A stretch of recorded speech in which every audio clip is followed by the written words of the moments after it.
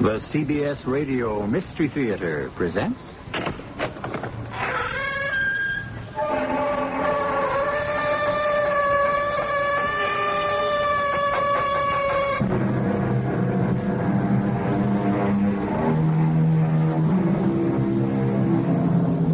Come in.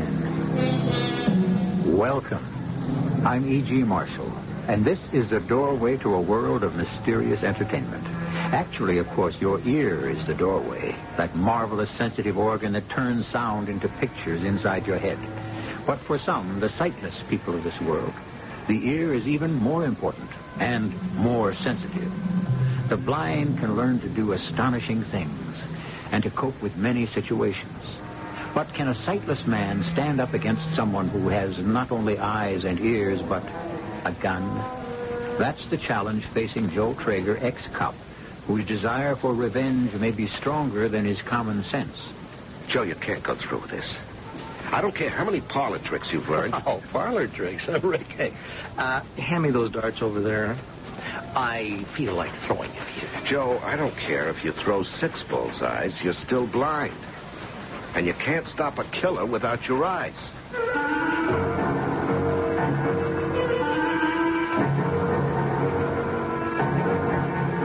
Our mystery drama, The Bluff, was written especially for the Radio Mystery Theater by Henry Slessor and stars Larry Haynes. It is sponsored in part by True Value Hardware Stores. I'll be back shortly with Act One. An occasional divorce action thrown in for spice. There are days when Rick Pearson regrets ever leaving the police force for private work. And perhaps it was pure nostalgia that led him to the front door of a small white house in Sausalito. Yes? Hello, I'm looking for Joe Traeger. He lives here, doesn't he? Yes, he lives here. He's my father. Oh, no kidding. And you live here, too? Yes, I'm his daughter. It's a nice arrangement. Yeah, very nice. I always knew Joe had a daughter, but I guess I visualized something in pigtails and braces about 10, 11 years old. Sorry. I was 10 years old once, but I never had pigtails. Or braces, for that matter. Now, why don't you tell me who you are? Well, I'm an old friend of your father's. My name is Rick Pearson. I did call. Oh, yes. He said something about an old friend coming over, only I thought it would be somebody, well, older. Is it all right to come inside now? Of course. Were you one of his officers? Yes, 5 years ago, San Francisco PD. And how long has it been since you've seen him? Oh, must be 5 years. I was here on business, so I thought I'd get in touch with him. Well, maybe there's something you don't know about my father. Yes, I'm blind, Rick. That's what she's going to tell you. Joe. Yeah. Well, don't look so surprised. I've been blind for 2 years. I'm used to it by now. Yeah, you'll get used to it, too. Joe, you didn't say anything when I called. When I said I'd be glad to see you, that was only a figure of speech. If you'll excuse me. Huh. What do you think of my little girl, Rick? She is a beauty, isn't she? Yeah. Yeah, that was an even bigger surprise. Oh, you married, Rick? Some gal got you yet? Oh, one of them caught me, but she threw me back. I'm divorced. Hey, that's great. I'm glad to hear it. You know, I've been looking for some smart single guy to come along and take this woman off my hands. Hey, Evie, did you hear that? Joe, she left. Your daughter just left. Huh? That's funny. I didn't hear her go. I can usually tell. Yeah, well, she's gone, Joe. Yeah. Well, never mind. Come on, let's go in the study and have a drink. I want to hear all about the last 5 years. Yeah, sure. And I'd like to hear about last year. Well, come on, tell me about it, Rick. How do you like the private detective racket? Oh, I'm doing okay, Joe. I work for some corporations, industrial spies, stuff like that. That's why I'm here in California tracking down an embezzler. But I just heard this morning they arrested him in Alden. Well, I'm glad you decided to drop by. I don't get to see the old gang much anymore. I don't get to see anybody. Joe, what happened? I meant what I said about Evie. propose to her, Rick. Do me a favor and marry her. That's the worst part of being blind. Evie clucks around me all day like a mother hen. You know, they don't come any more beautiful than Evie. Now, you saw that, didn't you? Oh, yeah, she's a dish, all right. Just like her mother. The image of her mother. Here, look at this. It's my wife, Rick. You never met Sylvia. Just look at that picture. Yeah, you're right, Joe. She's beautiful. I know, it's crazy, isn't it? A mug like me marrying a woman that beautiful. It's the real curse of this blindness, not being able to see that beautiful face anymore. Yeah, Joe, tell me what happened. You don't want to hear long, boring stories. Here, hand me those darts over there, okay? Darts? Yeah, on the desk. And why don't you sit down, Rick? Make yourself comfortable. Joe, how did you know I wasn't sitting down? Now, here, let's see if I can get close to that bullseye. How'd I do? That's fantastic. Well, you just missed the ring next to the bullseye. Oh, well, I can do better than that. Yeah, it's a little closer this time. Oh, no, don't sit on that chair, Rick. Take this one. It's more comfortable. Okay, I give up. How did you know I was standing, and how did you know which chair I was in? Not bad for a blind guy, huh? Come on, Joe. Well, okay. It's simple enough. I knew you were standing because I could hear the floor creaking where you were at. And I knew you were in that chair because of where your voice came from. And the darts? Oh, can't give away all my secrets, Rick. Come back for dinner tonight. Maybe I'll show you a few more tricks. Mr. Pearson? Mr. Pearson, wait. Oh, hi, Evie. Listen, why don't you call me Rick? Could I talk to you a minute? Sure, I'd be delighted. In here, please. Good. Listen, maybe you can tell me a few things I don't know. I can show you something you don't know. Come over here, by the window. Yeah, okay. Look out into the garden. Do you see her? Well, I see somebody. Who is it? My mother. Sylvia? I never met her, you know. How's she taking all this? Look closely, Mr. Pearson. Rick. Look very closely at her face. Okay. Good Lord. Not many people see her looking like that. She wears a mask when she's indoors. A mask that they made especially to hide her disfigurement. Well, what in heaven's name happened to her? The same thing that happened to my father. And what was that? Joe didn't tell me. It isn't just my mother's face that was destroyed. A part of her mind was, too. She doesn't speak anymore. But it's the only change my father is aware of. Do you understand? No, I don't understand a thing. Why don't you tell me right from the beginning? All right. I will. It was because of Wolf Lang. The Wolf Lang? That's right. I'm sure you remember him. Oh, yeah, sure. He's in the Gangster Hall of Fame by now. I don't even know if he's still alive. Oh, yes. He's alive. Sick, but alive. They keep him in an iron lung at some private hospital. Funny, isn't it? All those state and federal efforts to put him in prison, and polio does it. Who says there isn't any justice? I never said it. I do. It started about 4 years ago when Wolf Lang moved his operation to the West Coast. Daddy headed up a police task force to keep him in line. They weren't out to get him. The most they wanted to do was contain him. But you know Daddy. He wanted all or nothing. Daddy was putting together a case against Lang that would have guaranteed his indictment. He kept very quiet about it, of course, but not quiet enough. In my opinion, he told one cop too many. And what happened? It was a night in June. A beautiful spring night. Daddy was in the study when the doorbell rang. I'll get it, honey! Evening, Mrs. Traeger. Who is it, Sylvia? I've got something for you, Mrs. Traeger.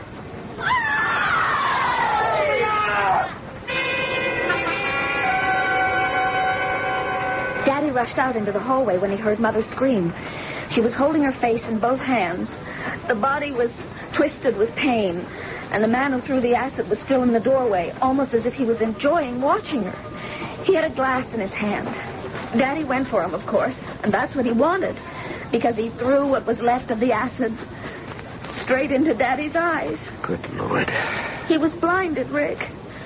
Mother's sight was spared because he only splashed the lower part of her face. But so heavily that she was burned terribly. Even the bone was eaten by the corrosive. Were they alone? Yes. I was out. You can imagine what it was like to come home and find them both. My father blinded and helpless, and my mother unconscious from the pain, disfigured. I never heard about this, Evie. Why didn't it hit the papers big? They didn't let it. They were hoping to make the assailant careless. It didn't work. But you said that Wolf Lang was the guy. There wasn't any proof, Rick. Daddy's case was only half completed. And he couldn't identify the acid thrower, could he? He was blind. Yeah. And your mother? She might have seen his face. We don't know. But she never spoke again, Rick. She still hasn't. They say she may never speak. She was a beautiful woman, Eddie. Yes, and vain, too. At the beginning, they tried plastic surgery, but there was something about her skin. It wouldn't heal. If anything, it made things worse. Can I say something stupid? I'm sorry, Evie, for all of you. But just tell me if there's anything I can do. Yes. You can come to dinner tomorrow.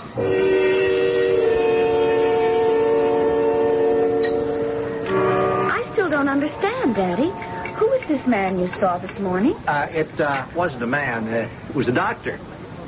Not feeling well, Joe? No. Never felt better in my life. Then why the doctor? Yeah, who took you there? Oh, a young cop named Turk Waddell. He used to work for me in the good old days, just like you. As a matter of fact, the doctor is an uncle of his. You know, he's a really brilliant eye surgeon. Eye surgeon? Well, what the heck, Evie? I've seen a dozen eye doctors already. I might as well see one more, huh? Well, figured, what could it hurt? Yes, I suppose so. Joe? Did this doctor have anything interesting to say? Oh, yes. Yes, very interesting.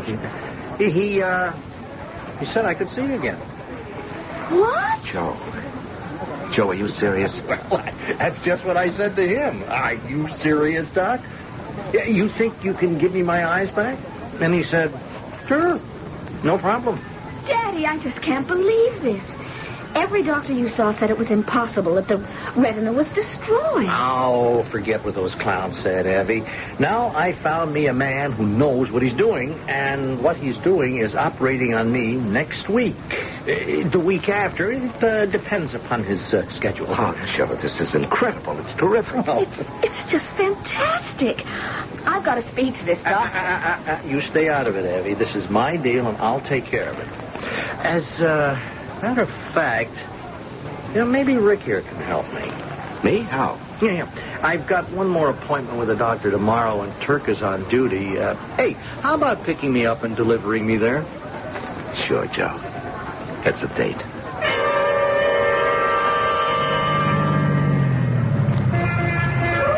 And here's the building, Joe, Medical Arts Center. Now, look, why don't I park here and take you right upstairs, huh? No. Forget it, Rick. I'm not going in there. What? I don't have an appointment, Rick. The truth is, I don't have a doctor. Joe, what's this all about? What was all that talk at dinner last night? That was for Evie's benefit. What I said last night, that's what I want Evie to believe. In fact, I want the whole world to believe it, Rick. But I need one guy who knows the truth. What truth? That it was a lie, Rick. There's no doctor, no operation, and no hope for me ever seeing him again. Is this your idea of a... Oh, wait a minute. Wait a minute now. I'm beginning to see. You're trying to fool Wolf Lang.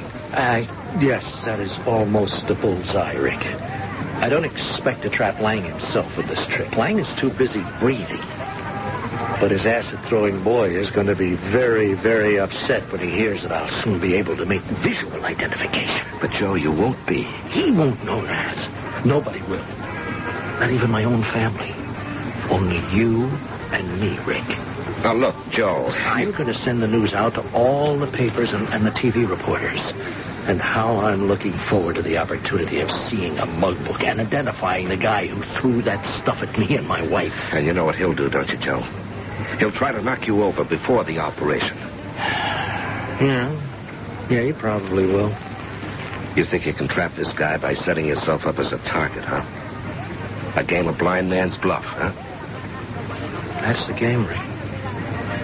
And I don't intend to lose.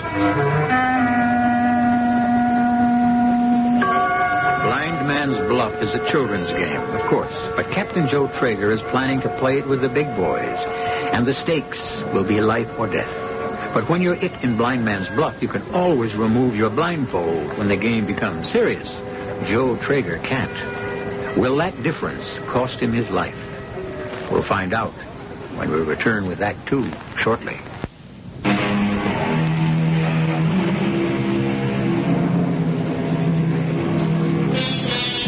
Now Private Detective Rick Pearson knows why the carpets were removed from all the floors in the little White House in Sausalito. He realizes why Captain Joe Traeger cherishes every squeaking floorboard, every noise-producing element in his home that might give him warning of approaching danger.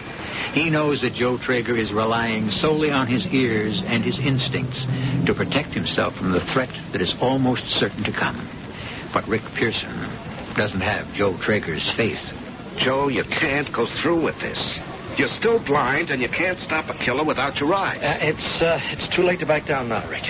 I've already sent out the word. It's in all the papers. It'll be on the 6 o'clock TV news tonight and all the radio stations in this town. Well, you can always retract it. Never.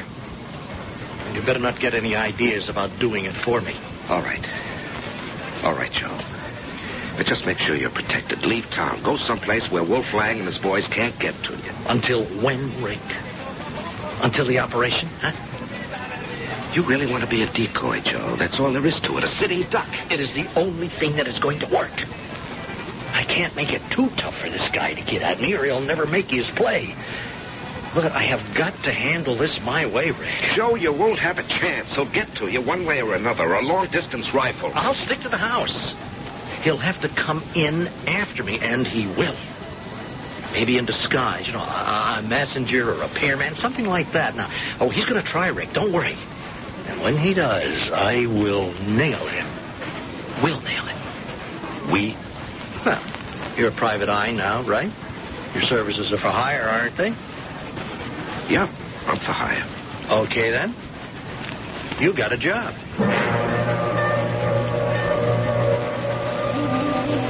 But I am worried, Daddy. Didn't you hear that man on the news program? He said that the local police were concerned about possible danger to you. Oh, no, relax, Evie. They're, just trying to sell newspapers. It was television, Joe. Okay, they were trying to sell soap or used cars or something. But there is nothing to worry about. Now, for one thing, well, you know where Wolf Lang is. But the man who threw the acid, he isn't in an iron lung. He's out there walking the streets. Oh, and you think I should get protection, huh? See? Well, okay. I got it. That's why Rick is here. What? I've hired him. He is going to stay with us, Evie. So, fix up the guest room and find out what he likes for breakfast.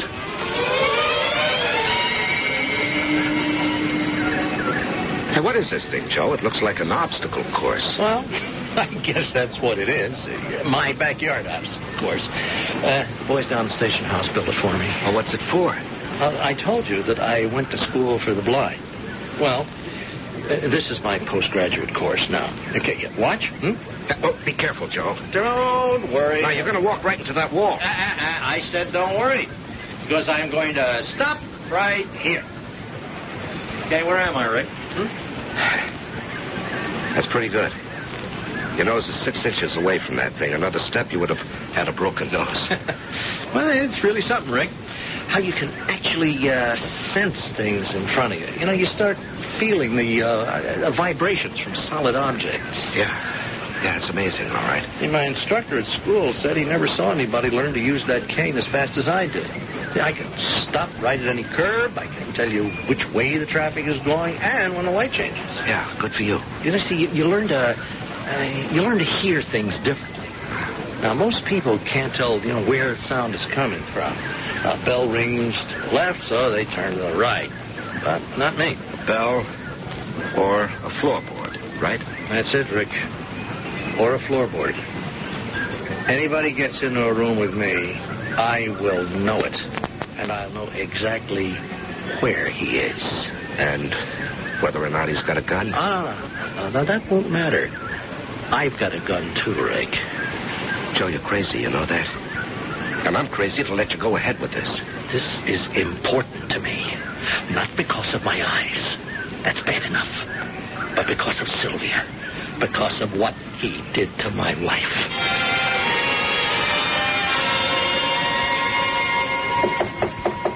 Come in. Is it all right? You weren't about to go to bed? No. I was just reading. I just want to talk to you a minute about Daddy. That's all we ever talk about, isn't it? It's been almost 2 weeks now since Dad made the announcement about the operation. Yeah, that's right. But he never goes to see that doctor anymore. Why, Rick? Well, the doctor's busy. You see, that's why there's all this delay. I'd feel so much better if I could see this doctor. Talk to him. Evie, you have to be prepared for, Well, you see, these things don't come with money-back guarantees. You think the operation may fail? Well, I think you have to be ready for that. But Daddy's so sure. Well, you know your father. He's an optimist if I ever met one. The only thing that ever depressed him was what happened to my mother. Yeah, and how about you, Evie? How are your spirits? I do my best. You're kind of buried in this house, though, aren't you? You don't have any life of your own. Now you sound like Daddy. Well, maybe Daddy's right. I mean, you're one heck of a beautiful girl, Evie. I'll bet there are 40 dozen guys out there who'd like to do something about that. No, there aren't. Well, there's one in here who does. Oh, Rick, what was that? Sounded like a gun to me. Joe? Joe, where are you? Daddy! All right, Evie, in here. Oh, no. No, Rick, he's being shot. Joe. I'm okay, Rick. I'm all right. It came through the window. Evie, I'm all right. Evie, get on the phone. Call Fernando. Yes. Take it easy. Oh, Take boy. it easy. It's not serious, Rick. It isn't. They just got me in the arm. It bounced right off me. Yeah, sure, I know. You're Superman. That is only a flesh wound, Rick. Now, look, you can even see where the bullet ricocheted off the wall. It was one lousy shot. They said they'd be here in 10 minutes. Daddy, you're in pain. I made a tourniquet for him. You know, he's right about the wound. The bullet just grazed him. Listen, I am okay, Evie. I swear I am. Now, look, you go look after your mother. Will you stop worrying about me? Then it's really true. Someone is out to kill you, Daddy. Just because you told people about the operation. Nobody is going to kill me, sweetheart. Now, go to your mother, huh?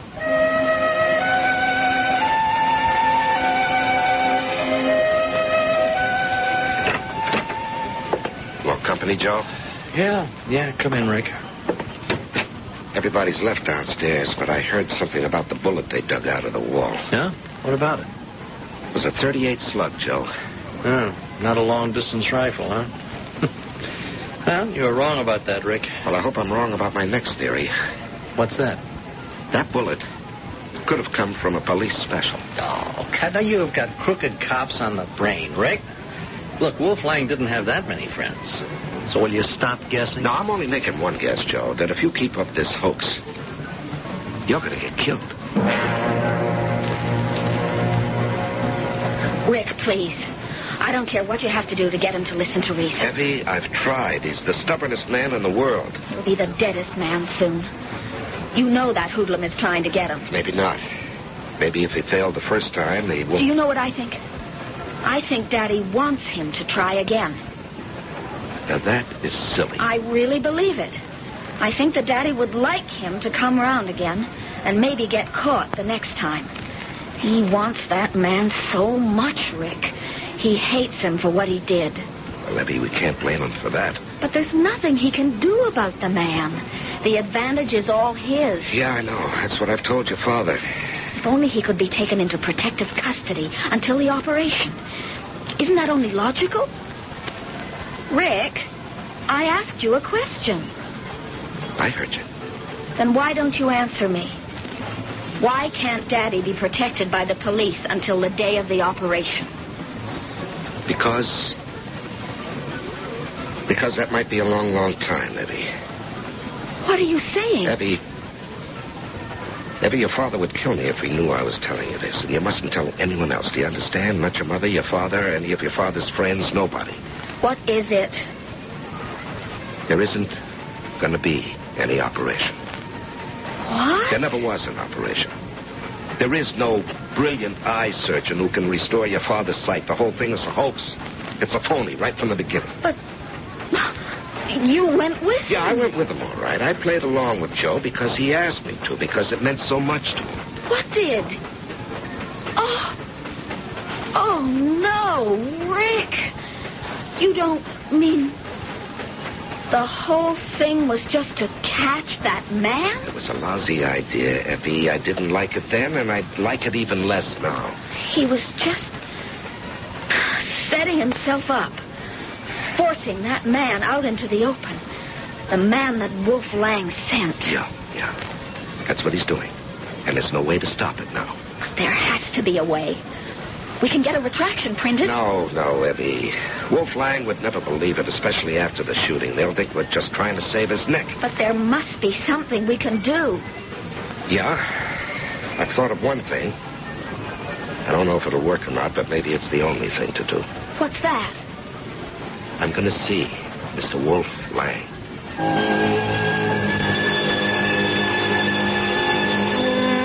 Rick Pearson has a tough job on his hands. He must convince a man who has to breathe mechanically to let another man go on breathing. But will Wolf Lang be sympathetic? Will he believe that Joe Traeger's lie is actually a lie? Or has Joe Traeger started something that can only be stopped by tragedy? We'll find out when we return to Act 3.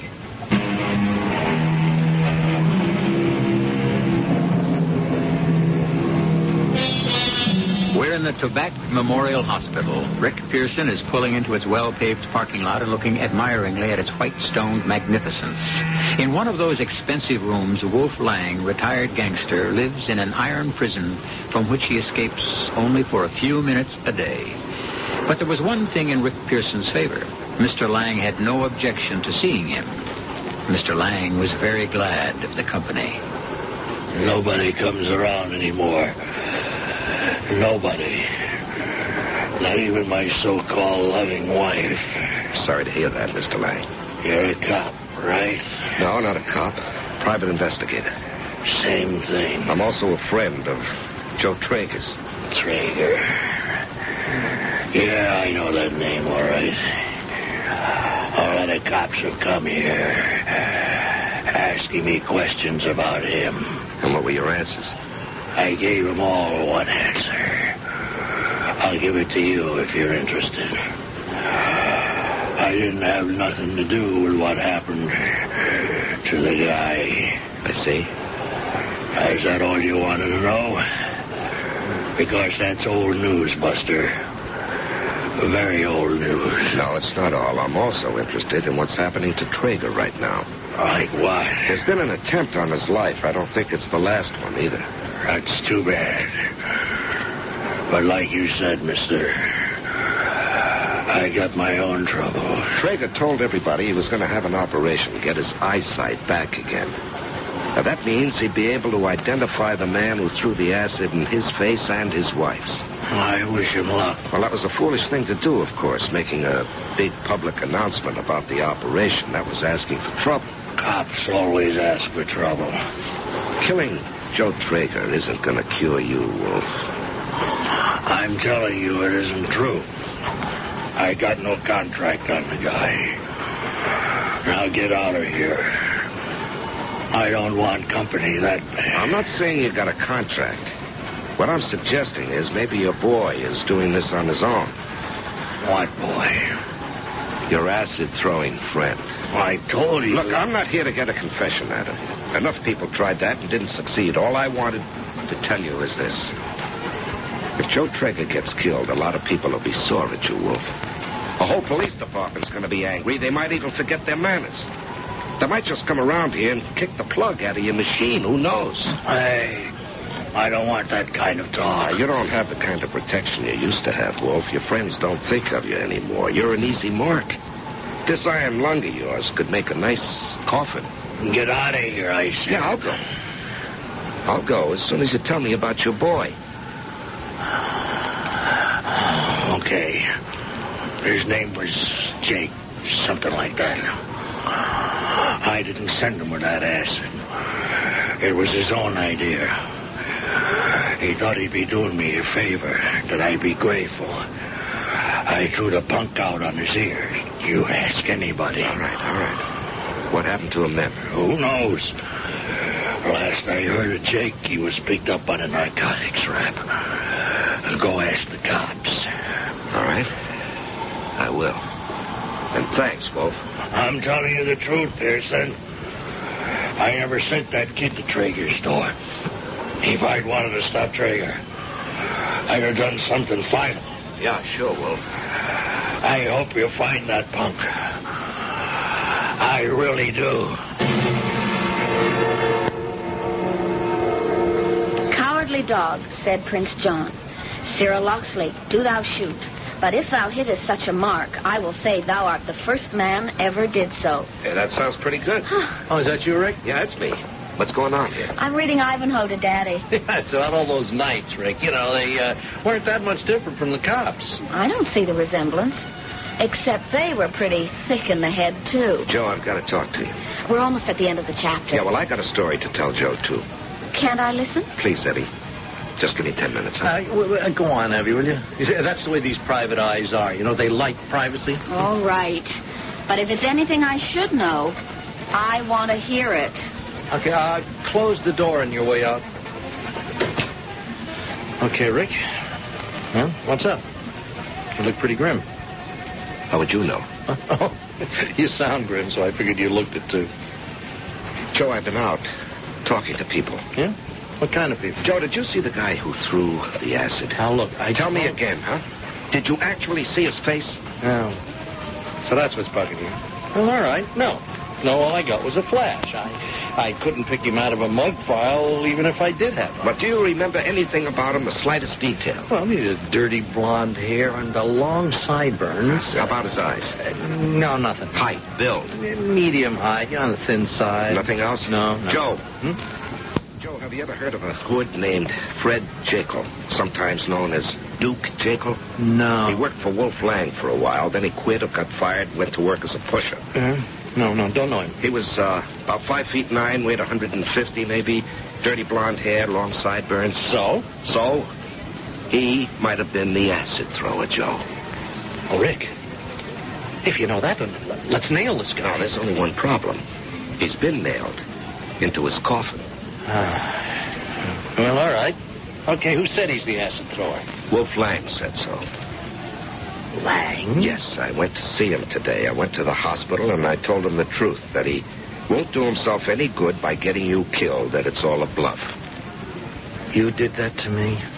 I did that for you, Joe. Go on. Get out of here, Rick. What? I don't want you in my house anymore. Now, wait a minute, Joe. You heard me. I don't like Judas's. I asked you to help me because I thought you were my friend. I am your friend. And that's why I don't want to see you kill yourself, and that's what you're doing. Wolf Lang lied to you. He gave you the name of some dead punk to throw you off the trail. Maybe. I just don't know. All I know is you won't have a chance against anyone who wants you dead.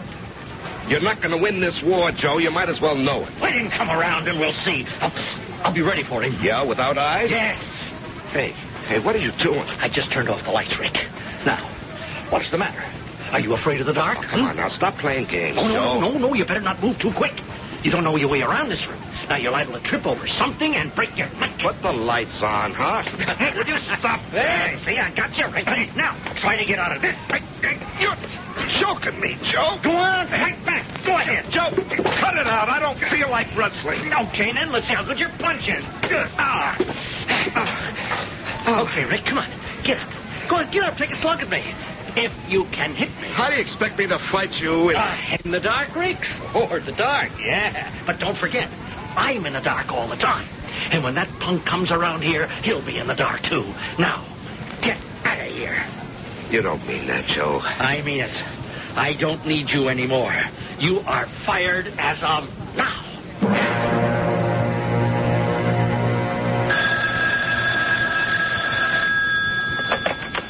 Hello? Rick, it's Evie. Oh. How'd you know where to find me? You left those hotel matches all over this house when you moved in. I thought you'd move back there. Rick, you've got to come back. I can't. Your old man fired me. Joe thinks he can take care of anything, you know. He can't. I know he can't. Eddie, call the cops. Joe has dozens of friends on the force. He won't let me. He'd throw them all out the minute they arrived. Rick, you're the only person he'll listen to. Well, he didn't listen to me tonight. I told him to quit playing this game, but he threw me out. But he did more than that. He knocked me down. Yes, he told me about that, too. He was boasting about it. How he turned off the lights and got the better of you. Yeah, well, there was one thing he didn't know, Eddie. When I was on the floor, I lit one of those matches. If I had a gun, I could have killed him. You're scaring me even more. Sorry, I didn't mean to. Listen, what's he doing right now? Sitting in his study. Just sitting there with a rifle on his lap. Yeah. He really thinks something is going to happen tonight, huh? He said something about Wolf Lang making a move. Because of your visit to the hospital. All right, Eddie. I'm coming back.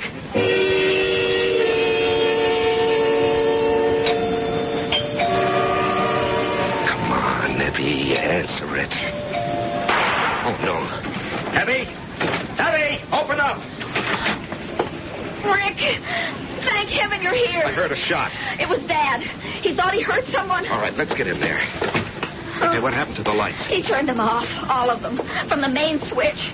I've got a flashlight. Evie, is that you? Yes, Dad. And me, Joe. What the devil are you doing here? Just a social call, Joe. No charge. He's in the house, Rick. Now, listen, I heard him moving around in the cellar, and I went after him. I took a shot, but I didn't get him. All right, let me go look. I can take care of this myself. Abby, give me the flashlight.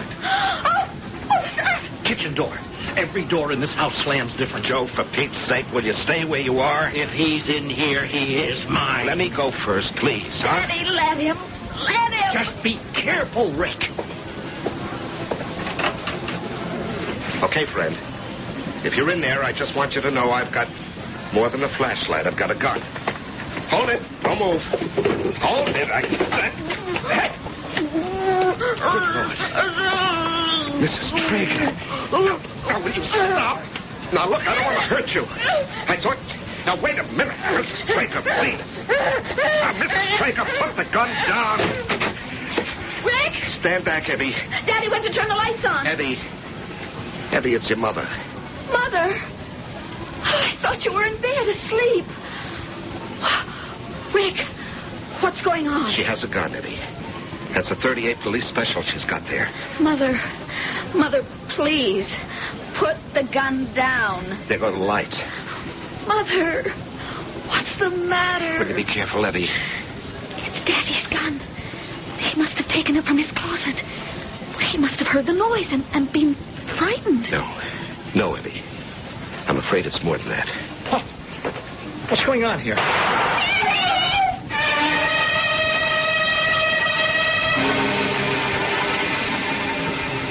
Eddie, can I come in? Yes, Rick. You all right? Yes. Are the police still here? They're just leaving. Eddie, nothing's going to happen to your mother. Thank heaven she didn't hurt Daddy again.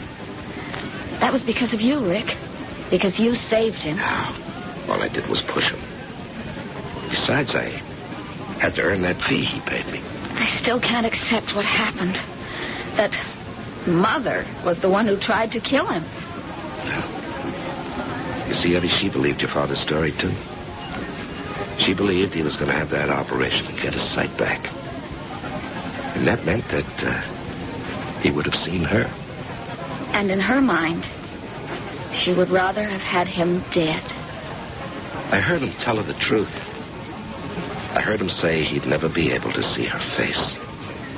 That he'd just have to remember how beautiful she was.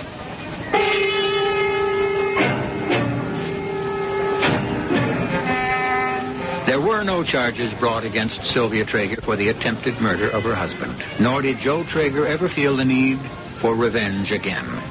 In case you're wondering about Evie Traeger and Rick Pearson, well, this is the Radio Mystery Theater, not the theater of romance. But we'll tell you this much. Rick now calls Joe Traeger Pop. I'll be back with another word shortly.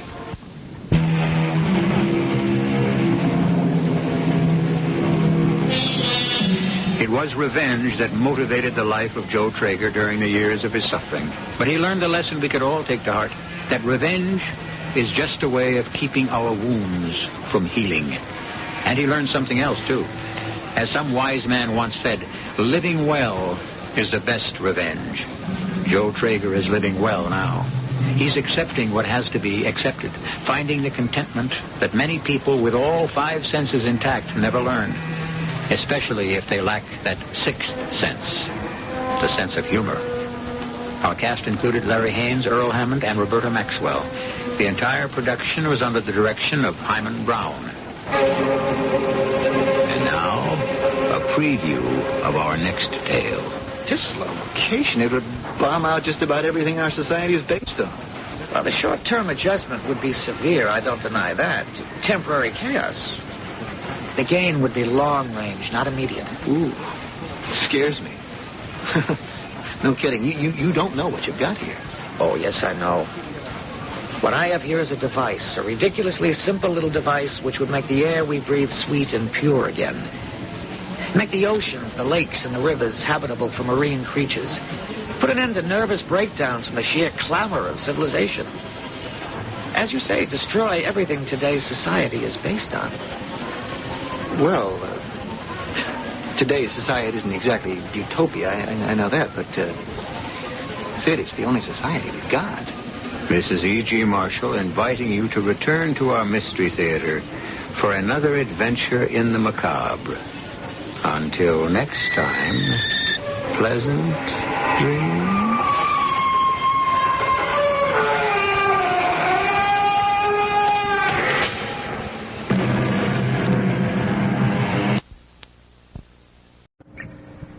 The CBS Radio Mystery Theater presents...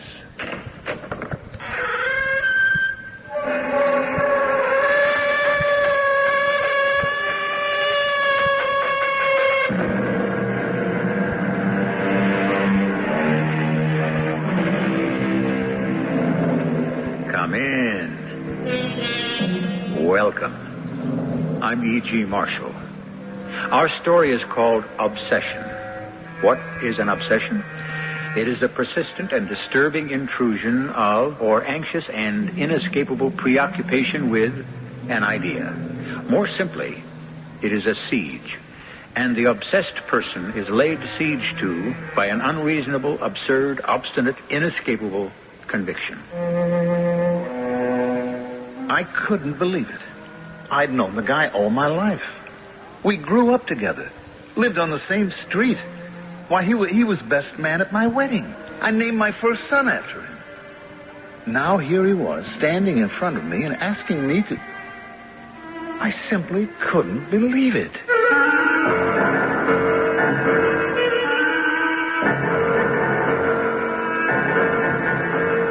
Our mystery drama, Obsession, was written especially for the Mystery Theater by Elspeth Eric and stars Robert Dryden and Mandel Kramer.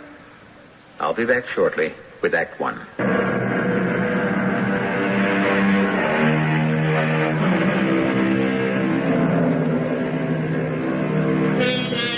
There is an older definition of obsession regarded as obsolete, but one I suspect showing signs of coming back into fashion. This is it. An act of the devil or a spirit besetting a person or impelling a person to action from without. Take the ancient definition or the modern one. The tale we're about to tell you deals with the phenomenon of obsession. My knees were shaking. My mouth was parched. My palms were damp with sweat. I was standing in front of a door marked Chief of Police. And the man on the other side of that door was my childhood friend, Dave Chase. I hadn't seen him for quite a few years. 10, maybe. But before that, we'd known each other well. Very well.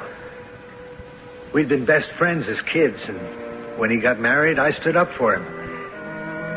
He had a son named Emmett, after me. Certainly that ought to count for something. Still, my hand was shaking when I knocked on the door. Yeah, come on in. You wanted to see me? Desk sergeant didn't give me your name. I didn't tell him. He just said a friend. You don't recognize me, do you, Dave? Well, you look familiar, but... Emmett O'Hara? Emmett? You're Emmett O'Hara? For Pete's sake, Emmett. Oh, I am sorry. Of course. Now that... Emmett, it is wonderful to see you. Well, come on, sit down. I'm really sorry. It's been a long time. There's no excuse. I should have... Sit down. And now tell me, what are you doing in Cornford? Are you living here or what? Just the last few months. Well, why didn't you look me up before? My gosh, we were kids together, you and me. Mm. Come on, sit down, will you? Yeah, that's better. Now, let's see. The last time I saw you, when was it? Well, it's got to be 10 years, 12 maybe. I was on the force in L.A. You were a crime reporter, and a darn good one, too. Are you still working for that paper? No, I quit that. Too much wear and tear. I know. So, what are you doing these days to make a living? Ever hear of Paul Pickens? The name is familiar. Thayer Loomis, Edward Price, Natalie Bannon. What have they got to do with you? They're me. I'm them. You're Natalie... What's her name? So Mary McFarland. They're pseudonyms. You see, I write novels, mystery novels, murder mysteries, under different names. Well, I'll be... Muriel reads those things. They're paperbacks mostly, aren't they? Mm-hmm. Well, Muriel buys them. You remember Muriel, don't you? Her father was medical examiner in L.A. I stood up for you at your wedding at City Hall. Of course you did. Of course. How could I forget? It's been a long time. We're both getting on in years. I'm 61. I guess you must be about the same. 62. And you're a writer now. How about that? It's a living. I manage 2-3 books a year. Boy, you must be good at it. Very good. Too good. Oh, come on. There's no such thing as too good. Oh, yes, there is. To come to the point of why I'm here, Dave, I want you to lock me up. You want me to what? I don't think I quite caught that. I want you to lock me up. Lock you up? Here, in the cell. You can do it, Dave. You're the chief of police. That's why I came here, to ask you this favor. Just shove me in a cell and keep me there. Well, Emmett, why would I do that? Why would you want me to? Because if you don't, I'm going to do something terrible. Well, like what? What would you do? Murder? Theft? I don't know, something. Beat up somebody and take everything he's got. Beat up who? Take what? I don't know. Anybody, anything. I'm going to do it if somebody doesn't stop me.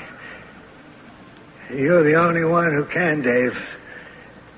And you've got to do it. Now, just hold on, Emmett. Now, just take it easy. Somebody's okay? got to do now, it. Now, you just simmer down and tell me where you got this nutty idea. It's not a nutty idea. It's going to happen. I know it. All right. Now tell me, when did you get this idea? When did it dawn on you that you were going to do something terrible, like murder or assault or burglary or whatever? It's been growing on me for quite a while now. I think it must have started way back when I was crime reporter for the paper. I was a good crime reporter. You know that, Dave. One of the best. Well, I got to thinking how dumb all those criminals were. How they didn't really have to get caught if they'd just been more careful, if they'd planned it just a little better, used their heads, thought it out. You know what I mean? Sure, I know what you mean. So about 10 years ago, I quit being a reporter and started writing these detective novels. I must have written, I don't know, dozens of them. Of course, when you write these whodunits, the bad guy always has to get caught, always. You understand? Sure. Figures. So I had to have him do something stupid, overlook something, leave a clue, say some dumb thing, anything. Or the police had to be so all-fired intelligent, which they are not. Dave, I'm sorry, but we know, you know they're not really. We try. Well, after a while, the whole thing struck me as just plain silly. I knew for a certainty that if I put my mind to it, I could commit a crime, a major crime, and never get caught. I just knew it. Mm-hmm. Did you ever do anything about it? No, of course not. I'm not a criminal, Dave. I don't want to hurt anybody. I'm a very moral person. I know you are. But I'm not going to go on being one if you don't help me. I'm going to commit a terrible crime if you don't lock me up. I can't do that. But you've got to. I'm telling you the truth, Dave. If you don't... Now, just take it easy, will you? Will you just take it easy? You know, Em, whenever there's a crime committed, all sorts of people come running to the police trying to confess, saying they did it, you know, that they're the criminal. This is different. I mean, we can spot those people a mile off. It's some kind of a need to punish themselves. At least that's what the psychiatrists tell us. Not for anything they've done, just for something they wanted to do. This is different. Personally, I think they're looking to get their pictures in the paper. You know, they feel so insignificant that they'll do anything just to get noticed. Get somebody to pay attention. At least that's my opinion. This is different. But you're not insignificant, Emmett. You're a successful writer. You're known. You ever get married, Em? No, I was afraid to. Oh? Well, maybe you should have. You got a girl? I've had lots of girls. No, I don't mean lots of girls. I mean anybody can have lots of girls. I mean a girl. Have you got a girl here in Cornford? Yeah. Rosalie. Oh, pretty name, Rosalie. She's housekeeper for some rich people out on the River Road. You like her? I like her. She like you? Seems like she does. Well, look, my suggestion to you is you go and see Rosalie. Or call her up and ask her out for dinner. Or take her to a movie. There's a good one playing at the Bijou. Well, anyway, Muriel says it's good. I wouldn't know. You take Rosalie to the Bijou and call me tomorrow, Emmett, and we'll talk some more. Okay? You're not going to lock me up? I can't, Emmett. I got no reason to lock you up. You haven't done anything. You can't just walk in here and say, put me in a cell. The law doesn't work that way. You could do it if you wanted to. No, I couldn't. Jail isn't a motel, Em. You can't just check in and out whenever you have a mind to. Yeah, I suppose you're right. I know I'm right. I know the law, Em. I know what I'm allowed to do and what I'm not allowed to do. Now, you run along and call Rosalie. Got it? Right. Got it. And call me tomorrow, huh? Or stop by here. Okay? Right. Okay. Thanks, Dave.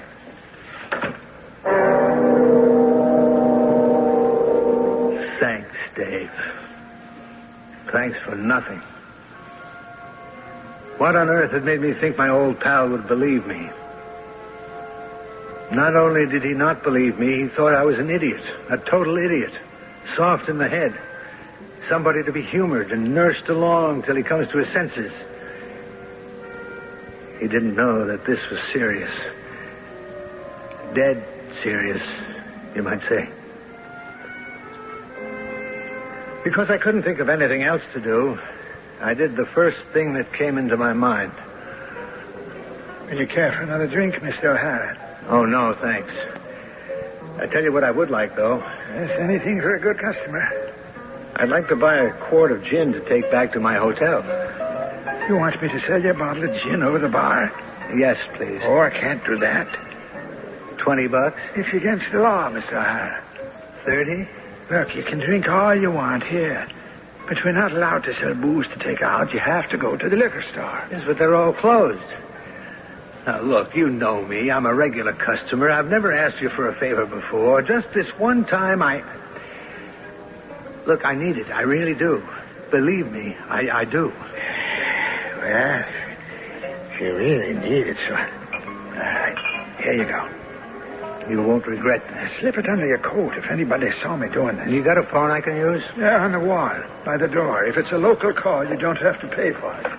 It's a local.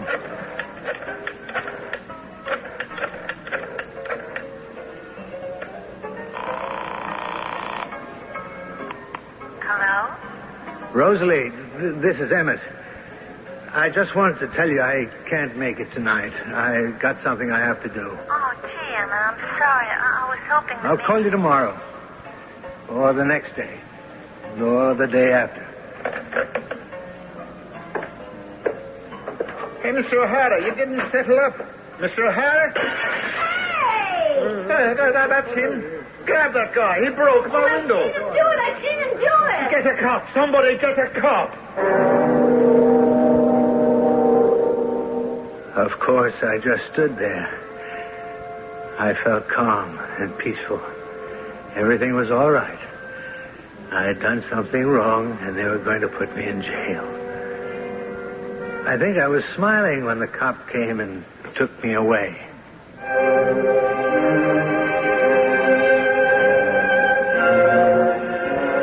I hope we're beginning to comprehend something of the strange nature of an obsession. Not only can the victim find himself beset by the notion of something he has done in the past, he can be equally beset by the idea of something he is bound to do in the future. Either way, an obsession is a torment, and there is no relief and no escape. I'll be back shortly with Act 2.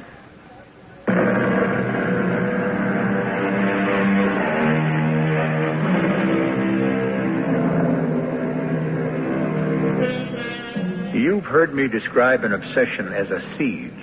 That definition is taken from Webster's International Dictionary, and to me seems appropriate.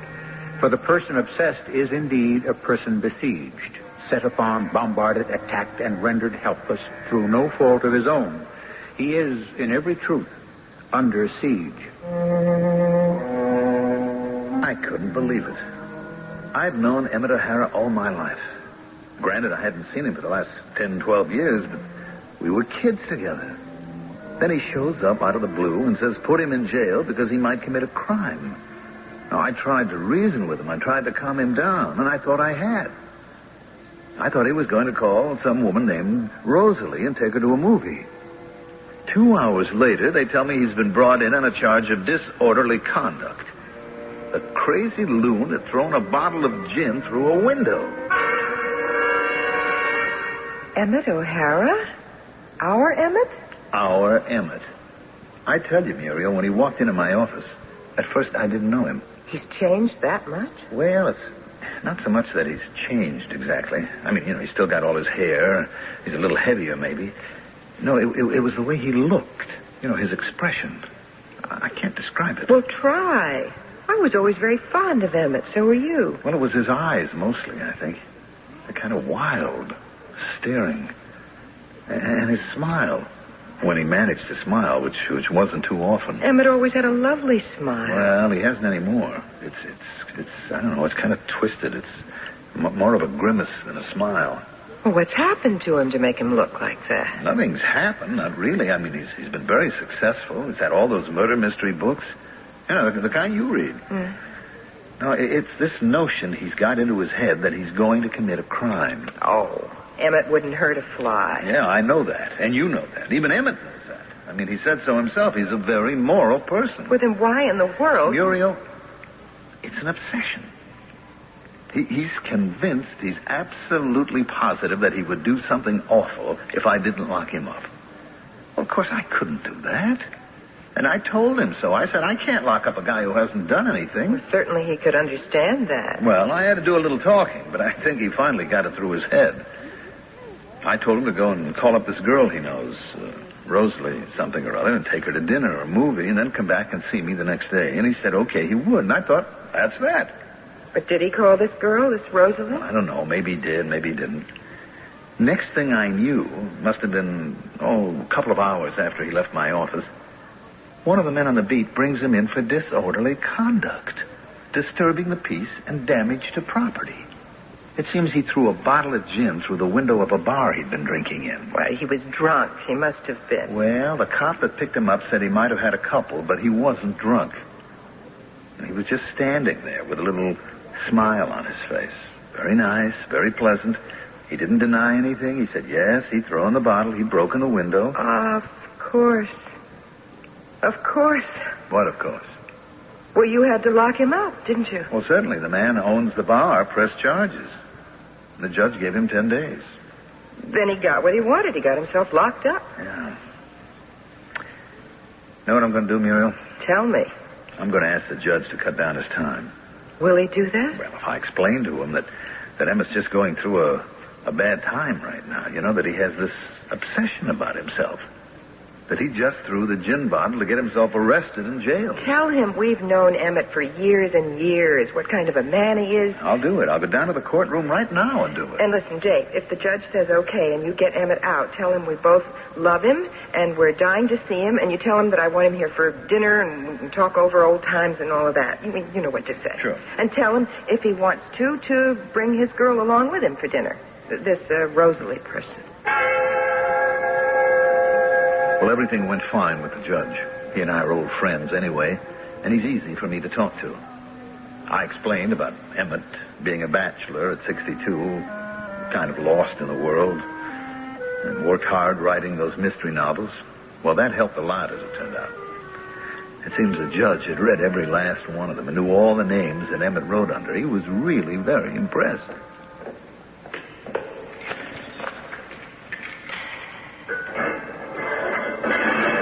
Emmett? Hey, Emmett, it's me, Dave. Oh, hello, Dave. Hi. Glad you're free. Free? Yeah, you're free to leave. I talked to the judge. Leave here? That's right. But I don't want to leave here. All right, Emmett, look.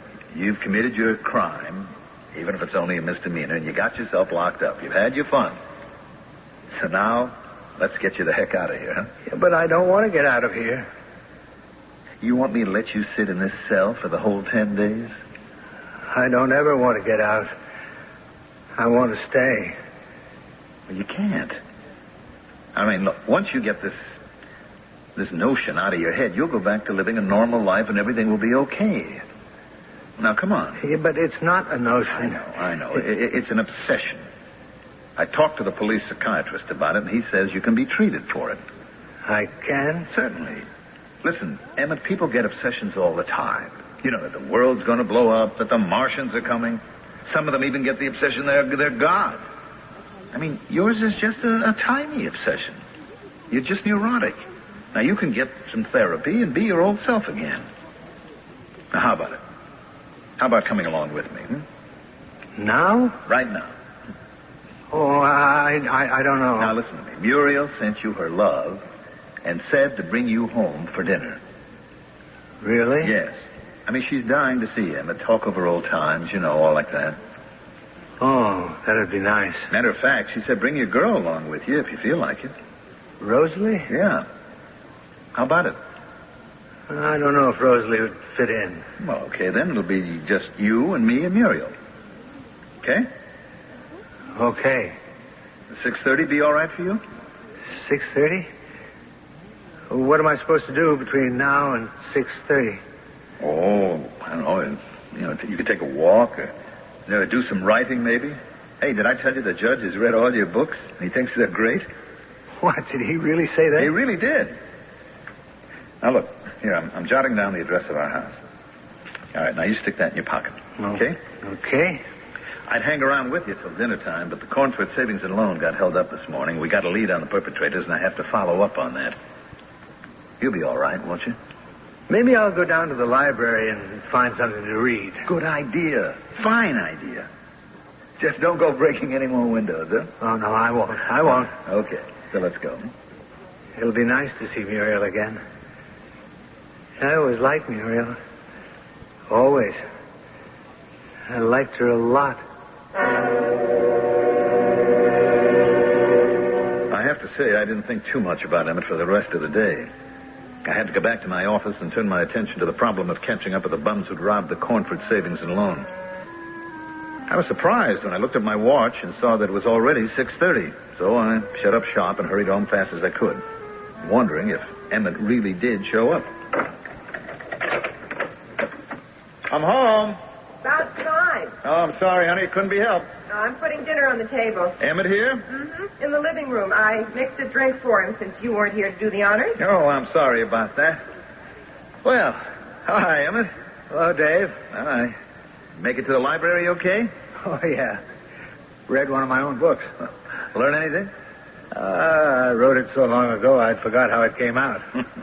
Of course, the criminal got caught. Sure, due to the innate sagacity of the police. Muriel, is it time for me to have a drink? Yeah, make it a fast one. How about you? A small glass of sherry. Okay. Well, how do you think Muriel looks after all these years? Oh, wonderful. Wonderful. Hardly changed at all. He put on a little weight, but, 4 kids, You got grandchildren? 6. 6? Boy, that must be wonderful. Yeah, it is kind of wonderful. Of course, we hardly ever see any of them. They're scattered all over the country. You see them at Christmas, probably. Yeah, some of them. And once in a while, all of them. Oh, that must be sensational. Well, it is, kind of. Gives you a sense of, continuity or whatever. Emmett, your namesake, he's got 2 boys and a girl. You don't say. Mm-hmm. And one of his boys is named Emmett. Boy, is that so? That's right. Tell me, are you sorry you never got married, Em? Right now I am. All right. Where is my small glass of sherry? Right here, honey. Ready and waiting. Thank you. Well, here's to all us good old friends. Yes, us. To us. Emmett was just asking about our grandchildren. And Muriel knows all their names and how old they are. I kind of get them all mixed up. Well, there's Emmett David Jr. He's 19. And then there's Melinda Muriel. She is 17. And... Hey, excuse me a minute, will you? Oh, sure, Emmett. Anything wrong? No. I'll be back in a minute. You need anything? I have to take a pill, a tranquilizer. They're in my overcoat pocket. The doctor recommended them. I keep forgetting. Think he's all right? He's just very nervous, that's all. He'll be all right. He looks all right. You think so? Yes, I think so. Anyway, I think so. I'm glad we got him here for dinner. You were the attraction. Me? Sure. As soon as I said you wanted to see him, he came right along. He likes you a lot, Muriel. He always has. He said so. You want to get the phone? Sure. Yeah, I'll chase you. Yeah. Are you sure? Yeah. Well, good work. All right, I'll be right down. Hold everything till I get there. You going out? I got to get back to headquarters. They've collared the guys who held up Cornford Savings and Loan. But what about Emmett? What about him? You're going to leave me here alone with him? Honey, it'll be all right. Emmett's okay. You don't have to be scared of him or anything. He's not going to do anything to you. Matter of fact, he's not going to do anything to anybody. It's all in his head.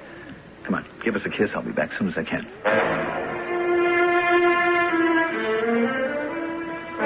I really believed what I said, too. Every last word of it. Emmett O'Hara was our friend. Old M wouldn't hurt a fly.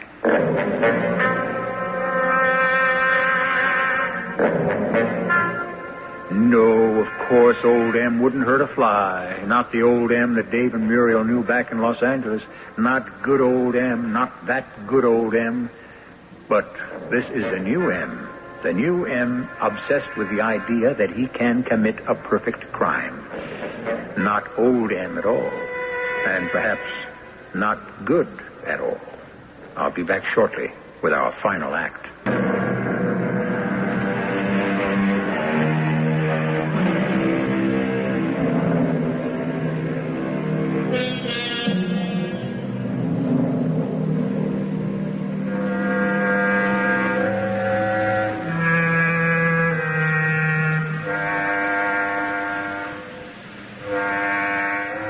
Chase has left his wife, Muriel, alone in the house with their friend for 40 years, Emmett O'Hara.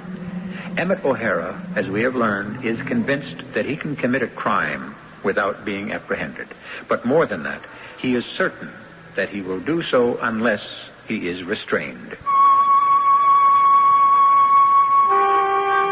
So I sat down to dinner with Emmett.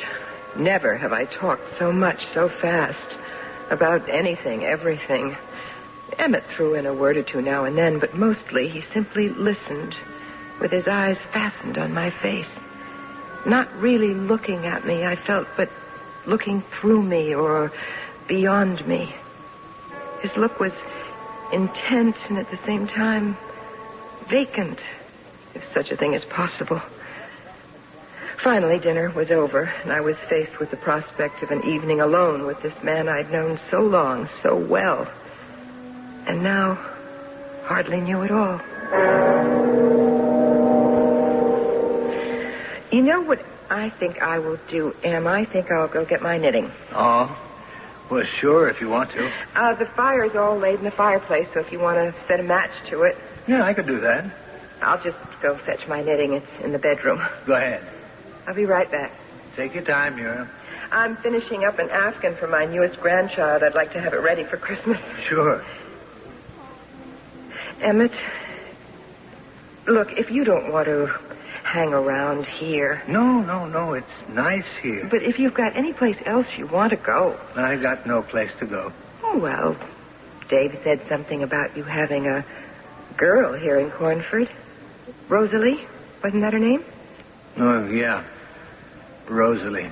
Well, if you want to go see her or call her up, ask her to come over, anything at all, you go ahead. Oh, thanks, Muriel. Maybe I'll do that later. I rushed into the bedroom and shut the door behind me. My heart was pounding. How silly I'm being, I thought. Emmett wouldn't hurt me. Emmett wouldn't hurt a fly. Then I saw his overcoat where he'd flung it on the bed when he first arrived. And on the bed were half a dozen little plastic bottles. They must have rolled out of his pocket. I recognized most of them right away. Red devils, yellow perils, and some tiny white ones. But there was one I'd never seen before or heard of. Was this the tranquilizer Emmett was taking that gave him that strange glazed look?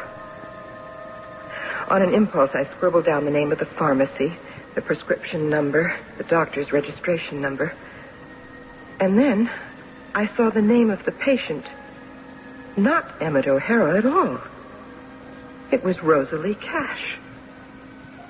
I just got everything back into the overcoat pocket when there was a soft knock at the door. Oh, yes, is that you, Emmett? Okay to come in? Yes, sure. Sure, come on in. Find your knitting? Oh, no. I can't imagine where I put it. Oh, want me to help you look? Oh, no. You don't have to do that. It'll turn up somewhere. Muriel, I was thinking about what you said. Maybe I should call Rosalie. Maybe she's expecting me to. Why don't you do that? Or maybe I'll go over there and see her. Uh-huh. Where does she live, Emmett? Out on River Road somewhere. I know the house when I get there. She's housekeeper for these very rich people. Well, if you think she expects you... I didn't say she expects me. Whatever. You want me to help you on with your coat? Oh, thanks, Muriel. Thanks very much. There you are. Want me to call you a cab? No. I'll pick one up down at the corner. Muriel. Yes, Emmett? You know, there are different kinds of people. I mean, different people have different obsessions. Did you know that? It's true. Some people have this obsessive thought that the world is going to go up in flames. They could be right. Yes, they could, the way things are going. And then there are people who think they're God. Of course, they're wrong. Because nobody's God. Except God, of course. That's right, Emmett. Well, those people are crazy. Psychotic is what they call it. But then there are other people who are not crazy. They're not psychotic. They're just disturbed. You know what I mean? Neurotic is what they call them. Well, I'm one of those. I'm neurotic. It's because I'm so depressed. I see. Well, thanks for dinner, Muriel. It was very good. You're a wonderful cook. Dave's a lucky man. Well, Emmett, it was wonderful to see you, and we'll see you again, I hope. You call up any time. I will, Muriel. I'll do that. No, don't bother to come to the door. I can find my way out. You just look for your knitting, and I'll call you one of these days. I heard the outside door slam. Then I looked at the piece of paper that was still crumpled in my hand. With its numbers, the name of the pharmacy, and the name Rosalie Cash. I don't know just what I had in mind, but I called a taxi. Just closing up, lady. My husband is David Chase. He's the chief of police. Oh, well, what can I do for you, Mrs. Chase? Your pharmacy filled this prescription, I believe. I wrote all this down from the label on the bottle. Right. There's the prescription number and everything. Oh, it's possible. What do you want to know about it? First of all, I'd like to know what the prescription is for. I've seen the pills, but they weren't like any I've seen before. I don't know, Mrs. If Chase. necessary, I will get my husband on the phone. Now, I don't want to buy anything. I just want to know what kind of pills they are. Oh, yes, ma'am. Then I would like to know who this Rosalie Cash is. That's the prescription that was made out for. Yes, ma'am. And where she lives. Mm-hmm. Yes, ma'am. Oh, hey. This is a very strong drug. I mean, we don't get many prescriptions for these. Here, let me look it up in the desk reference. I hope whoever's taking these knows how to... I mean, if she doesn't... Oh, yes. Here we are. Uh-huh. Well, it's an antidepressant. It's not to be taken with amphetamines or diet pills or with caffeine or alcohol. Here, extreme caution is advised. Well, I should hope so. All right, now, will you give me the address of this Rosalie Cash? I know she lives someplace on River Road. Oh, yeah, sure, I'll give it to you. Oh, I do hope... Oh, my goodness. Oh, here it is, yeah. Number 13 River Road. Well, that should be about 12 miles out in the direction... Never mind. I'll find it. A dozen thoughts chased themselves crazily through my head as the taxi drove me toward 13 River Road. Emmett would kill Rosalie Cash. Emmett would rob the house where Rosalie Cash worked.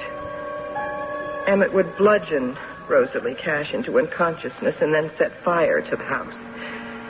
Emmett would... How could I know what Emmett O'Hara would or would not do? The taxi pulled up at the house and I started to pay him off. Hey, wait a minute. Taxi, wait. Will you wait there a minute? Hey, are you through with this cab? Who are you? Oh, what do you care? Hey, driver. Are you Rosalie Cash? Would you get out of my way, lady? Do you know Emmett O'Hara? I never heard of him. Would you just get out of my way, please? I need this cab. He came to see you tonight. I know he did. Look, are you going to let me have this cab? No, I am not. Listen, Rosalie, my husband is chief of police in this town, Dave Chase. Maybe you've heard of him. I didn't do anything. Well, we were just having... Driver, here's your money. We won't be needing you. No, please. Now, Rosalie, I know Emmett O'Hara came to see you tonight. He was at my house. He said he was coming here to see you. I didn't ask him to. But he did, didn't he? Well, He showed up here. As a matter of fact, he called first to see if the people I work for were going to be in or out. Oh, Lord, which was it? Out. They went out. So he came over and he brought a bottle of champagne with him. Yeah, I don't even like champagne, and he knows I don't like it. So I should have known right away from the start. Known what? Well, that he was up to something. Like what? Well, like something. Well, I got out some champagne glasses, and we went and we sat down in the drawing room. I mean, as long as people were out, it seemed all right. I mean, we've done that before. See, I was clean up afterwards, and, we started to drink the champagne. Only I didn't like mine. I mean, I really didn't like it, more than usual. It tasted funny, like bitter, like awful. So, when he wasn't looking, I poured it in the potted palm, but he just kept on pouring it in, and he kept on saying, "Come on, drink up," and I couldn't drink it. I mean, I just couldn't, it tasted so peculiar. So, after a while, but by that time he wasn't noticing anything, so I switched glasses, and he tossed off the one that was supposed to be mine, and then he... God, it was terrible. I mean, it was just terrible. I couldn't bear to look at him. He turned white as a sheet, and he grabbed his head, and then he just fell over. He just fell over, and I didn't know what to do. I just wanted to get out, to get away, Where is he now? I don't know. I guess he's still on the floor. I mean, right inside. That's where I left him. Is he dead? I don't know. He could be. I didn't wait to find out. Come on. We're going inside. Emmett wasn't dead, thank the good Lord. But he was unconscious, and I could hardly find his pulse. I called the ambulance. They got there in jig time and took him to the hospital.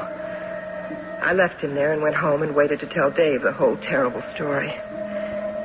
It was several days before we were allowed to see our old friend Emmett at the hospital. That's a pretty darn fool thing to do, Em. I told you. You could have killed that girl, Emmett. I told you. What were you going to do after you killed her? I don't know. Maybe steal some jewelry. I don't know. What kind of a dumb doctor gave you that prescription? One I always go to. Well, how come Rosalie Cash's name was on the prescription? I told him I needed it for a friend. For a friend, hmm? Yeah. A friend who was really depressed. In a deep depression, I told him. That's what I told the pharmacist, too. I'm sorry. I'm sorry. All right. No need to cry about it. I told you to lock me up. I begged you to, Dave. You don't have to beg anymore. I warned you. I said I'd commit a terrible crime. You did. What? You committed a crime. Well, I was going to. No, but... not going to. You did. Didn't you know that attempting suicide is a crime in this state, Em? But I didn't attempt suicide. No? Well, we'll take you to court and see what the judge says. Do you think he might? Yes. I think he might. Then we'll have to lock you up for a while. Will that make you happy, Emmett? Kind of. Yes. Happy. Kind of. That's what I thought. Come on, Dave. Let's go home.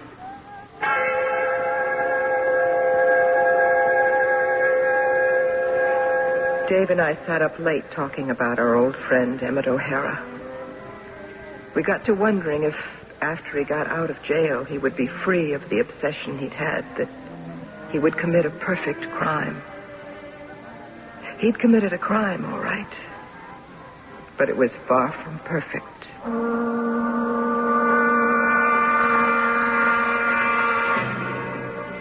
I do not know if the obsessed person is freed from his obsessive idea once it has been executed. I do know that when the obsessed one is a strictly moral person, yet convinced that he is dangerous to others, there is every likelihood he will prove dangerous to himself.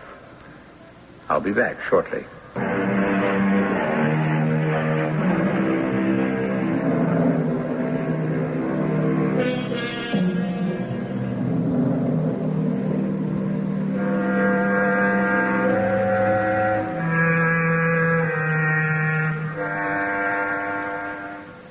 Hostility and violence reside in each and every one of us.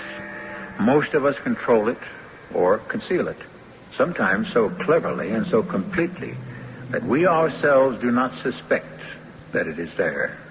But it is there, and it can turn and destroy us. Our cast included Mandel Kramer, Robert Dryden, Terry Keane, and Carol Teitel. The entire production was under the direction of Himan Brown. And now, a preview of our next tale. I just wish you could have liked Dolores better. She brought you a plant. That brownish, hairy, scraggly thing. Oh, Mom, she's really a sweet girl. I wish you'd give Dolores a chance. A chance? I never want to see her again.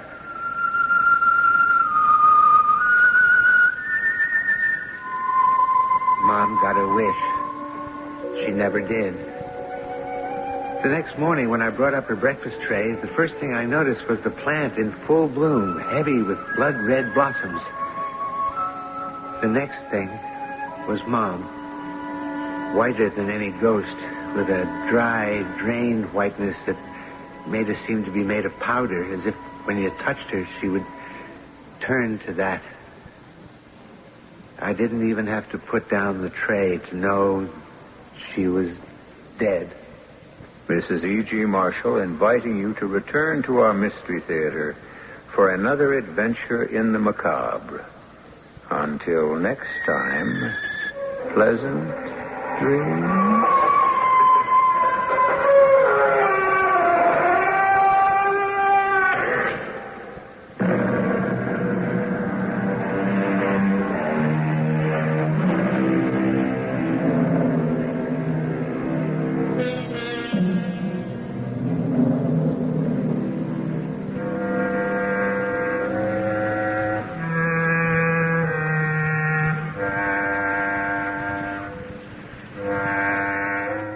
This is your White Sox station, Sports Radio 78, WBBM Chicago. The CBS Radio Mystery Theater presents...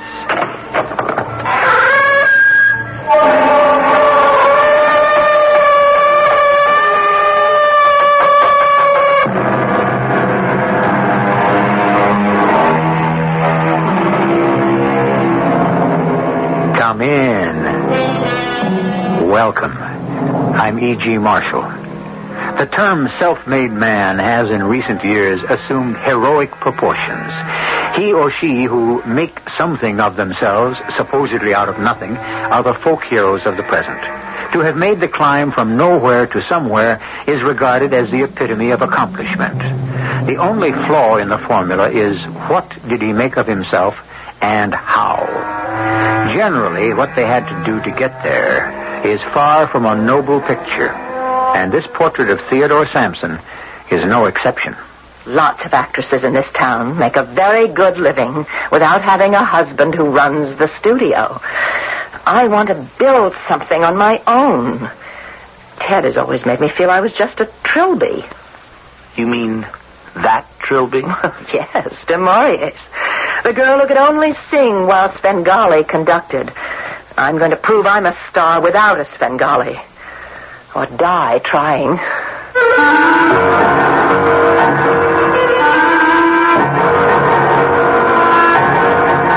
Our mystery drama, That Magic Touch, was written especially for the Mystery Theater by G. Frederick Lewis. It stars Marion Seldes and Michael Tolan. I'll be back shortly with Act One.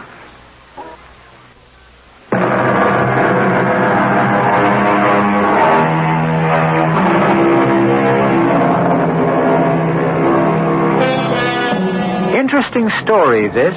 It has money, it has murder, proven jealousy, unproven crime, and against that background, there are honest, simple people trying to live the right way, although they have taken the wrong turnings. Let's hear first from Ronald Sampson, an adopted son of a famous Hollywood couple. I'd like to begin this from the beginning, although I, Ronald Sampson, was not there at the start. But my adopted mother and father were. Very much so.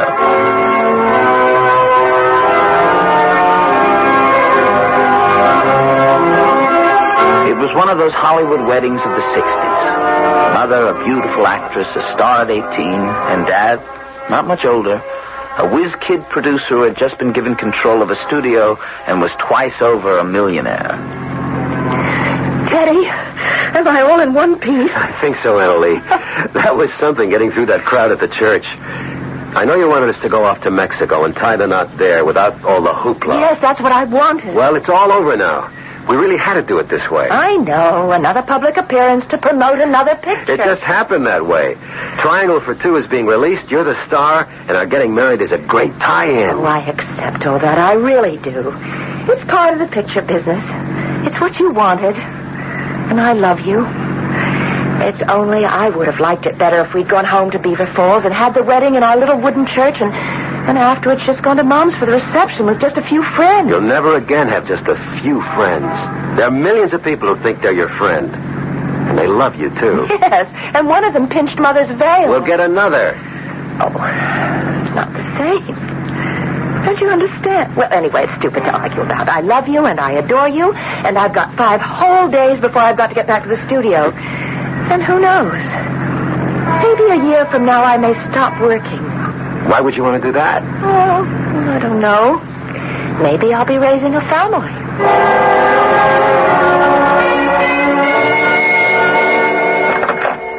Nurse, will you show in Mrs. Sampson, please? Oh, come in, Emily. Here, sit yourself behind my desk. It's the only comfortable chair in my office. Oh, what about you, Eli? Oh, I'll just walk around. It's easier for me when I have a problem to deal with. Especially when the patient is also a personal friend. And I'm your problem, Eli? Okay, let's have it. What did the test say? Bad luck. How bad? Probably you can never have a child of your own. Never? Well, you know, Annalie, that doesn't have to be the end of the world. Well, Ted might think so. He'll be so disappointed. I suppose it's wrong for me to say this to you, but I'd never have taken Ted for a family man. He's so wound up in the picture business. Well, so am I, Eli.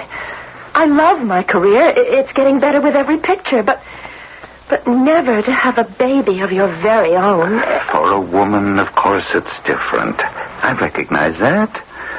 Even a woman who's on her way to becoming a superstar. Oh, sometimes I wish I'd stayed in Beaver Falls with my mother and father and my sister and had never won that beauty contest at 15. You're not the only one who's wished you could have stayed the girl next door. And how does the script go then, Eli? Would I have married and had lots of children? What would have happened to me? Who knows? Maybe you would have become a doctor's wife. But no children. Oh, I'm not unhappy, Eli. I love Ted. I love my work. I'm proud of Ted. Since he's gone independent, they're calling him another Thalberg. He demands the best. He wants his own way, and he usually gets it. Except this one time. Annalie, maybe you should think about adopting a child. Adopting? I might be able to help you there. You could. I'll talk to Ted about it tonight. Oh, I'm glad. You'd make a wonderful mother. Sort of ironical, isn't it, Eli? Everyone's starting to say that Ted Sampson's got that magic touch. But it only seems to work for pictures.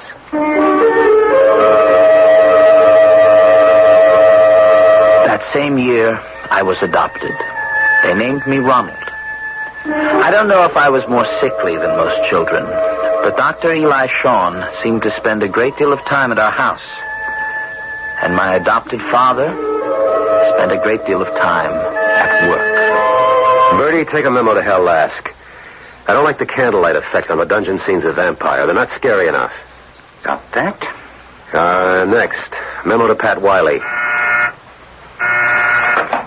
Mr. Sampson's office. Can I speak to him, Bertie? It's Annalie. Mr. Sampson, it's your wife on the tie line. Yes, Annalie, what is it? Ronald is sick, Ted. What?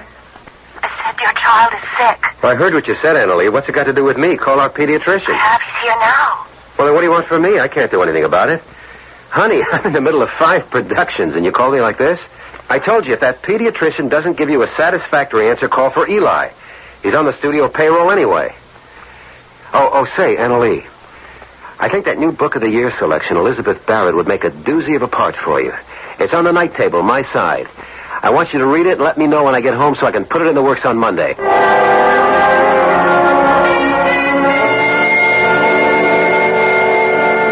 I got better, but the marriage of my adopted parents got worse. Those years when I was a teenager were something I don't want to remember. And when I was 18, Mother had a nervous breakdown, which is when Dr. Eli Shawn began to treat me as an adult. Ronald, now that your mother is back from the sanitarium, I want to have a little talk with you. Right now, Dr. Shawn? Father's coming home soon. Don't you want to talk to him? No, I don't. You're 18, Ronald, and I'm charging you, as of now, to make sure your mother gets better. But what do I do? Well, first of all, do you have any idea what may have caused her breakdown? You mean Mother not being able to continue shooting the picture? I mean more than that. I'm going to take you into my confidence. I've known your mother even before you were adopted, Ronald. But when she was your age, 18. And then when Ted bought up her contract and brought her to his studio. She always says nice things about you, Dr. Shawn. Well, we're old friends. Ronald, today your mother is one of the top movie stars in the world. Now, that means total dedication, work, concentration, and the absence of any strains at home. You're saying keep my father away from my mother. I can see you know the score. No, I don't think you can do that. But in the few hours they do have together, evenings or Sundays, could you manage to always try and be on hand? Would that help? I think so. Definitely. Just your presence will make it easier for Annalie. I don't think he'd do anything overt to hurt her while you're there. Hurt her? I don't understand. Well, there are ways, insidious, cruel. Hello, Eli. You and Annalie got here ahead of me. I had the limousine all set to take me to the sanitarium to bring her home, but Marcy Dallas is giving us problems on location. Hello, Ronald. Hello, Dad. How's the patient, Eli? How is Annalie? Resting. You haven't said anything to her about Marcy Dallas taking over her part in Steeplechase? No, I haven't. Been afraid to, actually. You think it might make her worse? It's possible. Eli, I know my wife. She's enough of a pro not to let one picture getting away make any difference to her. She's still one of the top 10 box office draws. Eli, you're an old friend. You've kept the studio healthy, but you're still only an MD. I make the decisions here. And if I decide to tell Annalie it's no more pictures for a while, I will.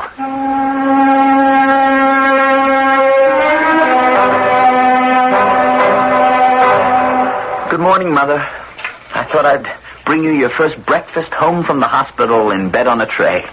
I brought mine, too, so we can eat together. Oh, Ronald, what a darling idea. I don't think I'm much up to eating, but you go ahead and have yours. Put it on the table at the foot of the bed. I didn't have a very restful night last night. I know. I heard. You're a young man of 18 now. I guess these things can't be hidden from you anymore. I wanted to come in and stop it, but I was too chicken. Oh, that shouting last night. He was brutal. That's the only word I know to describe how he ordered me around. My career is over, according to him. I'm unreliable. That's why I've got to get on my feet and out of here. It wasn't until last night that I realized who drove me over the edge, and now I know. Oh, now, Mother. The only way for me to survive is to leave your father. You said that to him last night. Oh, yes, I said, I'm leaving you, Teddy. We need a rest from one another. What did he say? Didn't you hear? I thought his shouting could be heard on Beverly Drive. He told me where I could go, and he was through with the marriage. What about your work, your career? Oh, well, lots of actresses in this town make a very good living without having a husband who runs the studio. I'll only feel on solid ground in one piece if I'm away from him. Then I can build something on my own. On your own?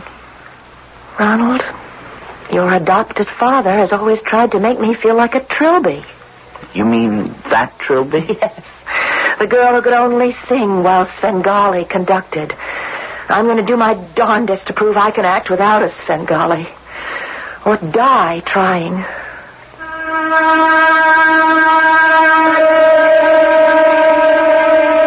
Most of us are familiar with the double duty performed by a grain of sand. On the one hand, one grain can so irritate an oyster as to produce a matchless pearl. On the other, one single grain can destroy sizable machinery. So it is in human relations. It takes only the slightest irritant to grow and irreparably damage a marriage. I shall return shortly with Act Two.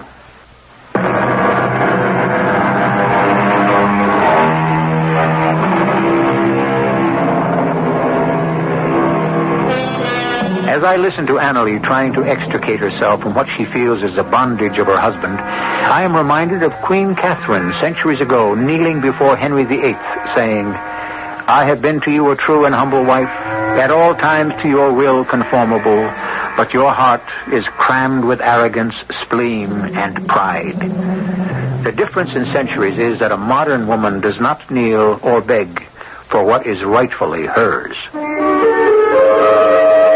Mother and I moved to San Francisco, into a narrow little Victorian house 3 stories high.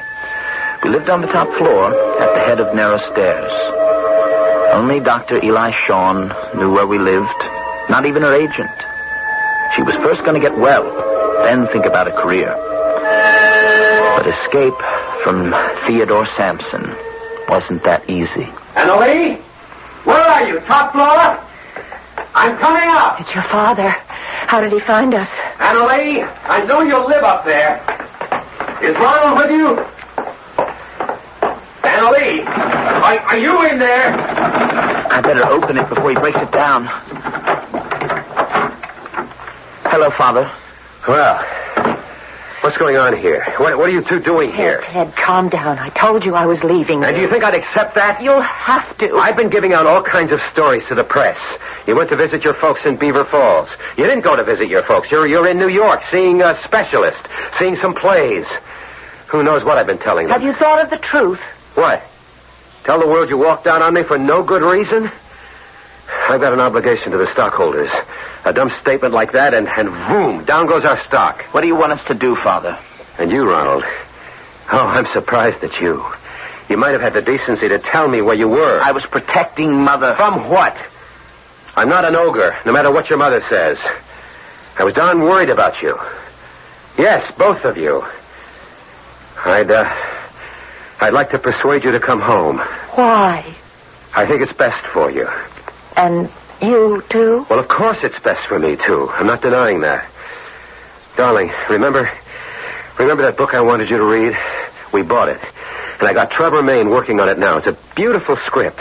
From her illness to her book of sonnets to Wimpole Street, London, to Robert Browning, I can't begin to tell you. It's fascinating. It's a great period, great costumes. And that's why I want you to come home and get well fast.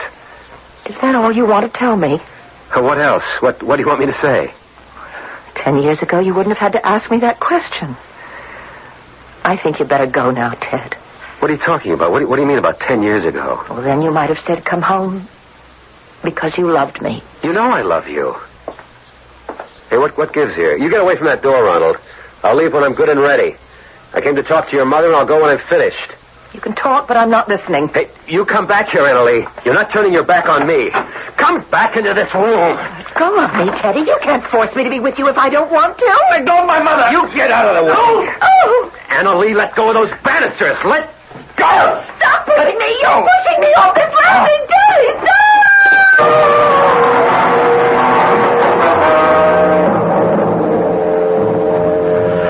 mother fell down an entire length of stairs. By some miracle, her neck was not broken, and she lived. But for her, it was the most catastrophic accident that could befall anyone whose face is their fortune. On the day they were to remove the bandages, Father suddenly showed up. We sat in a room next to hers, waiting. Terrible. Terrible. She should never have rented that rickety old house in Frisco. Those old rotten banisters giving way like that. A terrible accident. Is that what you think? Believe me, I would no more harm one hair of your mother's head than shoot myself. Why'd you come to San Francisco that day? Why? Because I wanted you back. Both of you. Why? Because the newspapers were getting nosy? Do you think I want to be sitting here in this hospital while they unwrap her face? Do you think I want to see that? Why not? She has to see it. She has to live with it. Oh, why can't you leave us alone? Look, I can't stay anymore. I wanted to see your mother to give her this envelope. She wants a divorce, she can have it. She wants security. In this letter, it's all spelled out. The house, the lodge at Big Bear, anything else she wants, just name it. You give her this letter. And I just hope and pray someday you'll both understand that every bruise and cut on Anna Lee has hurt me the same way.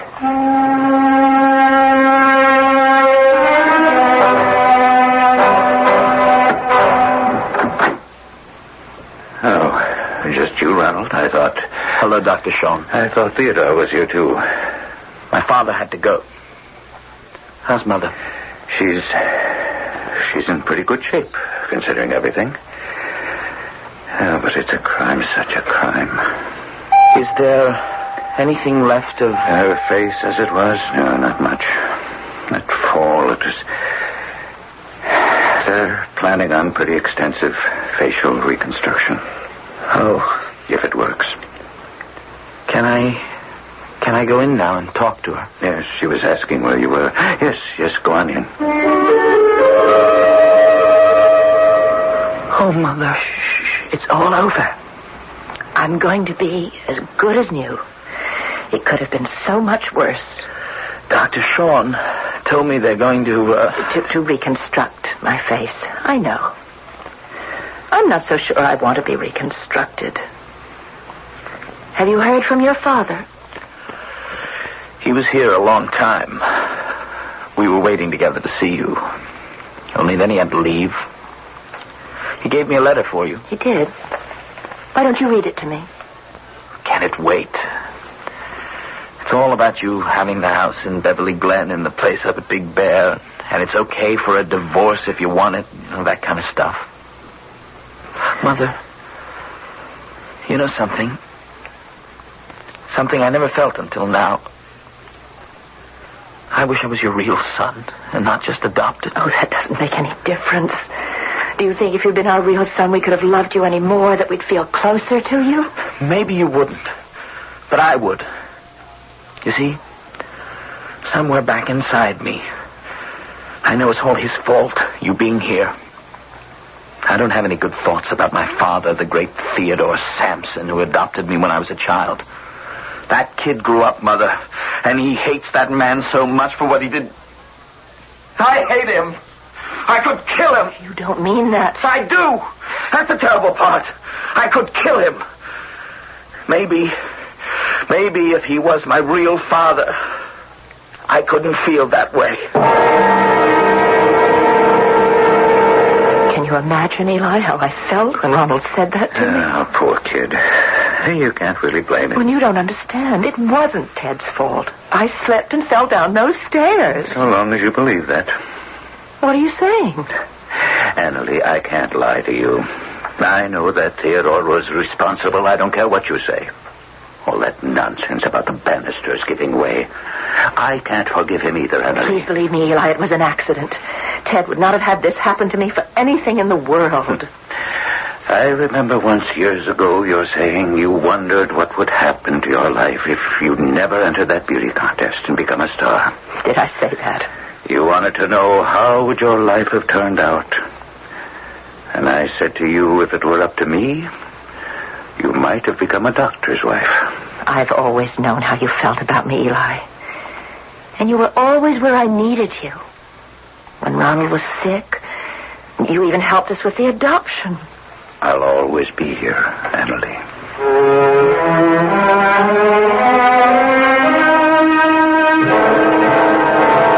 Good morning, Mr. Sampson. Morning, Bertie. How did the preview go at Pasadena last night? Well, the only bad rap we had on the preview cards was about Marcy. It just makes me weep when I think how magnificent Anna Lee would have been in that part. Oh, I got a call from her attorney. The divorce decree went through. They're sending you a copy. Ho, ho, ho. I'm sorry, Mr. Sampson. This is that time of year we used to either see her family in Beaver Falls or the three of us who go up to Big Bear and pray for snow. I'm going to miss that place, Bertie. Well, why don't you go on up? Oh, yeah, sure. And hang the divorce decree right next to my Christmas stocking. No, I mean it, Mr. Sampson. Do you think my wife, my ex-wife, could be persuaded? Why don't you ask her? What have you got to lose? Maybe you could put out a feeler. Maybe call the boy. Get his reaction. Will do. Christmas spirit. Goodwill to all men. That's got to include divorced men, too.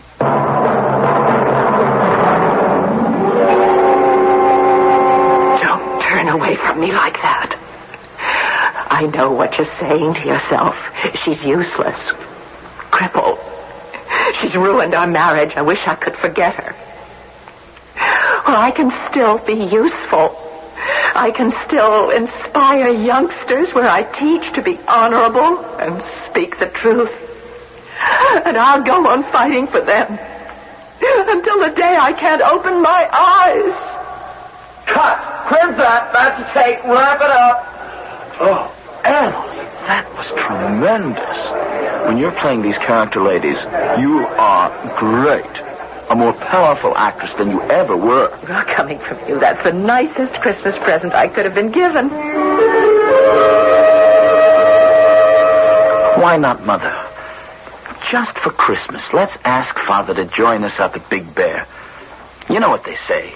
Goodwill to all men. It's peace on earth to men of goodwill, not the other way around. So what you're really saying is no.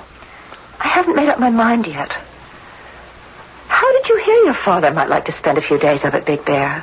Bertie called me. Ah, Bertie. He's the one who said goodwill to all men, isn't he? I guess he did, but he meant it. He always means it. He's taken a lot from Ted, but he's loyal in spite of it all. Why is that? The year we adopted you, darling, Ted went on a hunting trip, and Bertie was his guide. And accidentally, Ted shot Bertie. It was a dumb thing. But Bertie's foot never got better. That's why he limps. Oh, it was all hushed up, and then when Ted formed his own company, he made Bertie his executive assistant. What about Dad, Mother? Can he come? I'd rather not. Not this Christmas, anyway. I'm trying to make my life again without him, don't you see? Oh, Mother, please. I thought you wanted to kill him. It's Christmas. Give him a break. Okay. Call Bertie or call your father directly. Tell him to meet us up at the lodge. We might even have snow. And I'll do the cooking for you two guys, just the way I used to every other year. Now I know what Dr. Sean meant about you. Oh, Eli talks entirely too much. What was it this time? Your mother's very beautiful, he said. No accident can rob her of that. Eli's an old sweetheart. He's always had a soft spot for me, as I have had for him. I guess because we both came from small towns. You go along now, son. Call whoever you have to call. Make all the arrangements. You bet. I'll do it right now. I just hope having him up at the lodge... I hope I'm not making a mistake, that's all.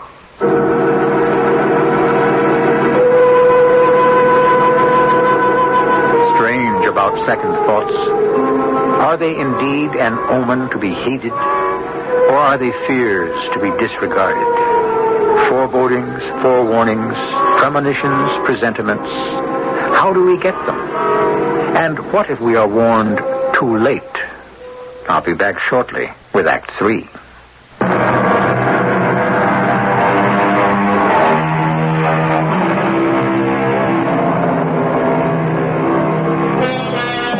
It's a few days before Christmas. A top movie executive, his divorced wife, once the reigning beauty of the screen, and their adopted 18-year-old son are to spend the holidays together in the California mountains.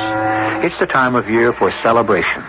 Also the time Ted Sampson has his annual medical checkup. Eli, no. How is it possible when you check me over every year? It is possible, Theodore. Well, how can it happen? How did it begin? These things develop within the human system for no discernible reason.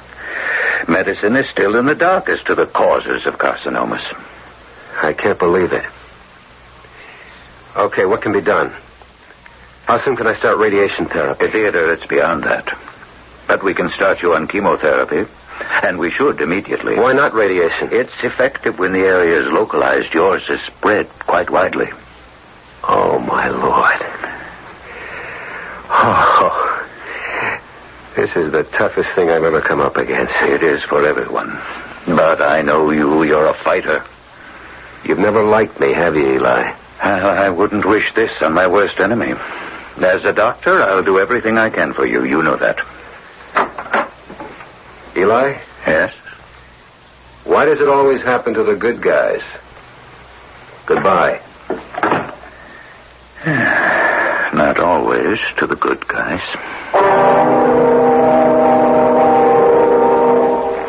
The nice part about Big Bear is that it resembles the state of Maine. Pine trees, blue lakes, wild birds and animals. Mother and I got there with supplies on the 22nd. The next day, Father arrived. And suddenly it felt like the old Christmases together, before the divorce. Except that he was a heck of a lot nicer to Mother than I ever remembered him. Annalie, your culinary hand has never lost its touch. That was one great spread. I can't eat another thing. I know, until breakfast time. Hey, everybody, look outside. It's starting to snow. Oh, it's beautiful. Ronald, what's that? Where? There's a man standing out there, see him?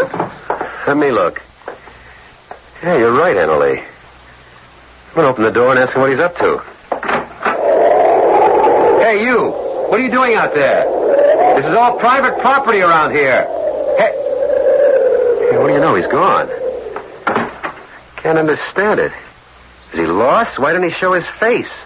He had a scarf wrapped around it. I know he saw me before he took off. Teddy? What? Look out this window. There, standing next to that big pine tree. I think it's the same man. He's holding a gun. Let me open this window. Hey, you!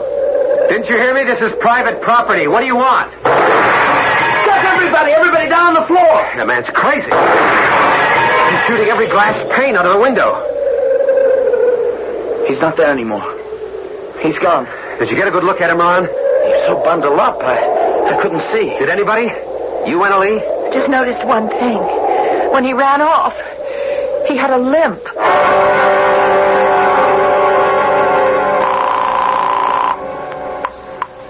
Sean speaking.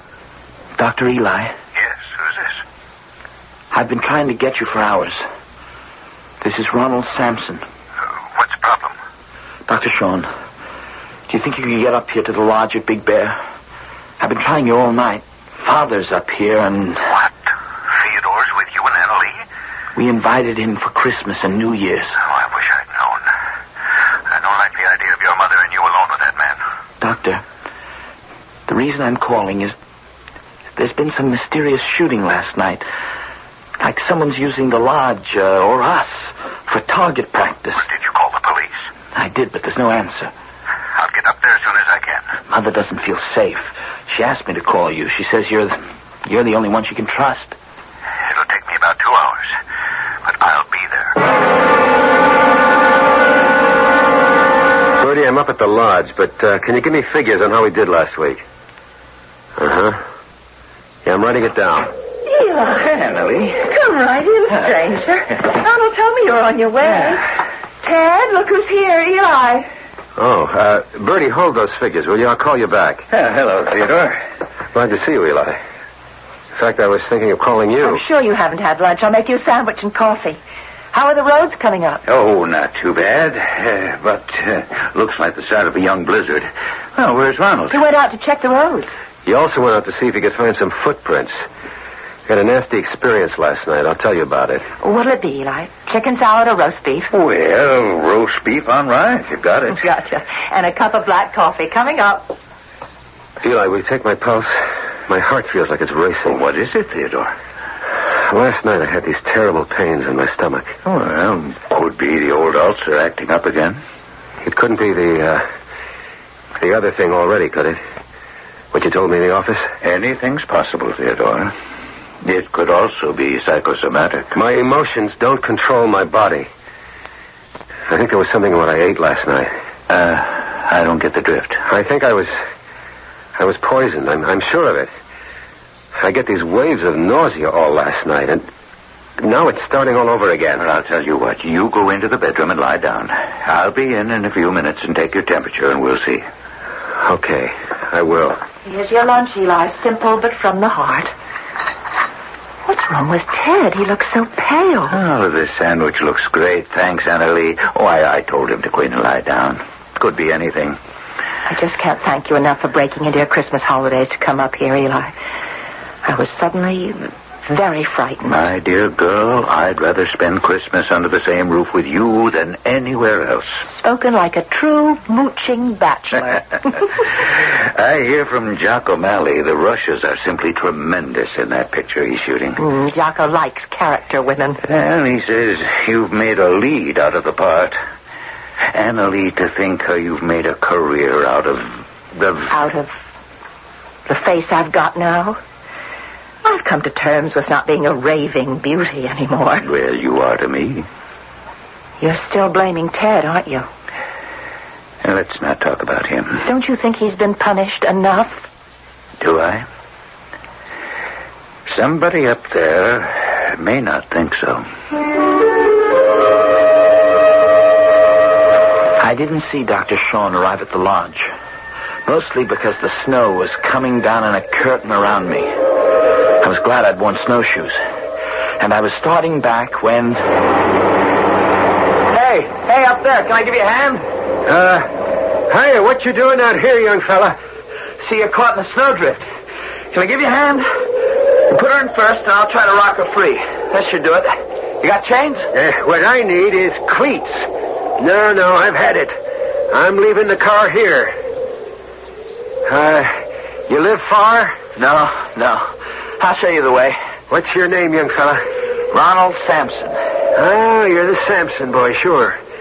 I'm Dave Perkins. I'm the coroner and the sheriff and the whole blame shooting match. Let's go. Okay, kid. Mush. Hey, you want me to carry that bag of yours, Mr. Perkins? My snowshoes give me better balance. No, I never let it out of my hands. It's a coroner's kit. A portable laboratory. What were you doing out here? Somebody reported a man taking pot shots with a rifle. I was looking for him. That night at the lodge, I got a good fire going, and Mother made us a family favorite, campfire stew. The main ingredients being hamburger, onions, and vegetable soup. All of us, except Dad, dug in for seconds and thirds. He didn't eat much, said he wasn't feeling well, and went back to bed. Afterwards, we all sat around the fire. You're sure there's nothing very wrong with Ted, Eli? No, it's hard to tell. Could have eaten something that disagrees with him. For now, he should stay off his feet and eat lightly. Help! Huh? Help me! Eli! Come here, quick! Eli, you took so long in there. What's the matter with Ted? Will he be all right? He was right, and I was wrong. I think he has swallowed poison. Poison? I'm reasonably sure about it. I've induced disgorgement and hope he'll rid himself entirely of the substance. May I use your telephone, ma'am? Of course. The one on that table is the closest. See if I can raise someone at headquarters and get an ambulance out here.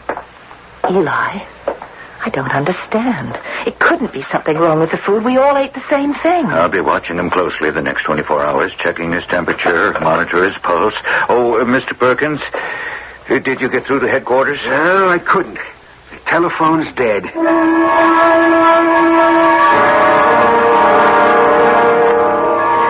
Good morning, everyone. Just gaze outside that window. We're in the middle of a sea of snow. Morning. Boy, am I hungry. Coffee's on. I'll have eggs and toast ready in a few minutes. How's Ted today, Eli? Seems to be improving. Pulse okay. Temperature just a degree above normal. I'm hoping whatever it was has passed out of his system. I've just made tea and toast for him. That wouldn't hurt Ted, would it? I'd say it's all right. But I see Dave Perkins shaking his head. What is it, Dave? Ma'am, if you'll excuse me, could I take a look at that tea and toast? Do you think I put poison in it? I'm not saying, ma'am, but if you don't mind, I'll take out my little portable lab and we'll have a look-see. I don't know whether to laugh or cry. Eli? We have to take precautions. Mr. Perkins is right. Some of the foodstuffs could have been adulterated before you bought them. Well, I'll take my chances, Mother. You put the eggs and toast on the table and watch me make them disappear. I feel exactly as you do, Ronald. But your father's reacting degeneratively to some substance, and we want to find out what.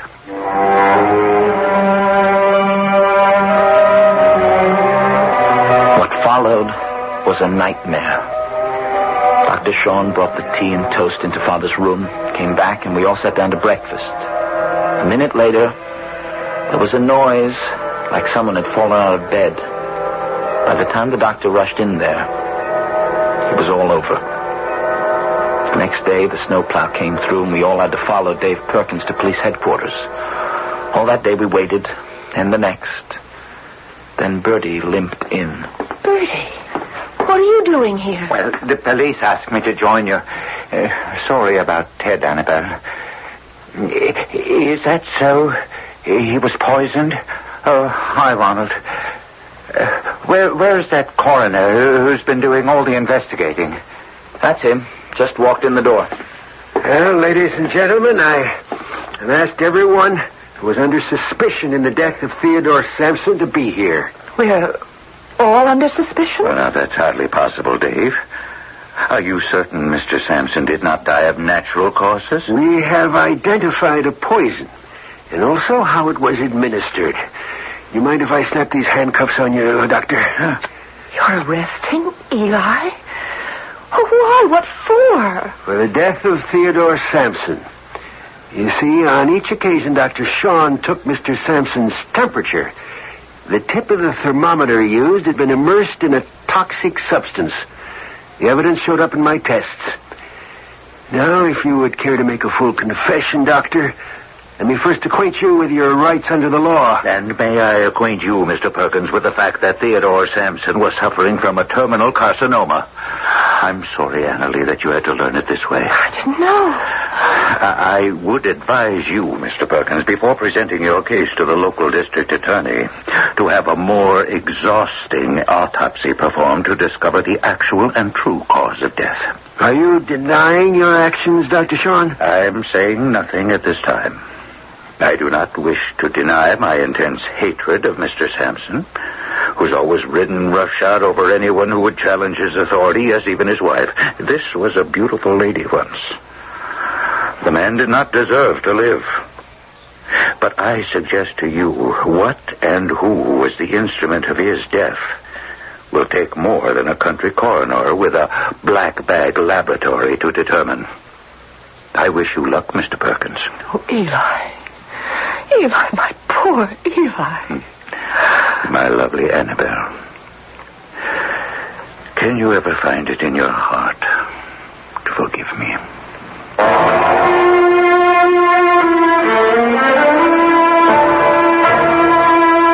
When a man takes the law into his own hands, he had better be certain the law is on his side. For should any murder go unpunished, something is taken away from the security of every man's life. I shall rejoin you shortly.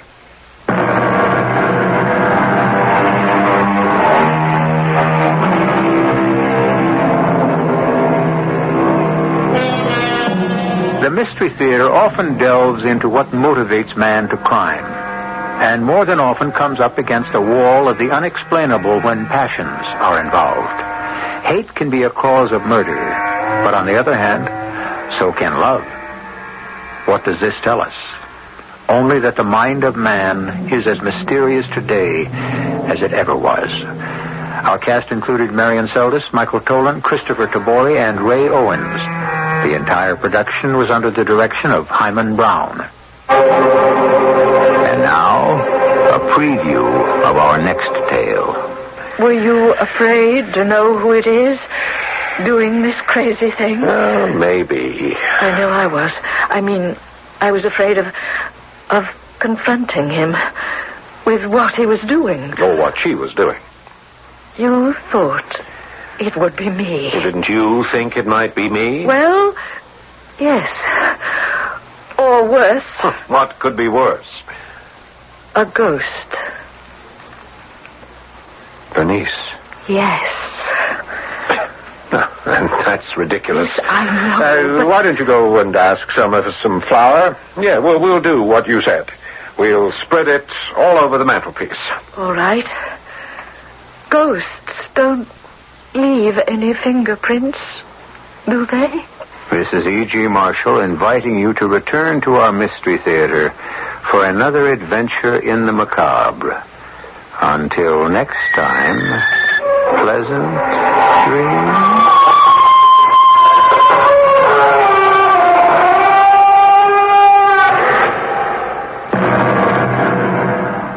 Tonight, partly cloudy with a low in the low to middle 60s.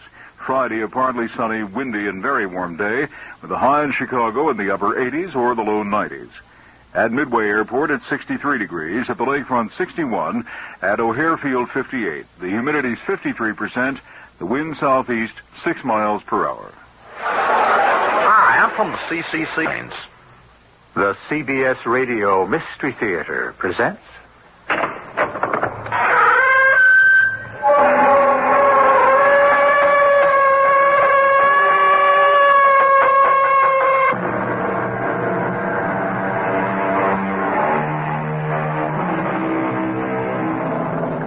Come in. Welcome. I'm E.G. Marshall. All the world loves a love story. Adventure is absorbing, mystery is marvelous, and suspense is superb. But of all the categories, give me first the tale of the old house, the creaking stairs, the wind that moans about the eaves like a human voice, and the jagged flashes of lightning that tantalizingly reveal only the suggestion of the shapeless white figure gliding through the driving rain. The ghost story. Such a one as I bring you now. I want my baby! It's her. The woman in the mirror. Help! Please! Help! We shouldn't have locked her away, Christopher. She's trying to tell us something.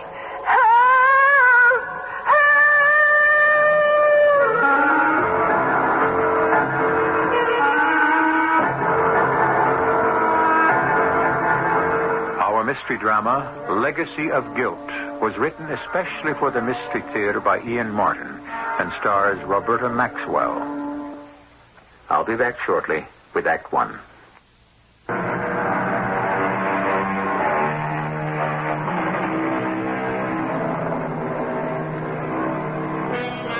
The house is some 40 miles outside New York, perched on a bluff over the Hudson. An easy hour's commute. It is a perfect example of American Victorian, with fancy gingerbread moldings, surrounded by a wide porch, the steep roof crowned by a useless tower room. It is rambling without being large, and stands in considerable disrepair. A situation that Tom and Angie Barr, two young New York actors who have just become parents as well as new householders, intend to repair. What are you doing? Oh, I overcut one of the shelves of Smid, so I'm backing it off with a wood rasp. I don't mean that. It's after dinner, and this is supposed to be your day of rest. Angie, Sunday's the only night off I get from the play. Exactly. So you ought to spend it with me, to say nothing of your son. Honey, I spent all day with you and the baby. That was a hardship? Oh, come on. You know it wasn't. Hey, what's the matter with you? Something wrong with his nibs? No, he's fine. Sleeping like a... baby? What else? Oh, darling. Angie. Tom, darling, I don't care what you do with your spare time. You just have so little of it. But I do want you to relax. Look at who's talking. You can't kid me anymore since I had the baby. It took Christopher to teach me how to slow down. This time off from the soap opera has been invaluable to me. This building and remodeling is good for me. It's sort of therapy. It looks like hard, tiring work to me. But it isn't. It's a joy. It's a real challenge. Like these shelves I'm building into these 2 alcoves. They're going to be wonderful.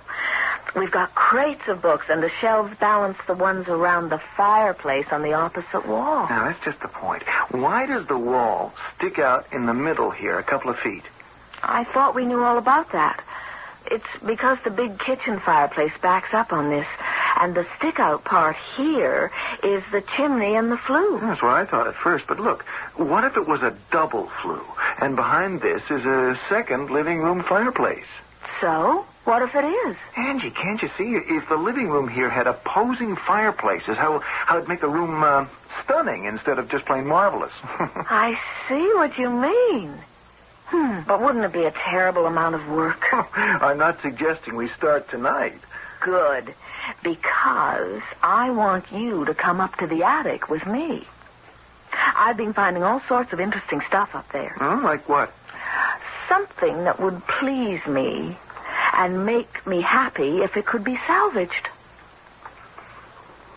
An old mirror and vanity. I thought they might be just right in the bedroom. If there's anything connected with the bedroom I haven't provided so far, by all means. You idiot. Come on, darling. Let's have a look at your vanity in the attic.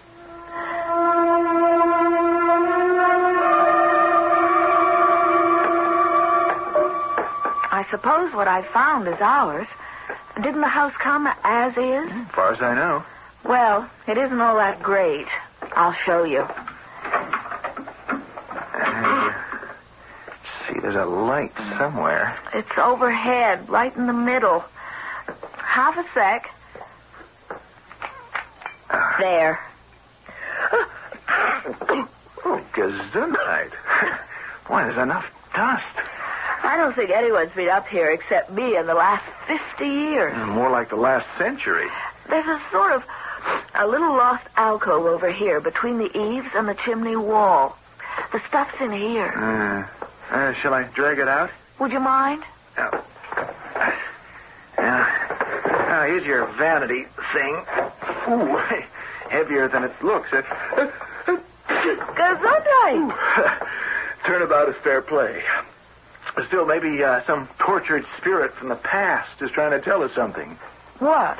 Amidst the dust of ages, from out the grave I cry, open not the pages, let sleeping vanities lie. What's that from? I made it up myself. Okay, I lugged out your dressing table. Does it still grab you? You know what it is? That's mahogany inlaid with rosewood. And look at that marvelous 3/4 length oval mirror. What about the rest of the junk in here? I don't think it's anything we'd want. Except maybe the trunk. What's in there? I don't know. I didn't know if I should open it. Or could. Oh, let's have a look. Oh, my. What is it? Faded old baby clothes. Oh, aren't they sweet? All handmade. And? Well, they've never been used. Any of them. At least, I'm pretty sure not. Anything we can use for Christopher? No. They're practically disintegrating. They must be 100 years old. Anyway, I don't want Christopher in any hand-me-down. Honey, I was only kidding. Oh, look at this. What? An old photograph. Isn't she beautiful? Where is she? Yeah, she is. You know why? What do you mean? She looks a lot like you. You see it? She does. Sort of. Only I'm not that pretty. Oh, don't you ever believe it. She looks awful sad, though. Her eyes are kind of haunted. Gives you a shivery feeling. I wonder what got her so uptight. Maybe these clothes were for her baby, and she lost it or something. So, what do I do about this dressing table? Oh, just leave it till we know if it's ours to use. Yeah, check into it first thing tomorrow morning.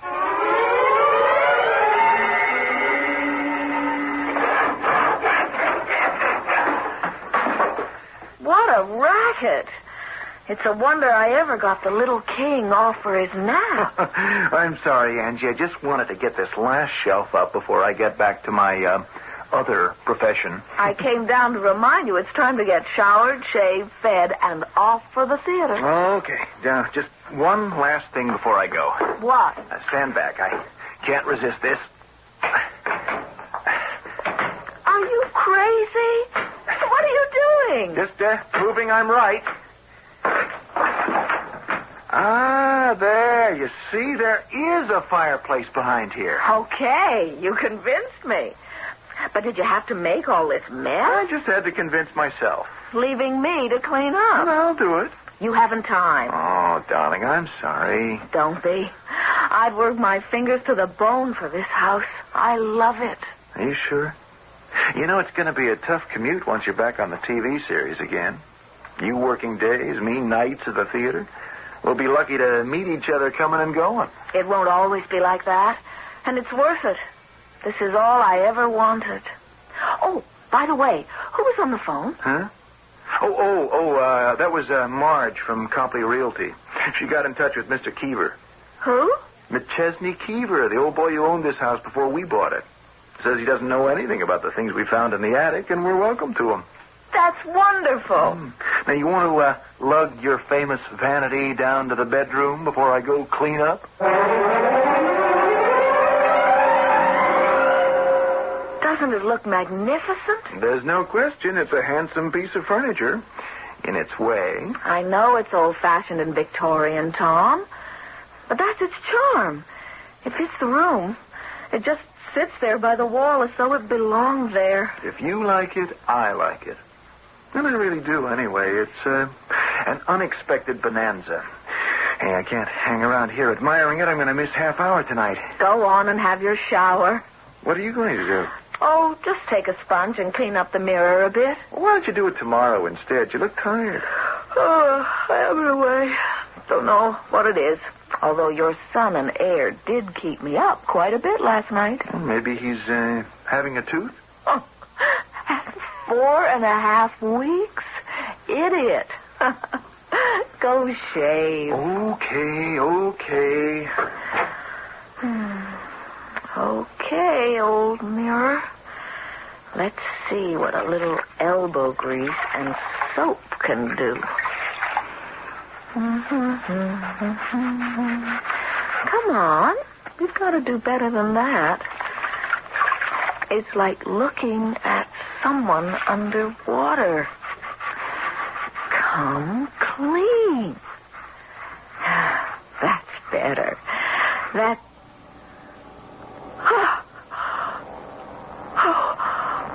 Oh, no. That's not me. That's... who are you? Who do you want? Who?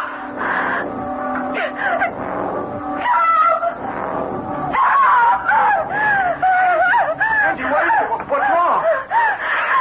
Look. Where? In the mirror. What? Can't you see? Oh, yes, a reflection. It's not very good, sort of wavy, but... Well, who is it? Who is it? Well, you, darling, of course. No, it's not me. Can't you see? It's her. Her? Who's her? The girl. The girl in the old faded photograph. The one in the trunk. What's the matter with you? Can't you recognize her? Angie, here. Now, come away from that for a minute. No, I can't. Don't you see? She's trying to say something to me. Lie down for a while. Here, let me hold you. Don't make me leave here. She's counting on me. Just rest for a moment. You've got nothing to worry about. All right. If you'll just do one thing. What? Look in the mirror again. What? Well, sure. If it'll make you feel better. What do you see? Well, nothing but my own reflection, half shaved, with soap sticking to my face. I don't believe you. Let me look. All right. What do you see? Angie, what do you see? Nothing. But my own reflection. But a moment ago, Oh, Tom, what's the matter with me? Am I going out of my mind?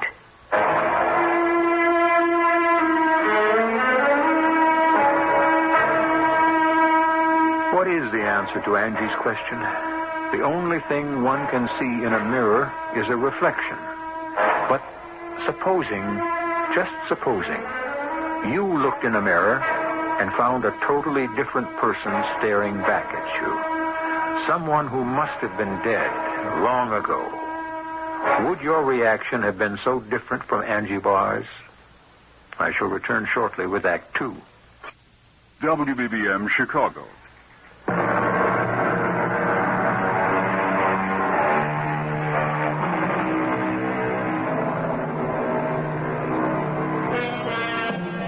In the quiet bedroom, Tom sits holding Angie's hand. She lies in the bed, immobile, perhaps asleep. Tom's eyes are gloomy and brooding, his gaze fixed on the mirror on the vanity, his brow crinkled with concern. Now Angie opens her eyes. Tom? Yes, Angie? Forgive me. I don't know what got into me. Neither do I. That's what worries me. It is crazy, isn't it? I guess it was the trunk full of the baby clothes, stored away and never used. That kind of hit me. I mean, supposing anything had happened to Christopher, I'd have had the same collection in my... Oh, Angie, stop it. Don't think that way. Thank the Lord we don't have to. But I do understand the way that poor girl must have felt. Honey, we don't even know if it was her baby. Or even if she had one in the first place. Hey, look at the time. I've got to get you some dinner and get you on the train for New York. No, I'm not going to the theater tonight. What do you mean you're not going? You've got to. It's in your contract. Well, the standby can go on. I'm calling in sick. I can't leave you alone up here, Angie. Not after what happened. I'll be all right. Honest, Tom. Look, I'll prove it. I'm looking in the mirror, and what do I see? Me. That's all. And I look like something the cat dragged in. One good reason I'm not leaving you. You can't be alone. I'm not alone. I've got Christopher. Well, suppose you had another wingding. Who'll take care of him? All right. I'll get someone over here to be with me. Marge or someone. But I can't let you miss a performance because of me. Please, Tom. I'd never forgive myself. Okay. Just so long as there's someone here with you. Oh, isn't he a killer?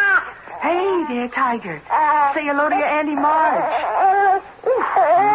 What does this kid weigh? 8 pounds, 12 3/4 ounces. Oh, you better call the Giants. They could draft him for defensive tackle. He's not going to be a football player. Come on, Marge. Give him to me. It's his bedtime. Oh, this man is raring to go. He's not going to sleep. He will once we leave. I want to take a gander at this famous mirror in the vanity. I think maybe I don't want to be around it anymore tonight. Oh, okay. Skip it.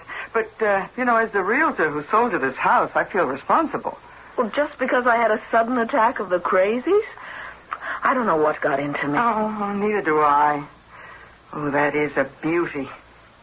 Any idea of what this thing's worth? I didn't think about that. I just had an urge to bring it down here into the bedroom. Of course, the mirror's pretty well shot, but you can have that replaced. I don't wonder you saw visions in it. It's like looking down a well. It's not that bad. Just a couple of spots where the backing is worn off. Oh, and the ripple effect. Whew. I know I'm no beauty, but get a load of that rattled old bag that's staring back at me. Let's see what it does for you. Go on, go ahead. Sit down. I'm, not so anxious to look in it. You might as well. Get used to the fact that it makes everybody look like someone else, more or less. That isn't a pretty one. my face I'm looking at. Just as good as you What's are. she trying to say to me? And that it wouldn't... Why does she reach out her arm? Angie? Angie, what happened to you? Where'd you go? Nothing. I'm right here. You saw her again. Saw who? The woman in the mirror. Yes, Marge. I saw her. Now listen to me. You just thought you saw her. You couldn't have. I was right here looking into the mirror, and I didn't see anything but you. Just the same. She was there. But she couldn't be. I didn't see her. You say Tom didn't? But I saw her. If she is a real person... I never said she was real. You mean she's a ghost? Oh, come off it, Angie. There's no such thing. If there isn't, it means I'm hallucinating. Either there's a ghost that lives in that mirror and is trying to tell me something, or I'm just plain crazy. Oh, of course you aren't. But maybe, having the kid, moving, worried about your career, you just got nervous. I wish there was some way I could help, but you've got to see your doctor for this, Angie. I have an appointment with him tomorrow. Good. I wish there was something I could do. You can help me, Marge. How? You sold us this house. Well, if I'd had any idea I'm not blaming you. I just want to... Do you think you could arrange for me to meet the old gentleman who owned it? Oh, honey, I never even met him myself. It was all done through lawyers. Can I meet the lawyer so I can get around to seeing him? Well, what do you want to see him for? I want to ask him about this vanity and the mirror and a trunk with some baby clothes and who it is in the picture I have.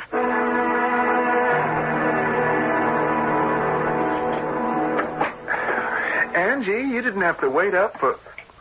Oh, I'm sorry, Marge. I saw the light here in the living room. I thought it was Angie. Oh, she just went upstairs a minute. Your son and heir was kicking up a storm. Well, I didn't mean for you to stay so late with Angie. Oh, I would not have left that beautiful wife of yours for anything till you got home. Why? Did something happen? Oh, it sure did.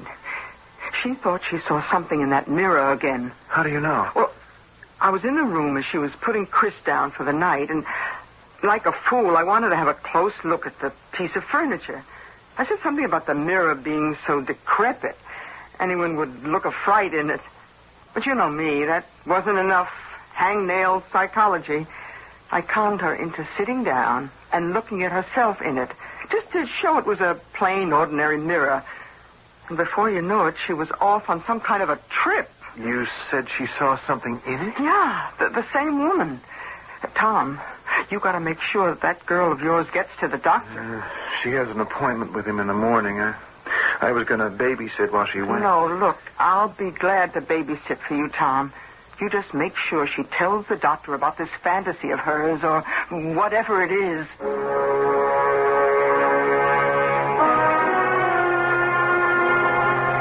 And This reflection in the mirror, or this woman who seems to appear, isn't anyone you know?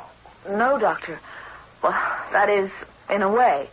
I mean, she looks like me, sort of. And also like the picture of the woman Angie found in an old trunk in the attic. The one with all the unused baby clothes. Yes. What do you think it could be, Doctor? Well, instead of that, let me tell you what I think it isn't. What's that? You're a relatively new patient for me, Mrs. Barr, but all the records I've received on you from Dr. Frazier, they indicate that you're a healthy, well-balanced young woman. But you are an actress, and you have just had a baby. I don't see what that's got to do with it. I think I do. This mysterious visitor has appeared twice. Once right after you'd found the old trunk full of baby clothes and the picture of a woman who, I must say, does look remarkably like you. Very beautiful woman, I might add. Has to be, if she looks like Angie. I agree. Now, Mrs. Barr, you say yourself that you immediately leaped to the conclusion that the woman in the picture was a mother who'd lost her baby. Doesn't it seem logical? It could also be logical that this was a woman who couldn't have the baby she wanted, or who had lost her husband before she could, or who lost her life before she could give birth, or, well, there are many possibilities. The only important thing is that, as an actress, you were sensitive enough to fantasize immediately. You dreamed you saw her. You said you were tired and sleepy at the time. I wasn't tired when I saw her the second time. But you just put your baby to sleep. And unconsciously, this woman was again strongly in the back of your mind. Well, I'm not going to speculate anymore. All I can tell you is that, in my opinion, you're in the pink of good health. And I'd make one simple recommendation. What's that, Doctor? Get rid of the old vanity, Mr. Barr. And with that, I'm sure you'll get rid of your wife's hallucinations also.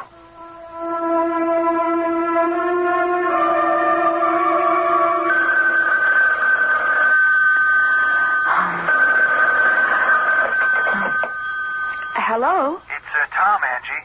You all right? Tom, where are you? Aren't you at the theater? Yeah, it's intermission. I was worrying about you, so I just thought I'd call. What are you doing? I just finished feeding the baby, and I was putting him to bed. Everything okay? Tom, we took the vanity back up to the attic, even though I felt kind of silly about it. So what could be wrong? Well, I don't know. I'm perfectly all right. I hope. Just wish I'd gotten a nurse for the baby so there'd be someone with you. Cheer up. She comes next Monday. I promise you I'll make out till then. Yeah, well, hang, they're calling places. Angie, don't stay up for me. I won't. As soon as I get Chris off, I'm going to bed myself. And stop worrying about me. I'll try. Angie? Yes? I love you. And I love you. Oh, Mother's little darling. Were you jealous because I said I loved another man? You know Mommy loves you just as much. She knows just how wonderful you are and how much you mean to her. Don't cry, honey. Mommy has you safe in her arms. What's that? Well, it sounded as though someone cried out.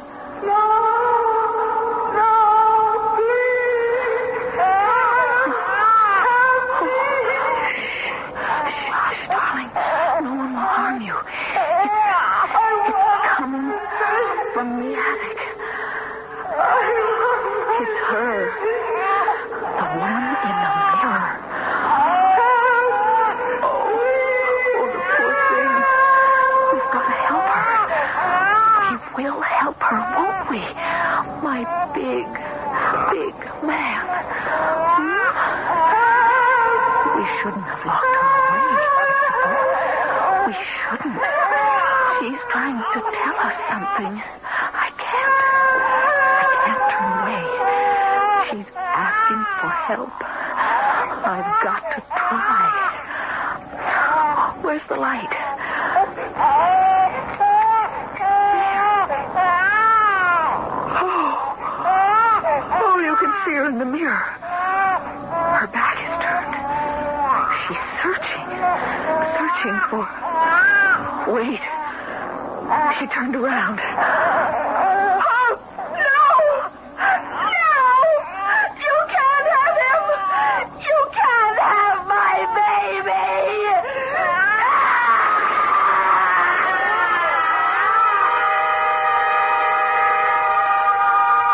Whatever she has seen in the mirror, Angie, clutching her child to her with one hand, has lunged forward and spun the glass towards the wall so violently that the mirror shatters into 1,000 shimmering pieces. Like a wild animal, Angie rushes headlong down the stairs from the attic to lock herself and her baby in her bedroom.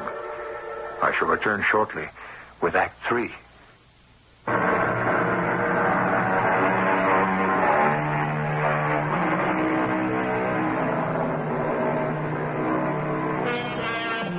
All the way home in the train, Tom Barr has had this twisting of unease below his stomach. Most of us have felt this premonition at one time or another about someone we love, this kinetic feeling that can only be explained by ESP or simple hunch. From the train, he has hurried to his car, driven to the house recklessly, calmed at the last moment by its quiet exterior as he turns into the drive, with only one light shining from the bedroom. Reassured, he parks the car and walks upstairs to the bedroom door. Oh, Tom, I'm so glad to see you home, darling. Oh, it's all right, Angie.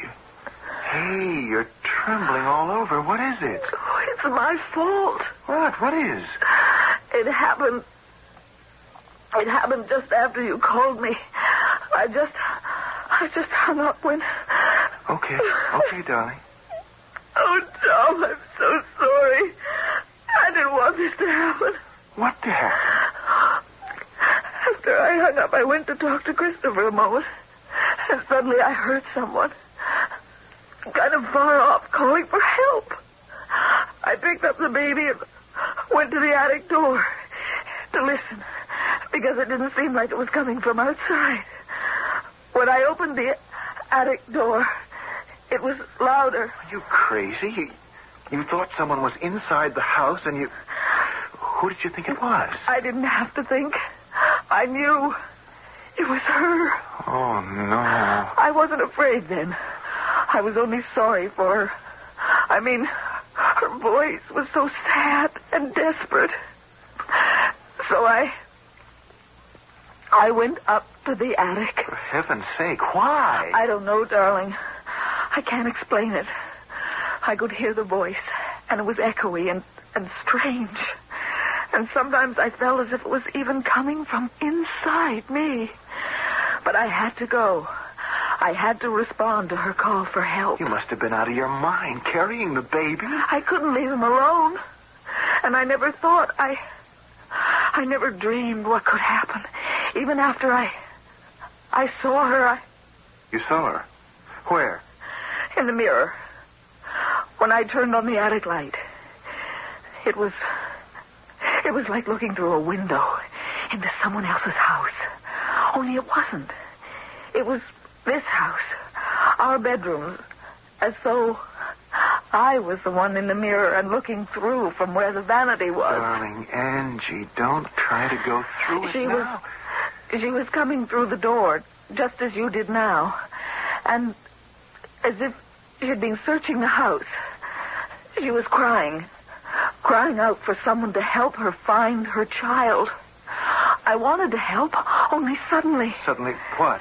She saw me with the baby in my arms. And she rushed towards me, getting bigger and bigger, till I knew she was going to burst right through the frame. And I thought, she's going to take my baby. And I took the mirror, and I turned it swivel to make the glass face the wall, and I guess there wasn't room, so it smashed, and the mirror flew everywhere. Hush, Angie. It's all right. I'm here now. What are we going to do? Well, we'll talk about that tomorrow. One thing for sure. We are going to get out of this house. I don't think I'll ever feel safe again, Tom. Unless whoever she is finds her lost baby.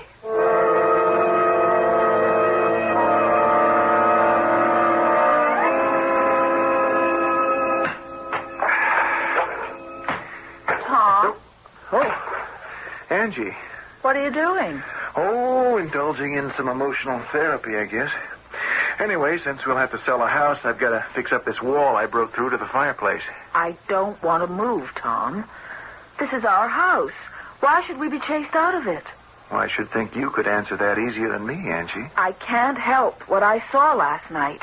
What I heard. I didn't say you could. I'm not going to be driven out of my house. I won't let it happen. This is a problem that's got to be solved right here. Oh, by the way, Marge called. What does she want? Oh, something about McChesney Keever. You know, the old boy who owned the house before we bought it. She said he was anxious to talk to us. Well, to you. Did you ask her to contact him? Yes, I did. Why? Because he's my only hope to establish that there really is a ghost in this house, and perhaps give us a clue how she can be exorcised.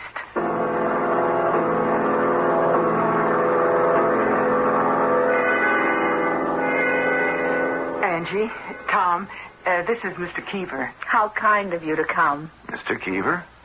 Under the circumstances, there was little else I could do. Look, why don't I leave you three together, huh? And go up and spend some time with Christopher? Would you, Marge? You're a lifesaver. Don't ask to see my badge. I failed Girl Scouts. Won't you sit down, Mr. Keever? No, I think perhaps I'd rather stand. Ah, see, you're breaking through that wall there. Yeah, I thought there had to be a fireplace behind there. Oh, no, please don't apologize. Any apologies in this room must come from me. You're perfectly right, of course. There is a fireplace. But you haven't opened it all the way yet. Well, matter of fact, having satisfied myself my guess was right, I've been considering closing it up again. Ah, I see.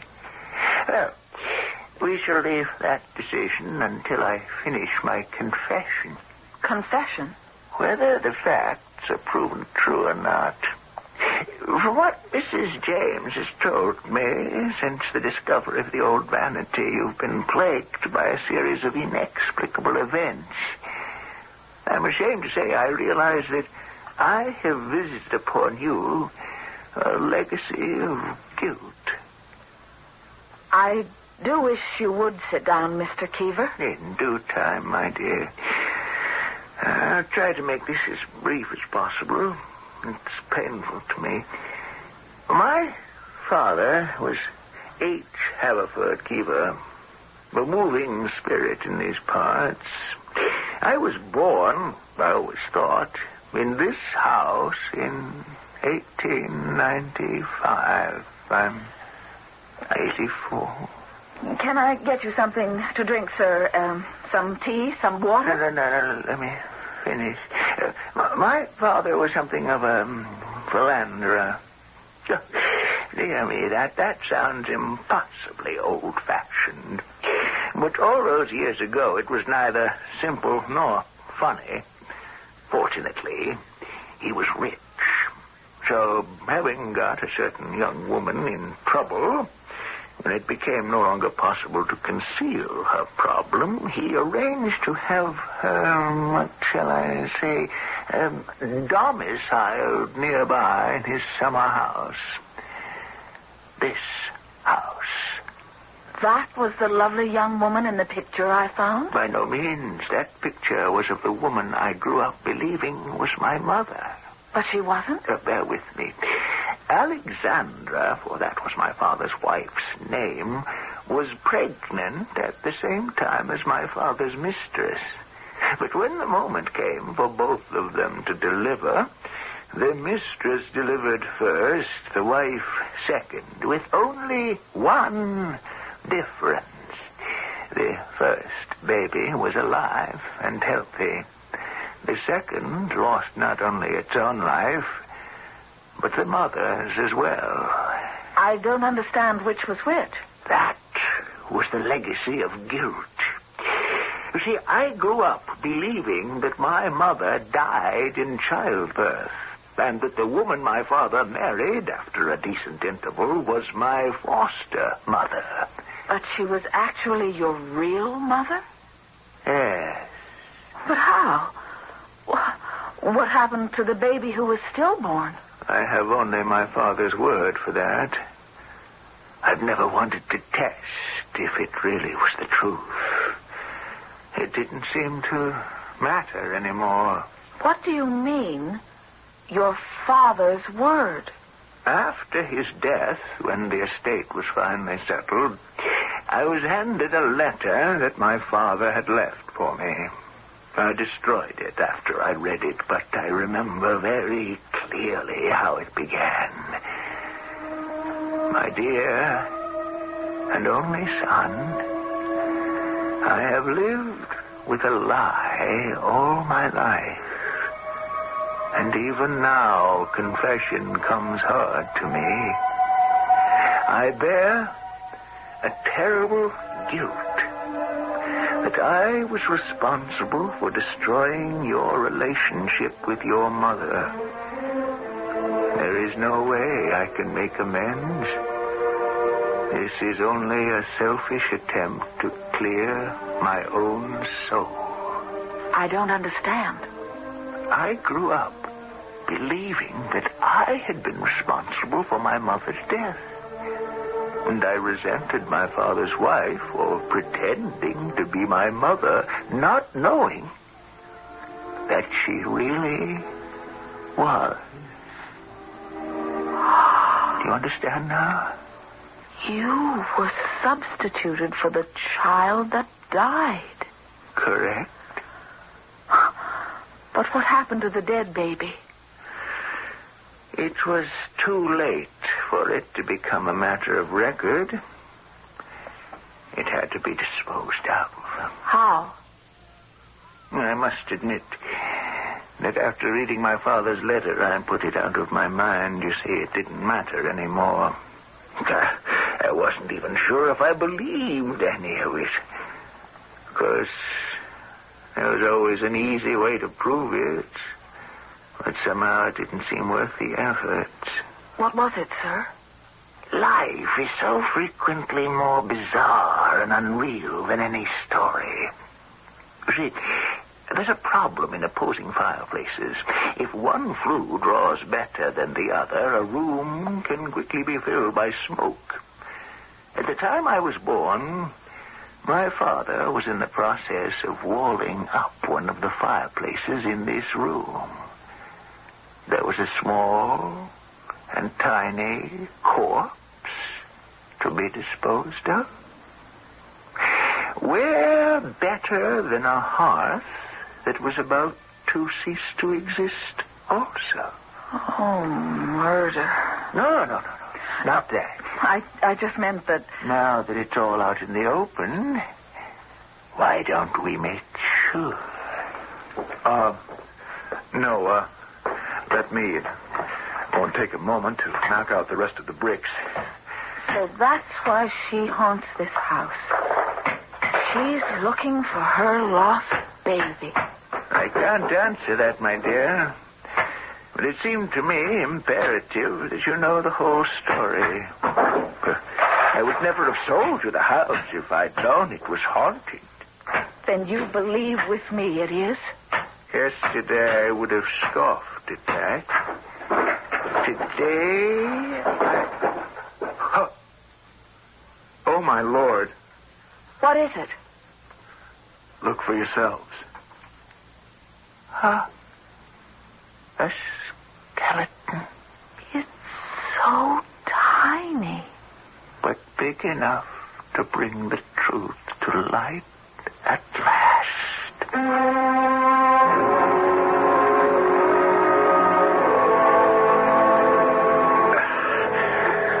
Okay? I have it. Put it down. All right. Now, you drop your end first. That's it. There. Back where it belongs. Oh, I don't know how you talk me into these things. Why would you want the vanity back down here? I just said it. Because it's where it belongs. Without a mirror? We'll replace that. Oh, that poor old man. Huh? Mr. Keever. Oh, yeah. I'll never forget his face when he went to touch that little skeleton. And it just powdered to dust. It was almost as if his whole life ended in that moment. Hey, Angie, what are you doing? Looking in the one piece of the old mirror that's left. You know what it really shows? What? Me, happy, fulfilled, with my own baby to hold in my arms any time I reach for him. Just as that poor ghost I saw, or dreamed I saw, has hers to comfort her in eternity. We can forget the past. All we have to look forward to is what life is all about. The future.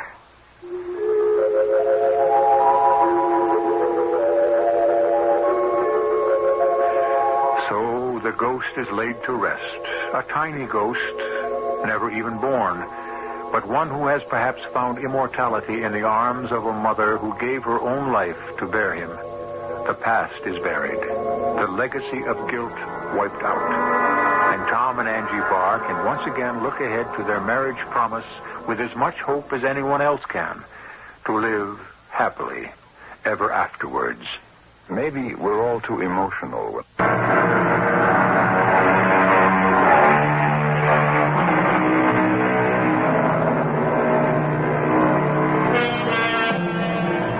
We didn't have any flashes of lightning or driving rain, but it was a ghost story all the same. A true ghost story. Because if you don't believe in spirits and beasties and all those other things that are accused of haunting our waking dreams, how do you account for what Angie saw in that fateful mirror? One parting thought: how safe will you feel the next time you look in yours? Our cast included Roberta Maxwell, Russell Horton, and Bryna Rayburn. The entire production was under the direction of Himan Brown. And now, a preview of our next tale. She thinks that you are her son, and if she thought otherwise, there is no telling how she would react. You will come home with me now, and we will all have dinner, and tonight, when Dorothy has gone to bed and is asleep, you and I will discuss a few matters. Such as? Such as what you have done with my real son, Robert. Is that a simple request, Professor Melville, or an order? Perhaps this will persuade you. Mr. Melville, put that revolver back in your pocket. You can't kill me. A bullet has no effect on this body whatsoever. You cannot threaten me with death. I do not die. I'll return with you to your house, and as you say, later tonight, we shall have a little talk.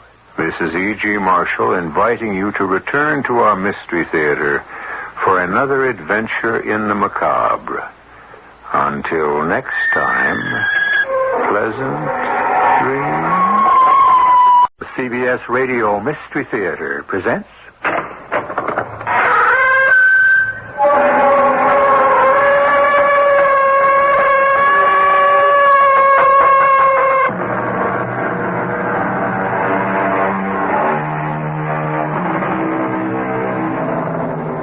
Come in. Welcome. I'm E.G. Marshall with another tale of the macabre. The word has chilling connotations, but that's our stock in trade. Ours is a shadowy, uncharted world of spirits, dreams, and psychic experiences. However forbidding this particular story may strike you, it is based on fact. The phenomenon about to be unfolded occurred in a city in the Midwest. Captain Burgess, chief of detectives, has a puzzled expression on his face. The murdered woman didn't mention his name or describe him, Mrs. Hoy? No, Captain. I remember nothing. My husband should not have mentioned it. You will think us foolish. Dr. Hoy? The Chinese are psychic, Captain. What I told you is true. I listened as Charlene Ali spoke through the lips of my sleeping wife, Chang-Chi. Charlena will lead us to her murderer.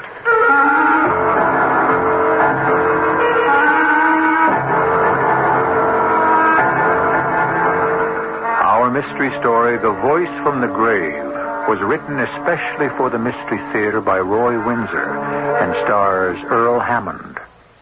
I'll be back shortly with Act One.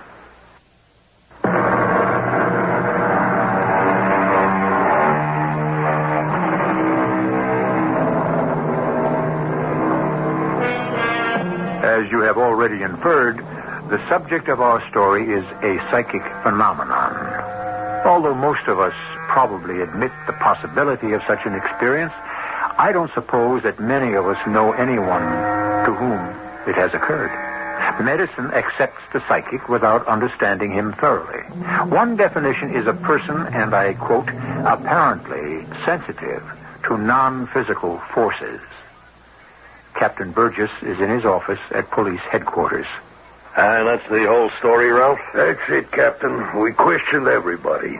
Cross-examined them over and over until the hospital super, Mr. Gilman, said we were interfering with the staff and get out or he'd telephone the commissioner. Give it up, Norm. It's just another unsolved killing. We got more important things to worry about. Charlena Lee was murdered. What's with you and this Charlena Lee? The brutality of it, left under a mattress with a knife in her stomach and set on fire, was senseless and vicious. Why are you in this business, Ralph? Huh? You're a cop because deep inside your cynical exterior, you want the city to be safe for the decent citizens. Oh, when someone goes crazy, it's our job to arrest him before he does more damage. Now, somebody brutally murdered that Chinese woman, and I intend to get that someone and send him to the chair. We've worked our tails off, Norm. Nothing, as you said. No motive we can find. She didn't earn much money as a lab technician. No sex life. And she lived simple. No real friends except for Mrs. Hoy, the wife of this Dr. Toon Hoy, heart specialist. Mrs. Hoy worked with Charlena. They're Chinese, too. They haven't a clue to why Charlena was murdered. But there is a clue someplace. Now, it's just a matter of digging it out. Excuse me a second. Yeah. Yes, put him on. Yes, this is Captain Burgess. My father. Well, is he alive? Yes, I'll leave now. Thank you, Dr. Hoy. An accident? No, a heart attack. My dad. That was Dr. Hoy. He was very reassuring. Oh, I'm sorry, no. Yeah. Well, I'll be at Oakdale General.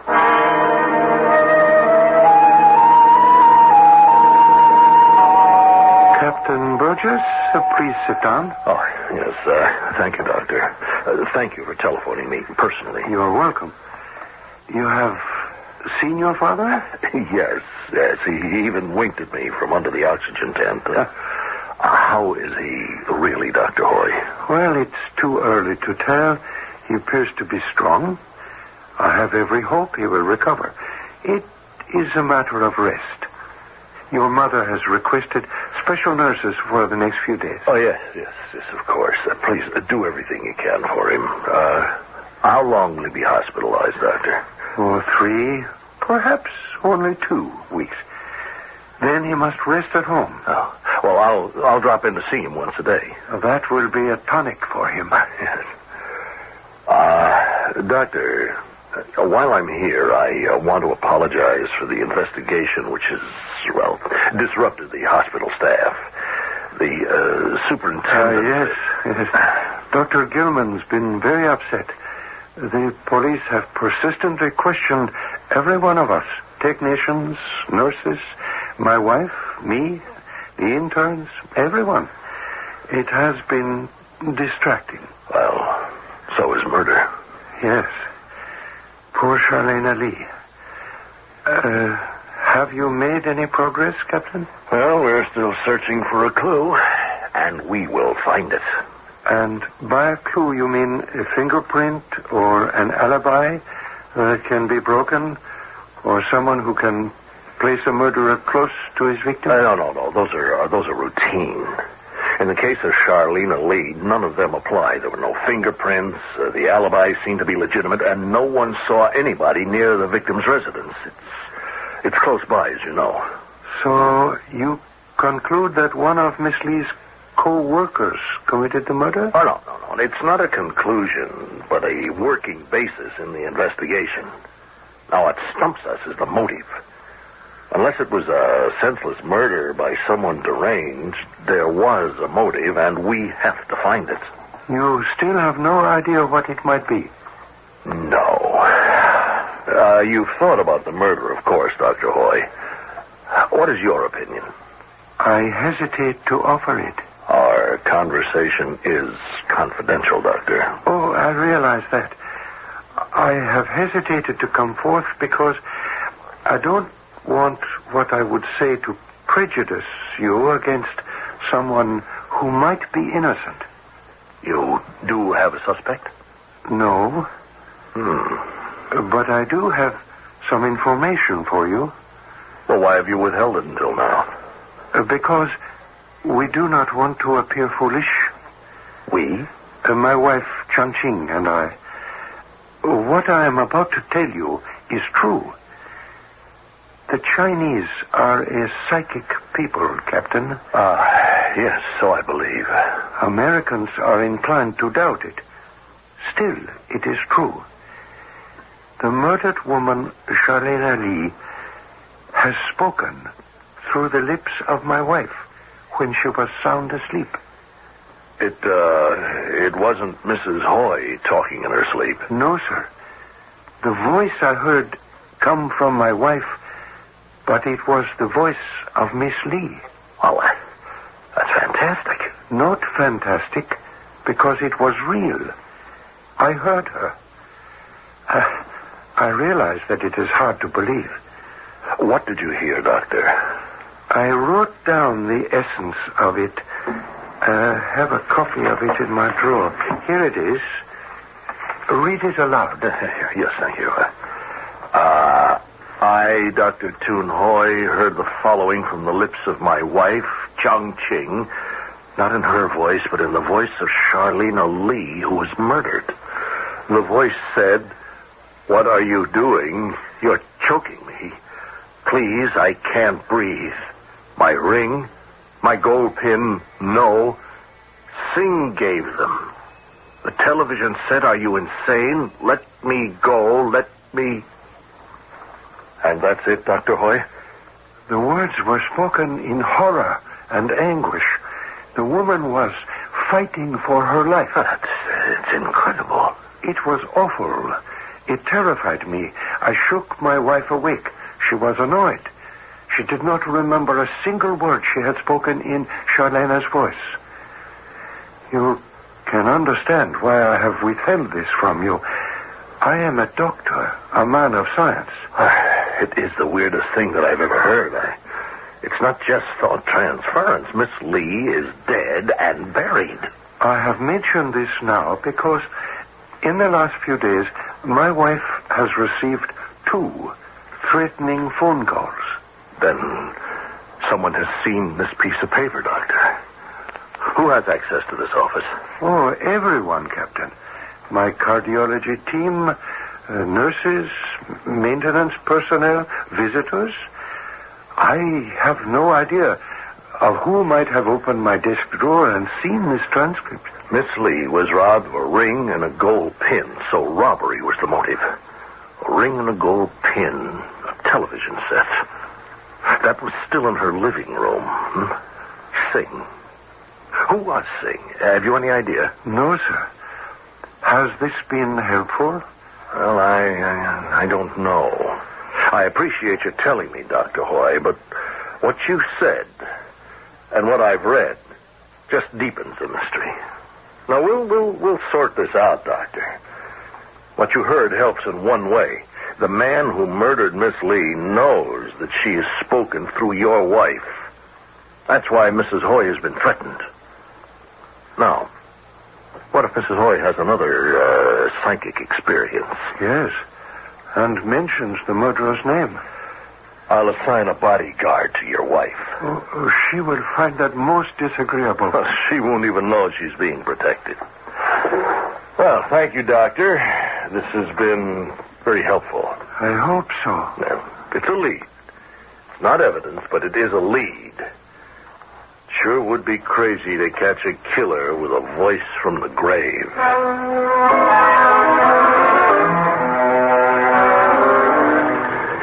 You believe it, Norm? Oh, I don't disbelieve it. Why would Dr. Hoy make it up, huh? Mrs. Hoy's got a real imagination. She was Miss Lee's friend. The murder weighs on her. She imagines stuff. But she spoke in Miss Lee's voice. Okay, if you say so. Just don't mention it to the DA. You get the big haul. No, there is nothing to mention. There is no evidence. It's only a lead. Lead? What lead? Well, we start with the fences in town. Oh, Norm. By the time we've checked every one of them, I'll be ready for retirement. Anyway, how do we know the ring and the pin were sold?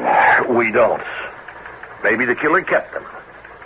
But we got to start somewhere. And another thing, what happened to Miss Lee's things? Her personal things. There are none.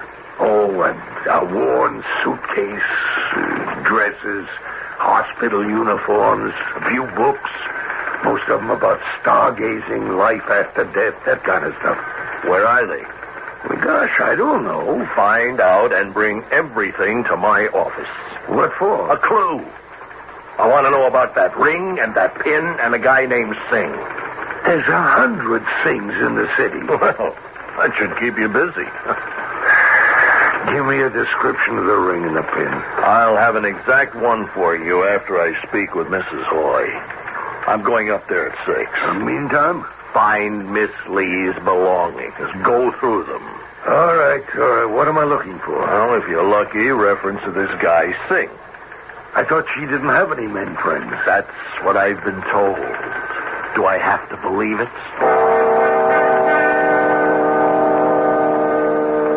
Captain Burgess and my wife, Chongqing. Oh, I'm pleased to meet you, Mrs. Hoy. You interest yourself in Charlene Ali? Yes, and you've been helpful because of what she said through you. It does not amuse you, Captain? Oh, no, I take it seriously. It's the only lead we have. I do not recall anything that she said through me. My husband... I wrote down what she said. After you telephoned, I wrote down again about the jewelry. My wife remembers it. The description is there. Oh, thank you. They were her only treasures. Those 2 pieces. A sapphire set in a silver band. On which finger did she wear it, Mrs. Hoy? The 4th finger on the left hand. And the pin? Gold, in the form of the leaf of a clover. It was delicately made. A lovely pin. Very expensive. Yeah. We understand that she had no men friends. None that we knew of. But who was Singh? The ring on her wedding finger says... Singh? Did she ever mention him once? No, not to me. Charlene was secretive. Is it important? Yes, it could be. If we had his full name. A disappointed lover? It's possible. Or a man she loved. Did he buy the ring and the pin? See, if I had his full name, we could trace him. And then there's the mention of the television set.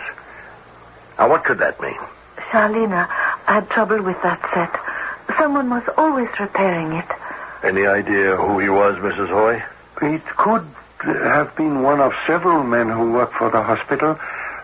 I will try to find out for you, Captain. Yes, thank you. I appreciate it. I think we're getting somewhere. Oh, one other favor, Doctor. Yes. Is it possible that Mrs. Hoy might have another psychic experience? I cannot tell. Why do you ask? Because if she does, I want to be notified. I'd like to be here when Charlene again speaks through her.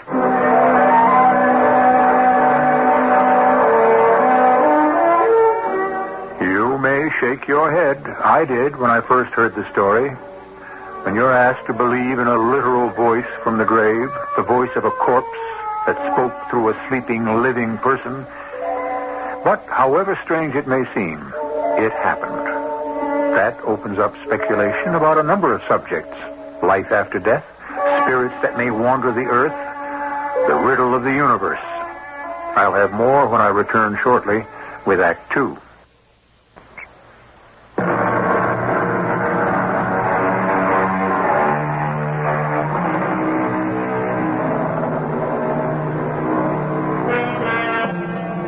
almost without exception, the exception being those who believe that everything is finite. We wonder what happens after death occurs. Religion, in its many aspects, holds forth the promise of life after death, presupposing that the soul is immortal. Some believe that a person's soul or spirit wanders the earth until, for some reason, it finds peace. Until then, can it manifest itself? Can a dead person speak to the living? In Dr. Hoy's office at the hospital. Good morning, Dwight. Morning. Is it okay to work on it now, Doctor? Eh? The intercom. Well, they told me... Oh, right, yes. The buzzer doesn't work. Huh? Oh, I guess I can fix that. I'll hurry.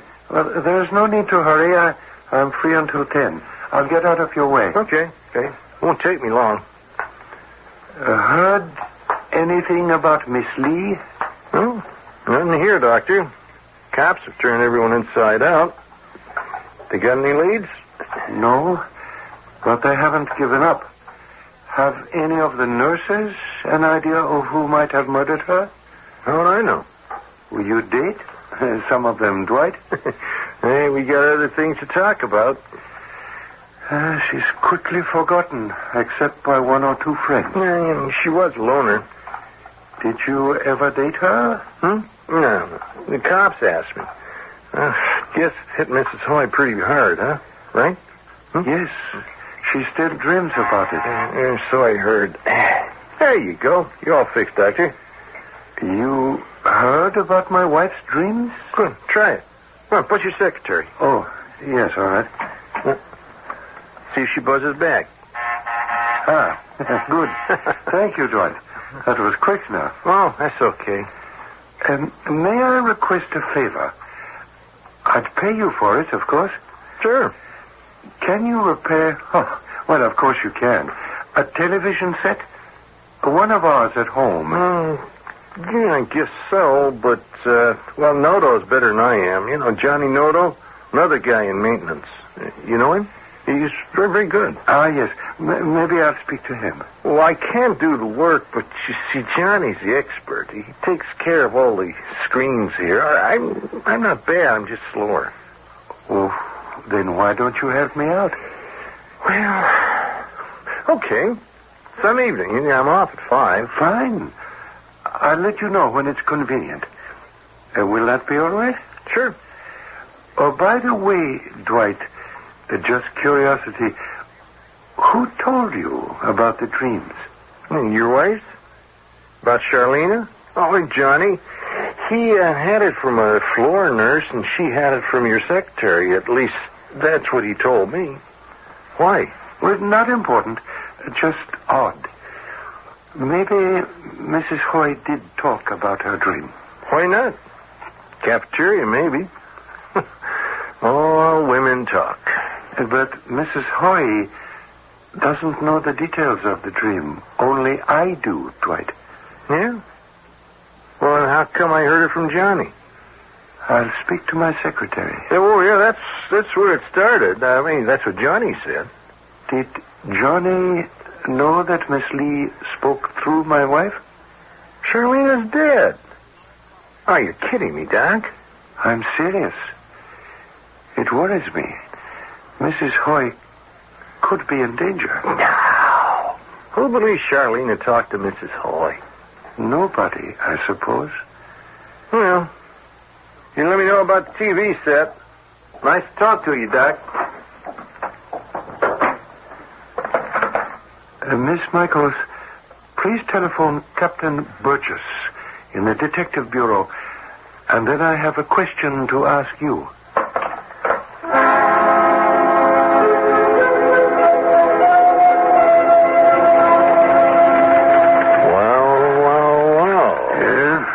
Well, what, Norm? Who's Nodo and Taylor? Maintenance men at Oakdale General. They're electricians. So? They know how to repair TV sets. You're reaching. Nodo was on the night shift, 5 until 12. Taylor was off at 5 and went home. Can they account for where they were between 5:30 and 7 when the fire was discovered? Sure. Noto punched in at 5. Taylor went home. Witnesses? Sure. Security saw Noto at 6 repairing a lamp connection in the lobby. Taylor's wife swears he was home by 6. Oh, well, I didn't think he was married. Isn't he on the town? Well, it's an arrangement. He's a macho guy. Well, thinks he is. Where does he live? Foster Avenue by the lake. Drive to work? No, he takes a bus. Mm-hmm. And Miss Lee? She had a car. She left alone? Was anyone in the car with her? Is there a parking lot at 10? Sure. Well, did anyone question him? I'll find out. Do that. Anything on the fences? No, nothing. What about Miss Lee's personal effects? Red tape. I'll get them released by tomorrow. Anything else? No, not offhand. We need a break, Ralph. Those alibis aren't watertight. Look, why don't we pick up those 2 guys and go at them? Too soon. Excuse me. Captain Burgess. Dr. Hoy, Captain. I have some information for you. Go ahead. My secretary denies gossiping about Mrs. Hoy's visitation from Charlene Lee. I showed her my handwritten transcript. She had never seen it before. You believe her? Absolutely.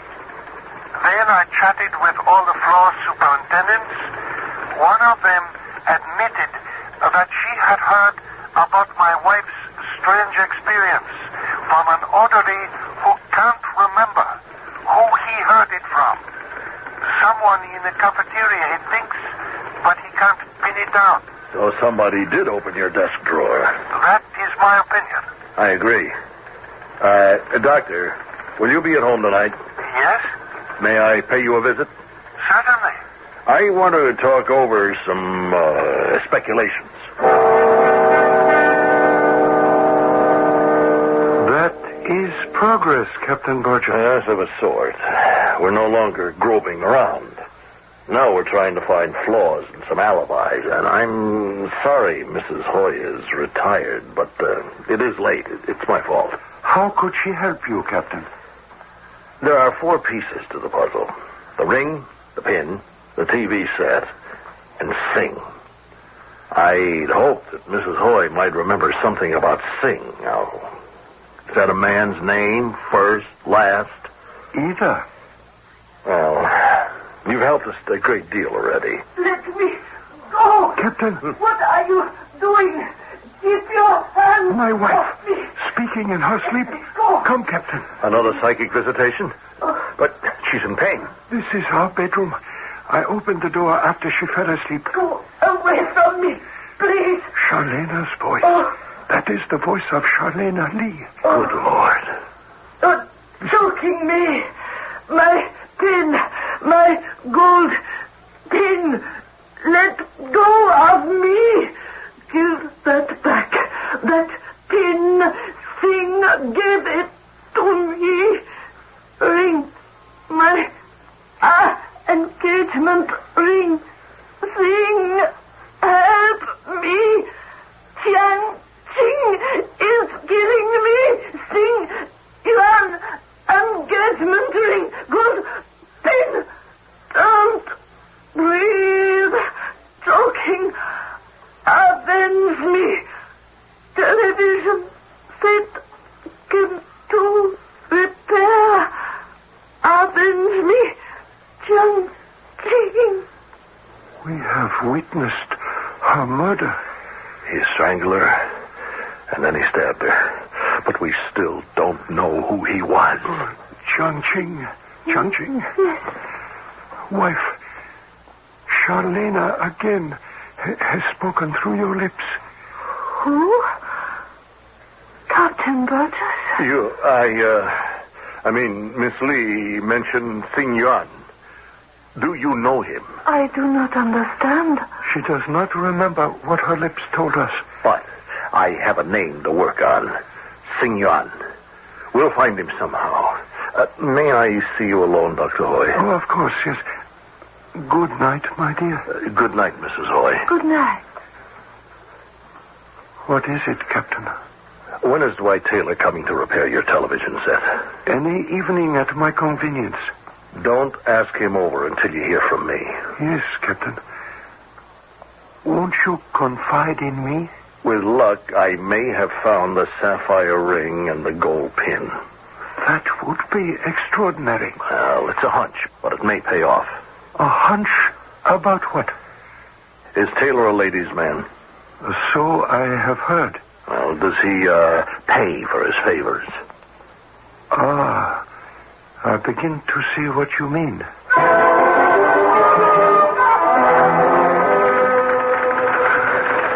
It paid off, Noam.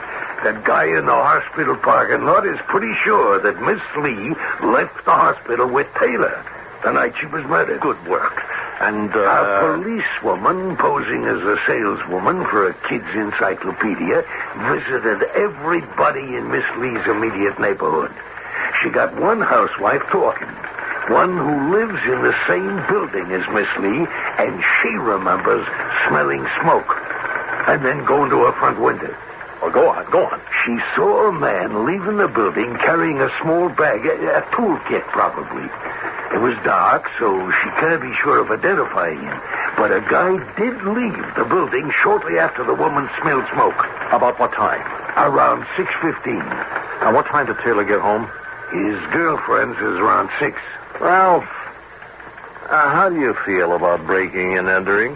Not without a search warrant, no. I want somebody to go through Taylor's place when no one's there. Now, somebody to comb the place. That jewelry hasn't been turned over to a fence. It could have been given away, Norm. It's more likely that he kept it and gave it to the chick he's living with. Well, she wouldn't take a chance wearing it. Well, that's why it might be tucked away someplace in their rooms. So, assign a man to search the place when no one is there. It's illegal if it ever came out. I'll take full responsibility. So I want the neighborhood jewelers covered. Find the jeweler who sold those items. Why are you so hipped on the jewelry? If they're worth a lot of dough, sure. I can understand that, but the chances are slim. Miss Lee was poor. This Sing Yuan, or however you say it. You think he was loaded? You've read the reports from all the investigators. Tell me about Dwight Taylor. Well, macho, high opinion of himself. This common law wife's quite a dish. Still, he moves around with other girls, nurses mostly. For your information, Sergeant, Taylor gave gifts of jewelry to the young women he went after.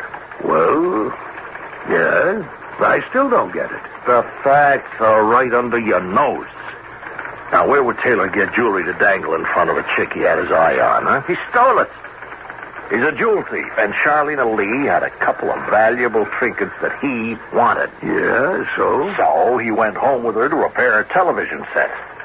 That's how he got in. And then murdered her. Well, how can we prove it? I don't know. But I'm sure gonna try.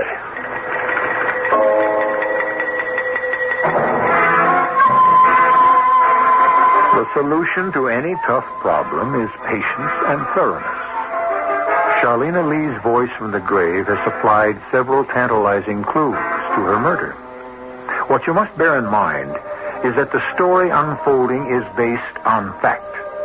The police have often turned to psychics for help, and it has paid off. It is possible that Miss Lee's revelations through Mrs. Hoy will corner a killer. I'll be back shortly with our final act.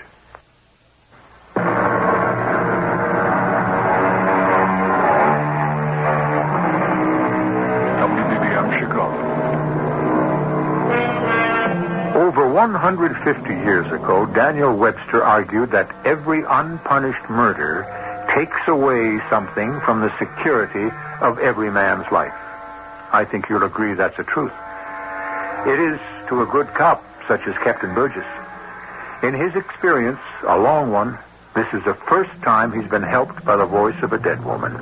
At 8:30 the next morning, Captain Burgess is walking down the corridor of the hospital. Good morning, Dr. Hoy. You're up early. Come into my office. I'll call for another cup of coffee. Oh, my secretary seems to be late. Thank you. Please sit down. You have seen your father? Yes, he's doing fine. We had a good talk. His progress is very good. Very, very good. Did Dwight Taylor agree to repair your TV? Whenever I set the day. He's free after 5. What have you in mind, Captain? A surprise. If you invite him over at 7, I'll show up a few minutes later. He's your suspect? Yes. Right now, our evidence is circumstantial. I want to panic him into a confession, or at least try to. I appreciate your cooperation. Why have you settled on Taylor?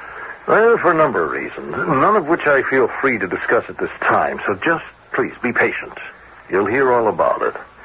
Now, I hope to appear at your home shortly after Taylor, but that depends on a step we're taking sometime this morning. It has to do with evidence. I hope to have it before noon. Now, if I don't appear, just be casual with him and have Mrs. Hoy stay in her bedroom. Well, that sounds ominous. It should. If Taylor's the murderer, and I think he is, remember what he did to Miss Lee. So be careful.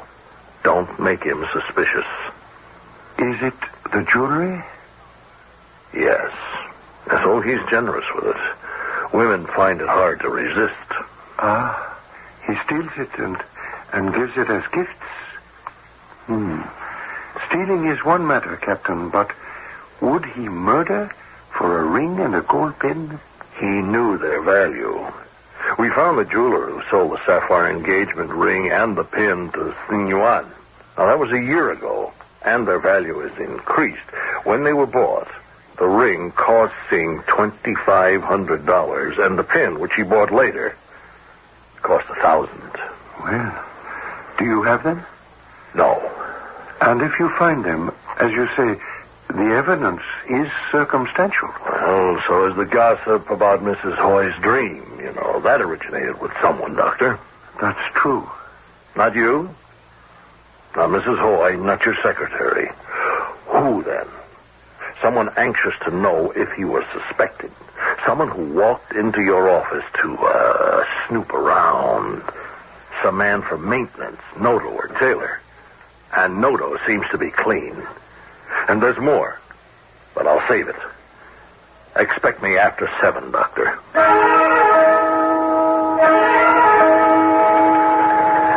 I want a promotion. Oh? I'm a genius. Well, go and prove it. How about this?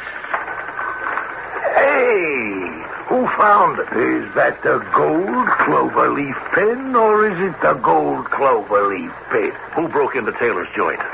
Sergeant Winkleman. Give him a medal. Well, I won't forget it. Now, come on, tell me about it. Well, he waited until Taylor went to work. Then he rang the bell and was told to come up. He was dressed in work clothes and carried some plumbing tools. What excuse did he give to the woman? He said the landlord, it's a 4-flat building. He asked him to check on a leak coming through the floor to the first floor west. She didn't know what to make of it, and he got in. And? Winkleman knows plumbing. He tightened up a few connections, and she asked him to change a washer in the bathroom. He agreed. She got friendly, invited him to have a drink. He went along. Where did he find the pin? On her bureau in her bedroom. He went through it to get to the bathroom. He just put it in his pocket and brought it to me. The woman telephoned the police at the 42nd Precinct to report the theft. How about that? And what about the sapphire ring? He didn't see it. Oh. Now, you got the gold pin. That should do the trick. It directly connects him with the murder, Norm. And you have the other evidence. Yeah. Well, look, I'd better act on what we've got before Taylor gets wise. Now, I have a date with Dr. Hoy. Taylor will be at Hoy's home to fix a TV. I stroll in, and then the fun will begin. You'd better come along to cover me. I won't be armed. I want him alive.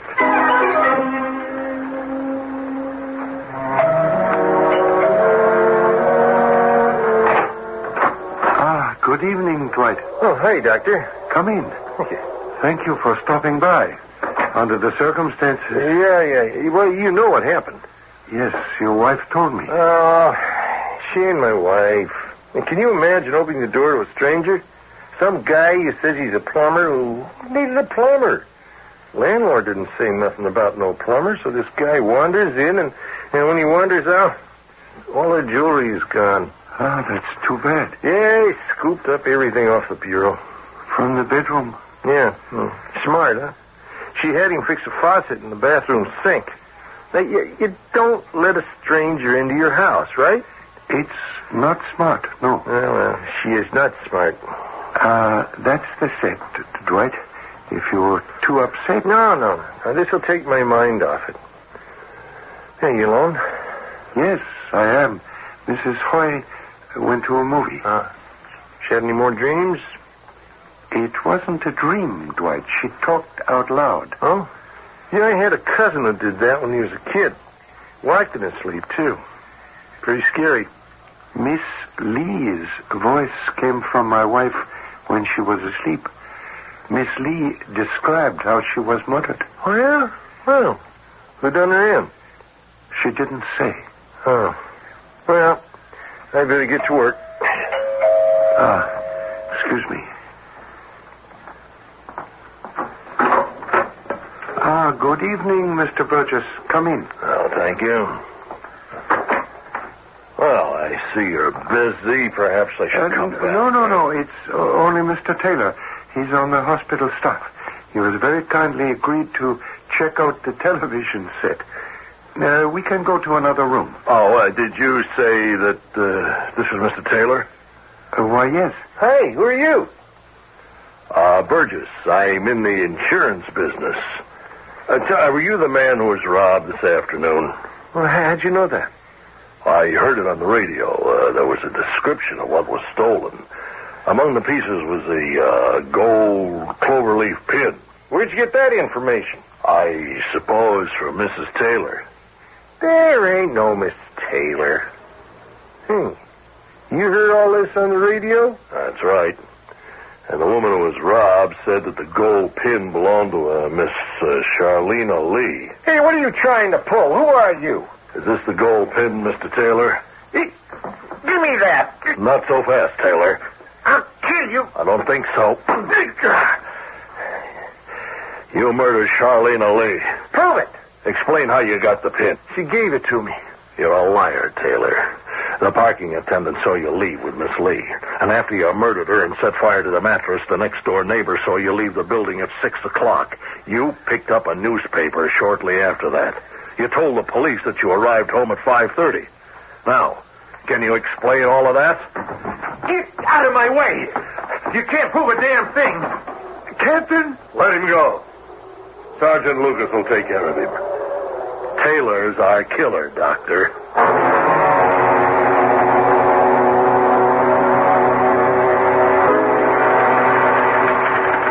The defense attorney makes you look silly, Norm. He keeps hammering away at that voice from the grave. I hope this case isn't laughed out of court. It won't be. Charlena Lee was murdered. Now, the evidence against Taylor is circumstantial, but it's strong. Maybe if Mrs. Hoy got on the stand and told... No. I understand the DA's problem. He's got to stick to facts, and we have quite a few. He's afraid to introduce the testimony about the voice from the grave, and I don't blame him. You didn't believe it either, Ralph. Well, I do now. You heard it yourself. Oh, I sure did. Telephone to see if the jury's gone out, Norm, will you? No. That's self-torture. Now, you go home and get a good sleep. How about you? I have a visit to pay. The Hoys? Yeah. Just imagine how they feel. If they're victimized by ridicule, I will speak out.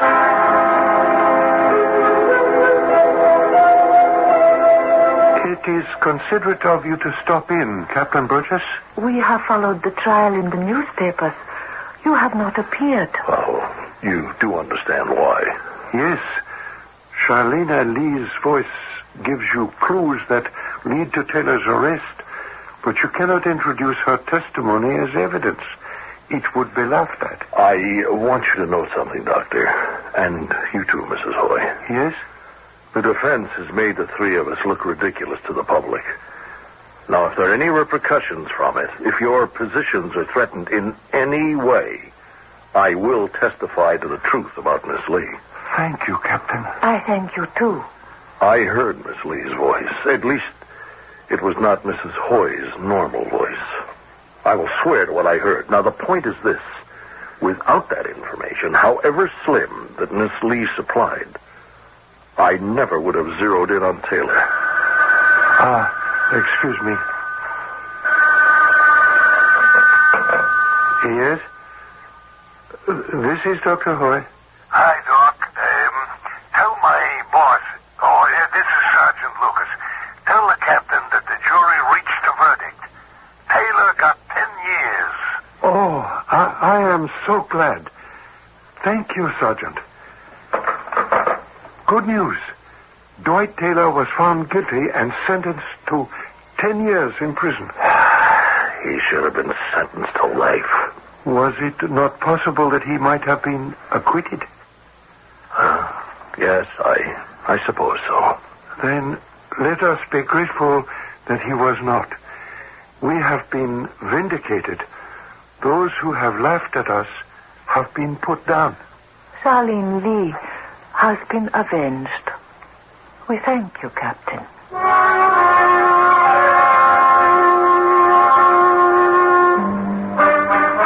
The moral of this grim story is the importance of keeping an open mind, even when the subject seems as fanciful as psychic retrogression. A voice from the grave? Nonsense. But a murderer got 10 years because of it. Life imprisonment was deserved, but some criminals do get away with murder. I will return shortly.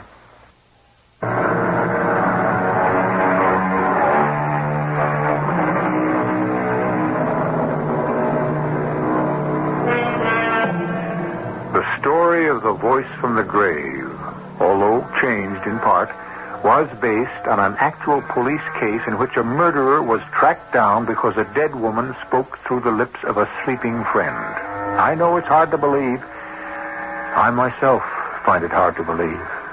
But Dwight Taylor was caught and sent to prison because a captain of detectives had an open mind. Our cast included Earl Hammond, Court Benson, and Carol Teitel. The entire production was under the direction of Himan Brown. And now, a preview of our next tale. I was told about an hour ago in no uncertain terms that if we didn't get rid of him, they would. Fine. Let them. No, let me finish. They would do it in a way that we wouldn't like. I find it difficult to believe that I'm actually plotting to kill my husband. Don't do that. Just stick to the facts. Wait. He said we were going on vacation next week, which means that silly, boring cabin up in the mountains. Hey, that is just great. That's a marvelous place for an accident. You know that? Hey, he is going to fall off Cherokee Cliff, 3,000 feet straight down to the solid rocks below. Well, how can we get him to do that? Well, I can get a pretty good powder, that you slip into his coffee. It'll knock him out completely. And then it's just a question of carrying him to the edge. This is E.G. Marshall inviting you to return to our Mystery Theater for another adventure in the macabre. On CBS Radio Mystery Theater presents...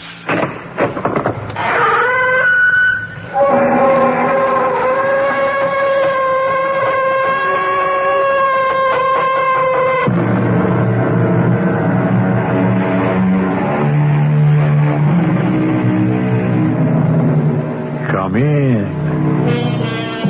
Welcome. I'm E.G. Marshall. We usually reproach people for talking about themselves, but why should we?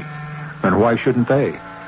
Isn't this the subject they know best and love best and that inspires them the most? And many people who don't like the self they have talk about the self they would like to be. Sometimes they talk too much and to the wrong audience, which is why we have so many murder stories. I must get in to see her. But what can I do about it? There's a law. What does the law mean to a man in your position? I have to obey the law the same as everyone. I don't care. Do something. Anything. Blackmail them. Celeste. Buy the place. Or commit murder.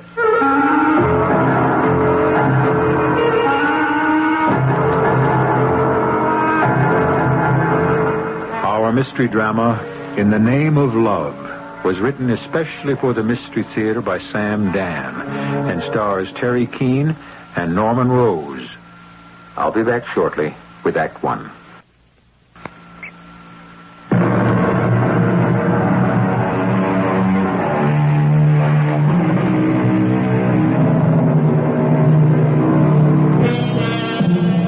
You're not required to answer this question, but have you ever unburdened yourself to a complete stranger? A chance-met seatmate, perhaps, on a plane or a train? Told someone you've never seen before and will never see again intimate personal details that you've kept secret from even your closest friends? As I said, you are not required to answer. The huge supersonic jet is being wafted through space between Paris and New York. Aboard, up forward, in the luxurious first-class lounge, sits a well-groomed, attractive woman. Next to her, a well-groomed, attractive man. The two, who just happen to be sitting near each other, are whiling away the journey with polite, meaningless small talk. I suppose we take it for granted by now. Take what for granted? Oh, this, what we're doing.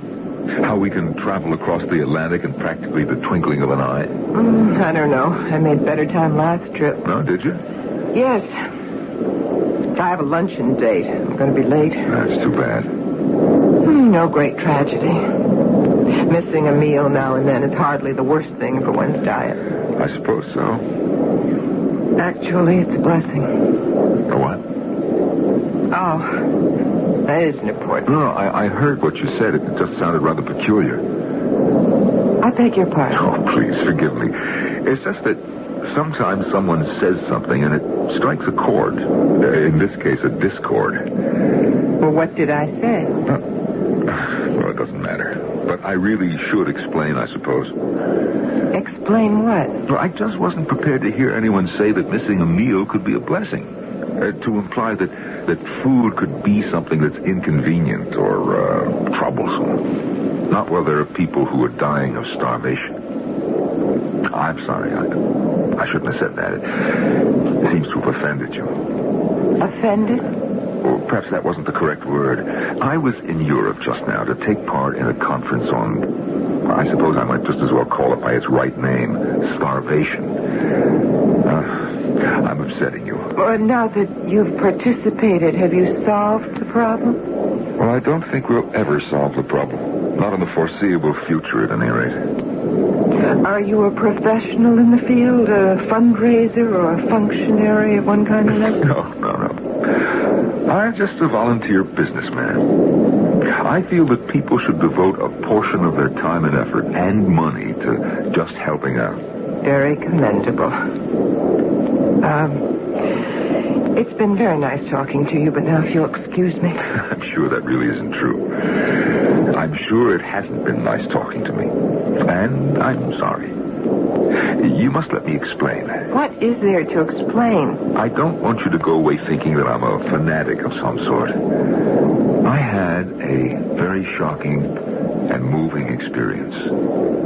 What I'm trying to say is that in the ordinary way, I don't make people uncomfortable. Well, that's certainly in your favor. This conference I attended, you know, it opened up a world I never knew existed. I may have been aware, I suppose we all are, but, I mean, to be confronted with it was just too much. Oh, well, I hope you'll feel better soon. I don't know if I'll ever really feel better again. As I said, it's been nice talking to you. Goodbye. Goodbye. No. Just a moment. I resent your attitude. What? I'm sorry. I didn't. You spoke to me as if I were Marie Antoinette. Qu'il mange de la brioche. Let him eat cake. I am very aware of the cruelties and the suffering of the world. Look, I had no intention. Oh, yes, you did. So eager to flaunt your newfound social conscience. Your heart aches so much for children. Do you have any of your own? Well, I never married. I was always too busy. Making money, no doubt. Yes, I confess. You don't have to confess anything to me. You see, I at least have a child, and I adopted her when she was 6 years old. Today, she's a lovely young lady of 20. You're very fortunate. I envy you. A daughter. Do you have a picture? A picture? What? Yes. Yes, of course. May I see it? Why? Because if she's yours, she must be beautiful. Well, how can I resist that? Wait. Oh, yes. Beautiful. You know, somehow she looks familiar. Familiar? Could I have seen her somewhere?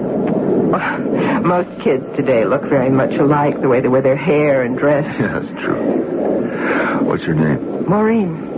Oh, yes. Beautiful girl. Lovely name. Yes. And it's not just on the outside. She's really a most unusual girl. Ladies and gentlemen, please fasten your seatbelts to prepare for our landing in New York City. Oh, that's the voice that literally brings me back to Earth. Once I get started on my daughter. Yeah, I understand. Well, what a fortunate woman you are. Well, goodbye. And it really has been nice talking to you.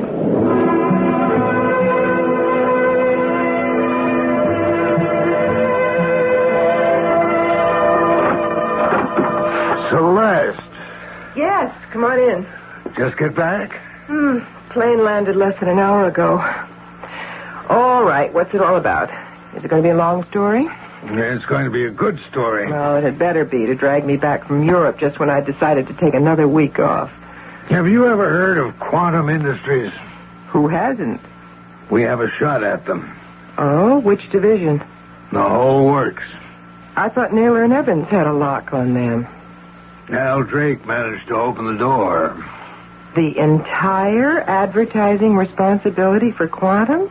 How many millions of dollars are we talking about? It scares me. How far has Al gone? He's at the U point. The me point? It's time for your thing. You have to go in for the kill.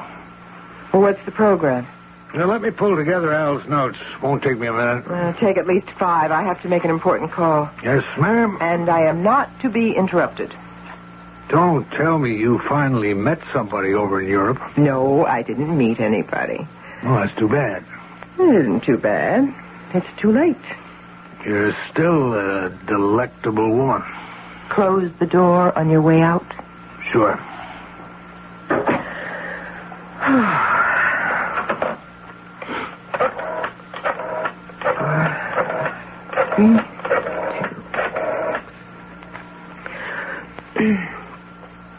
Darling. Yes, it's Mother. I know, finally. I just got back. You know, it was interesting, I suppose, but it was lonesome without you. I would have stayed longer, but good old Joe Daly sent up a flare. No, I haven't met any interesting men. Have you? Well, let's talk about it at dinner. Oh, no. I won't let you break a date just so you can eat dinner with your old mom. No, darling. It's a bad habit. Don't get into it. If you end up an old maid 20 years from now, I don't want you to say it was all my fault. Because you will, you know. No, don't cut the evening short either. I'll be up when you get home. See you later, Maureen, darling.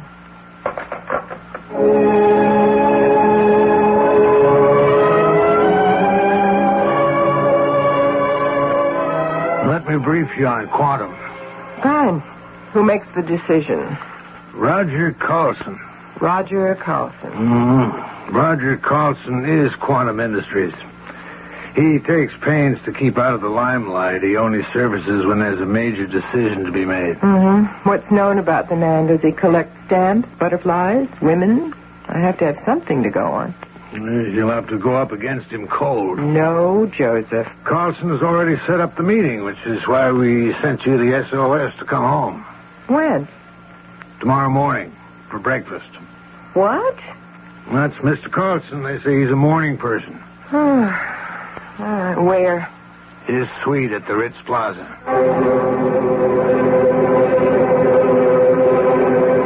Oh, no. You're the famous Celeste Manning. And you're the all-powerful Roger Carlson. We meet again. Well, had we known, we could have held the meeting on the plane. No. I enjoyed the conversation we did have so much more than any possible discussion of business. Well, then, shall we now get down to business? Oh, no. Not until after breakfast. Oh, may I present Joe Daly, who will be able to supply us with any document that may be required? How do you do, sir? Hello, Joe. Well, why don't we sit down? Dare I say that it's a small world? The chief executive officer of Quantum Industries may say anything he likes. Now, Mrs. Manning. Miss Manning. Miss Manning, please do not be impressed with me. Or how can I help it? Well, you certainly weren't on the plane the other day. Oh, had I but known. Yes, had you but known, we might have developed a most artificial relationship. And this way? Well, at least we have an idea of each other's true character. Well, that must have been some plane ride. Yes. And how is the lovely Marine? Marine? Yes. Oh, yes, she's fine. Is that all you can say, a non-committal fine, after the way you raved about her? Well, she's fine. I tell you, Joe, you don't want to let this one get started on the subject of Marine. But I guess you know that already. Have you met young Al Drake at our company? Yes, and I was impressed enough to take your outfit seriously. Well, you'll discover that we're completely equipped to handle everything. Yes, I've already ascertained all that. But this is business, and we're still at breakfast. And I make it a rule never to combine the two. And I'd rather discuss Marine. What a lovely and unusual young lady she is. Excuse me. Yes. Later. Well, why can't it wait? Oh, I see. All right, hold on. Well, you see, I no sooner tell you that I have a rule and I'm forced to break it. Will you excuse me for just a few minutes? I have to take this inside. Celeste. Celeste, what did you tell this guy? What did you tell him?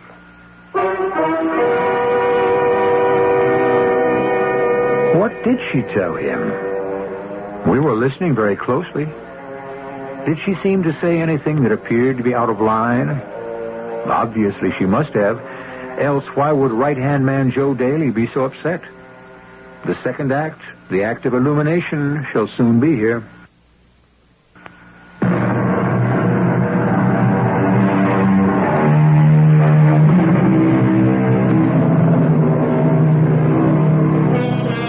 When lonely strangers meet, who can tell which one is indiscreet? Obviously, the poet doesn't know. Do we?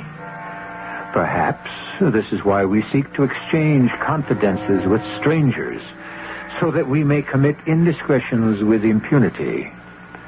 Has our Miss Celeste Manning been indiscreet lately? Obviously. Celeste, what did you tell Roger Carlson on that airplane? Nothing. But, who is this Maureen? Joe, just forget it. Well, if you say so. But it seems I'm supposed to know about her. I said to forget it. Now, let me worry about it. Okay. I just wish I knew what's going on. What's all this about a Maureen? I believe we have the top people in every category. Research, creative, administration, marketing. Now, wait a minute. You don't have to push so hard. You've got the account. Oh, thank you. We've been watching you over the past 2 years. We've seen how you work. Oh, there'll be considerable negotiating and all that sort of thing to go through, but you and I have people who handle those details. Yes. Leaving us free for grand strategy. I wonder how to go about setting up mine. Your strategy? Yes. Well, what's your problem? In a word, You. Me? When I saw you on the plane, I said to myself, this is a woman I will simply have to get to know. Oh? I want you to know this. It has nothing to do with the account. That is reassuring. You see, I missed so much in life. It's my own fault, of course. Of course. I think what iced it for me was when you spoke of your daughter. Here was an opportunity at one stroke to make up for everything. A wife, family. And all this time I thought what I had to offer was the most efficient and effective advertising agency in the world. I can imagine how this sounds. I wonder. But I've always been like this. I say things that may sound way out to others, but well, if I feel them, why not say them? Why not indeed? I wonder if I might take you and Maureen to dinner one night. Well, Maureen is going away. She intends to stay with a friend for a while on the West Coast. Oh. Well, could we make it some evening before she leaves? We could try.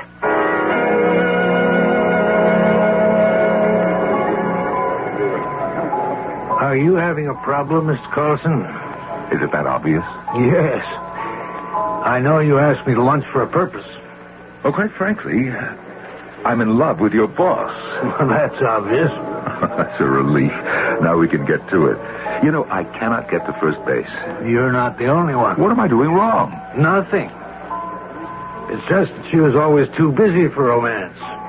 Now she thinks she's too old. But it isn't true. Well, that's what she thinks, so for her it's true. There must have been romance in her life, at least once. Why do you say that? Well, she has a daughter. Who has a daughter? Who are we talking about? Celeste. Celeste doesn't have a daughter. She doesn't have a daughter named Maureen? Maureen. Now, just a minute, Joe. What is going on here? Does Celeste have or does Celeste not have a daughter? Well, Joe, there is no percentage in lying to me. Does she?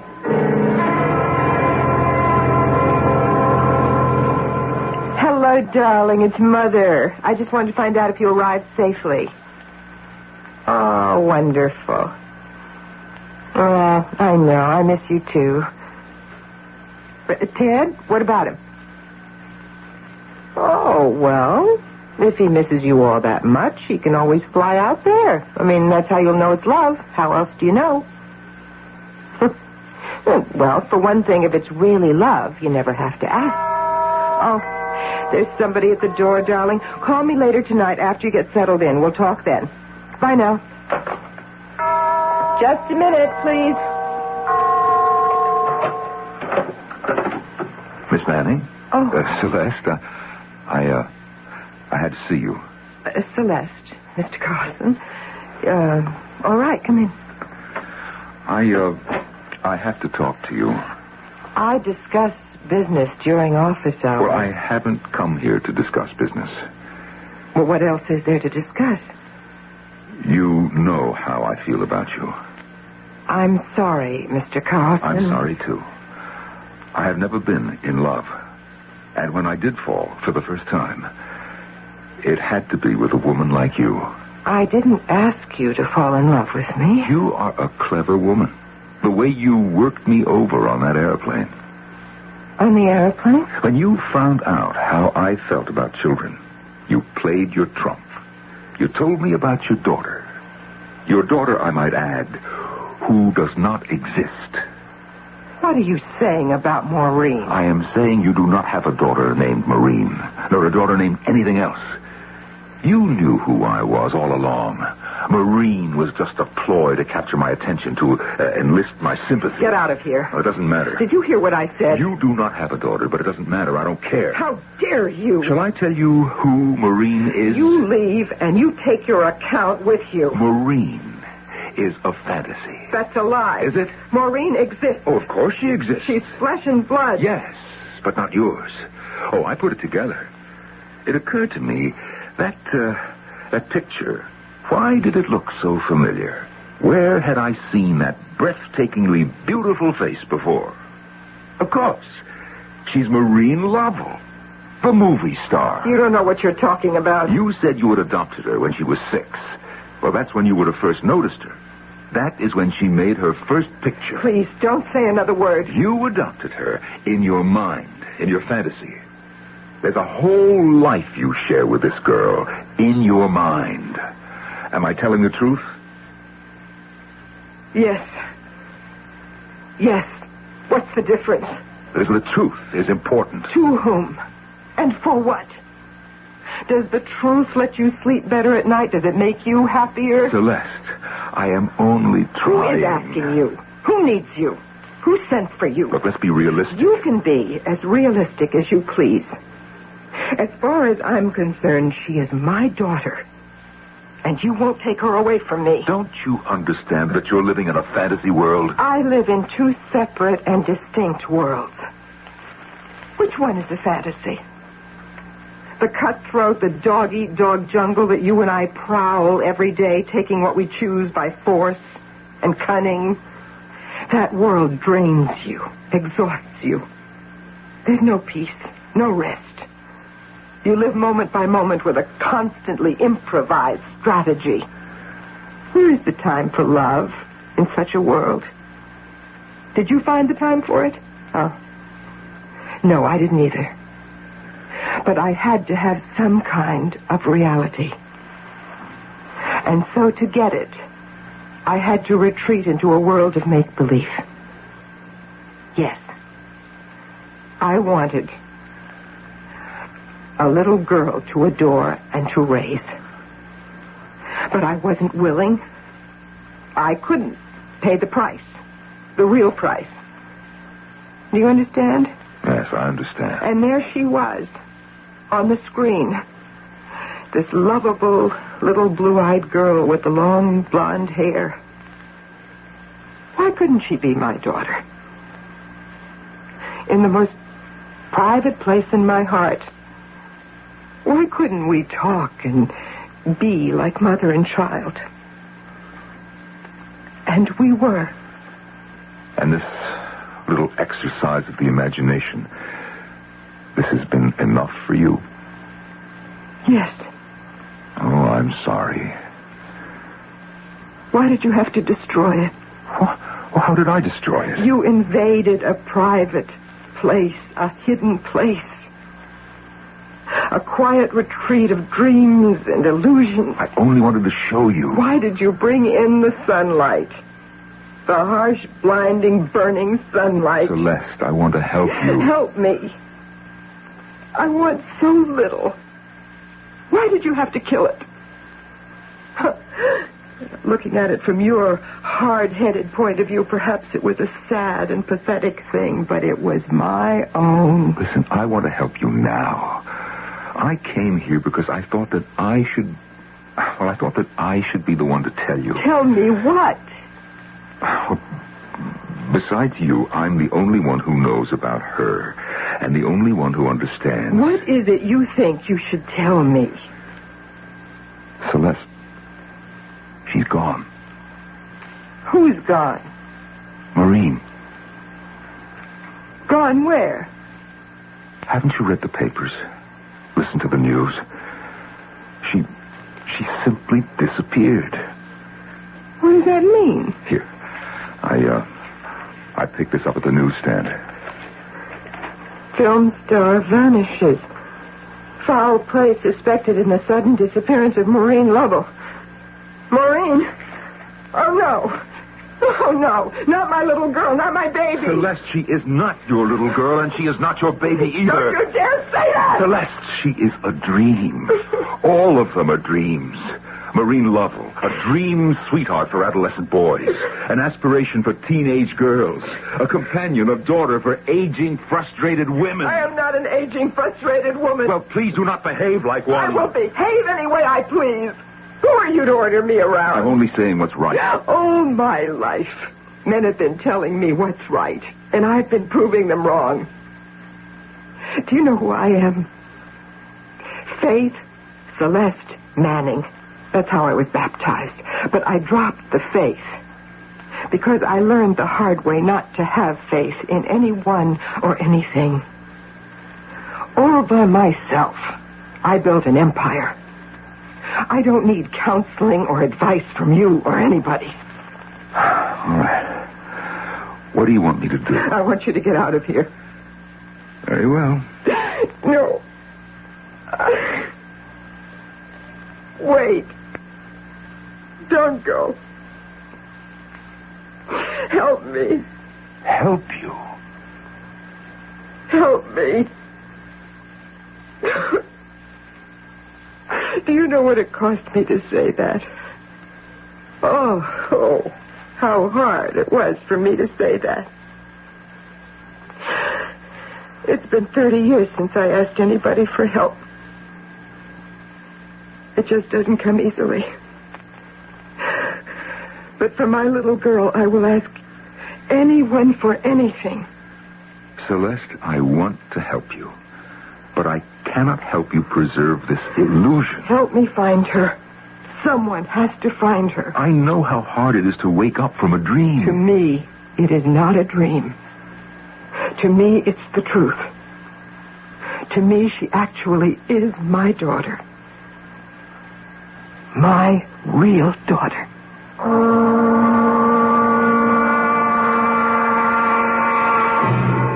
And so our mystery deepens. The word real implies flesh and blood, no? Is there that kind of connection between Celeste and Maureen Lovell? Once again, we must define a word which simply defies definition. Real. But that's the task of Act 3.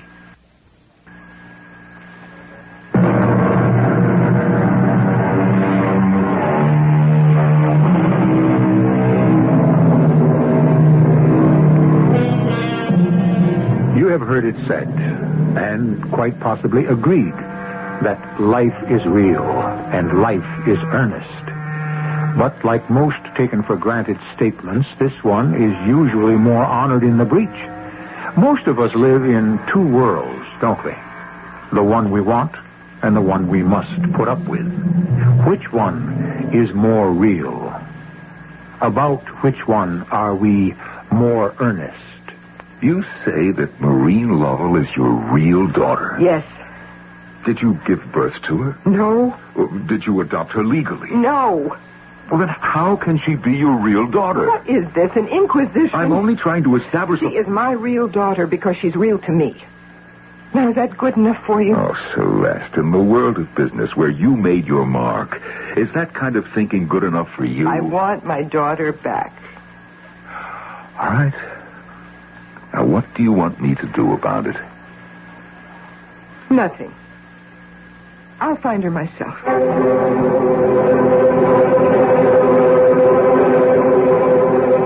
And what is it that you want to see me about, Mr. Jenkins, is it? Yes, Mrs. Manning. Mr. Carlson told me to report to you. Obviously. If you hadn't used Mr. Carlson's name, you'd never have gotten in here. I'm sure. I'm sorry. I'm having a bad time. I understand. How could you possibly understand? Well, I'm used to it. By the nature of my profession, I usually get to see people who are having a bad time of one kind or another.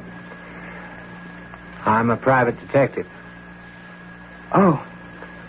And Mr. Carlson asked me to look into the disappearance of Miss Maureen Lovell. Have you found any clues? I'm sorry. No. Then nobody knows where she is or if she's been kidnapped. At this point, I would rule out kidnapping. Why? We would have had a ransom demand. But she is gone. Why? How? With Maureen Lovell, anything is possible. I don't know what that means. I suppose you could say that the private life of Maureen Lovell was one of the best-kept secrets in the business. Yes? Everyone's little blue-eyed, blonde-haired sweetheart. The cheerful, wholesome, all-American next-door beauty. Would you please get to the point? None of it was true. All of it was a public relations smokescreen. And Miss Manning, I don't know how they could have kept the lid on it. Well, I do. If you spend enough money, you can buy any image you like. And they did. How bad is it? Everything. You name it, she's done it.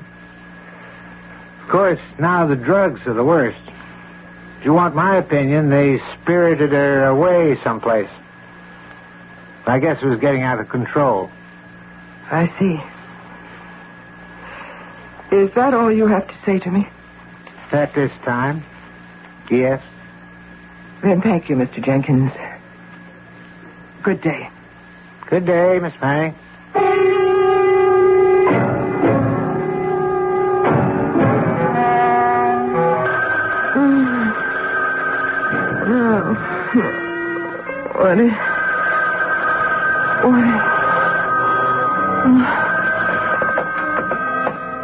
Hello? Yeah. Maureen? Maureen! Where are you? Maureen? They told me everything. All about you. Everything. How could you do this to me? Maureen, tell me where you are. No, don't hang up. Maureen, I forgive you. Don't hang up. Don't. Maureen?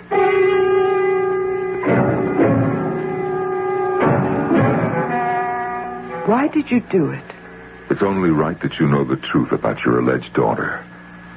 And now that I know it? Well, it should help you dispel this fantasy. That's what you thought? Celeste, she's just a little tramp. Yes, that's true. So should that be the end of it? Why? I should think it would be obvious. Yes, I suppose you would. Well, you see, this is how and where we find out what love really is.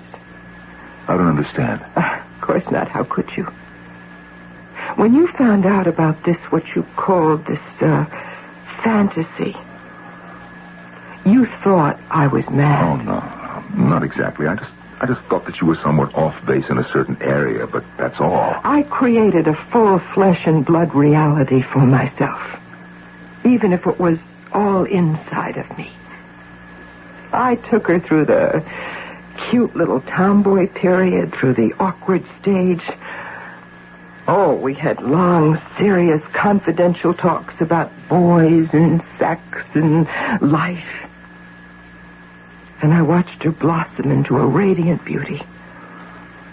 I enjoyed the best of her. Celeste. But you can't be selective. Not if you really love. Now I have to live with the worst of her. Do you want this to drive you mad? No. It's going to help keep me sane. She needs me. What do you mean she needs you? She needs a mother. Right now, more than anything or anyone else, she needs a mother. I'm going to go to her. But how can you hope to find her? They're obviously maintaining a fantastic secrecy. Do you know how many millions are at stake here? Your Mr. Jenkins can find her. Or I can hire my own Mr. Jenkins.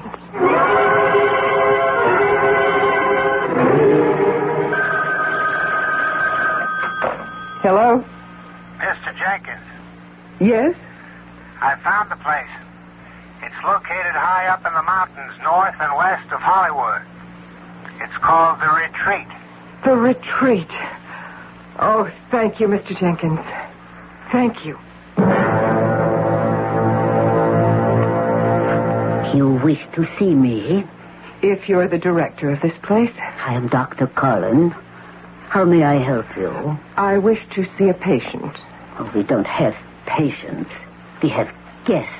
Well, whatever you call them. In any event, we do not permit visitors. You don't? That is why they are here. To separate themselves completely from an intolerable environment. I demand to see Maureen Lovell. I am sorry. We have no guest by that name. Now, see here, Doctor. Miss Manning, your reputation has preceded you. I know who you are and how important you think you are. If you insist on a scene, I shall be forced to have you removed from the premises. What What do you want me to do? Something. It's a legitimate institution. She's been signed in legally. Why won't they permit visitors? They have a right to make their own rules. But they can't help her. They have access to the finest medical talent. Only her mother can help her. Celeste. I know what's wrong with her. Oh, sure you do. I mean it. I am asking you to help me get in to see her. And I am telling you that my hands are tied. Well, untie them. What are you? Some ineffectual little clerk somewhere? You're Roger Carlson. You can do anything. Celeste. Don't give me that modest, barefoot country boy look. You get what you want. Nothing ever stops you. But in this case, In this case, what? There's a weak link in the chain around that place. For instance, you could make sure they'd have trouble getting their license renewed. Or buy the place. Fire everybody in it. Have somebody killed. I don't care.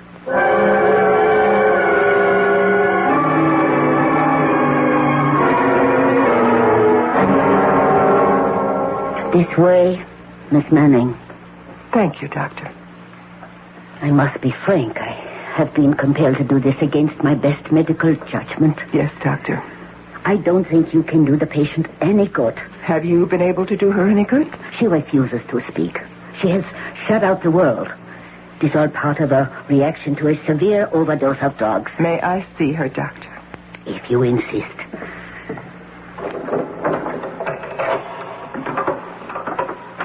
You may go inside. Maureen. Maureen. You have a visitor. Maureen. Please leave us, Doctor. Very well.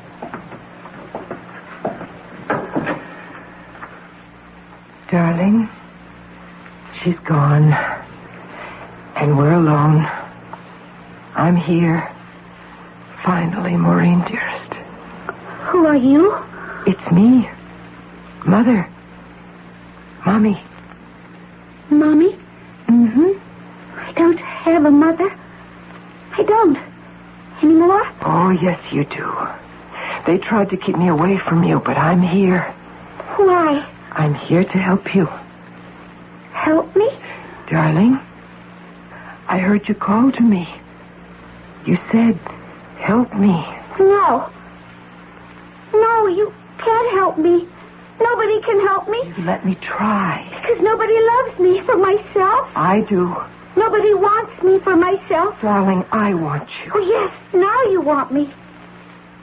You come to see me now. Where were you? Maureen, listen to me. Oh, I'm so tired. Everything hurts. I'm so lonely and frightened. You don't know what it is. I do. Please go away. Just let me disappear. That's all I want. Please. No, I won't go away. Please. Please, Mommy, please. Never, darling. I'm going to help you. I'm scared. You don't have to be scared. Ever again. Mommy is here with you, and you'll come home with Mommy. Mommy? I'll always be with you. Nothing bad will ever happen again.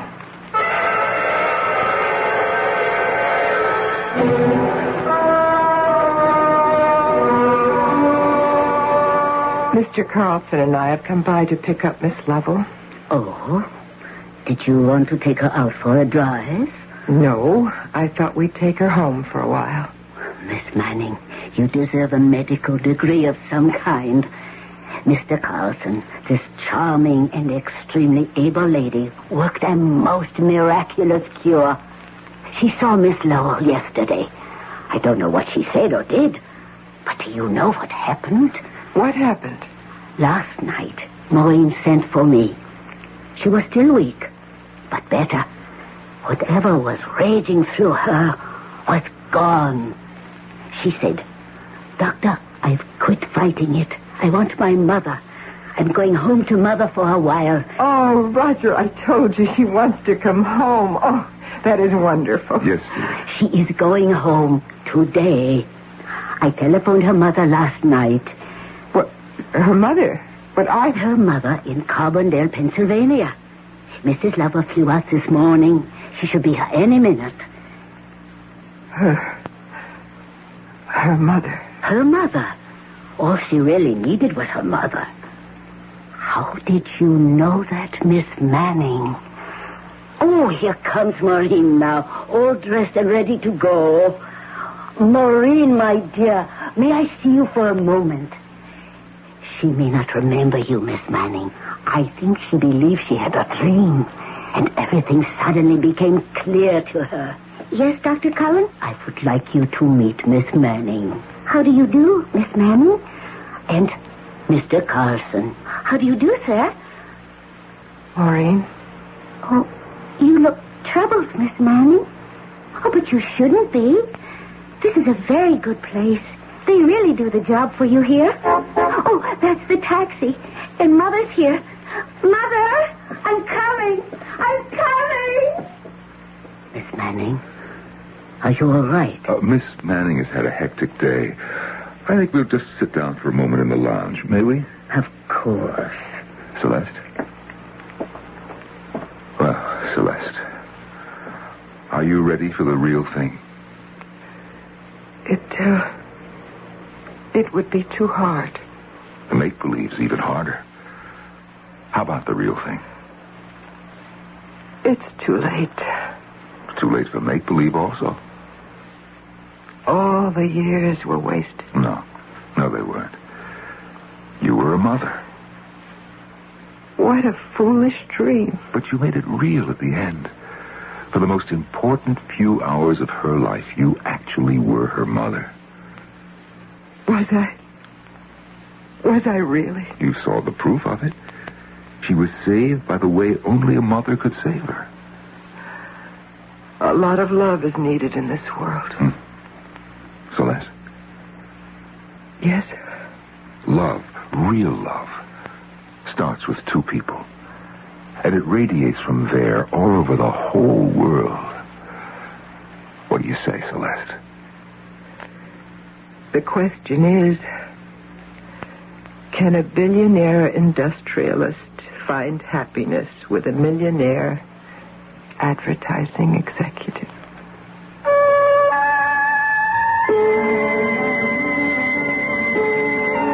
It's a question that boggles the mind. But somehow, I believe it's in line with the old saying by Mr. Virgil, love conquers all, so therefore, let us all surrender to love. What is the moral of our story?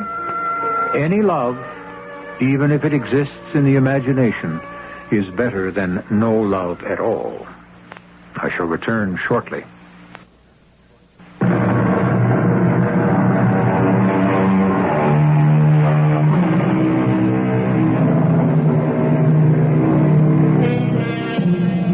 What deeds do we commit in the name of love? Well, may the philosopher ask. For everything is done for a love of one sort or another. Love is the most prevalent and pervasive of all the emotions. Love can be good, and love can be bad. But whichever way it goes, we live with it. Don't the vows read, do you take each other for better or worse? Our cast included Terry Keane, Norman Rose, Robert Dryden, and E.V. Juster. The entire production was under the direction of Himan Brown. And now, a preview of our next tale. Mademoiselle, I am most happy to make your acquaintance. Thank you, Lieutenant. I am aware of your father. He lived here for several years and, if I recall, married a lovely English woman, yes? That's right. My mother died a few years ago. And the professor? In good health. He's the head of the anthropology department in Ithaca. Splendid. And the missing girl, Antoinette Duchamp? Well, she lives with us. She came here on a holiday. Any clues, Lieutenant? I have one, but do not excite yourself. We have made a thorough check of all automobile accidents between here and La Chapelle. There is one that may provide the clue we seek. She was in an accident? The car was in an accident. Heavy rain, a rock slide. What about my cousin? And there was no trace of her. This is E.G. Marshall inviting you to return to our Mystery Theater for another adventure in the macabre. Until next time, pleasant dreams.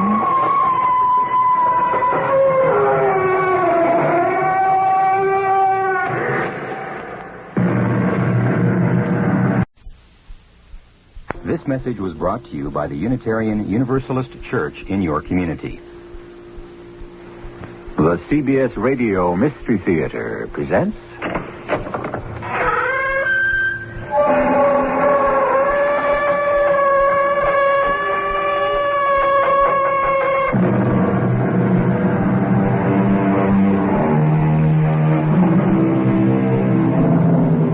Come in. Welcome. I'm E.G. Marshall. We live in an age of scientific wonders.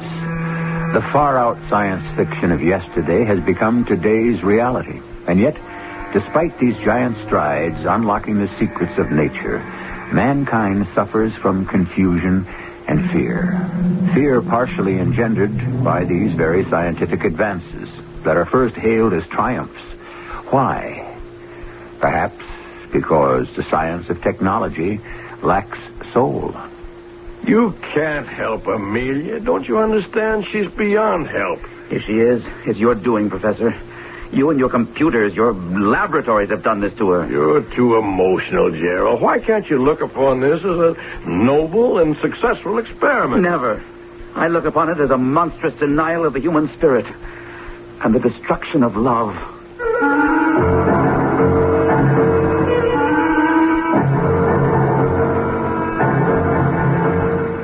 Our mystery drama, Life Blood, was written especially for the Mystery Theater by Murray Burnett and stars John Beale and Marion Seldes. I'll be back shortly with Act One.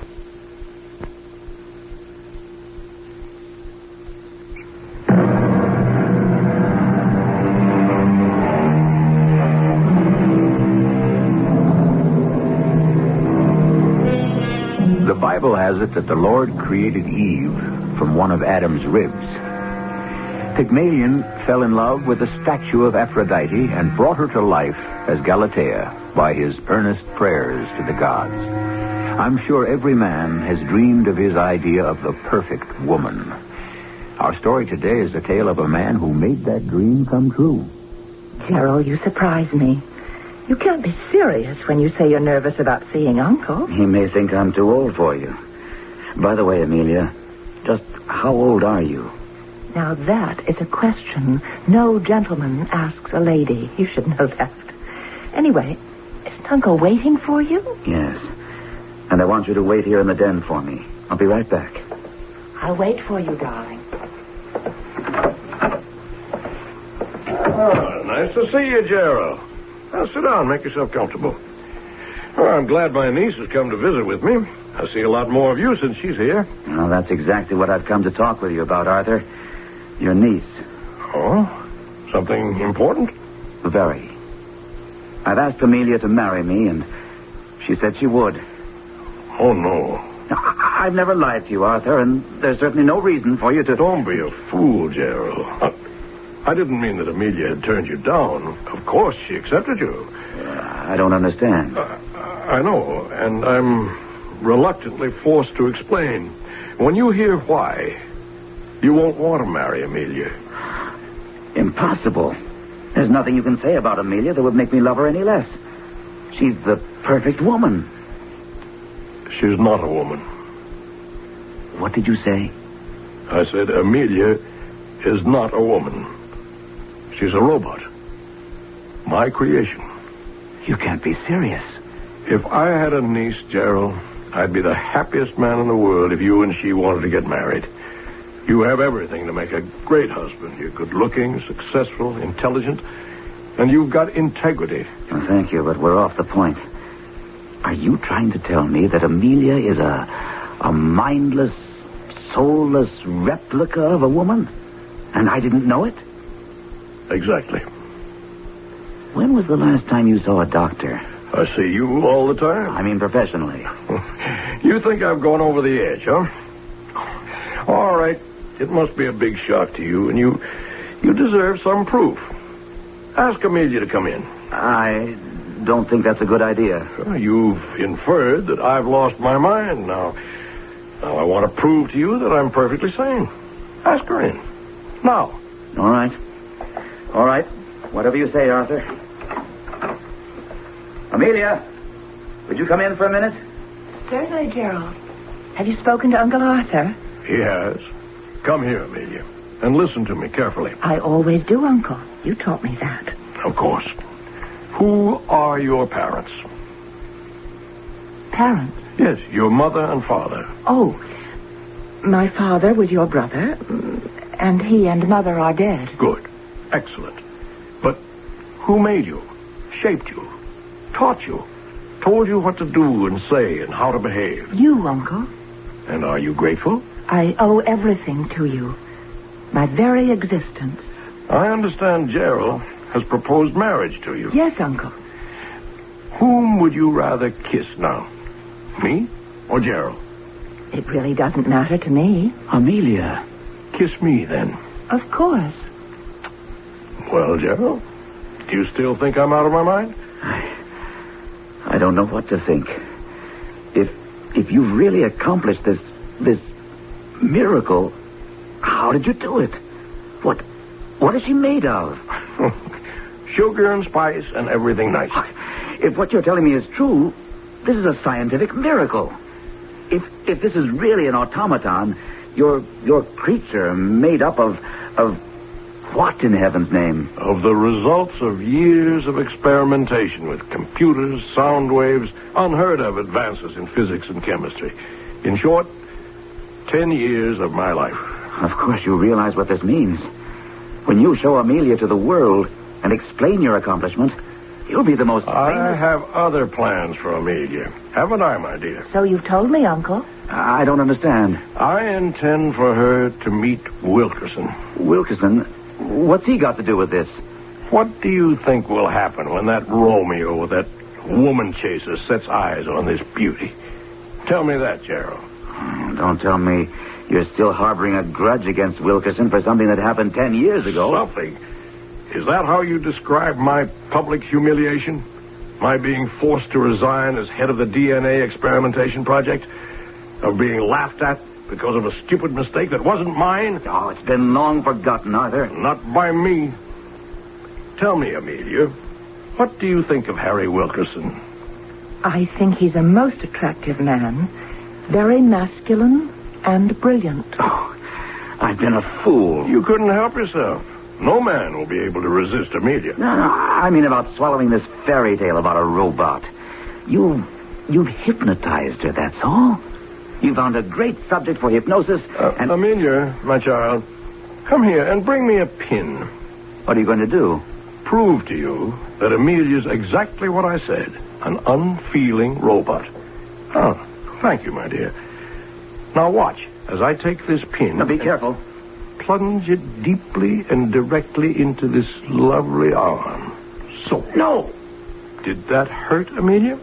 Of course not. Well, Gerald? She still could be hypnotized. Then she'd feel no pain. Correct.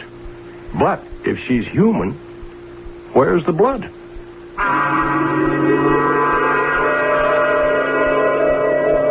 You all right, Gerald? Would you like some brandy? No. Nothing, thank you. But I would feel better if you sent Amelia out of the room. Of course. Amelia? Certainly, Uncle. I'll be in my room if you want me. A computer? I fell in love with a computer. Oh, come on, Gerald.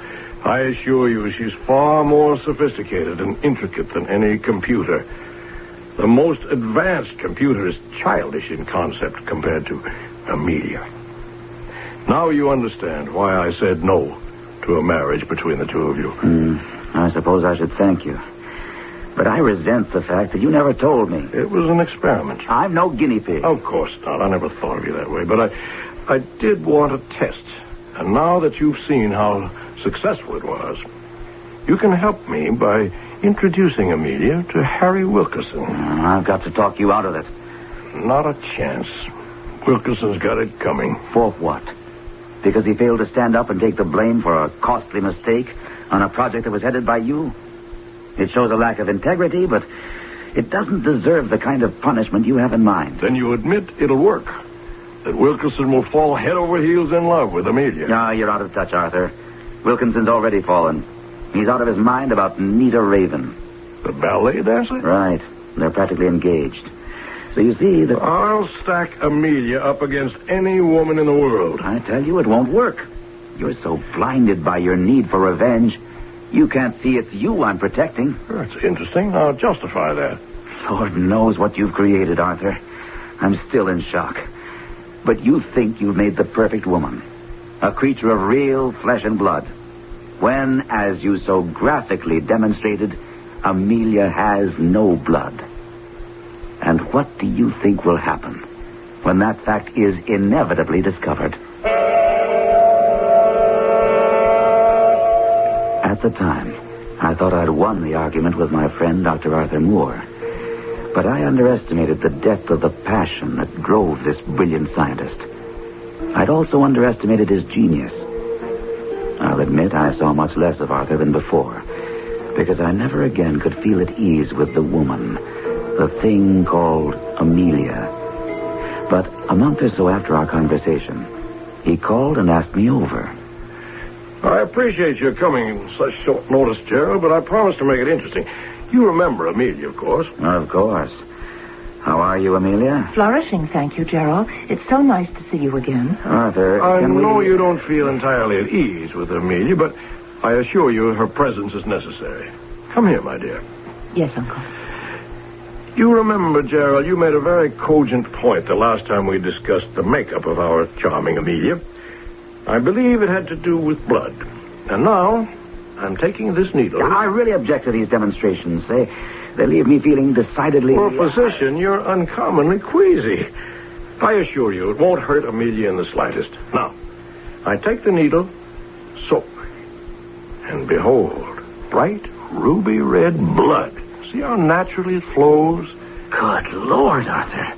What have you done? Eliminated the last obstacle standing between Amelia and her introduction to Wilkerson. Go put a bandage on that, my dear. Gerald and I have to talk. I will, Uncle. Is that real blood? Certainly. Would you care to take a sample for testing? No, I'll take your word for it. How in heaven's name did you do it? I'll make a bargain with you. You promised to introduce Amelia to Wilkerson, and I'll tell you how it works. I've told you, Arthur. I don't want any part of this. Wilkerson's engaged. It's definite. He gave Nita a ring, and the date for their wedding will be announced any day now. What's an engagement or even a marriage to a man like Wilkerson? The minute he sees Amelia, he's going to... Suppose I tell him the truth. I'm going to ask you not to. What I revealed to you was given in confidence, and to save you from humiliation. You at least owe me the favor of keeping quiet. But if this deception would... You owe Wilkerson nothing. And if he's really, sincerely in love with this Nita Raven, he won't do anything about Amelia. But if he does, doesn't he deserve to be taught a lesson? Well... I want your solemn promise that you'll keep this a secret between us. Well? All right. I promise. It's so easy to look back on things you've done and say you shouldn't have done them. But at the time, it didn't seem that too much harm could come from this mad scheme. I also thought that Arthur would have some difficulty in arranging a meeting between Amelia and Wilkerson. I found out quickly I was wrong. We live in a university town. The university has a large and extensive library, but there's also a smaller private library reserved for the use of a small group of scientists. It was there that Wilkerson first saw Amelia. Now, tell me what a beautiful young lady like you wants with that complex scientific treatise you have there. You must have brains equal to your beauty. Thank you for the compliment. But I'm taking this book from my uncle, Professor Moore. Professor Moore? My old boss. Really? Oh, yes. We worked together on a project some 10 years ago. Let me introduce myself. I'm Harry Wilkerson. And I'm Amelia Burke. You left something out. I don't think so. An adjective? You should say the beautiful, No. The ravishing Amelia Burke. I'm afraid you're an incorrigible flatterer, Professor Wilkerson. Harry. And I'm Amelia. Amelia? I need your help. I beg your pardon? I desperately need help. I absolutely must have some refreshment and some female companionship. Or I shall open my mouth and scream and be barred from this library forever. Oh, we certainly can't let that happen. Can we, Harry?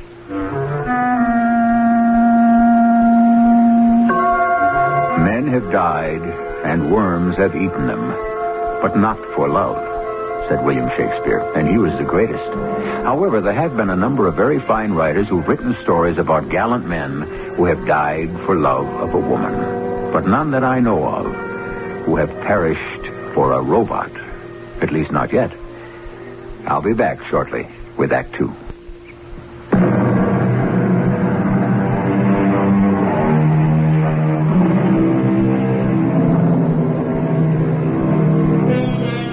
Femmes fatales abound in history and literature. They all have one thing in common.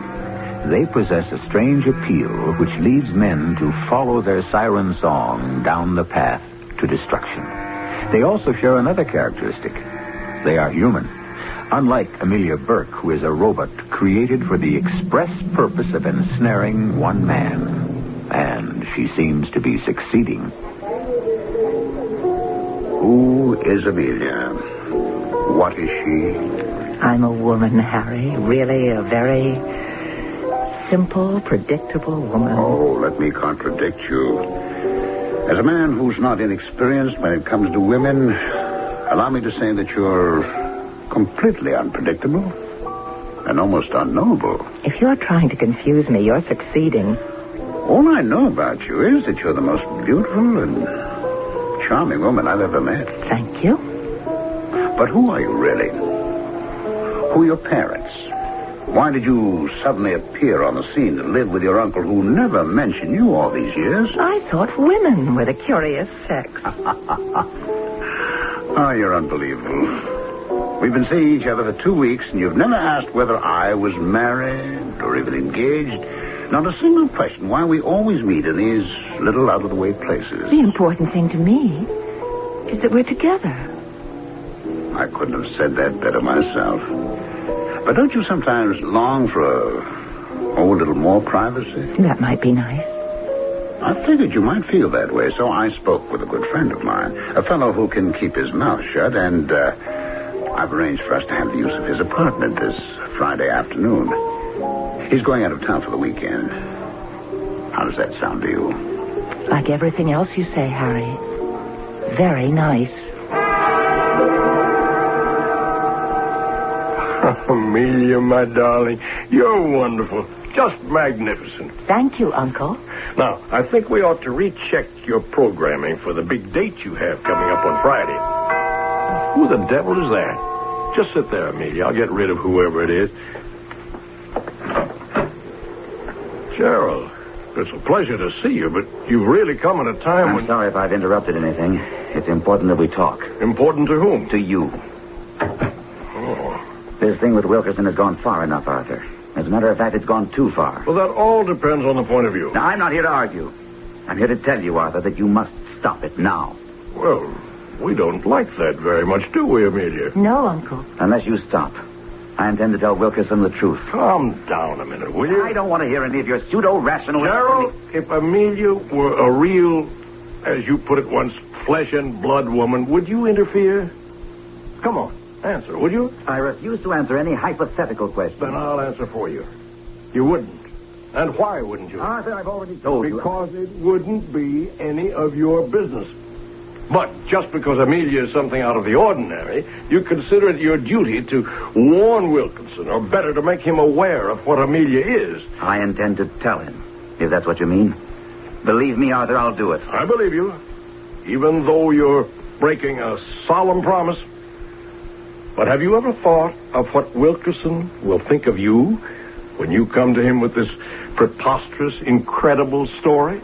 I'll make him believe me. You know better. And what's more, I'll see to it that Wilkerson will think you're jealous. that you want Amelia for yourself.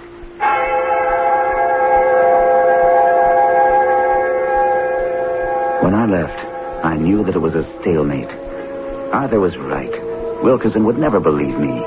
But I was determined to do something. The problem was, what? When I was racking my brains for a solution, Amelia was pushing ahead as programmed. Amelia, why did you call and have me meet you here? Isn't this a good place? Out of the way and discreet? No, that's not what I meant. We had an appointment. Sit down, Harry. I think we have a lot to talk about. Whatever you have to say could be said better at the apartment. I'm sure you think so, Harry. You've changed. What is it? Has something happened? How is your fiancée? Her name is Nita Raven, if I am not mistaken. Oh. Well, I knew it had to happen sometime. It was too good to lie. Now you understand why I didn't come to the apartment and why I won't go to the apartment. I didn't know you were engaged. I am. And her name is Nita Raven, but that doesn't mean I'm not interested in other women, particularly someone as fascinating as you. Does Nita know about me? Of course not. But it's all right for me to know about Nita? I didn't tell you about her. Why not? Because you're too important to me. I was afraid that what's happening right now would have happened much sooner. Nothing's happening.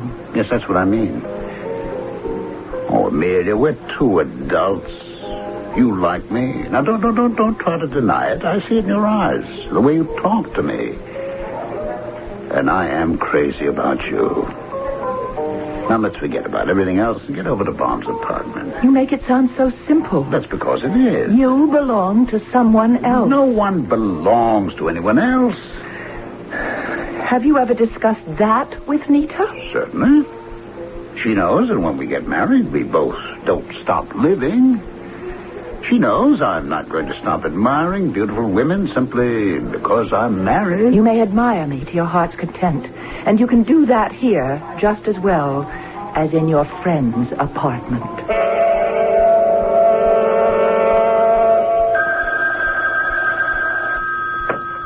Hello? May I speak with Amelia, please? Who's calling? Harry Wilkerson. Oh, Harry. I'm sorry, but Amelia Professor doesn't want Moore, to... please forgive me. We've had our problems in the past, but I'm going to ask you for a favor. Please, get her to come to the phone. Harry, I really don't want to interfere with my niece's life. And I also don't have that much influence. Well, what harm can there be? I just want to speak with her. All right, Harry. I don't promise anything, but I'll see what I can do. Call back in 10 minutes. When he calls, Amelia, agree to meet him, and we'll proceed as planned.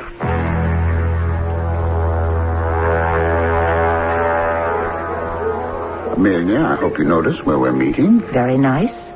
A pleasant change. You haven't thanked me for coming. Oh, you're something else. You really are. You refuse even to speak to me for 3 weeks, and then I finally get your uncle to bring you to the phone. Well, look, I've broken my engagement to Nita. Poor Harry. I don't want your sympathy. I want your love. My love has to be earned. Don't you think I've earned it? These past 3 weeks, I did everything I could to put you out of my mind, and look what happened. I don't know. Oh, I'd be driving to my laboratory. I'd see a blonde head in a taxi cab with another car, and... well, I couldn't wait to pass the car to make sure that it wasn't you. Do you know how many times I run across a street because I thought I caught sight of you on the other side? You sound angry. Well, I am. This never happened to me before. Not even with Nita? Let's forget about Nita, shall we? How did she take the news when you told her the engagement was off? I did not come here to talk about Nita. I'm here to tell you that we're having dinner every night this week and that we're spending the weekend at Lake Ferris. We're invited by some friends of mine who are anxious to meet you. I have plans for the weekend. Cancel them. I'm afraid I can't. Oh, really? I can break an engagement, but you can't even change an appointment? You seem to be under the impression that I asked you to break your engagement. Look, I think it's time we level with each other. You never asked me to break my engagement, but you made it perfectly clear that the only way we could have any relationship was if I gave up Nita. I was honest with you about my feelings. You can't fool me about yours. I know you're attracted to me. You going to deny that? No. I am attracted. All right, now we're making progress. I've broken a commitment, and I expect you to break... Why do you make this sound like a business deal? I thought you were more romantic. Well, I'm upset. I've never felt this way about any woman in my life, and at the same time, there's something about you that bothers me. I think you made a mistake.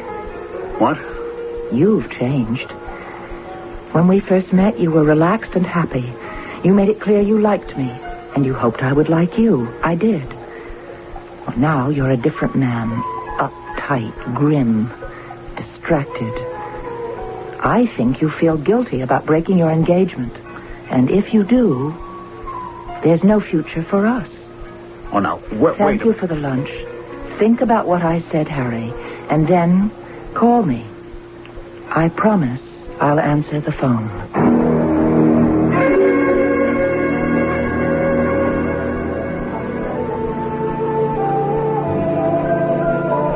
For someone so hung up on romance, you don't dance very close.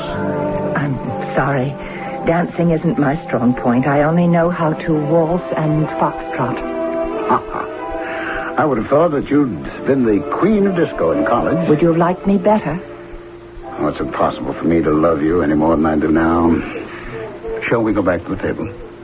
Oh, as you like. The Ferrises were disappointed they didn't meet you the other weekend. Tell them I'm flattered. I have a surprise for you. I love surprises. What is it? Here.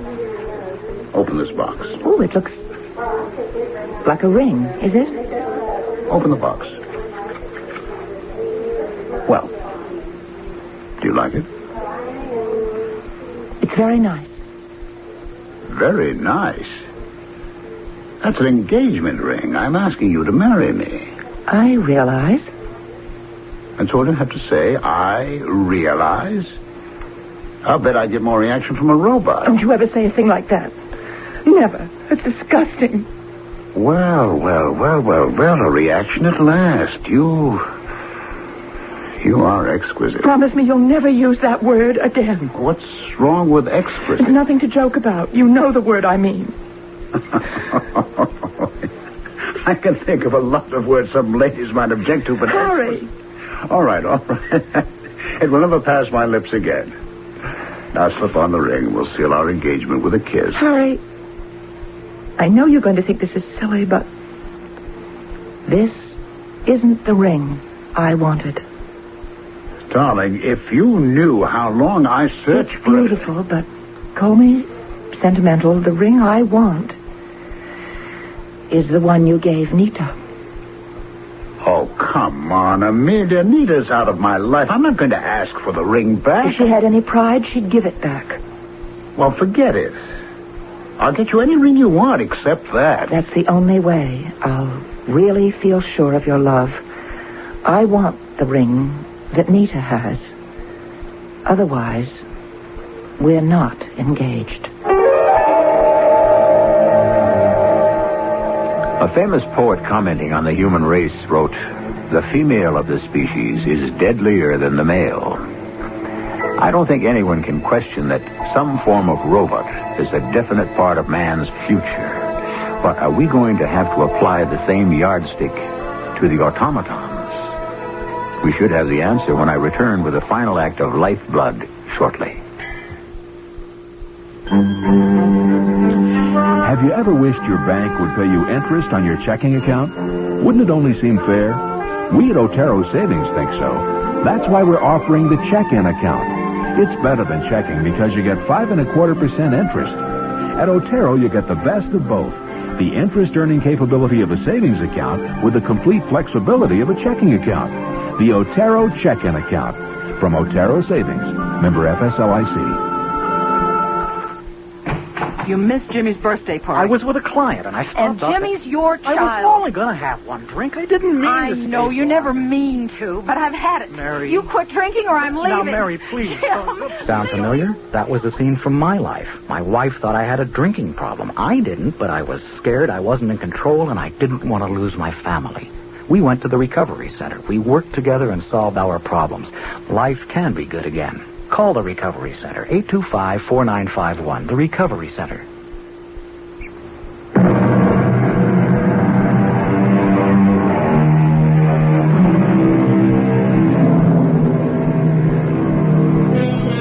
Perfection is the goal of many driven people. The fact is that absolute perfection is unattainable.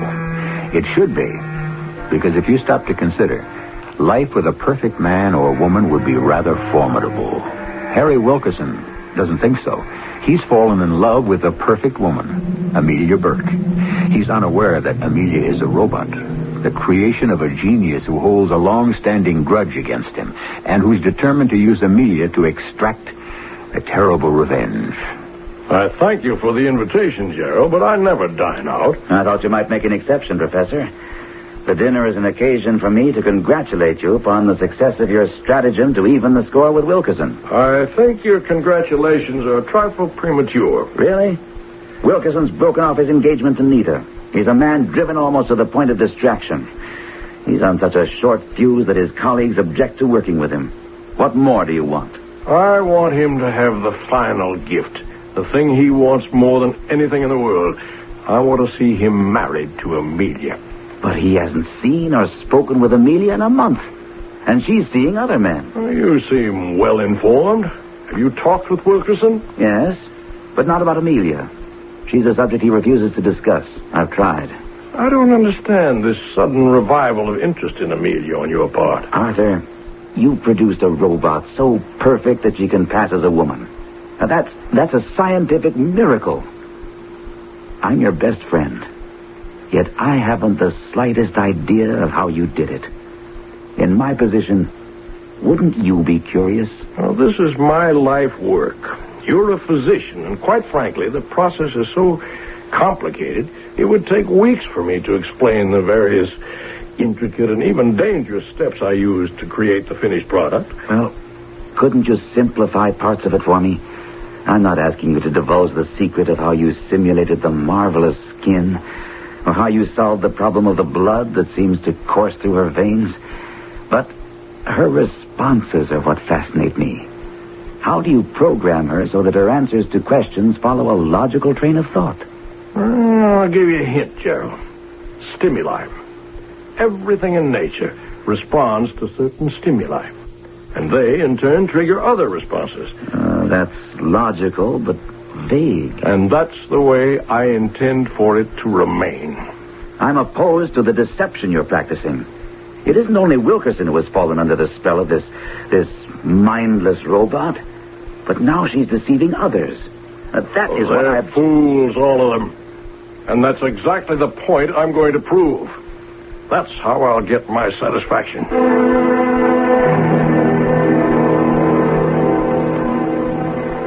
Of course, Arthur was right.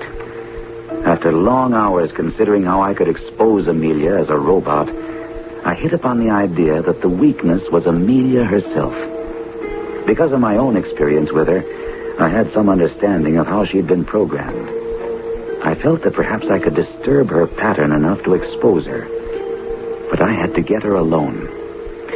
Arthur rarely went out. He monitored her phone calls. But I knew he would attend an important lecture on DNA and cloning the following night. So I called and got her permission to visit. It's so nice to see you again, Gerald. Have you missed me? How could I not miss such an interesting person as you, Amelia? You're much more interesting than I.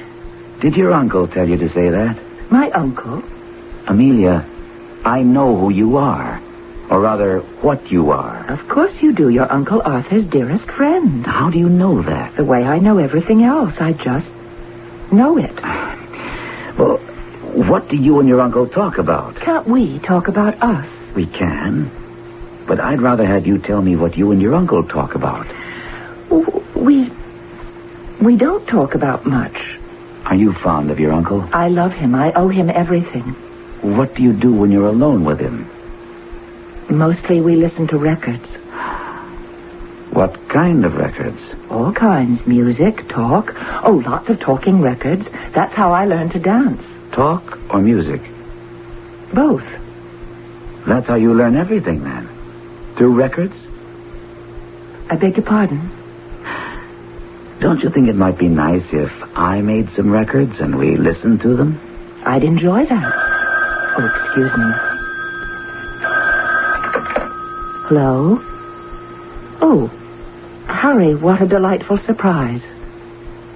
Of course I mean it. I mean everything I say to you.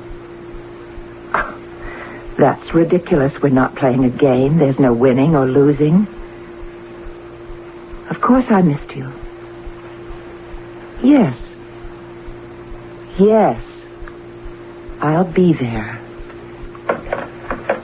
Was that Harry Wilkerson? Yes, and he has wonderful news. I'm sorry, Gerald, but I must leave now. I'm going to meet Harry. You can stay and wait for Uncle if you like.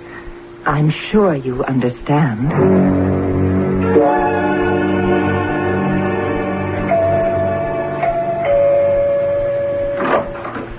Amelia, let me pinch you. Why? To make sure the dreams come true. Come in, come in. What a lovely apartment. I told you you'd like it. Oh, why the devil did it take you so long to get here? Think of what we've been missing. Think of the happiness we've lost that can't ever be. Don't you have something to show me? Huh. All right. Hold out your hand. There. That's what you wanted. Oh, yes. You know what's amazing? It even fits. Amelia, with this ring, I thee wed. Oh, Mid, I need you so desperately. When are we going to get married? Whenever you like, my darling. Well, isn't the lady supposed to set the date? Oh, I suppose so. I'll have to speak to my uncle. I wonder how he'll feel about your marrying me. He wants what I want and what's best for me. Oh, if you knew how I missed not seeing you this past month. I thought the loneliness would gradually disappear, but it only got worse.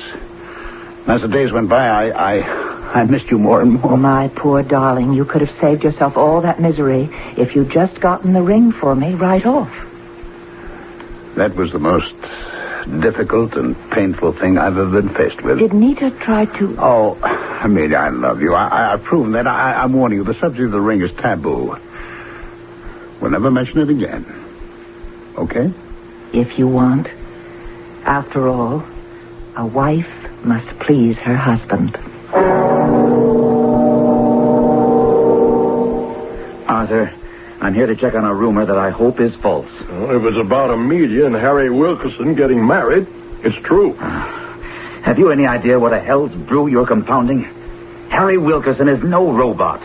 Whatever you may think of him, he's a human being with feelings and sensibilities. You're becoming hysterical. Wilkerson's forthcoming marriage to Amelia is none of your business.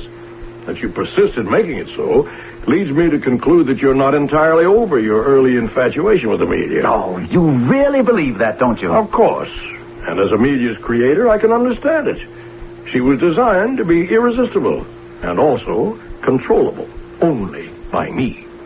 She was created to please men, and she has. Arthur, I implore you, as a friend, as someone who has your best interest at heart, give up this insanity. I know you're sincere, Gerald, but nothing you say or do will make me change my plan. And what happens when inevitably, at some time in the future, Wilkerson discovers the truth about Amelia? Now, that's an interesting speculation. I'm looking forward to that day. What do you suppose he'll do?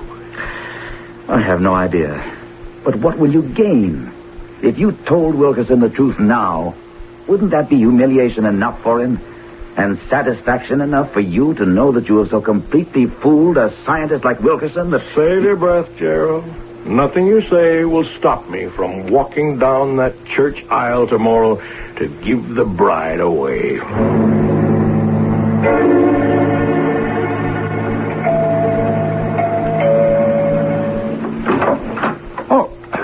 Gerald.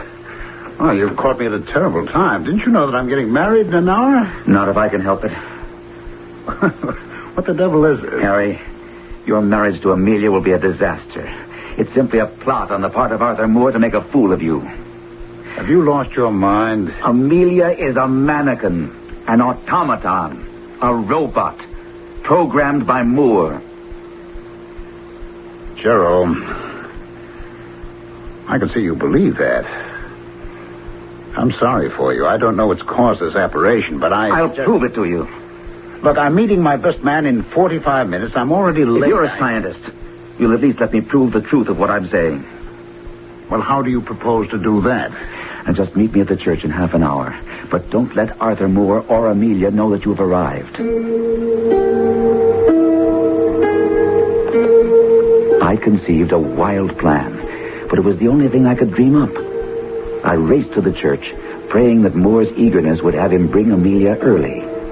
When I saw I was right, I stopped in the minister's study briefly, and then entered the room where they were.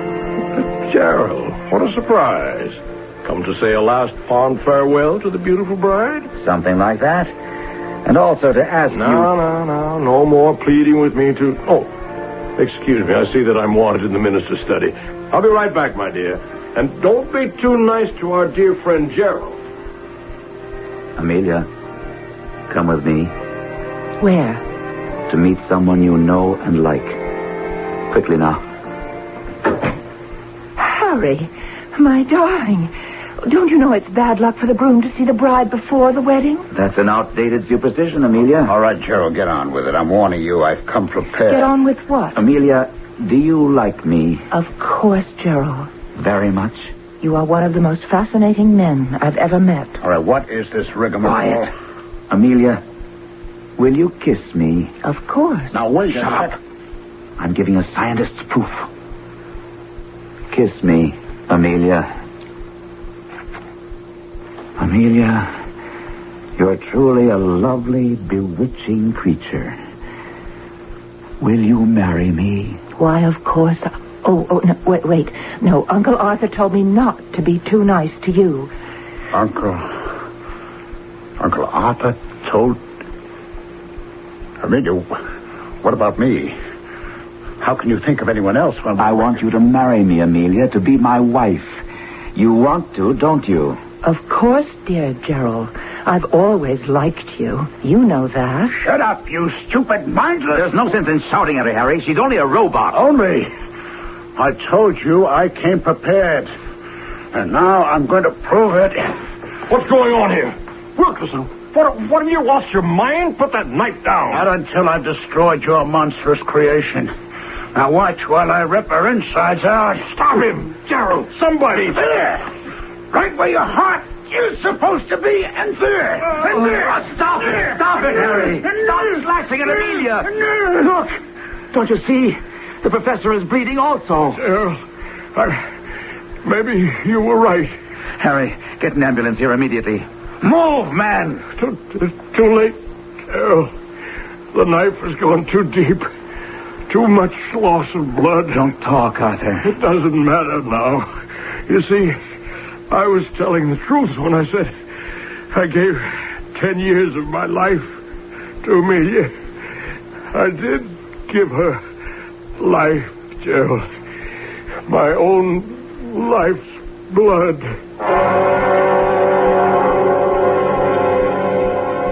The story never made the newspapers. When the coroner told the district attorney that Amelia was indeed a robot, the state felt there was no way they could prosecute Wilkerson for murder or even manslaughter. Until now, I've kept quiet. But I never stopped wanting to tell the story to the world.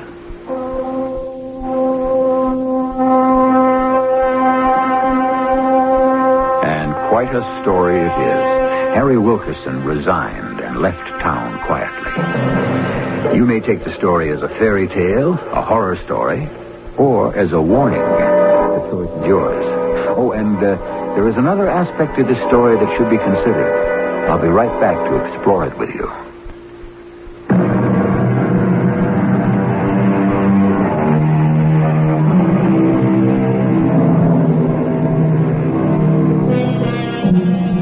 know that the district attorney felt the state couldn't prosecute Harry Wilkerson for the murder of a robot, but if it was indeed Wilkerson's knife that was responsible for the lifeblood seeping from Professor Arthur Moore, could that perhaps be construed as murder?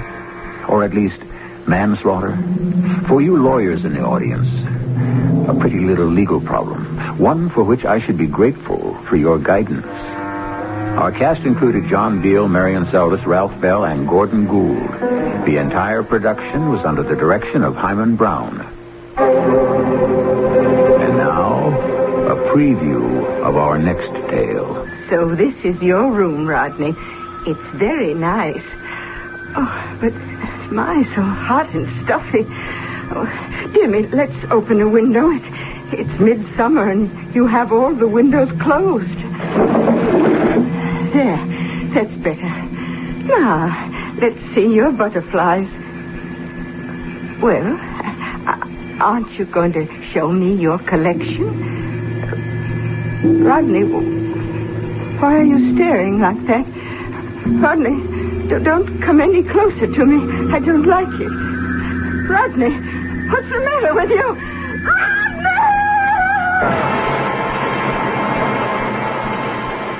This is E.G. Marshall inviting you to return to our Mystery Theater for another adventure in the macabre. Until next time, pleasant dreams.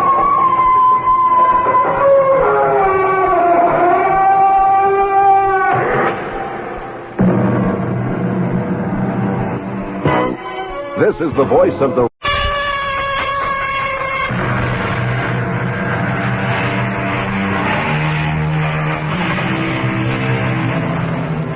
Come in.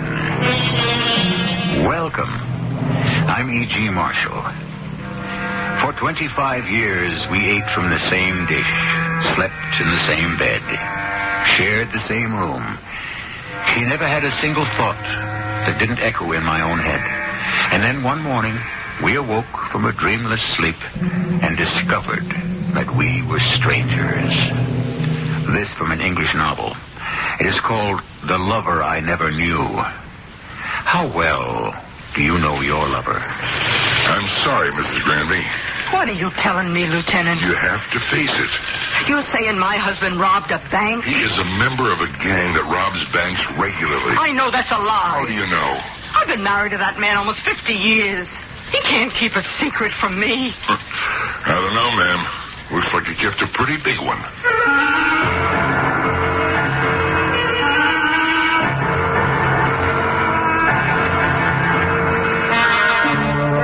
Our mystery drama, The Sweet Smell of Murder, was written especially for the Mystery Theater by Sam Dan and stars Bryna Rayburn. I'll be back shortly with Act One.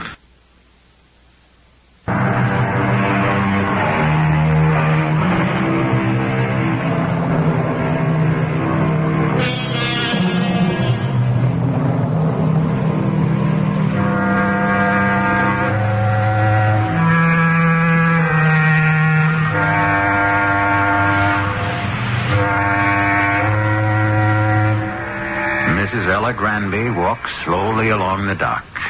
It isn't because she's 70. Oh, no.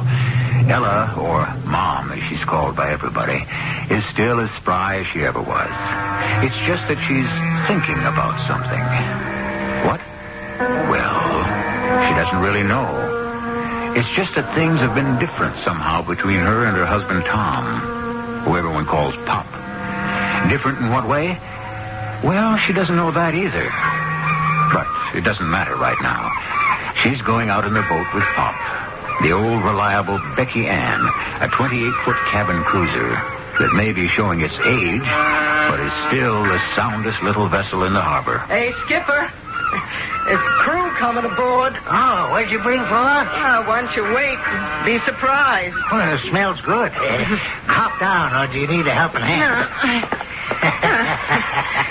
Still as spry as you was when you were 18. All right, cast off. Aye, aye, Skipper. And we're away. What's running, Skipper? Booze. Well, that'll be supper. Hey, come forward. I want to show you something. Oh, what is it? Take a look. Why, it's a brand new ship-to-shore telephone. Give that lady a cigar. I'm not surprised I'd smoke it, too. Where'd you get it? What kind of question is that? I bought it, naturally. I seen that model in the store, in Braxy's. It cost $2,400. Well, I've done a little better than that. I hope you're feeling chilly. You know that cashmere coat you always wanted? Look at here. All right, Thomas Taylor Granby, all right. Now, you just tell me, where'd all this money come from? Where? Now, you just give me the answer. All right.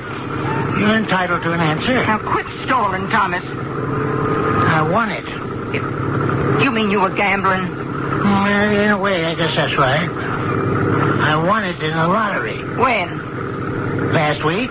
You never told me. That's right, I didn't. And why not? Well, I was afraid you'd want to do something foolish with the money. Something foolish? Huh. Yeah, like putting it in the bank, I suppose. Well, yeah, something like that. How much did you win? Quite a bit, you might say. How much is quite a bit? Now, there's no use pumping me, Ella. I'm not going to tell you. What are you saying? I decided if I told you, I'd destroy your peace of mind. You lay awake nights just worrying about it. But you gotta tell me. You can have everything your heart desires, but that's as far as it goes. This is going to be my secret. Now, we never had any secrets from each other. I figure it's about time we started. Now, Thomas, I'm not about to accept this from you. Oh, what you want to do? Some silly arguing or some serious fishing?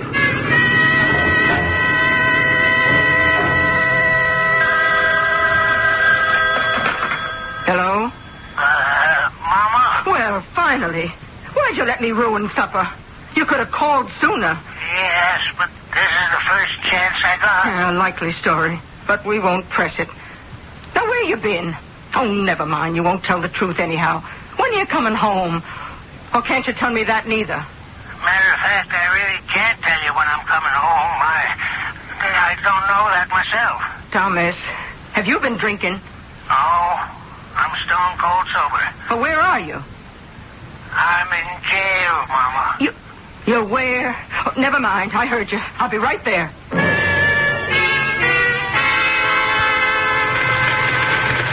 Yes, ma'am? Want some help? No. I was told to look for Lieutenant Sims. That's me. You, Mrs. Granby? Yes, sir. Well, why don't we just sit down for a minute here? Oh, where's my husband? He's being held. And what does that mean? Mrs. Granby, what do you know about all this?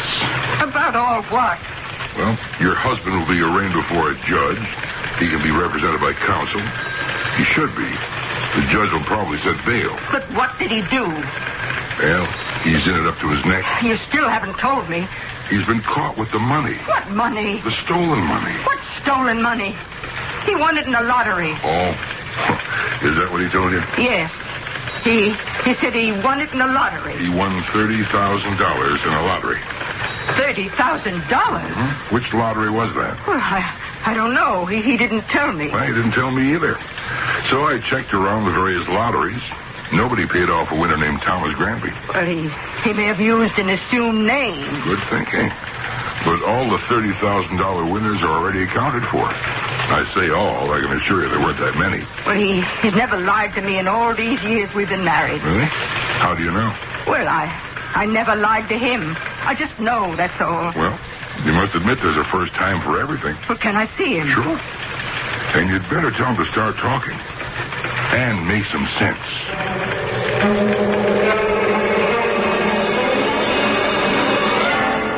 I know what you're going to say. But I don't know what you're going to say.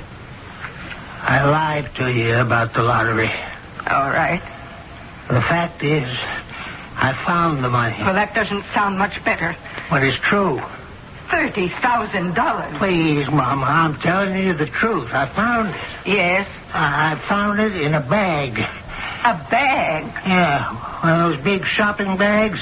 You know the kind you get at milk sacks? Yeah, but where did you find it? I found it on the dock. All this money in this big paper bag on the dock? Yeah, I came across this bag, and I couldn't imagine what was in it. Maybe garbage. I looked inside, and it was just packed with these $10 bills.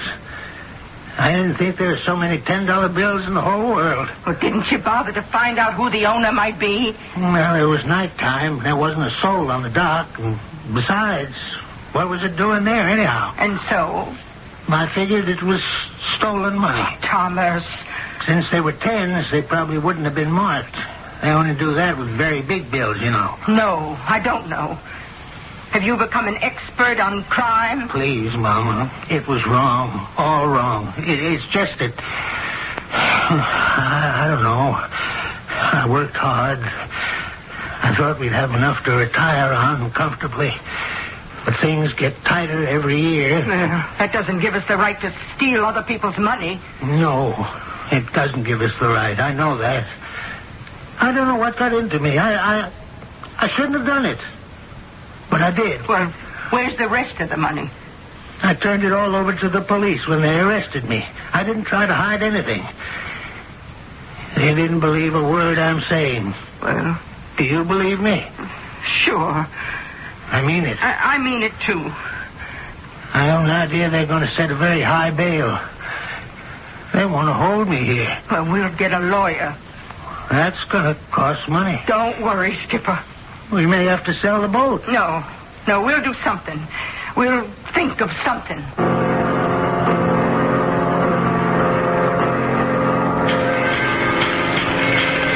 Okay, Granby. You want to talk about it?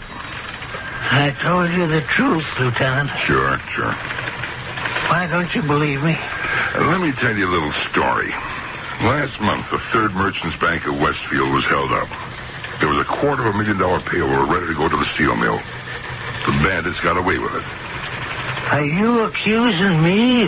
There were 4 men who did the actual stick-up. The 5th man was in the car. That one was you. It was not. The $30,000. That was your piece. You're quite a guy with a wheel, aren't you? Yeah, but Lieutenant, I never What did you do before you retired? You were a chauffeur, weren't you? You've been driving cars professionally all your life. Well, that's true, but And all the money had been registered. Your pals knew about it. So far, yours is the only dough that's come to the surface. Lieutenant, I know it looks bad, but I'm innocent. Mm-hmm. Then how do you account for the money? I told you. I found it. Yeah. Well, at least get yourself a better story.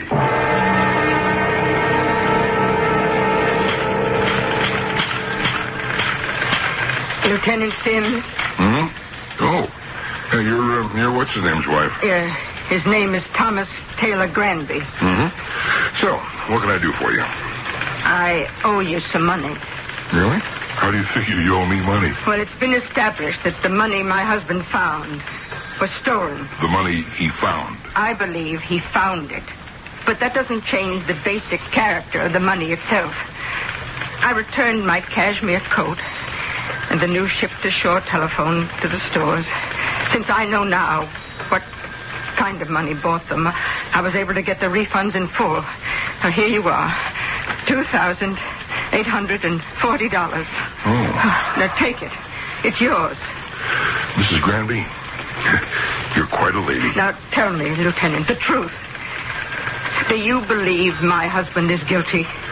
Mrs. Granby, I don't want to hurt your feelings, but the answer is yes. I see. Mrs. Granby? Mrs. Granby, you all right? Are you feeling all right? Well, do you mind if I just sit down sure, for a here, minute? You're right here. Just right in this chair. That's it. There you are. Take it easy now. Yes. Here, let me get you a drink from the water cooler. No, I don't want to put you to any trouble. And the trouble is just right over here. There you are now. You take some of this. Oh, yes. Maybe Thank like you. a cup of coffee instead, huh? We always have some going around here. No, thank you. All right. You okay now? Yes, I think so. Hey, look, I'm sorry. It's my fault. Your fault? Well, I shouldn't have come out with it, bang, just like that. when you asked me if I thought he was guilty. Oh, you were only telling the truth, weren't you? Well, after all, I had no right to say it. A person is innocent until he's proven guilty by a court of law. I guess sometimes we sort of forget that. Yes, but you believe he's guilty. Now, look, I've got opinions. Yes. And they're based on experience, but it doesn't mean I have to be right all the time. But are you usually right? You know, it's a hot day out there. See, maybe I could fix it up to give you a ride home. Home? No, I don't want to go home. Oh? Okay, whatever you say. I'm afraid to go home. Afraid of what? Of myself. Why would you be afraid of yourself? Well, I'm afraid of what I'm starting to think. Very much afraid.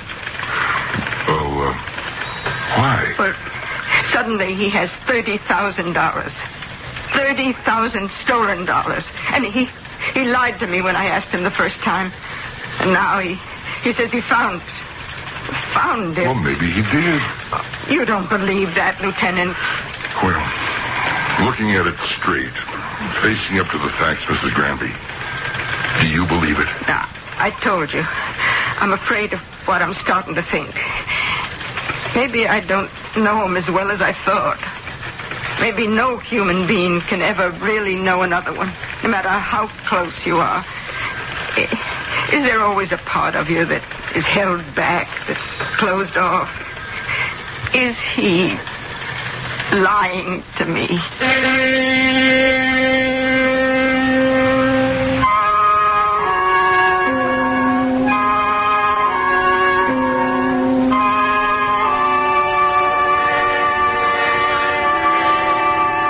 Is he? Who knows at this point? Certainly it's a far-fetched story, Pop tells us. But the world, the real world, is crammed full of far-fetched, unlikely stories. Pity the poor writer of fiction. How he labors to create a fairy tale in a world of fantasy, when all the time, in the real world, all around him, happening every day, are true stories that are absolutely beyond belief. I'll be back shortly with Act.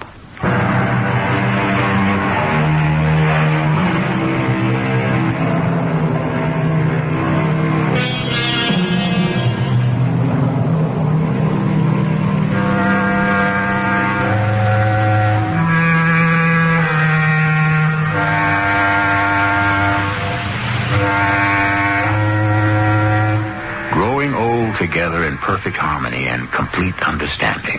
This has always been the dream of couples who are in love.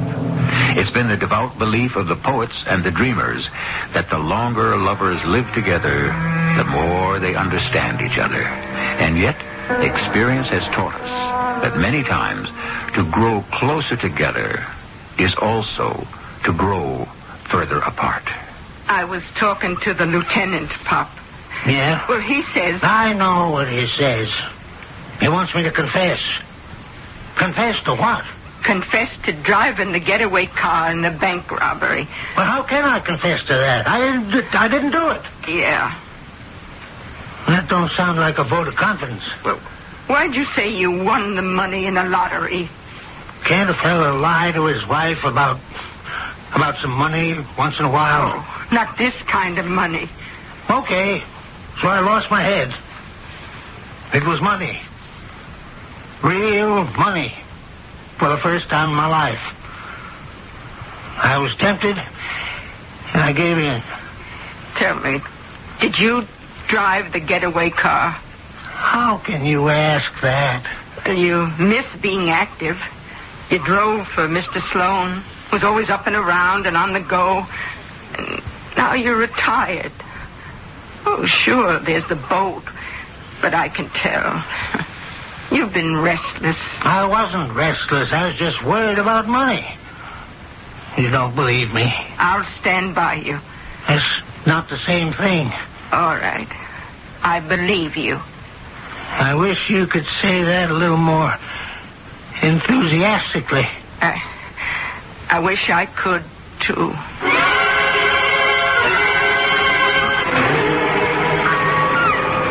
Hello? Oh, hey, it's the lieutenant. Hi, can I come on board? Are you wearing sneakers? No. Take your shoes off. Okay. Hey, nice little boat. After me, it's his pride and joy. Or maybe I come after it. I wonder if you'll ever see her again. Well, it depends. On what? On whether or not someone can convince him to see reason. That someone I can bet is me. Mm-hmm. Yeah, it has to be you. I couldn't. Oh, what do you want him to do? Confess? That's the least of it. See, it doesn't really matter if he confesses or not. We've got him with the money and no way to explain it. So he can sit in jail for the rest of his life. What do you want him to do? Talk. Tell us who his buddies were. Oh. That's how most crimes are solved. You get one of the perpetrators, then you deal with him, and he gives you the evidence you need to bag the rest. Usually a fellow like that can make a very good deal for himself. How good? Well, if there isn't any murder involved, and in this case there isn't, such a fellow can practically walk away from it. You mean he can go free? Mm-hmm. That or a very short sentence. And it usually gets suspended. Now, if your husband gave us the other people, he could be back on this boat before you know it.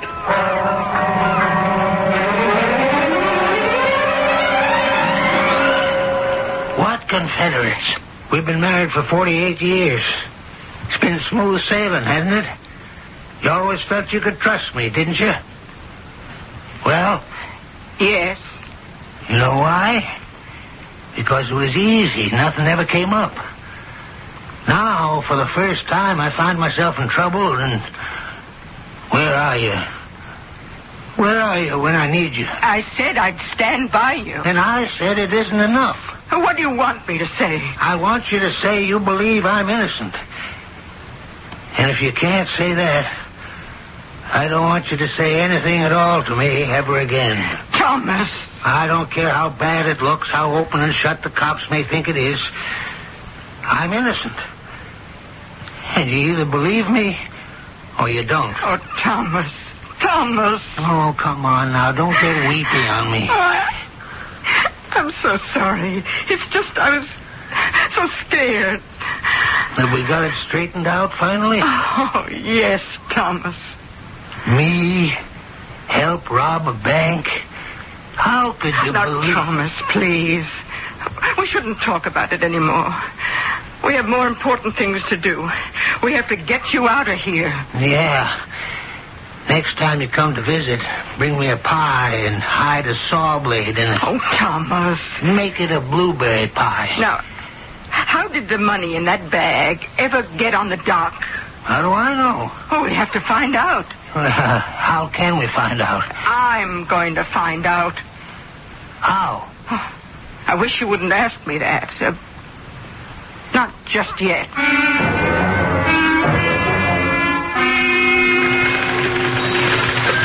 How did the money get on the dock, Mrs. Lieutenant? Granby, I know what you're going to say. It didn't get on the dock.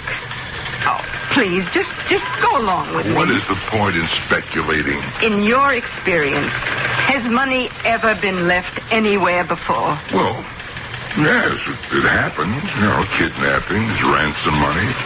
But there's no case of that current that I know of. What else? Oh, payoff?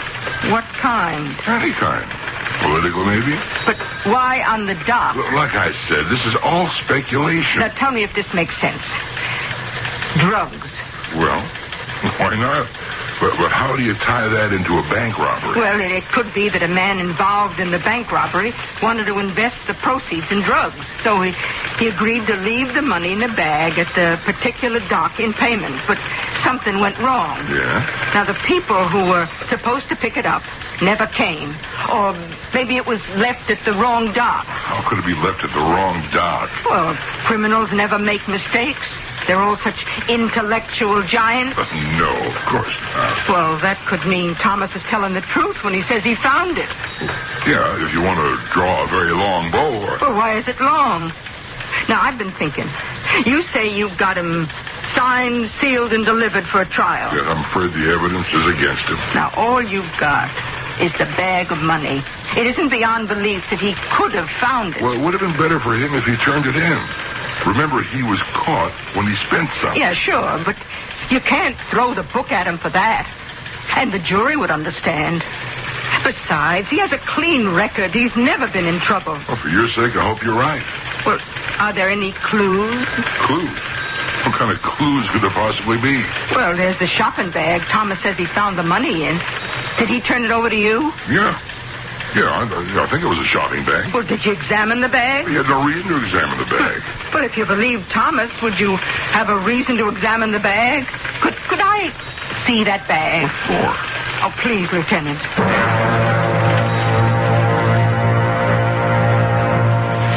Millsaps. That's right. That's what Thomas told me. Now, why would this person put the money in a shopping bag from Millsaps? Why? Well, because it was handy. Is it handy? Would it be handy to you? Does your wife shop in Millsaps? Oh, not on the money I make. Well, who does shop in Millsaps? People like the Sloanes. Thomas and I were in service. I was housekeeper and he was chauffeur. Do you know the kind of people who shopped in Millsaps?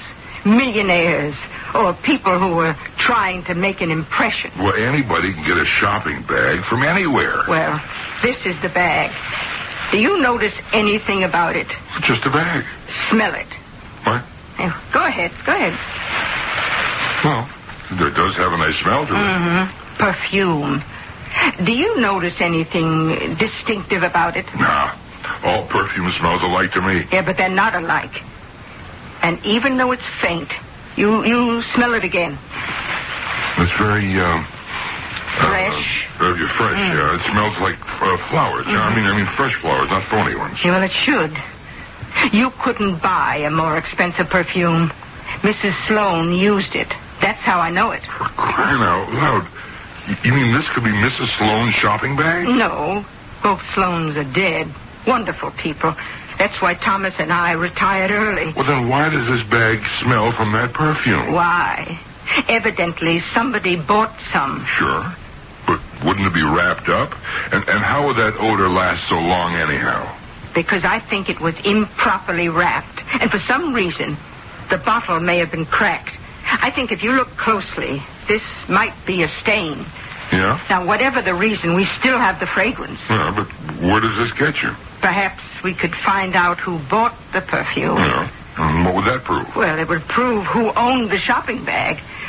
Oh, please, Lieutenant, you must admit there could be something to it. The name of the perfume is Fleur de Nuit. Look, it doesn't add up to anything. Maybe. It all depends on who is doing the figuring.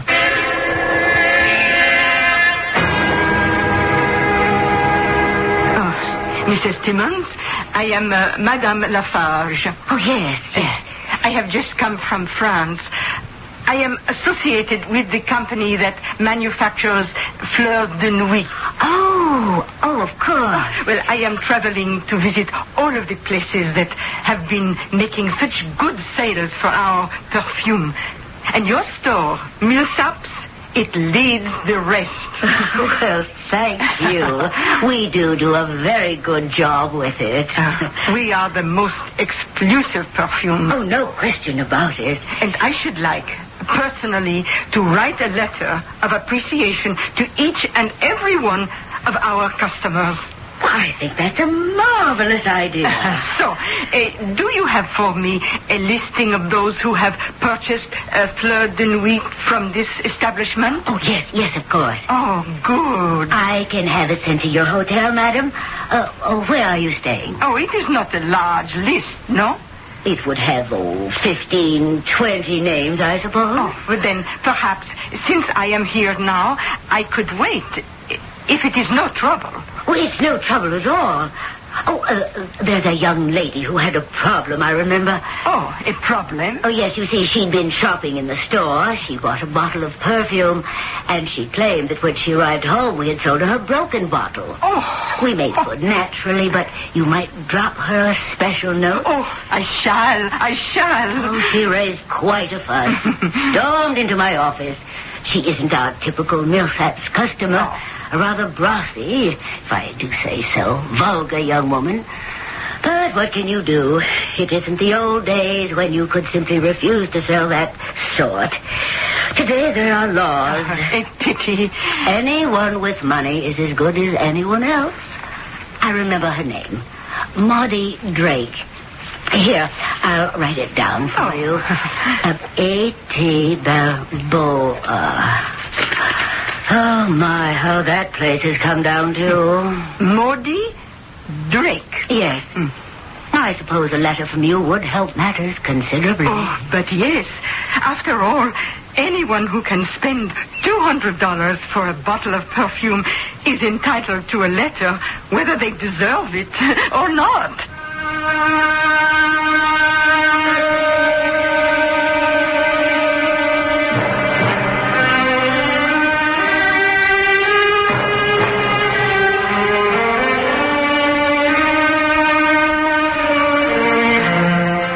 And so, here we see Mom in action as, of all things, a detective. Of course, she doesn't have a license, which could get her into trouble with the law. And she doesn't have experience, which could get her into trouble with the underworld. It is this type of double jeopardy that we shall follow in Act 3 shortly.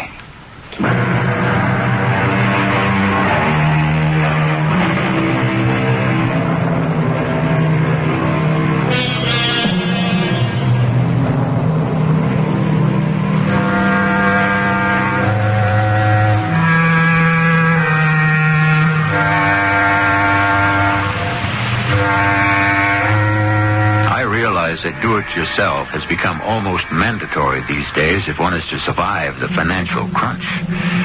We have more and more people learning how to cope with their autos, appliances, plumbing, electricity. However, it's one thing to be a do-it-yourself house painter. It's quite another to be a do-it-yourself detective. Yeah? I am Madame Lafarge. So? I am a directoire in the Fleur de Nuit perfumes. Oh, sure. Well, come on in. Oh, thank you. No, I am told you had the most unfortunate experience. Oh, yeah. Well, the store made it good. Oh, I am so happy. I mean, I had to straighten out that dame. The one in the store. Oh, then there are no more complaints. No. Everything's A-okay. Oh, may I ask, why do you purchase Fleur de Nuit? Because it is the most expensive perfume you can buy. Oh. You see, Madame, I learned a lesson. Mm-hmm. You want a man to have respect for you? He's got to treat you to the best. Mm-hmm. Well, that's why I live in this apartment. You couldn't pay more for one like it. My clothes, everything. And that is why you buy things in Millsap's. Because it is the most expensive store in town. Oh, good. It is a philosophy of life that has its points. Well, thank you very much. And I hope you will continue to enjoy Fleur de Nuit. Until they come up with one that's more expensive.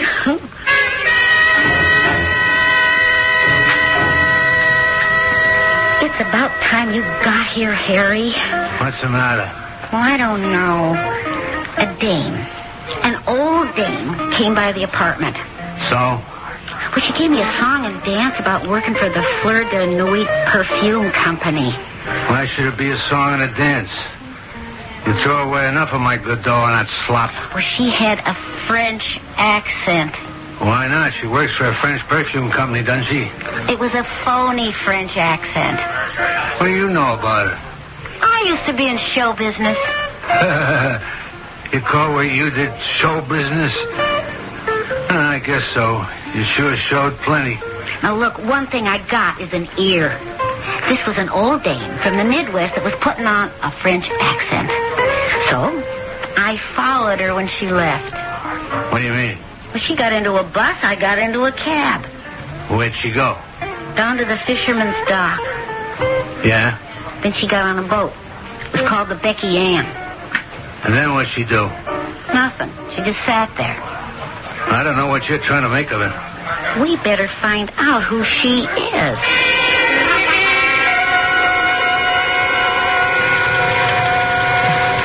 Lieutenant Sims? Oh, yeah. Come in. Sit down. Oh, thank you. Now, tell me, who's Maudie Drake? What do you know about Maudie Drake? Oh, nothing. Do you know anything about her? Why? Oh, that shopping bag? Yeah? Now, I traced it to a Miss Maudie Drake, 80 Balboa. What do you mean you traced it? How did you trace it? Well, I went to Millsaps. Yes? And they told me that the shopping bag must have been used by a Miss Maudie Drake. Well, no, I deduced that. You did? Well, how? Well, they told me she had bought a bottle of Fleur de Nuit perfume that turned out to have been broken. They told you that? Yeah. Now, the lady who was the manager told it to me. Yeah? What made her tell you that? I mean, how did the subject happen to come up? Well, you see, I told her that I was a representative of the perfume company. I wanted to write a letter of appreciation to all of our customers. Now, one thing just led to another. You're saying that you went in there under false pretenses? Now, if I'd have gone there under true pretenses, she wouldn't have talked to me at all. Well, what you did was illegal. You impersonated I didn't impersonate a police officer. Now, look, you just can't do this. Well, you're not doing anything. At least I located the bag for you. All right. I just hope you didn't do anything else. Well, I went to see Miss Maudie Drake. You what? Miss Maudie Drake at 80 Balboa. This girl, this Maudie Drake, runs around with some very tough people. Well, I assumed as much. But you just can't do things like that. Why not? Because you're not a police officer. Suppose she saw through you. For what reason? Look, these are tough, smart people. They suspect anything, everybody. How good was your French accent? Oh, well, it was good enough to fool Mrs. Timmons at Millsaps. Yeah? Well, I can only hope it fooled Miss Maudie Drake.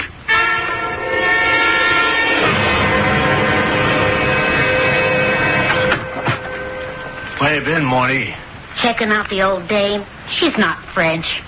Okay, she doesn't have to be. It's part of her act for a job. Look at all these guys that work in French restaurants. See how they put it on. Her name is Mrs. Ella Granby. Yeah? You never heard it before? Granby. Why is it familiar? Her husband picked up your dough that night on the dock. Wait a minute. Yeah, wait a minute. You left it there for Leo to pay for all that grass. But stupid Leo goes to the wrong pier. So that's who she is, huh? What's she poking around for? She's telling the cops her husband found the dough. She's trying to prove he's telling the truth. How'd she ever find you? The bag. The one you left the dough in. It's just a shopping bag. How could she trace it? It's not just a shopping bag. It's from Millsaps. Why did you have to use that? It was the only one in the house. And why did you have to insist we should buy that marijuana with the dough? Because the dough is hot. What else could we do with it?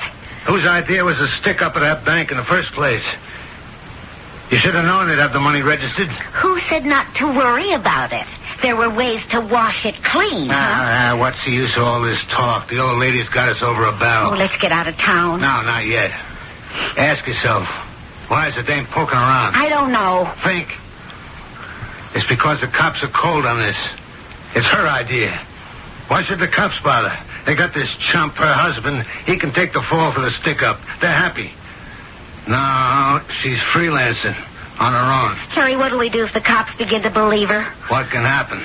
Well, the cops will know I bought perfume in Millsaps. Yeah, and then what? Well, that'd mean I had a shopping bag like the one the money was found in. Yeah, so? Well, you and me, we're tied to it. Listen to the DA, will you? This is a trial now. Ladies and gentlemen of the jury, money from the bank stick-up was found in a shopping bag from Millsaps. Oh, Harry. It is a known fact that Maudie Drake buys her stuff there. Ergo and to wit demonstrandum, this proves that Maudie Drake and her paramour, one Harry Watts, are guilty of the crime. Now, what jury would believe that, huh? We gotta get rid of her. All we have to do is sit tight. Harry, all I know is this old dame was smart enough to find me. Therefore, she's got to be smart enough to convince the cops sooner or later.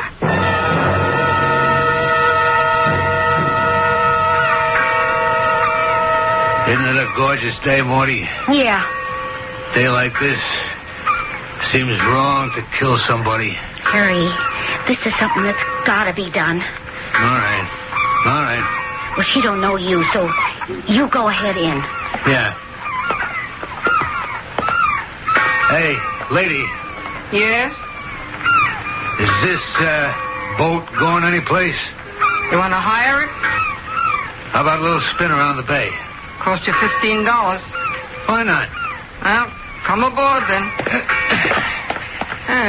You want to take those heavy shoes off, huh? Oh, yeah, sure. Ready to go? Just hold it a second. What are you waiting for? We're waiting for me. Oh. How do you do, Madame Lafarge? Just keep the engine going, please. And head out. What do you want? The way it is, your husband's got to be guilty of the bank holdup. And we can't have you freelancing around till the cops finally get wise. Well, what makes you think they're not wise now? You wouldn't be running around playing amateur Sherlock. Oh, no. You're in it all by yourself. So, you folks robbed that bank, huh? A little bit of help from a few friends. I guess you wanted to use some of the money to buy drugs. And, you got your signals mixed. Am I right? You're really a very intelligent lady. I'm sorry we have to make this trip. Oh, what's going to happen to me? Looks a little rough. You could fall overboard. Everyone knows I can swim. Well, we could arrange something to take care of that. I'm sorry, but that's the way it is. Now, let's see. You confessed to robbing the bank, huh? You threatened to kill me and throw me overboard. Like I say, I'm sorry. I don't go around looking for this kind of thing. So, now, everything you said is part of the record. What record? Well, all boats keep records of everything that happens. Or they should. It's called a ship's log. Now, mine is being kept by a crew member who's just below.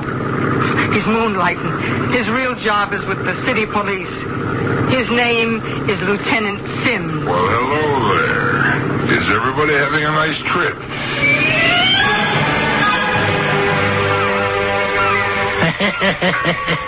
I thought I knew everything about you. But look, all this time you were an actress. You're also a detective. And you kept it all hidden. That's right. I guess it's just as well that we don't know everything about each other. Is there something I don't know about you? All these years, I wanted to be a crook. Is that true? Real smooth, gentleman type of crook, you know. Well, you sure kept it hidden. Well, it's one of those things you toy with. But that night when I saw the money, and I thought it could be all mine, well, there was my life's ambition. Aren't you ashamed of yourself? I'm lucky. What kind of crook could be successful if he's married to a detective like you?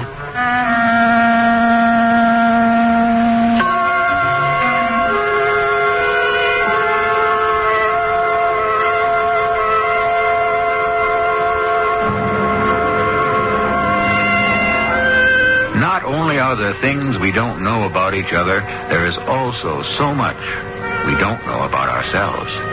What is it that we really want to accomplish? Who is it that we really want to be?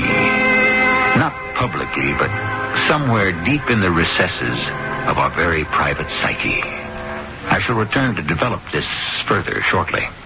Hello, this is James.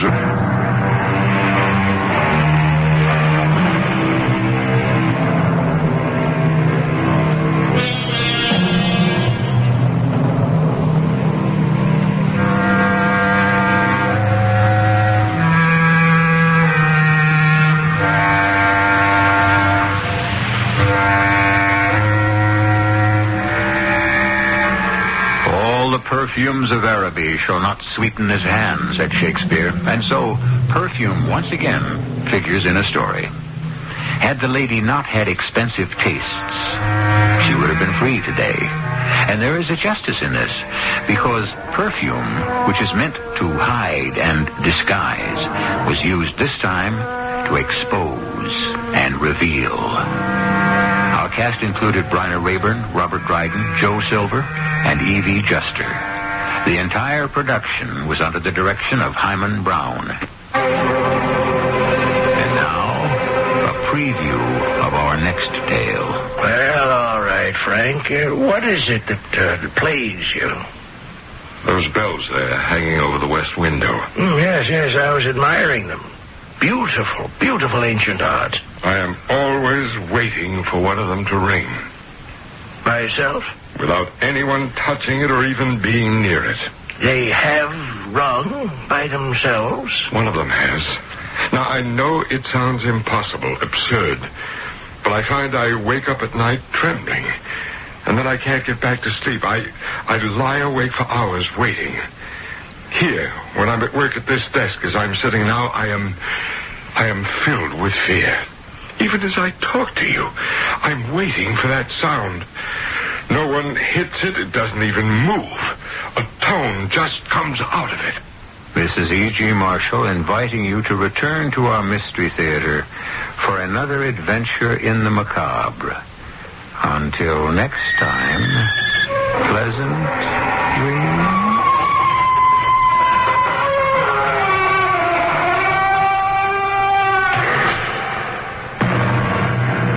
Thanks for joining us for the WAKR Radio Mystery Theater. We hope you've enjoyed tonight's mystery and that you'll join us again tonight at 11:15 for the WAKR Radio Mystery Theater. Tell your friends about the best in radio drama, exclusively in Akron, Canton, on 1590 WAKR. Until Radio Mystery Theater presents...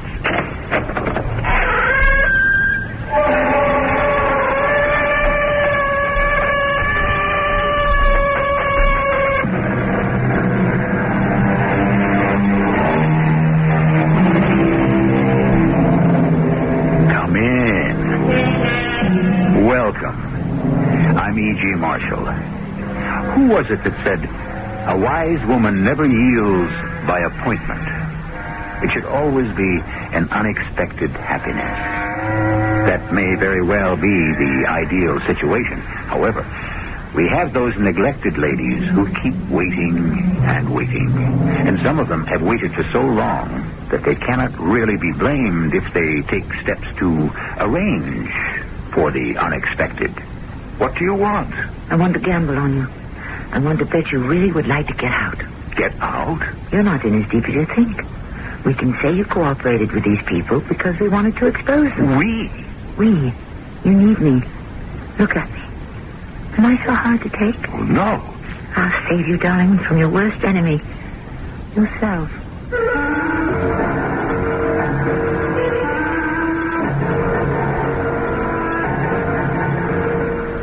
Mystery drama, The Old Maid Murders, was written especially for the Mystery Theater by San Dan and stars Tammy Grimes. I'll be back shortly with Act One.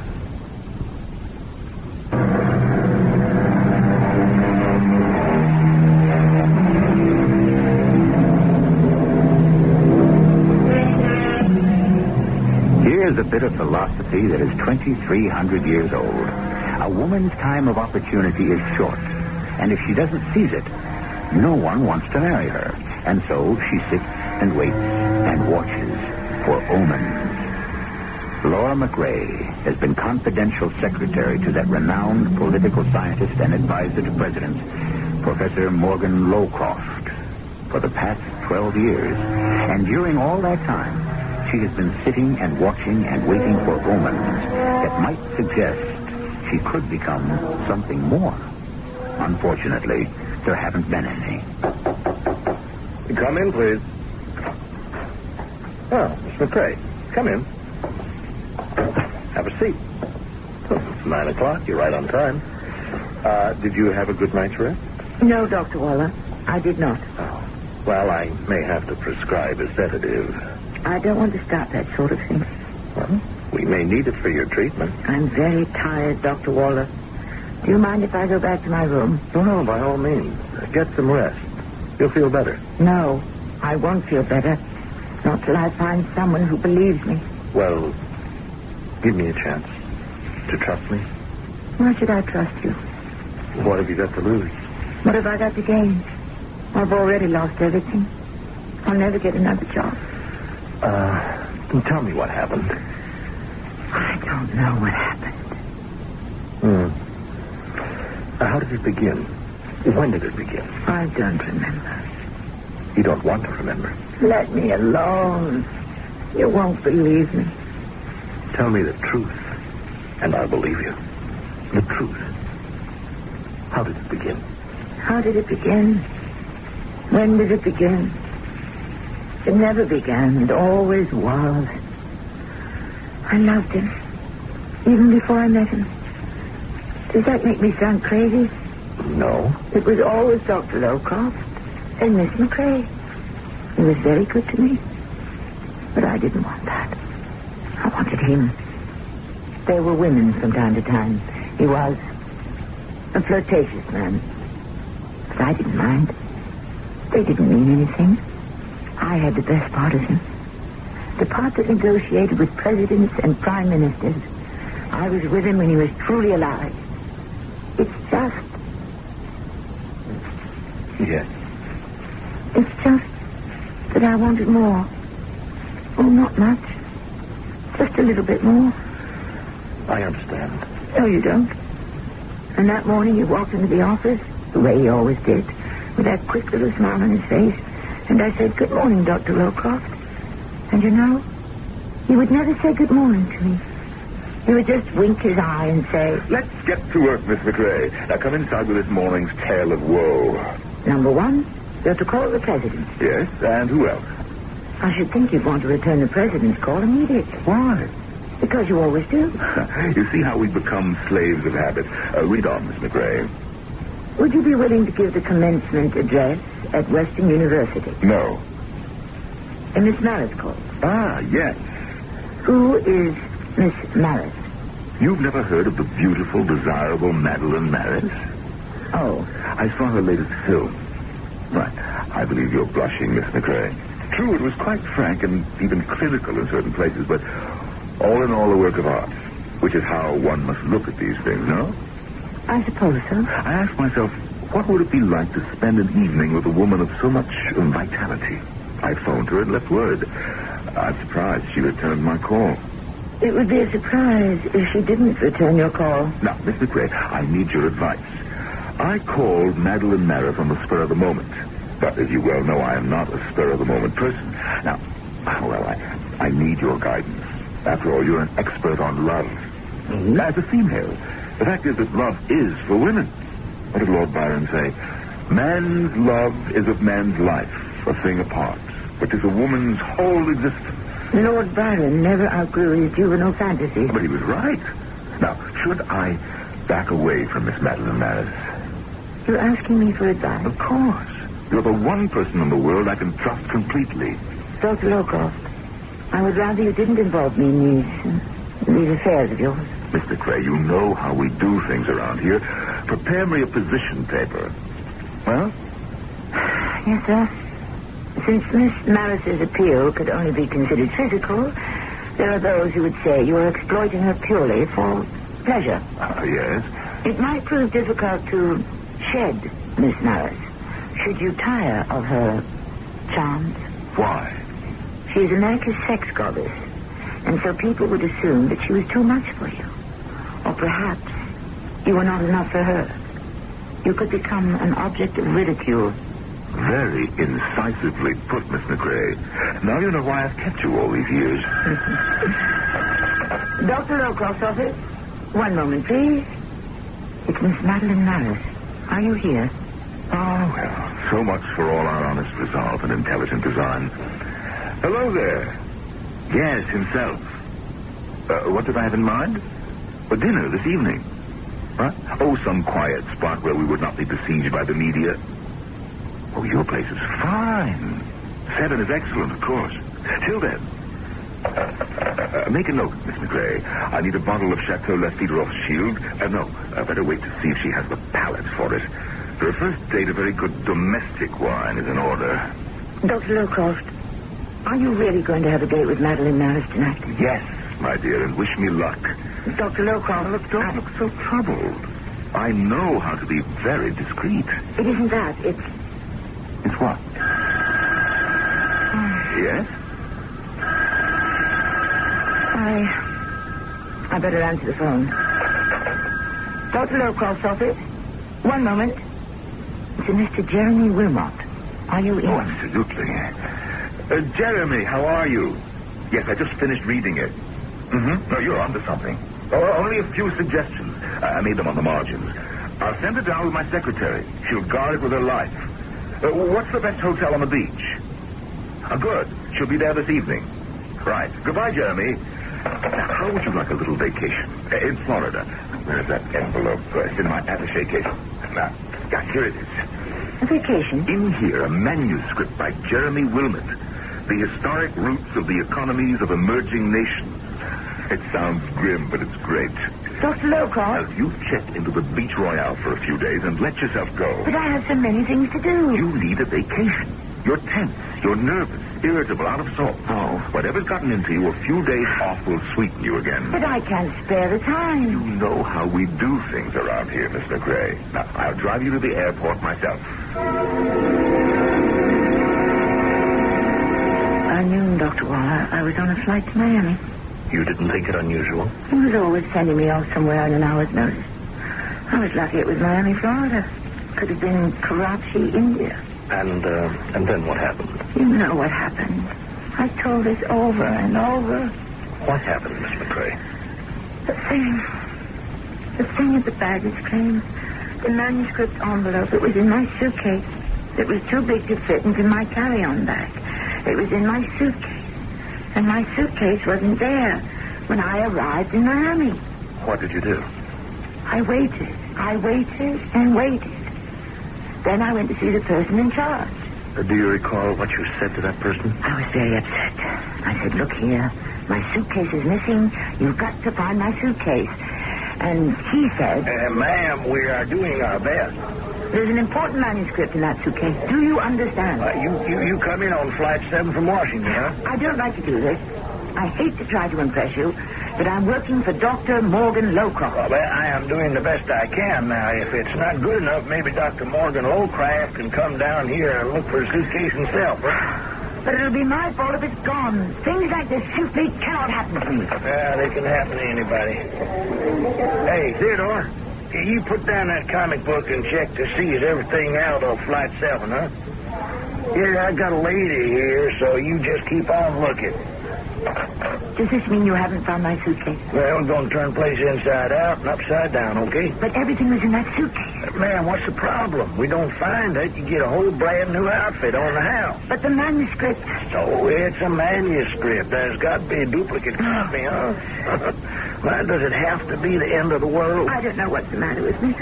I'm sorry. Well, you just write down where you're staying, huh? And I guarantee in 1 hour, one way or the other, you're going to hear from me.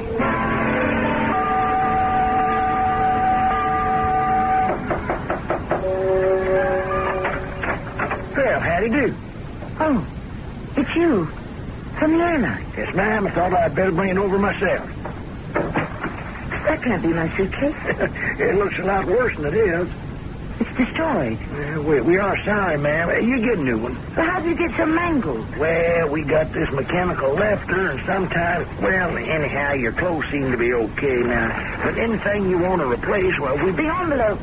It's ripped. Yeah, I don't think there's more than maybe a couple of pages that might be readable. Let me look. The first 2, 3, 4, 5, 6 pages have been torn. It don't look too bad. The whole thing appears to be so crumpled. I'll have to type a fresh copy. Look, do you want us to handle that for you? No, thank you. You've done enough. Now, you let us know if we can help out. I will. Goodbye. Yeah, well, have a nice vacation.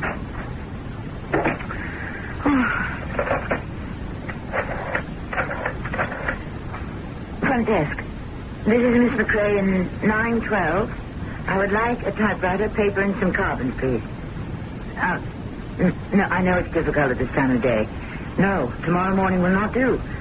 I am working for Dr. Morgan Lowcroft. Yes. Within 30 minutes? Thank you.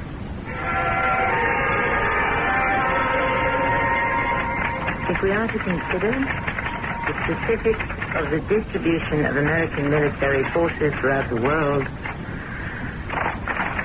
we may design the proper countermeasures to halt the insidious spread of American imperialism.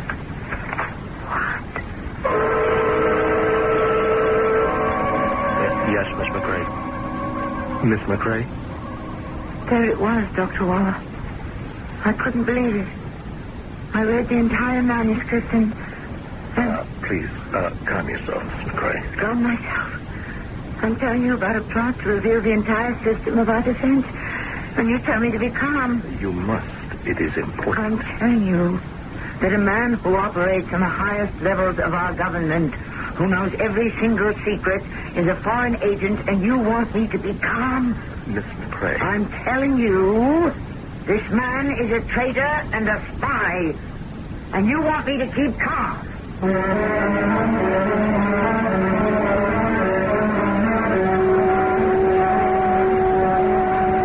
I don't know if I would want her to be calm. After all, she's making quite a lethal charge. But then perhaps Dr. Waller knows something that's hidden from the rest of us at this point. Anyhow, we shall see who is going to keep calm in Act 2.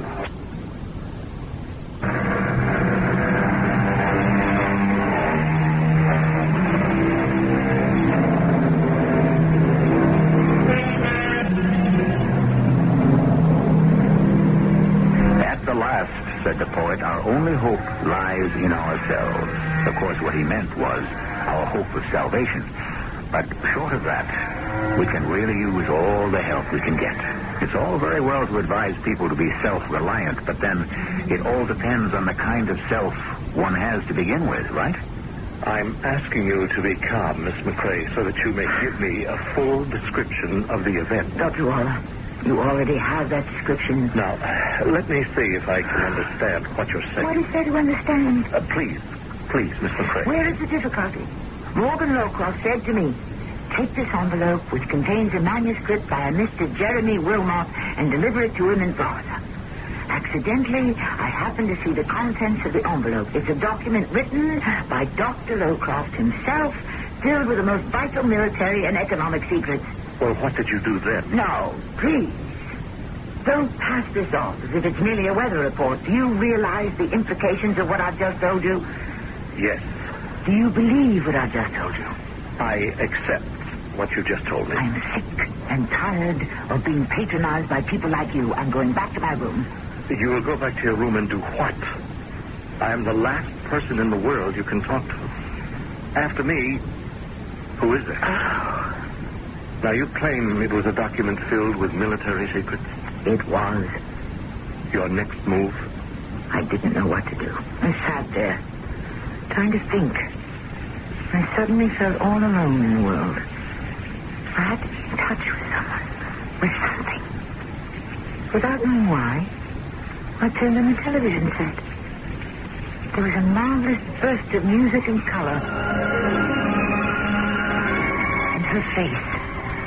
Madeline Morris's face was on the screen. I was so angry, I lost all control of myself. Somehow, I blamed her for what he had done. You blamed her? Why? I don't know why. It's just that I thought she was part of something that was corrupting him. I wanted to smash the TV screen, but I was afraid it would explode or something, so I turned it off. Yes? And then the phone rang. I let it ring.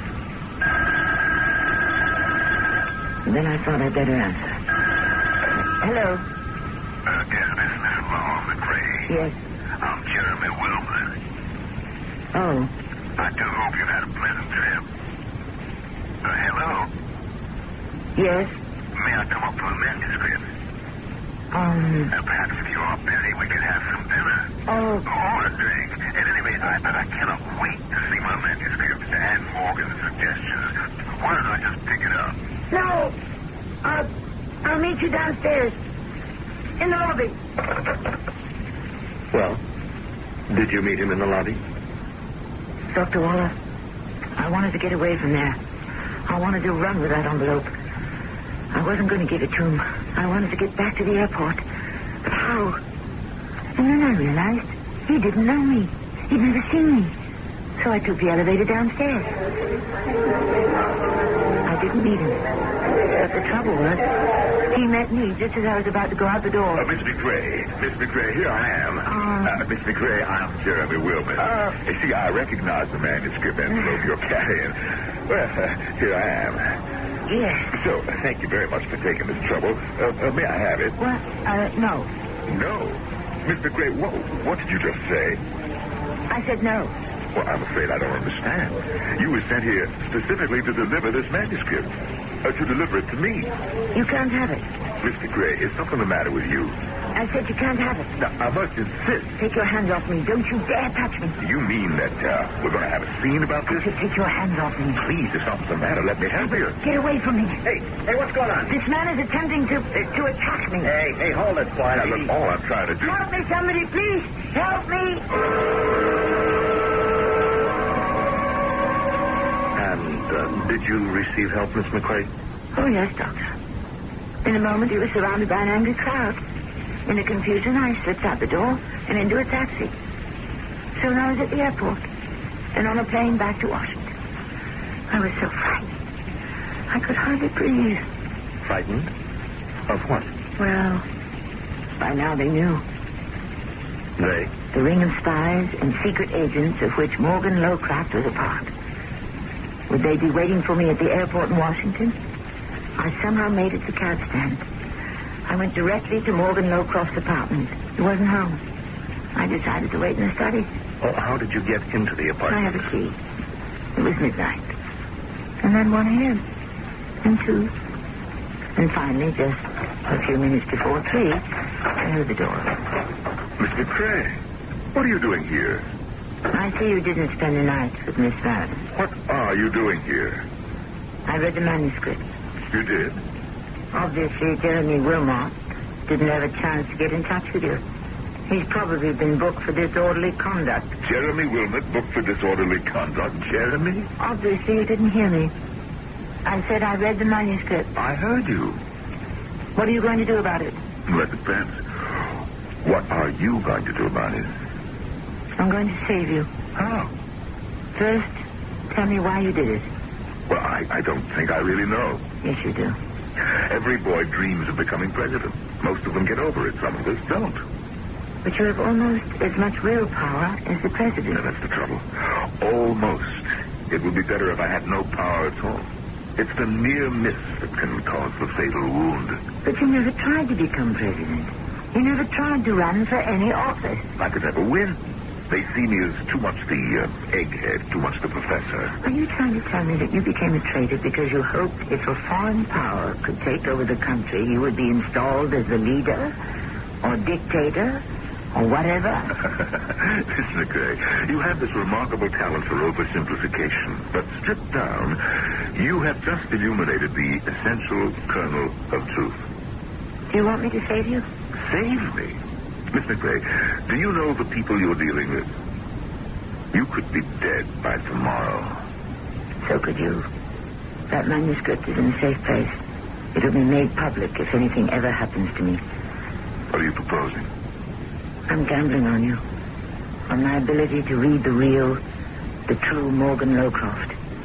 I believe you're in over your head. In your heart, you want to get out of this. But you think you're in too deep. But you're not. No? It was a foolish notion. You gave into it. And before you knew it, you lost control. But we can regain it. We can say you cooperated with these people so you could reveal and expose them. We? Yes, we.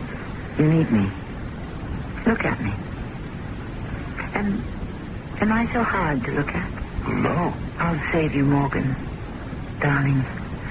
I'll save you from your worst enemy. Yourself. You'd better answer that. Hello? Oh, yes. Yes, Miss Maris. He did arrive home safely. No, there's no point in calling him in the morning. He'll be busy for a long time to come. Good night. Hold on, Miss McRae. My name is Laura. Call me Laura, darling. As you know, Miss McRae, both Dr. Wilmot and Dr. Lowcraft tell completely different stories. They're lying. Now, Dr. Jeremy Wilmot is a professor of economics in a leading Florida university. He is known to have no subversive connections. I know his version, and Morgan Lowcroft's version by heart. Dr. Lowcraft denies ever having written such a document. Naturally. What else could he do? But let us continue with your story. You confronted him early that morning when you returned from Florida. Yes. And then? I insisted we move immediately to expose the spy ring to the authorities. But he said we would have to proceed cautiously. Well, what made you decide, finally, that he could no longer be trusted? It was Madeline Maris. Oh? He had promised me that he would no longer see her or have anything to do with her. And he broke that promise? Yes. He had been meeting her in secret. But you know Washington and the columnists. You can't hold them off for too long. One morning I was reading the paper, and in one of the columns it said, "In out-of-the-way places, two familiar faces, Beauty and the Brain, Morgan and Maddie." It could have been gossip. I checked it with the reporter. It was all over town. Everyone knew it but me. So I confronted him with it. I said to him, "You lied to me." And you know what he did? He just laughed. Oh, my poor Miss McRae. Don't laugh at me. Our agreement was that you were to drop Madeline Maris. Now, let me tell you about our agreement. When you behaved so inexplicably, I didn't know what to make of it. You had created a wild story about me being a foreign agent. I have the evidence. Now, let me finish, please, Miss McRae. I looked at you as you talked to me. I could see how distressed you were. Of course. It wasn't an easy moment for me. So I decided to play along. Play along? This is no game. I was hoping perhaps you might come to your senses. But, Miss McRae, I am not helping you by perpetuating this farce. We'll see who thinks it's a farce when that document is made public. I wouldn't advise you to do that. Are you threatening me? I'm counseling you. Yes. You need good counsel. Sensible, practical guidance. Don't try that tactic with me. I know how you operate. The wise, calm, patient, all-knowing expert. Along about this time, you should be lighting your pipe. You should be quoting from Aristotle. Miss McRae, it's difficult to live here at the summit, to be a part of the frenzy. Yes, that's what it is. And to realize how fragile, how thin the line between war and peace is. How easily the world can simply cease to exist, even 5 minutes from now. You have betrayed your country. It's more than most people can stand. And so many of us give way. Bend, crack, break. It's nothing to be ashamed of. It's like combat fatigue. Now, let me help you. I'm not the one who needs help. Take a leave of absence with full pay, of course. You're not going to get rid of me, Dr. Lowcroft. Rest. Relax. And then when you're better, come back. Your job will be waiting. How could I ever get along without you? Is that your attitude? I'll have to go to the FBI. As I said, I would not advise you to do that. What are you going to do about it? Do you propose to have me killed? Killed? Oh, no. No, of course not. But, dear Laura McRae, if you persist in this foolishness, it will be something much worse.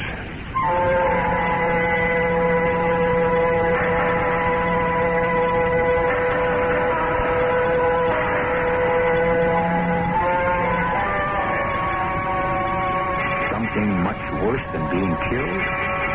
A fate worse than death? What can such a prospect be, especially to a lady like Laura McRae? Each of them talks to the other like a person who holds a winning hand. But who has the aces and who has the deuces? The showdown is scheduled for Act 3.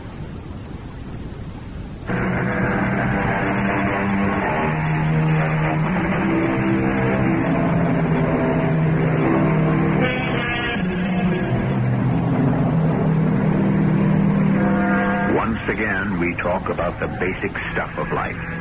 Life and fiction. Reality and illusion. What is real and what do we imagine?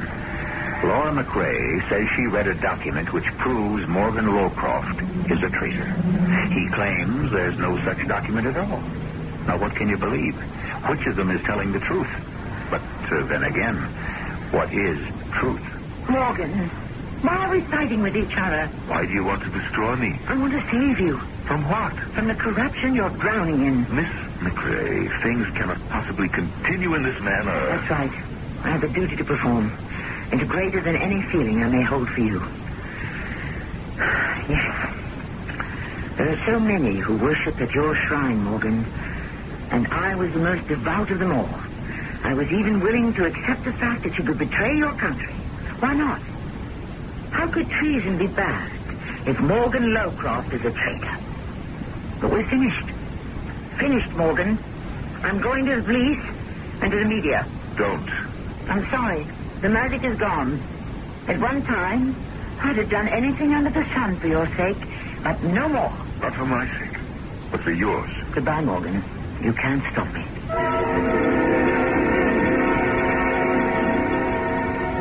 That's what I thought. But he did stop me. It seems I forgot something. You know what I forgot, Doctor? Tell me. I forgot that he was the establishment. And you simply do not buck the establishment. I went to a top officer in intelligence, someone I knew. You develop contacts. You know who to see to get things done. He listened to me very intently.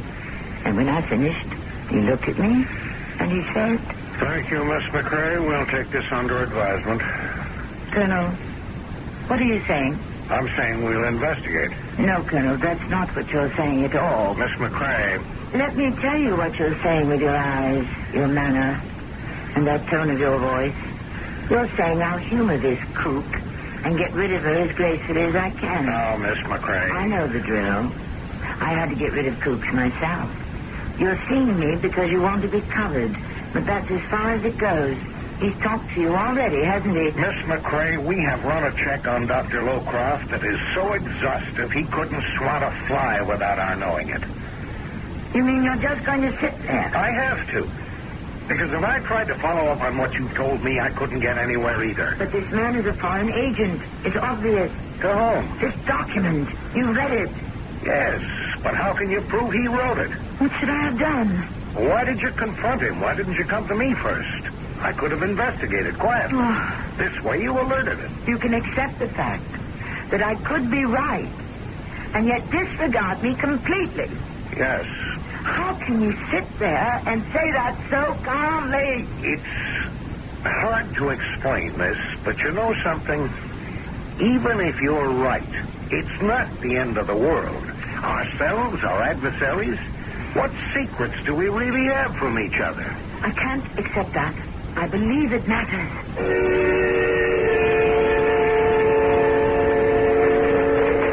What's your complaint, Miss McRae? You say the media's sitting on the story. My paper published it. My station's carried it. But look at how you slandered it. Miss Laura McRae claims. Miss McRae alleges. Well, that's what they are. Claims. Allegations. I stated basic facts. If I told the story as you told it to me, I could be sued for libel. This sub-headline, Spinster, says Dr. Lowcroft admitted his guilt. What about it? Do you have to label me as a spinster? How does the dictionary define spinster? An unmarried woman. Does that describe you? If I were an unmarried man, would the headlines describe me as a bachelor? Spinster. There's something ungainly, something neurotic. What right does a woman have not to be married? There must be something wrong with her. You came to us with a story.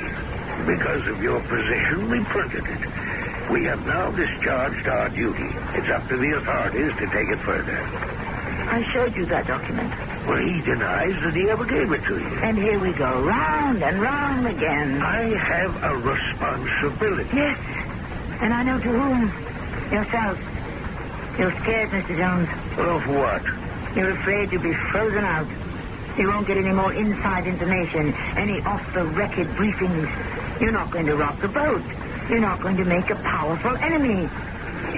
Just between you and me, Miss McCrae, what's the real story? I told you the real story. No, you didn't. I've been around this town too long not to recognize a vendetta when I see one.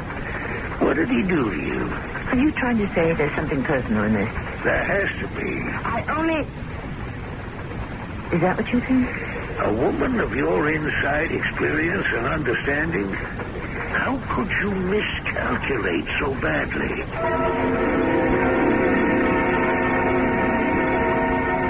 Yes, Miss McCrae. How could you? I thought... No, it doesn't matter anymore. But it does. Nobody cares about me. I care about you. As a patient. As a person. How can you care about me as a person? I'm a spinster. There's something so pathetic. No, ludicrous about that word. I find you attractive. Perhaps you do. There's a tone in your voice. I recognize it. Well, you're quite a woman for recognizing tones and voices. It's a talent you develop. You have a seductive tone. I wasn't aware of it. Why did you say you find me attractive? Well, you have a quality of inner strength, of integrity. At my age, a man finds that more appealing than the superficiality. Let's continue. You actually find me attractive? What did you do after you saw the publisher? You do find me attractive. Yes, Miss McCrae. Say Miss McCrae again. Why? McCrae. The name is hard. Crisp. But it sounds so lovely when you say it. Tell me what you did. Yes, I'll tell you. I'll tell you anything. I found out Morgan Lowcroft was right. He didn't have to kill me. I was already dead. As Morgan Lowcroft's secretary, all doors were open to me. As that kooky spinster, Laura McCrae, everyone was out when I phoned. And then, you know what I did? Then go ahead. Tell me. Yes, I'll tell you. I was so frustrated, angry. I stood outside the office building. And I actually harangued the people passing by. I'm Laura McCrae. I was Morgan Lowcroft's secretary for 12 years till he fired me. The man is a spy and a traitor, and nobody wants to do anything about it. Keep away from me, officer. You can't silence me. Nobody can silence me. But surely, Miss McCrae... You must call me Laura, Doctor. Laura, you know that kind of conduct would be considered unbalanced. Yes, but it doesn't matter now. What was wrong with me all those years? Why did I have eyes only for him? Why was I blind to other men? There were men who must have thought I was attractive. There must have been men who looked at me the way you're looking at me now. Well, I'm not aware that I'm looking at you in any specific sort of way. You are? You are? Why did you kill him? Why? For my country.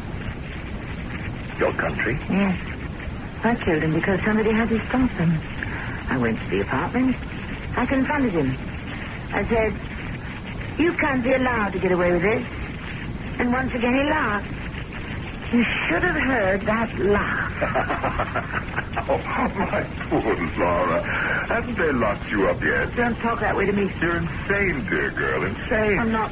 Oh, I'm sorry. I must ask you to leave. I want to save you. Who's that? Can't you guess? I'm surprised she doesn't have her own key. She does, but she keeps losing it. You don't want to be saved. That's right. Goodbye, Miss McCrae. But I'm going to save you. Whether you like it or not. Now, look, this has gone on long enough. If I can't save you in one way, I'll save you in another.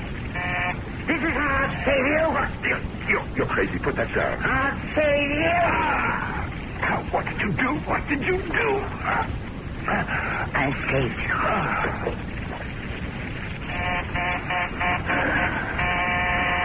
Keep ringing. Keep ringing. He'll never answer you.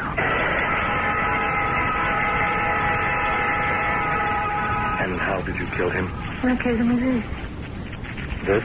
He had one in his chest, just like this. Long, sharp, pointed. I remember some years ago he had lost his letter opener, and I bought him a new one for Christmas. That one. Where did you get yours? I don't remember. I've told you everything. I've told you all my secrets. You know why? Because I'm in love with you. You mustn't say that. I don't care. I need somebody. I must have somebody. Tell me the truth. What truth? Was there actually an incriminating document in that envelope, or did you create that situation yourself? Why would I create it? How could I create it? Because of Madeline Maris. She wasn't his first affair. But for the first time, you felt vulnerable. Madeline Maris touched off the explosion. In 12 years, you couldn't get Morgan Lowcraft to look at you. Now, you would force him to. That is not so, Doctor. The mishap with the baggage was the spark for the explosion. Now, you deliberately typed a brand new manuscript. You could do it. You had access to enough secrets. I didn't do it. I don't care what you say. I know I didn't do it. Well, you could have done it without knowing it. Now listen to me. Yes. I'll listen. Sometimes, when we want something to happen, we want it so badly, we will it so strongly. Yes. When your voice is soft and sweet like it is now, I'll listen to anything. Everything. What you did, creating that document, it's been blocked out of your mind. But you have to go back to it. You have got to face it. Whatever you say, we'll face it together, won't we? I'll help you. It is my job. Not only because it's your job. Say it's more than that. Well, of course it's more than that. I'll keep nothing from you. I'll bare my heart, expose my soul. Miss McCrae, there is something we must straighten out. Oh, excuse me. Dr. Waller. Oh, yes. Yes. No, not too late. Yes, I'd like that. Tell the children we can go. Right. You know I do. See you soon. Bye. Who is that? That was my wife. You didn't tell me you were married. Why didn't you tell me you were married? It has no relation to your therapy. You seduced me. I what? You gave me that loving look, that special tone of voice. You didn't mean either of them. You only wanted to trick me into trusting you. And I did. I told you everything. Miss McCrae. What happened to Laura? She's been betrayed again.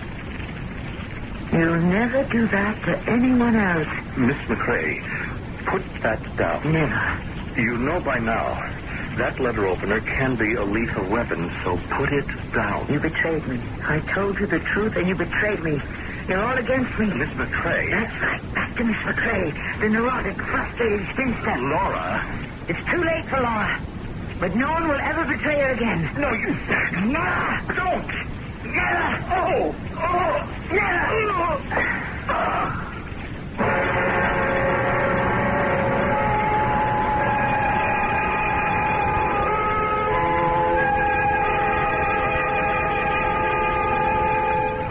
It doesn't look as if anyone will ever get the chance either.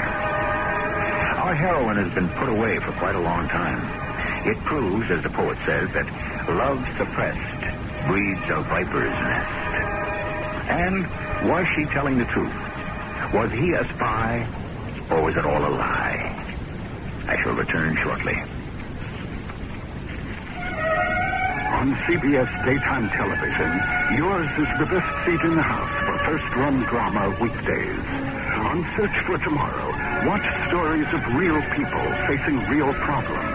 Then on The Young and the Restless, thrill to the romance and passion of warm young love. Search for Tomorrow and silky, steamy The Young and the Restless. Television's hottest summer shows weekdays. Check your local listings for time. Hi, this is Michael Landon. Are you the Michael Landon who talks about Kodak paper on TV? Yeah, that's me. I just love your commercials and your paper. Oh, thanks, but it's Kodak paper. Do you get your pictures printed on Kodak paper, too? Well, absolutely. I always look for you when I get them developed. You mean you look for the Kodak paper sign with my face on it? Yeah, because I always get Kodak paper where I see you. That's it. Right. Well, nice talking to you. Yeah, what a handsome sign. Look for the Kodak paper sign when you get your pictures developed.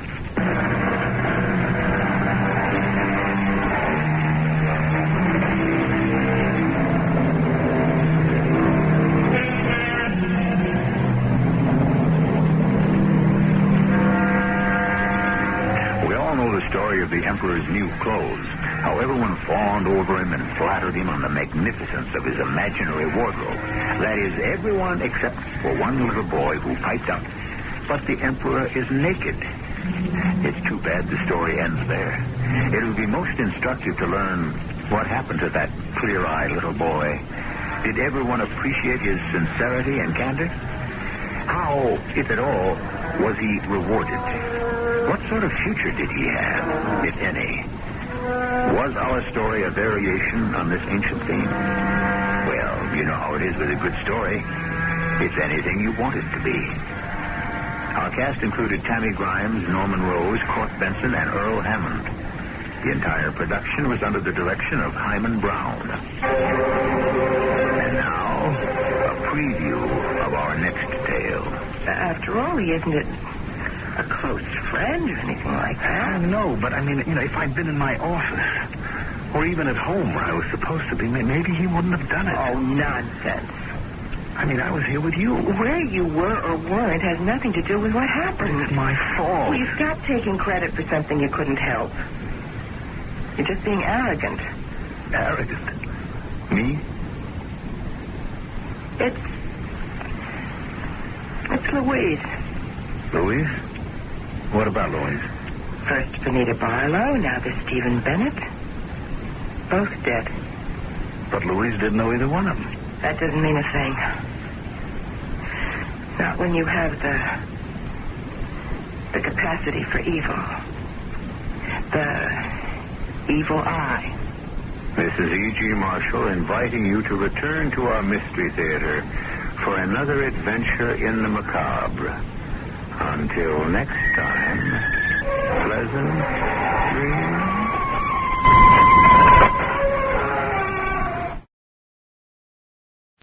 The CBS Radio Mystery Theater presents...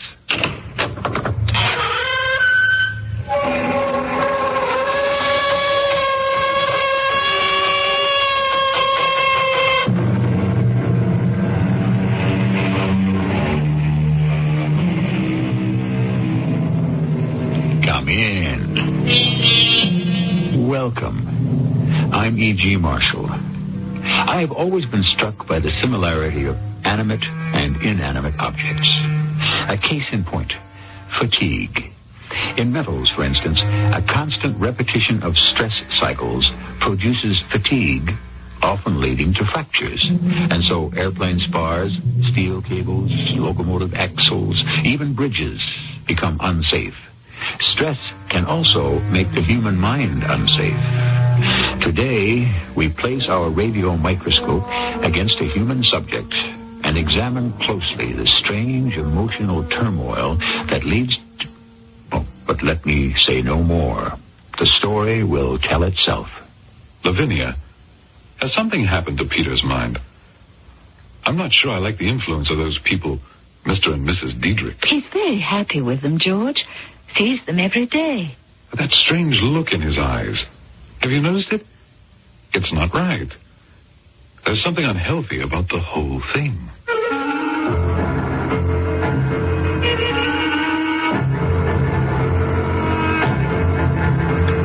Our mystery drama, Maud Evelyn, adapted from a story by Henry James, was dramatized especially for the Mystery Theater by G. Frederick Lewis and stars Paul Hecht. I'll be back shortly with Act One.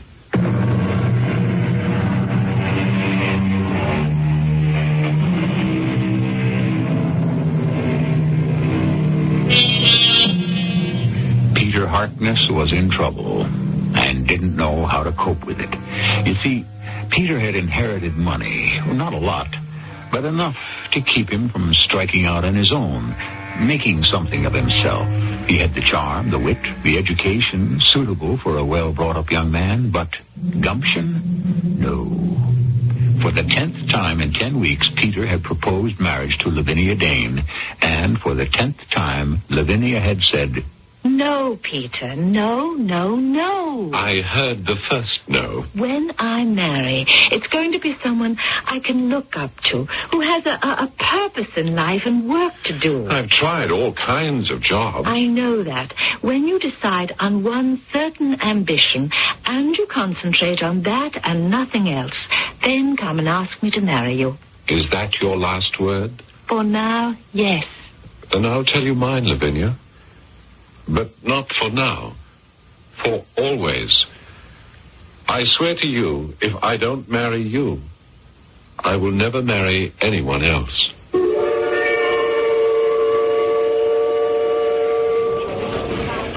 Cheers, George. Cheers. Well, say goodbye to me, George. I'm leaving London. Wish me luck. Wish me well. Peter, is this why you asked me out for a drink? To talk nonsense? Only the day before yesterday, you asked me to wish you luck. You were going to marry my sister. Yes, well, I've asked Lavinia 10 times in 10 weeks. And she always says no. Well, so you asked her 11 times. I thought you were crazy about her. I'm going away, and that's that. I've got myself a job with a travel agency that handles private tours of the continent. I'm due to leave for Switzerland and Rome on Saturday with a middle-aged couple. Very ordinary, very nice. I've met them, Mr. and Mrs. Diedrich. So you're running away? Oh, no, not at all. Lavinia wants somebody with a purpose and a future. Besides, if I'm out of London and she can't see me, perhaps absence will make the heart grow fonder. You, Peter Harkness, 5 years at Eton, then 4 at Oxford, a travel agent? Not even that. A nursemaid for the middle-aged who wish to be led by the hand from the Jungfrau to the Colosseum. Well, at least you're laughing about it. And everything's a joke to me, except Lavinia.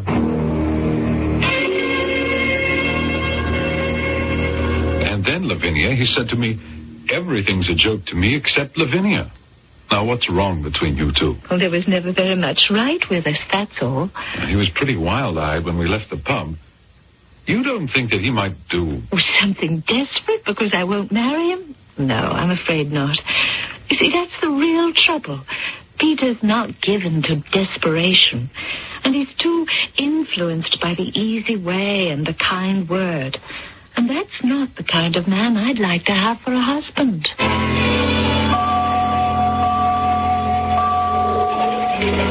Peter, you look fabulous. Have you gained weight? When you phoned and said, I'm ill, I didn't know who you were. Well, what's it been, 8 weeks? Yes, after Switzerland, we did Rome, then Naples, Florence. I had quite a time dragging them away from Venice. Oh, spare me. Oh, look, I can't stand these darn birds. Pigeons scare me. Do we have to meet in front of Peter Pan's statue here in the garden? But I like to feed them. Oh, Peter, this is a hangout for children. Well, at any rate, tell me about your trip as travel nursemaid. Oh, they're wonderful people, the Diedrichs. You haven't any idea how well they treated me. Like a son. And people like that, well, you don't meet every day. They were devoted to you. Yes, and elsewhere. Well, I'd like to meet them. Will you introduce Lavinia to them? Oh, no. Why not? You like them. You and Lavinia are engaged, aren't you still? I'll never marry anyone else. That's a foolish, negative thing to say. If you're serious about working at this travel business, I'm sure she'll think twice about saying no again. You think if I asked her now, she'd say yes? Yes, I do. She should have said it before. Before what? I'd rather not say. Before you met these Diedrichs? People like that, well, they made a profound impression on me. I'll say that.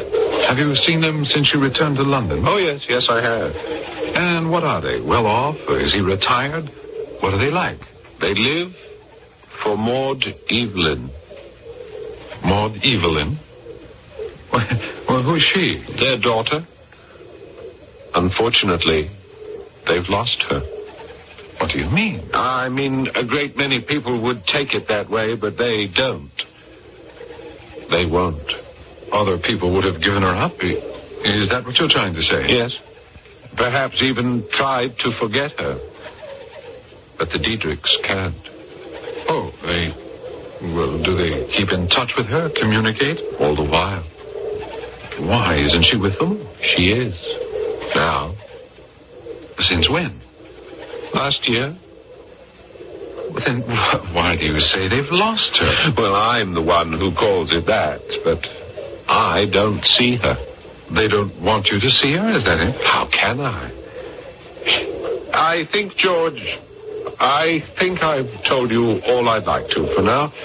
Would you mind very much if I concentrated on feeding the pigeons?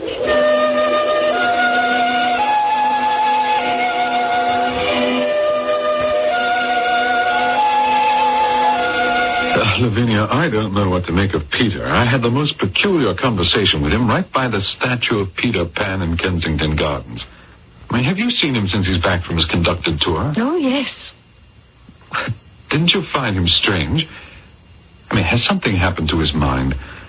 These people, these Diedrichs. He's very happy with them. You can tell it by just looking at him.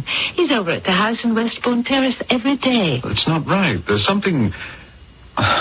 I don't know, unhealthy about the whole thing. Would you promise me, in case he should want to introduce you to them, promise me to refuse to go? Oh, wouldn't you go to meet them either, George? No, never. But why? Aren't you curious? Well, I can't explain it. If I believed in Satanism, I might say theirs is an evil influence. George, did he tell you about this Maud Evelyn?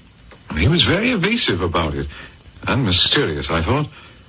Said there was a daughter, but there seems to be something the matter with her. Do you know what it is? The matter with her is simply that she's dead. What? When did she die? Oh, years and years ago. She was 14, I think, a little girl. Isn't that the impression he gave you? Well, he had this peculiar look. He said that she was always with them. But do you understand what he meant? But the Diedrichs live for her memory. She's with them in the sense that they think of nothing else. But what could be his interest in a little child? Well, it appears that she's a lovely little thing. Peter? Our Peter is interested in a little girl in a pinafore? Oh, I think she was older when she died. Perhaps 16 or 17. Every time he tells me he adds a year or so. Do you know what he told me? That the Diedrichs are in touch with this deceased child. They communicate with her. Oh, but they do, in a way. They go in for mediums and spiritualists, that kind of thing. Well, Peter, does he go with them to these seances? Oh, no. Ask him to show you the girl's photograph. He carries it with him. He goes around showing pictures of a young girl he never knew. Oh, I had a feeling I was right. He's possessed in some way.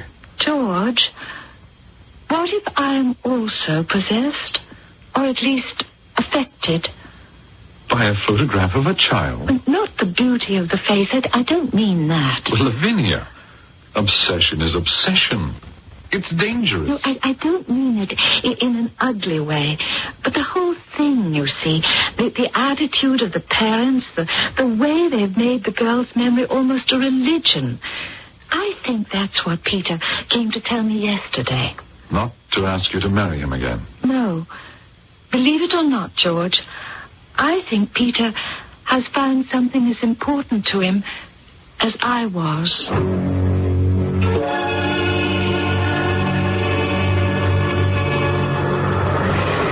Peter, I wish you would come inside with me. Mrs. Jex has made me feel so very close to your dear Maud Evelyn.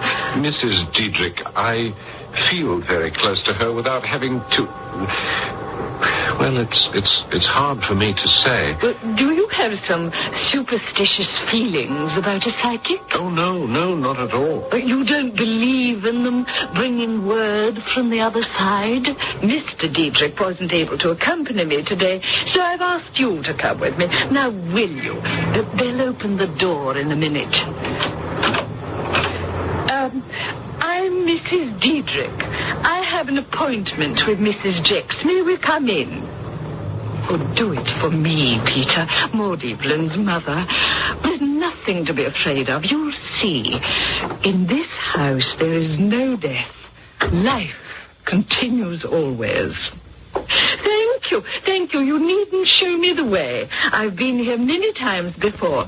Come, follow me, Peter. Oh.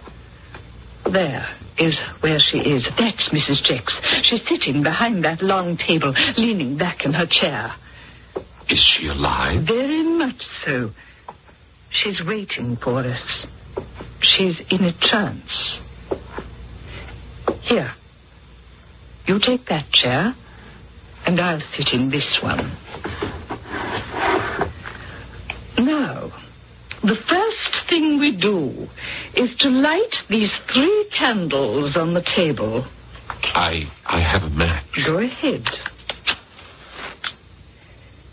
Light all 3. That's right. Mrs. Jex, this is me, Mrs. Diedrich. I brought with me today... my husband could not be here, so I've asked this wonderful young man you have heard us speak to you about. He's the one who cares so much for Maud Evelyn. He's sitting beside me now. It would appear that Peter Harkness is falling under some spell which is obliterating all but fantasies from his mind. Would that he could but remember those words of Edgar Allan Poe. All that we see or seem is but a dream within a dream.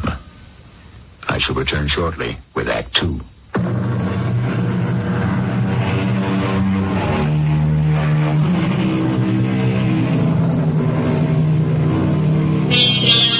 Had anyone said to Peter Harkness 6 months ago, one day you will be stepping into the parlor of a psychic to please the mother of a little girl you have never met who died when she was in her early teens, he might have said, but why?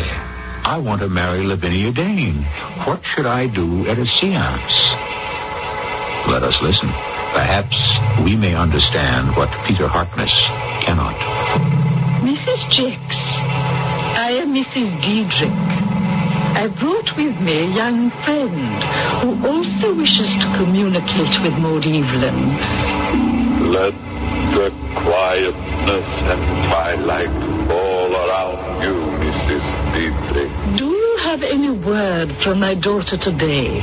She has much to say to you and to the young man. Mrs. Diedrich, is this medium a woman? She sounds like a man. It is her guide talking through her. Her guide? Sir Walter Scott. He communicates from the other side. I sense disturbances of the soul. Oh, no, not at all. I was just explaining. Please, go on.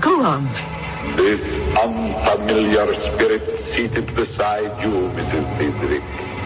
I read his aura.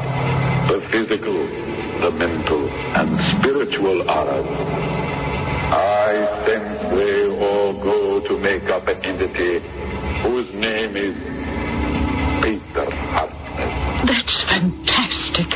I've never told Mrs. Jex a word, not a word.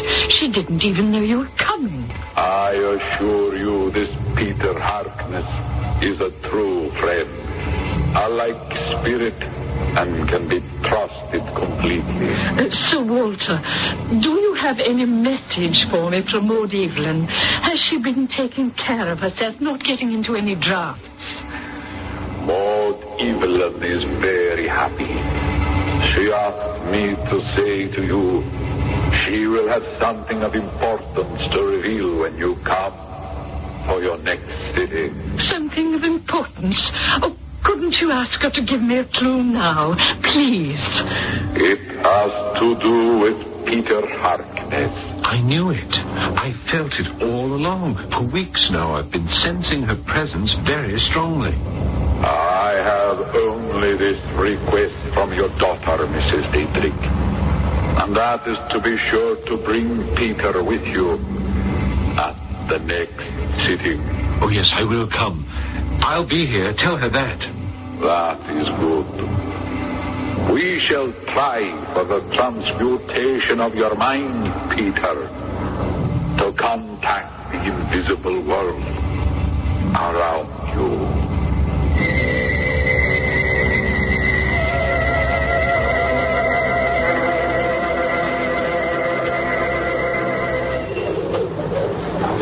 Lavinia, I've so much to tell you, I hardly know where to begin. I seem to be going in all directions at once. That's why you always come here, isn't it? To Kensington Gardens. Right here, in front of the statue of Peter Pan. I've never thought why.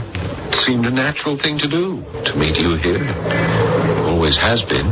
Some people might say you're identifying with Peter Pan, the boy who didn't wish to grow up. What are you talking about? Oh, never mind. Another time I'll go into it. I'm glad to see you, Peter. You look well and prosperous. And a little fat. You must be eating well. Well, they've adopted me. The Diedrichs. Mrs. Diedrich is an excellent cook.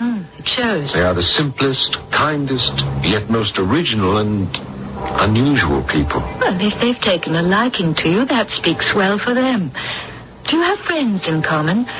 Whom do they know here? No one but me. They keep to themselves, but... well, they are extraordinary people. They have certain beliefs which may seem strange to others. Such as what, Peter? We sensible people are not supposed to believe in the existence of what we cannot explain, yes? Am I right? I suppose so. In fact, before I went to Switzerland and Italy with the Diedrichs, I couldn't abide anything I could not understand. I disliked the mysterious.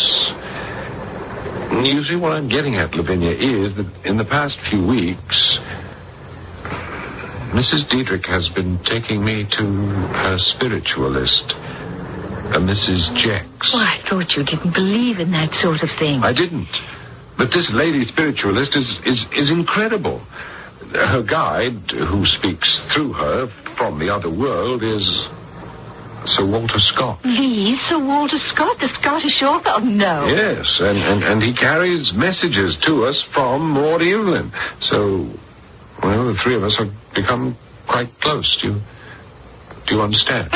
Frankly, not a word, but I'll certainly listen to you. Mrs. Diedrich and myself and Maud Evelyn, well, we share at least an hour, sometimes more each day. Each day?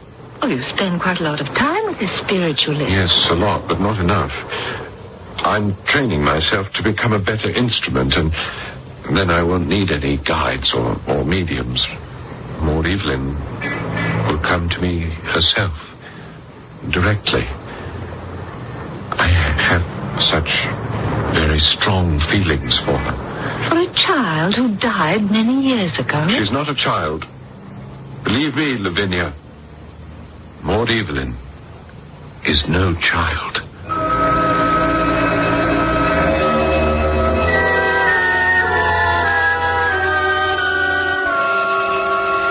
George, do you know what Peter has now made himself believe? About the deceased daughter of the Diedrichs? He thinks he knew her when she was alive. But that's not possible. You know that. And he speaks of her as if she wasn't a child, but that she was quite grown up. Well, I don't know what imagination leaves off and madness begins. Well, he tells me stories, happenings they shared, conversations he had with this girl, what she used to say, what they did together, places they went. She's more real to him than reality itself. His mind is full of Maud Evelyn. Lavinia, do you think Peter has gone mad? No, I don't. I can't. It's all too beautiful. Lavinia, don't tell me you're becoming infected with this preposterous theory. It is a theory, George, but not really so preposterous. How can you talk like that? If he has caught this contagion from the Diedrichs, I hope you're not going to catch it from him. I don't know if I should tell you this, George. Peter said to me yesterday he was in love with Maud Evelyn. Lavinia, do you honestly feel that he is entirely sane? When he tells it, and you see his eyes so filled with love, it takes your breath away. It's that beautiful. It's pathetic. A young man of 25 talking about his love for a 15-year-old who's dead, who he's never met. All of a sudden, she's not 15, she's 16, 17. How can he be rational? How can her parents be? But don't you see, if Maud Evelyn was older when she died, then her mother and father have more of her to remember. So they fabricated that as well. No, they believe it. As I would if I had to. You see, this way, the girl had more of a lifetime. Oh, yes, I know they invented it, a whole experience for her to talk about and share. Maud Evelyn growing up, being older, meeting Peter, their friendship. For Peter to be enmeshed in all this because he's weak or poetic or whatever, well, that scares me. Well, they need Peter, and they want him for their daughter. I wanted you and Peter to be married once. Lord, how long ago that seems. I wanted that, Lavinia. Now, this nightmare. And you're encouraging him in it. I told him I believed him. In all the years I've known Peter, even in those days when he was proposing marriage, even then, I have never seen his whole being light up with such devotion as it does when he speaks of her. Oh, it's all very well for you to talk of being sane and sensible and rational, but to see such happiness in someone in this very ordinary and grey world, well, I'm glad to be a part of it. I don't deny it. I am glad, George.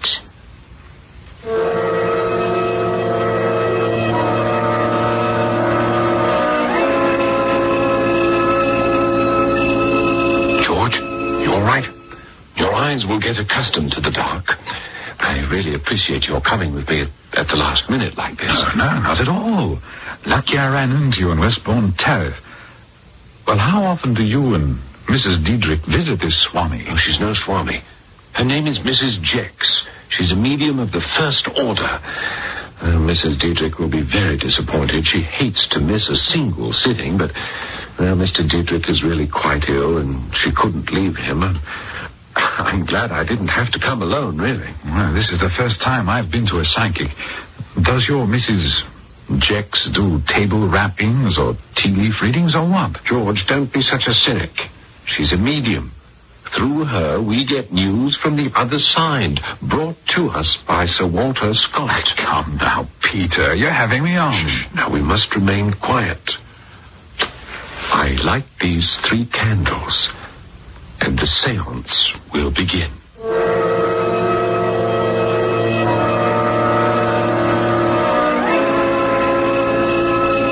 Mrs. Jex, would you ask Sir Walter to come to us, please? Mrs. Diedrich could not accompany me, so I have asked an old friend to share with me this journey into the infinite. Do I say anything, Peter? No. I am ready for the transmutation of the mind to contact the invisible world around me. Peter Harkness, you are standing at a golden gate that will open your mind to a larger, greater field of consciousness. Yes, I am. That woman's not saying those words, Peter. Her lips aren't even moving. It's a trick. Shh, George, please. Limits there are none. As you climb the hilltop, when you reach the summit of your hill, you will find your dreams guarding the topmost peak. Oh, yes. Yes, Sir Walter. I shall. That's not Sir Walter Scott. George, please, I beg of you. The sun will set. The quietness and twilight will fall around you and your own. Your beloved Maud Evelyn will speak. It's a fake, Peter. Look at this wire in my hand. I pulled it out. There's someone in another room speaking into a microphone. It's a farce.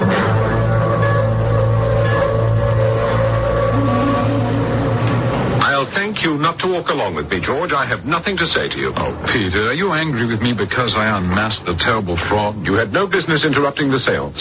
You were a guest in that house. You saw the wire in my hand and the voice suddenly stopped. Now, what do you think that was? Well, yes, of course, the guy had stopped with your behavior. Oh, it's too ridiculous, Peter. Now, which way are you going? That's not the street to your house. To Westbourne Terrace. That's where I'm living now. With the Diedrichs? That's right. With them. What will I say about your shameful behavior? Supposing Mrs. Jex calls her or writes her a note. She won't say anything. She'll be afraid to. It would ruin her business. London is full of charlatans who prey on people's loneliness. Oh, that this should happen today of all days. I feel ill. Oh, Peter, calm down. It's not the end of the world. I wish it were. What did you mean?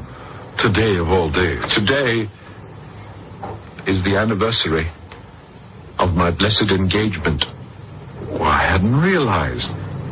You mean to my sister, Lavinia? What are you talking about? I mean my true engagement to Maud Evelyn.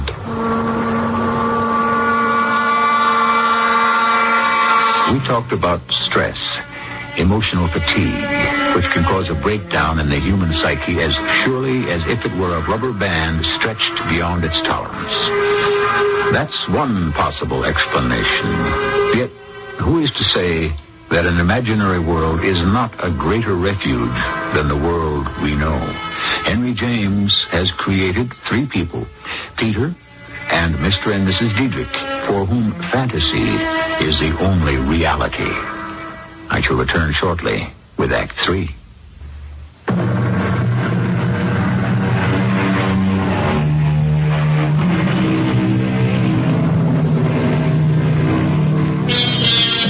It's a treacherous high-wire act, balancing on that fine thread that joins the finite to the infinite. And George is at the perilous midway point in his attempt to rescue Peter from falling to where no net can catch him.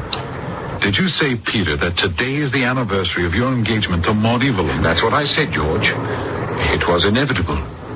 From the very first moment when I met Mr. and Mrs. Diedrich, when I sat with them to plan their trip, they recognized me as the right person. You were the right person? Yes, to become their son-in-law. They wanted her so much to have experienced, well, everything. Did I ever show you her picture? She has a child's face. So Maud Evelyn became engaged to you.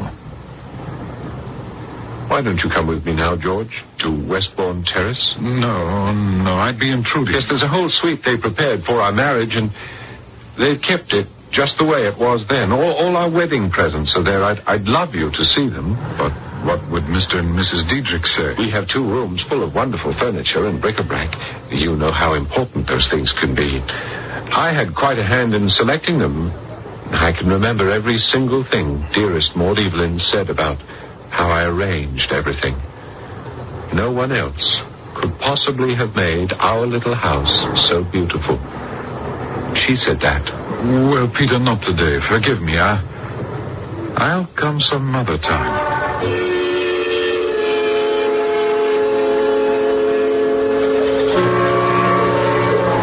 You said George would be meeting us here, Peter.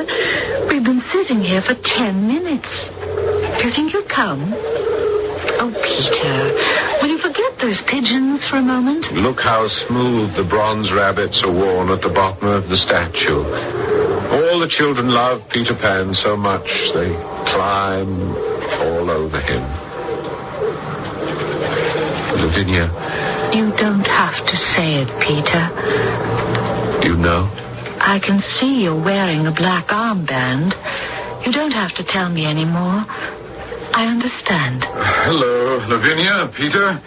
Oh, there was such a traffic jam at Marble Arch. I thought my cab would never get through. Well, I've only been here a few minutes, George. It's been too long since the 3 of us were together. I'm afraid I have something infinitely sad to tell you both. I see that. I hope you've lost no one that I know, Peter. He has lost a wife. Your wife? I didn't know you had a wife. The more we live in the past, the more times we find in it. I live in the past, too, Peter. But I hope, sister dear, not with the result of making such extraordinary discoveries. You see, her parents wanted it for her, wanted it so much. So, well, it worked out. We married. Maud Evelyn did have all her young happiness. You married? The marriage did take place.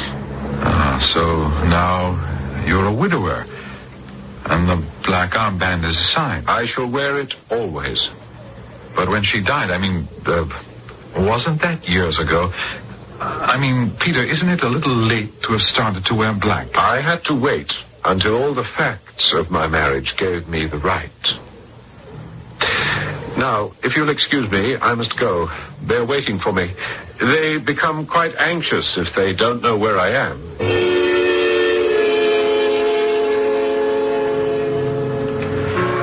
It's almost beyond me, all this. I thought he was never going to marry anyone else but you, Lavinia. He won't. Not ever. He'll still be faithful. To you?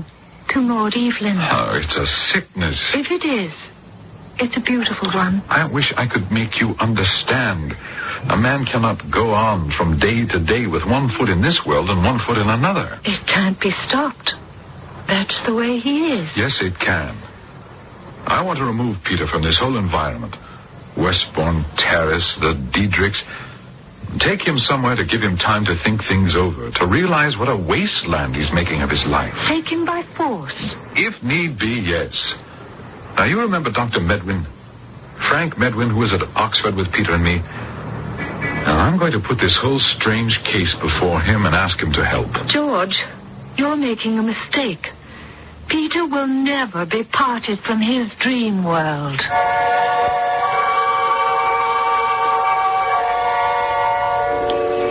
I can't begin to tell you how delighted I am you both have come to visit me here in Westbourne Terrace.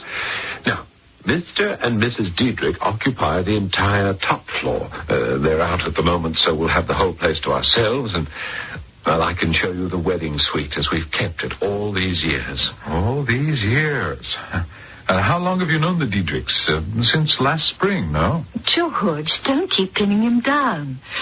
You go ahead and show us everything, Peter. We want to share it with you. Wait till you see. Oh, it's a treasure house. I furnished a lot of it myself. I felt nothing was too good for her. It's these two rooms, the wedding suite. There they are. Oh, Peter, it's lovely. Charming, tasteful and elegant. A French provincial sitting room and bedroom. Ah, yes, you've hit it on the head, George. That's a Louis XVI chaise longue and a little 18th century fruitwood secretary for her to write her letters on. Oh, I can't take my eyes off the armoire, Peter. Certainly 17th century. I found it in the flea market. Peter, you've done an excellent job of decorating. It was for her. It was for us. Oh, I like that old cotton paneling on the walls. Recognize the Tree of Life design? We used to stand under it, Maud Evelyn and I, before we were married, and imagine each branch would be another child. And that coffee service on the small table near the bed. Yes, completely en pied. George, why are you moving behind me like that? Don't keep getting behind me, George. Why, there's so much to see. Do you like this Victorian love seat? I come down here by myself every day and sit there alone and think of her. Oh, and there's my pride and joy. Our bed with lace canopy. It's never been slept in. George, what are you doing? Will you let go of my arm? You're twisting it. George, do be careful. I can't bear this. Lavinia, open the bottle quick and put some chloroform on the handkerchief. George, Lavinia, please.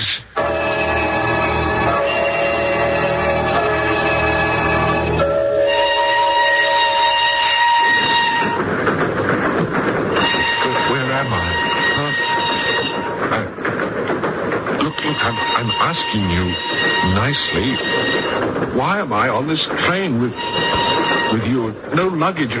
Where are we going? All right. Do you remember Frank Medwin? Yes, of course. He was at school with us, wasn't he? He became a doctor. Frank has a rest home in Scotland, and he thought it might be advisable for you to go there for a short period of time. Oh, he did he? Well, what did you tell him? That I was mad? I mean, what right have you to pass judgment on someone and then practically kidnap them in the bargain? The right of an old friend who couldn't stand by and do nothing and see you waste your life in an imaginary world run by the Diedrichs. Now, wait a minute. They are not running my life.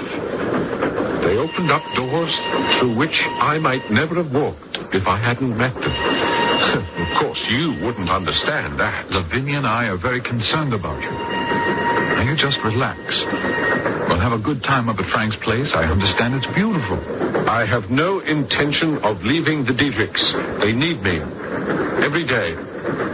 And the moment this train stops, I'm heading back to London. I can't understand whatever made you believe I would go along with this. I think you need a rest, Peter. Time to take stock. Get away from Westbourne Terrace. Well, you've got another thing coming. I thought you were my best friend. I see I was wrong. You are my worst enemy.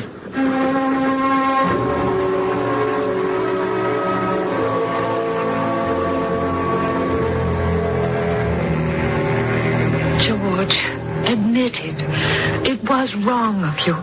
It was wrong of me, too. Peter may not take it kindly, you barging into his house. Well, I've been trying for a month to see Peter, apologize and make amends. It was your idea for me to just show up at the front door. Ring the bell again, will you? I know him and how suspicious he is. He's probably peeking out of an upstairs window and decided not to open the door. Well, he'll open it for you, won't he? Where are the Diedrichs? Don't you know? That's why he's sworn never to see you again.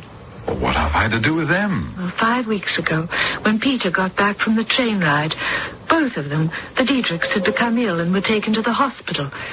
In 24 hours, they were dead. Well, I had no idea. Why didn't you tell me before? He blames himself. He wasn't here. He thinks they became uneasy and ill because he disappeared. It's taken me weeks to calm him down. And you still don't think he needs medical attention? No, I don't. He's happy in this house. This museum? To him, it's a shrine, a temple. I'll ring once more.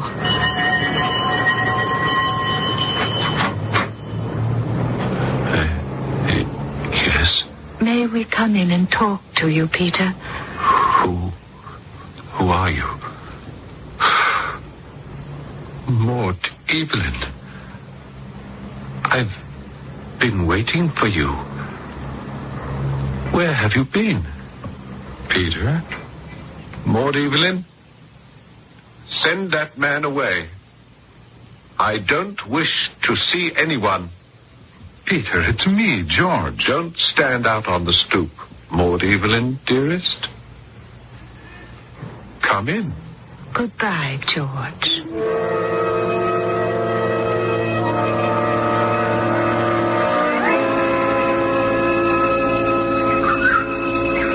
How are you, Lavinia?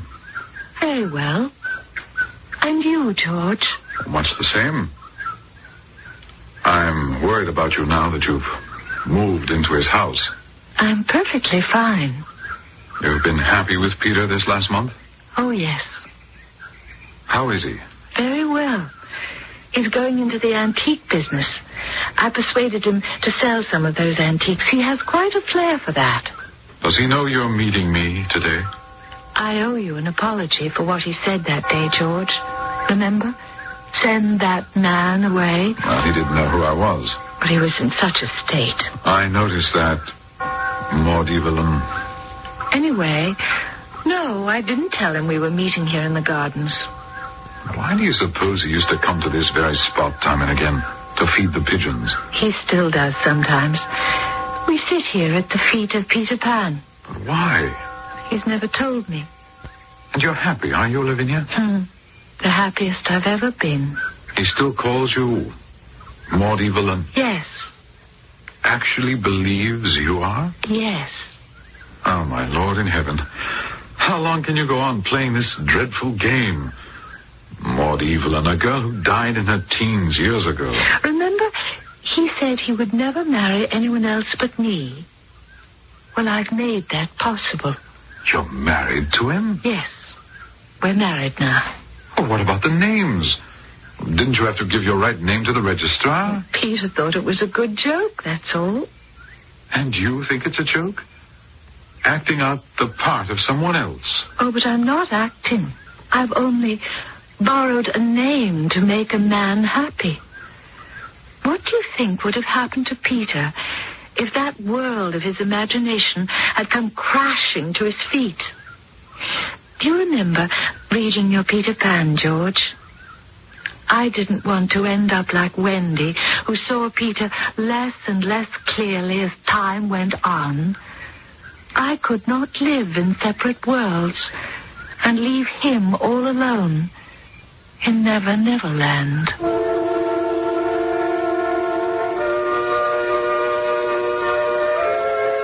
I think I misled you at the start of today's Mystery Theater. I warned of breakdowns and tragedies as a result of stress.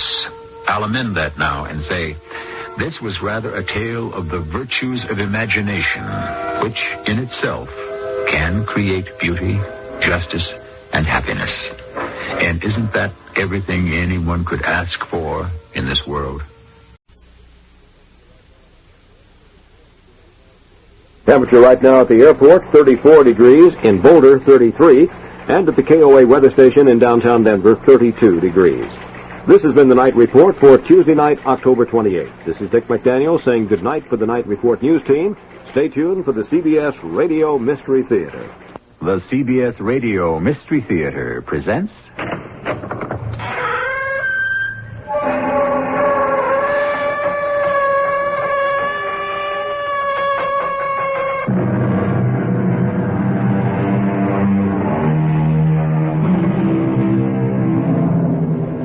Come in. Welcome. I'm E.G. Marshall. Courage is to feel the daily daggers of relentless steel and keep on living. Yes. For some people, the battle of life must be fought every hour of every day. No rest, no reprieve, no leave of absence. And it's a conflict where one single loss can cancel out 1,000 victories. You must leave, sir. An American millionaire. You're too tempting a target for revolutionists and bandits. What about the local police? The police? Many of the local police moonlight as bandits and revolutionaries. Or maybe it's the other way around. You'd better fly back to the States. When? This afternoon. But that's too early. I'm afraid, sir. It may even be too late.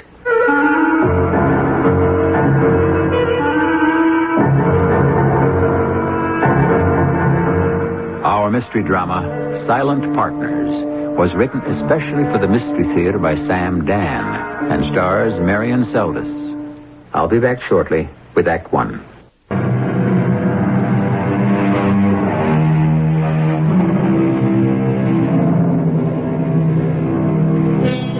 A little rule, a little sway, a sunbeam in a winter's day is all the proud and mighty have between the cradle and the grave.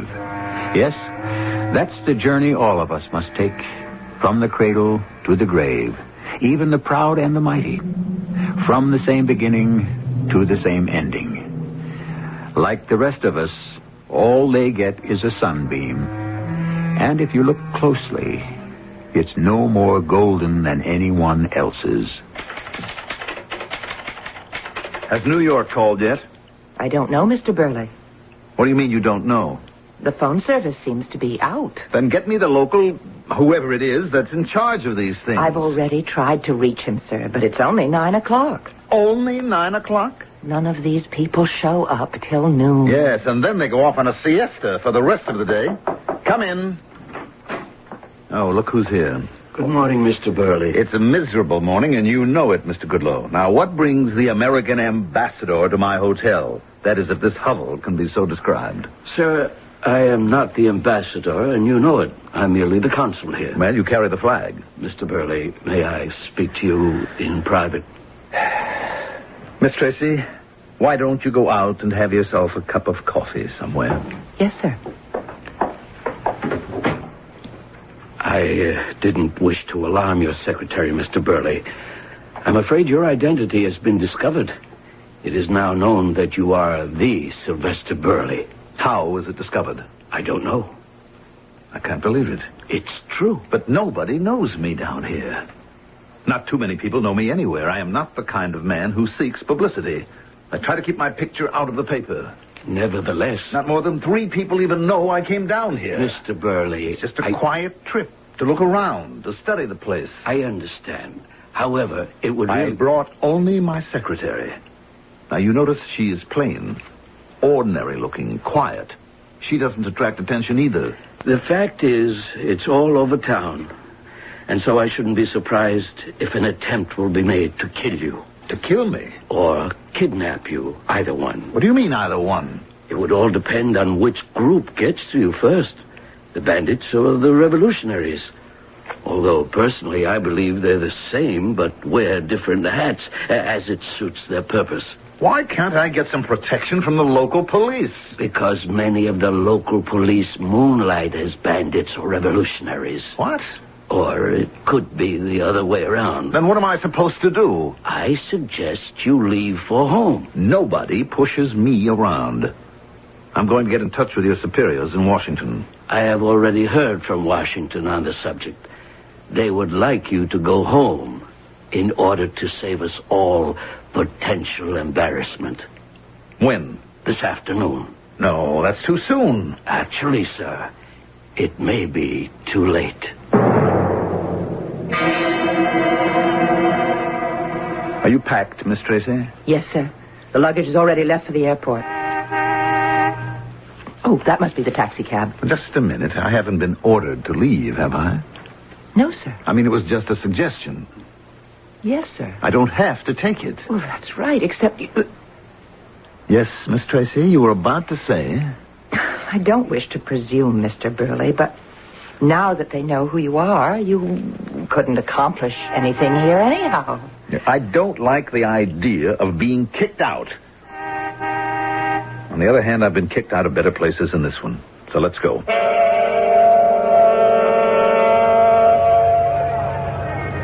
Buenos dias, senor. Step inside my taxi, if it pleases you. How long should it take to get to the airport? How long?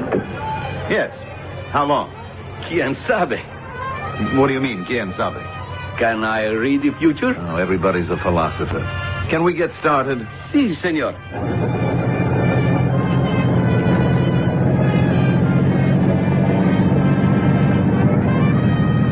As I recall, it's not too far.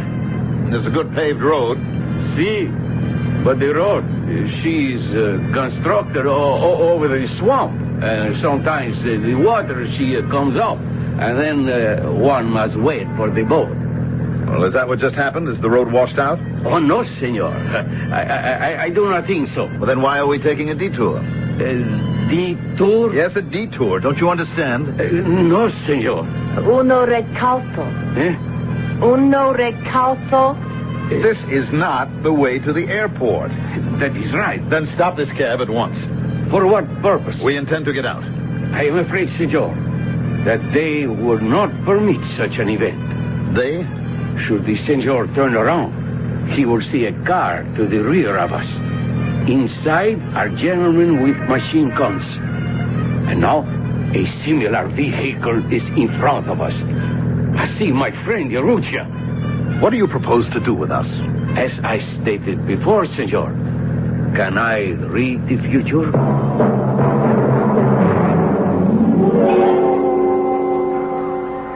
Where are we? I don't know, Mr. Burley. I know you don't know. We're somewhere in the jungle. I know we're in the jungle. I can look out this filthy window and see we're in the jungle. What are they going to do with us? Hold us for ransom, I suppose. Can you work your hands loose? No, I don't think so. Neither can I. How long are they going to keep us tied up like this? I don't know. Please, Miss Tracy, don't say that again. When is that desperado coming back? I don't know. Miss Tracy, you're fired. Yes, sir. No, you're not. It's just that everything's so disorganized at this point. You understand? Yes, sir. The one thing I cannot tolerate is disorganization.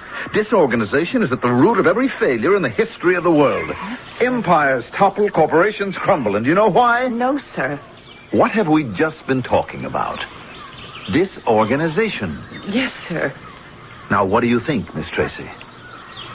What do I think about what, Mr. Burley? About what? About this. Or does something like this happen to you on a regular basis? I mean, getting kidnapped by bandits and revolutionists is just ordinary, everyday routine, old stuff to you. No, sir. At any given moment, those men could walk in here and cut us down with machine gun fire. What do you think of that? I would rather not think about it. Mm-hmm. What are you thinking about? I know you're disappointed in me. You really feel you're entitled to someone better. Well, it isn't my fault. Miss Tracy, let's drop the whole thing. The fact is, if you wanted to spend your last hours on Earth with someone charming, witty, exciting, you obviously have chosen the wrong person, but it isn't your fault. I'm having trouble following you, Miss Tracy. Well, you didn't know at the time you'd be hiring someone you'd have to die with. All you thought was you were just hiring his secretary. Well, that's true, isn't it? All right, Miss Tracy.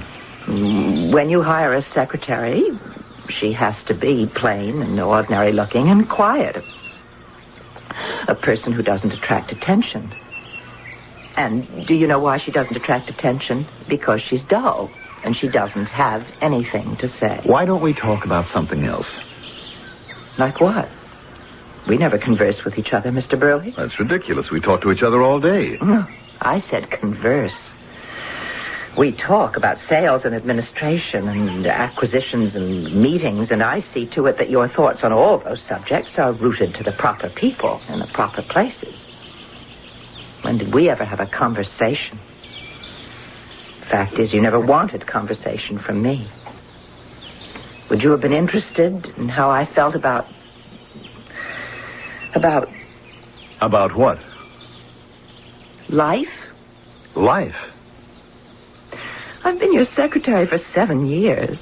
I replaced Martha Wallace, a woman very much like me, and I'm sure she replaced a woman very much like herself. And I'll be replaced by another carbon copy. Do you know my favorite color? Why should I know your favorite color? My favorite dessert?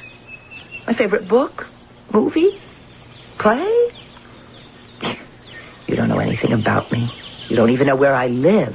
Your address is on file in the event I should ever need it.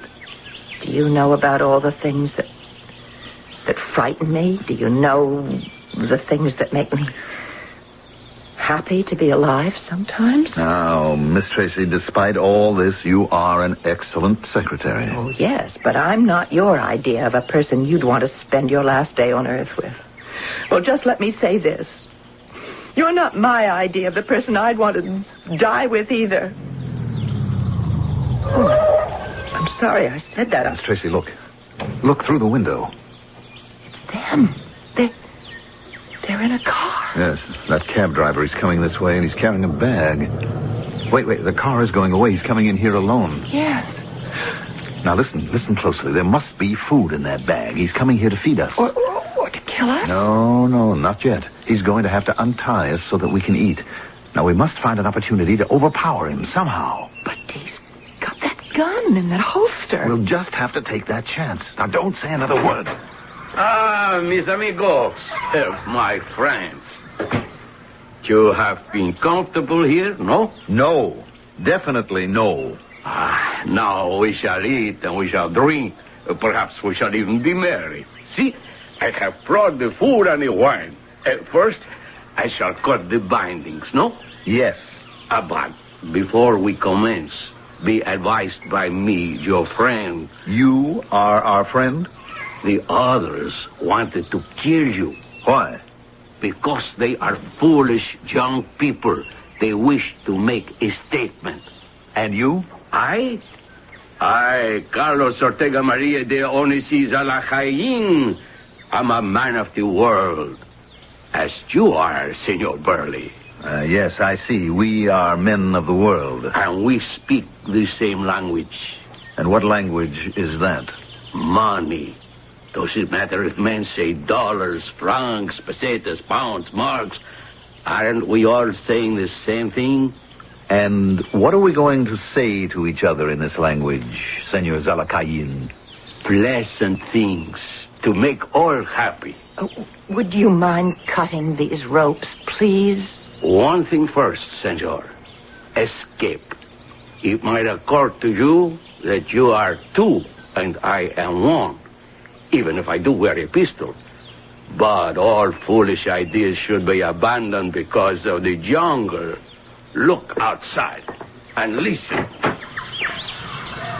Much of it is bird and monkey, harmless creatures. But if you listen closely, a jaguar, and perhaps a puma also. What you cannot hear until it is too late, the python, the anaconda, that is what awaits you. And now, I shall cut these ropes, and we shall have a party.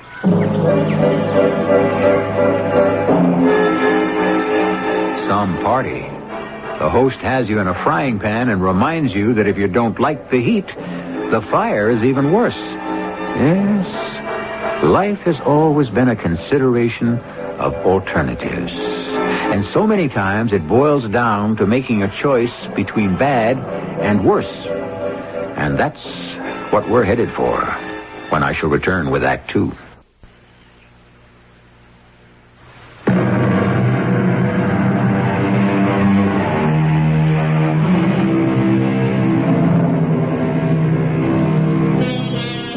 What is man's essential nature? The question has puzzled the philosopher for centuries, and in our day the psychiatrist cannot answer it either.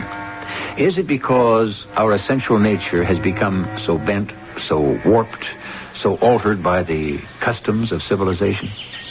What happens to people when all the laws they live by are suddenly stripped away? You mean there are wild beasts out there? Why, of course, Senora. Try a bit more of this wine. No, I really shouldn't. Oh, come. It places the sparkle in the eyes. Oh, all right. Where does the jungle go? Quien sabe? This is just the edge. Inside for hundreds, thousands maybe, of miles. And savages, headhunters, cannibals, no one goes into the jungle. Where does it all come out? Somewhere it all comes out on the ocean. But why do we speak of the jungle? Which of us would be foolish enough to go out there? Let us speak of the international language of the world. Money, eh, senor? What sort of ransom were you thinking of? Something that will keep my young people happy. Senor, why have you come to this country? You know why? See, to discover the riches below the ground, in the waters, the trees, the mountains, no? Yes. And to buy them. Yes. They are not for sale. I am willing to pay a fair price. Fair? Who decides fair? Do you suppose I could have another drink of that? Ah, with pleasure. Thank you very much. You ask me, senor, who decides what is fair in this country? Yes. Perhaps good friends of mine. One day, soon. I see. We will not sell the wealth of this country to foreigners. No? Never. That would be a betrayal of the people. However... However? Those of us who will be in command may need associates. How do you say? Socios commanditarios. Silent partners? Si. Silent partners. I didn't know you spoke Spanish, Miss Tracy. Yeah, I have hidden depths. Your glass is empty, senora. That isn't my fault. Allow me. Silent partners? Yes. And how would the silent partners operate? First, they would provide money to help the cause. The cause? And then they will have to receive much money and see that it is given a foreign... Senora, ¿cómo se dice asilo? Oh, haven. Gracias. A foreign haven. Do you follow this, Senor Burley? Perfectly. Then we understand what is to be done. Oh, completely. Shall we drink to the new silent partners? Happily. Oh, wait, let me pour. Of course. For you, Mr. Burley. And now, if you'll hold up your glass, Senor Zalakayan. Oh, please, I'm so sorry. It's not. Oh, my God, I spilled it all over you. It is nothing. Oh, no, wait here. Just let me here. Miss Tracy, why did you hit him? Get his gun. His gun. Move. You tried to kill me. Help me, Mr. Burley. I will shoot you both. Don't let him get that gun out of the holster. Wait, we can settle this. I will kill you. No, we can settle this, I tell you. Hold his arm. Don't let him shoot. Oh. Is he? Yes. Is he? Yes, he's dead. What did you do? I did what you told me to. What did I tell you? You said we'd have to find an opportunity to overpower him somehow. I said he has a gun in that holster, and you said we'll have to take the chance, and I tried to say something, and you said we'd have to I think I'm going to be sick. I was only following your orders, Mr. Burley. I pretended to be drunk. I was just waiting for a chance, and when it came, I took it. You were waiting for a chance? Yes, sir. Couldn't you sense that the situation had changed? I thought it was just a conversation. I was under the impression that you were trying to lead him on. Didn't you hear us make a deal? Mr. Burley, I was very busy waiting for the opportunity. I was very frightened, too. That's what I came to this country for. To find someone I could make a deal with, and you had to kill him. I didn't kill him, sir. We were all struggling for that gun, and it just went off. What are we going to do now? Now? Yes. How do we explain this to his friends? Well, we'll just say that there was an accident. Oh, sure. But it's the truth. They'll kill us. And we have to get out of here. Yes, and go where? Oh, we could try to find our way back to the city. We'd get lost in the jungle. We can't stay here. Why did you have to... Mr. Burley, you've never done a thing like this before. You're always a fair man, sometimes nasty, but fair. You've never blamed people for obeying your orders. Oh, shut up, Miss Tracy. Please don't talk to me like that. This has been very difficult for me. Man has just been killed. And it's going to get worse. Oh, how can it get worse? Do you hear that? What? It's the sound of a motor. Somebody's coming. We have to get away. We can't go out there. We can't stay here either. Hola! Zalakai! We have to go. Zalakai! Why did you have to attack him? Do you want to pick up that pistol from the floor? I'd do it, but I don't know how to use it.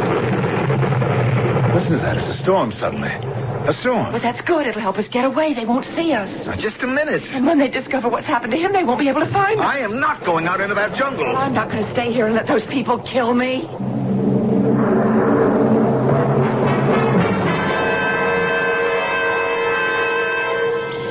Which way?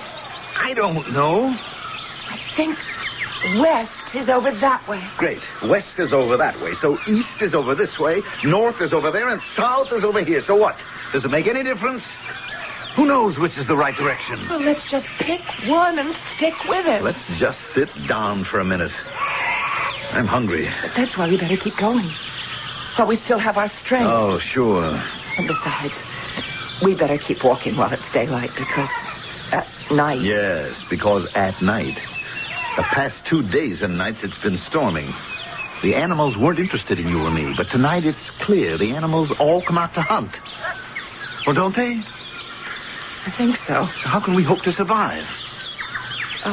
We'll climb a tree. Yes, and so can a boa constrictor. You don't have to be so negative. I don't like your attitude, Miss Tracy. Then you can fire me. Wish we could find something to eat. Well, they're fruits and nuts, berries. Look. How do we know they're not poisonous? Let's watch and see which ones the birds are eating. Say, that's very astute. Where did you learn such a thing? I used to be a campfire girl. Oh. Then you know all about the woods and the outdoors. I used to know how to build a fire. Without matches, you rub dry sticks together. Where could we find dry sticks around here? Are you watching the birds? What are they eating? They don't seem to be eating anything. Maybe they're just not hungry now. Or maybe everything around here is poison. Can't be. The birds have to live on something. Is it possible that the birds could eat berries that would be poisonous to people? I don't know. Maybe we could kill something with that pistol. Kill what? Something we could eat. Well, then we'd have to skin it and clean it and cook it. You know how?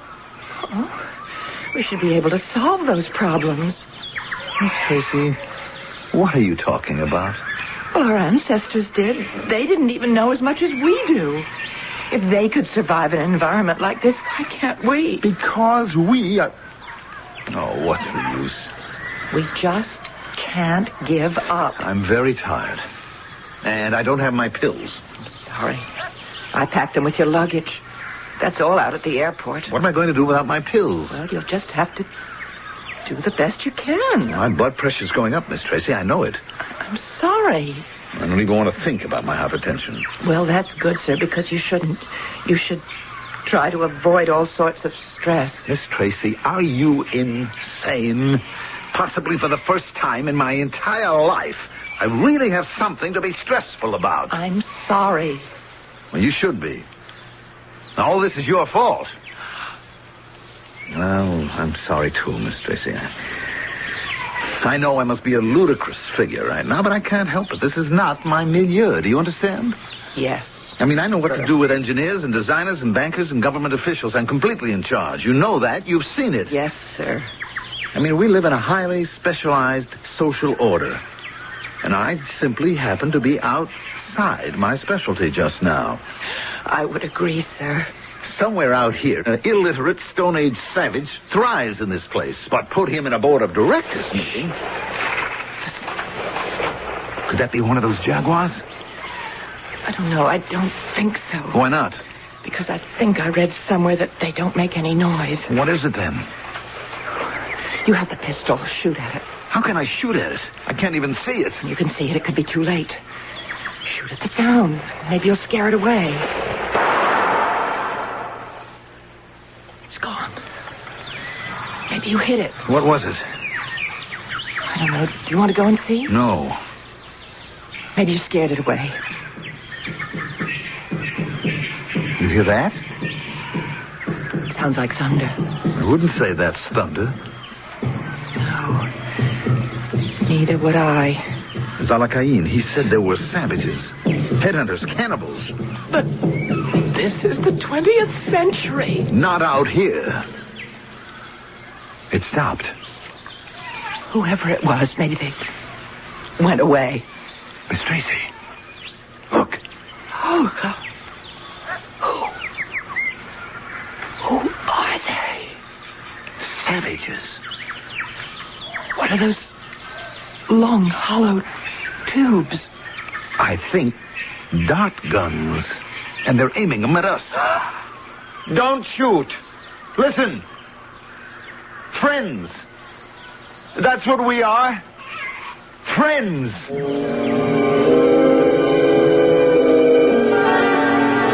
Hopefully these newcomers on our scene understand what the word friend means. Even so, there are those people who are not out to make friends under any circumstances. You must admit, we're being consistent in our story. Just when it appears that matters simply can't get worse, they do. See you at the third act shortly. The boy next door's a doctor, and he's single. My daughter, what a girl. She's single, too. I'll invite him for some donuts and my coffee. Maxwell House, I'm leaving it up to you. Maxwell House is good moment. Maxwell House is good coffee. Good to the last drop. Maxwell House. Get together with the great taste of Maxwell House coffee. Coffee you can count on. Good to the last drop. Maxwell House.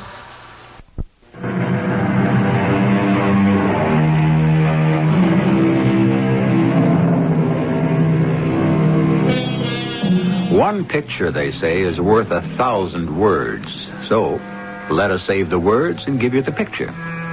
Somewhere in a vast expanse of wild, unexplored jungle, we have our friends, Mr. Burley and Miss Tracy.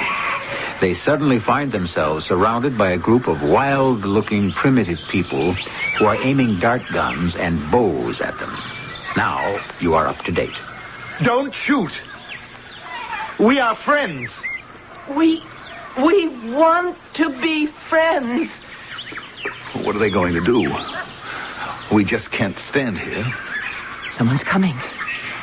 He's bigger than everybody else. He must be the chief. You. He speaks English. Only one word so far. Come. Where are you taking us? Come. I think you irritated him. Sir, I merely wish to inquire. Come.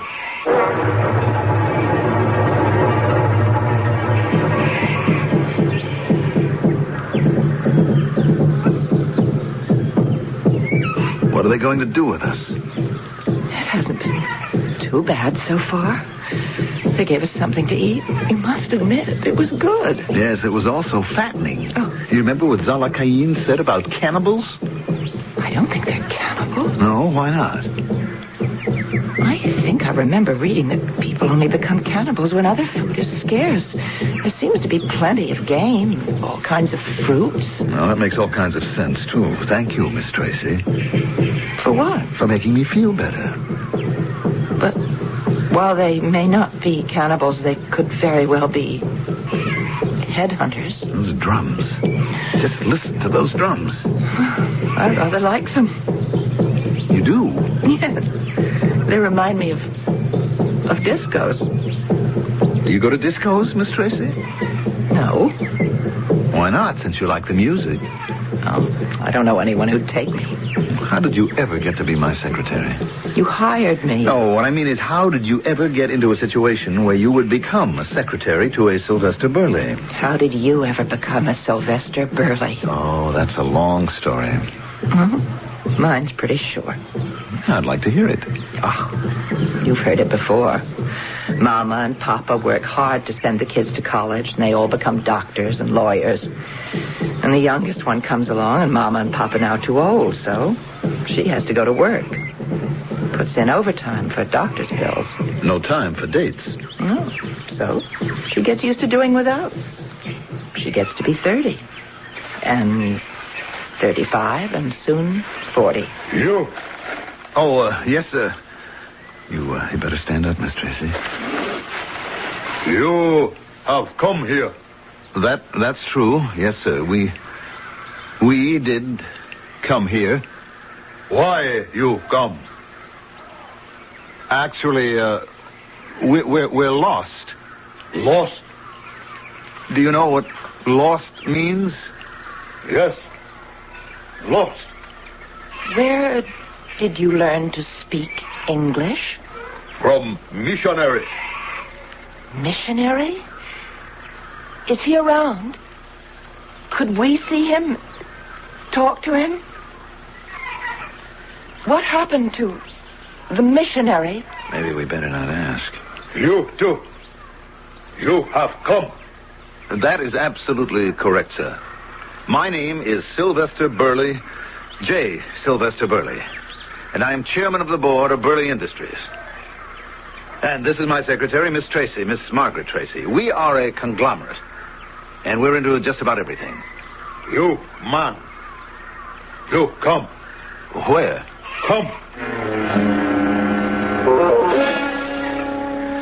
Mr. Burley, what happened? Nothing. They took me to a big open space, and they all stood around me in a circle. And what happened? Nothing. They just stared at me. That's all? I don't understand. Then the chief, he just pointed at the hut and told me to come back here. But what are they going to do with us? Listen. The drums, but they don't sound the same, do they? I don't like it. You! Oh, you startled me. You come. Now, look here, Chief. Come. You sit. Chief. Be still.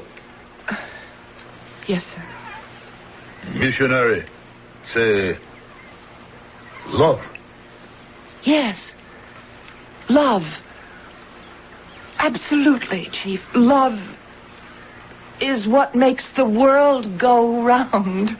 Love all people. That's true. I mean, you really have to love all people. All people. It's easy to love your own, after all. Other people, well, that can be difficult. But that's what love is all about, isn't it? Listen. There are people who really don't deserve to be loved, but once you start drawing the line... Listen. Listen to what? Thunder God. Oh, yes, sure. Of course, the Thunder God. He speak. Certainly. Thunder God never speak at this time before. No? Thunder God speak only in season. Season. Oh, you mean rainy season. Thunder season. Oh. Why he speak now? Why? Why he speak with thunder and his wife with water? Why? I don't know. I know. Thunder God angry. Oh, yes. Well, yes, it's possible. Missionaries say we must love. So we do not kill when we see you in jungle. Oh, of course, it would be the wrong thing to do. Definitely. But Thunder God angry. Why? Angry at you. At me? At you and husband. But he's not... Be still. Why else rain and thunder now? It could be... Still. So is wrong to love. Thunder God angry. We must kill.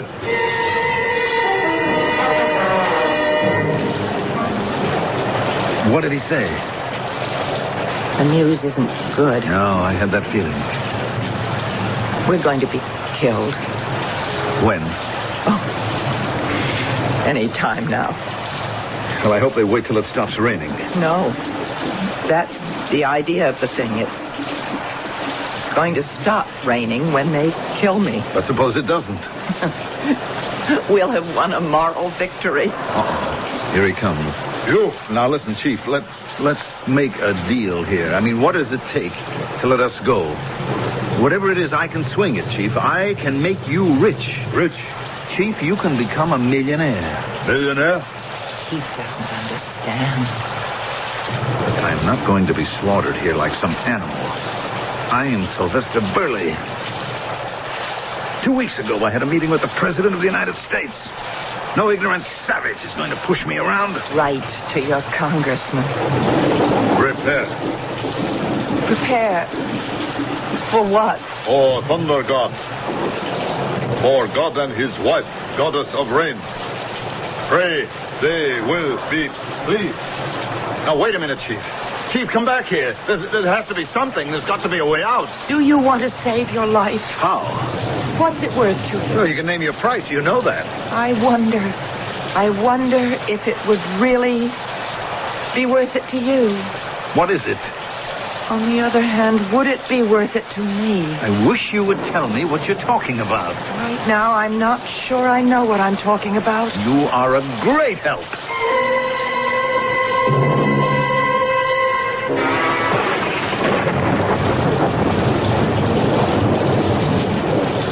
We come to sacrifice to Thunder God. Look, there are all those men with bows and arrows aiming at us. Gods are angry because two strangers in jungle. But we didn't do anything. Be silent. It isn't true.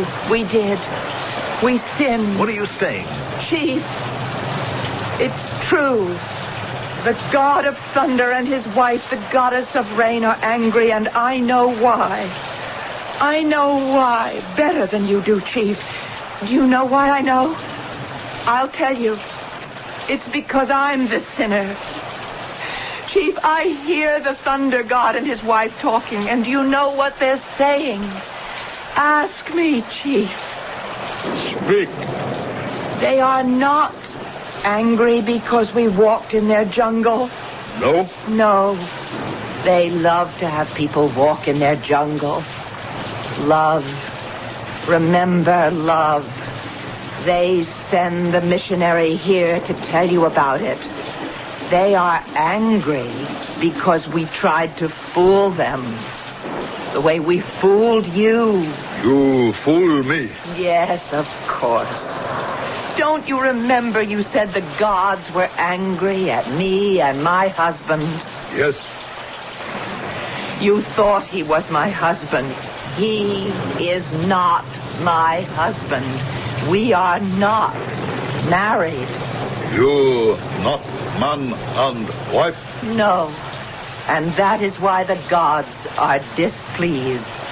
Because a man and woman who are not married walk together in their jungle. Together. Together. Is abomination. We are guilty. You are the chief. You can purify us. Make us man and wife. And so you satisfy the gods. Now, just a minute, Miss Tracy. Is it worth it to you, Mr. Purley? You speak truth. Make us man and wife, Chief, and you'll see. The thunder god will become silent, and his wife shall stop the rain. What if it doesn't stop raining? What have you got to lose? Sound drum for marriage ceremony.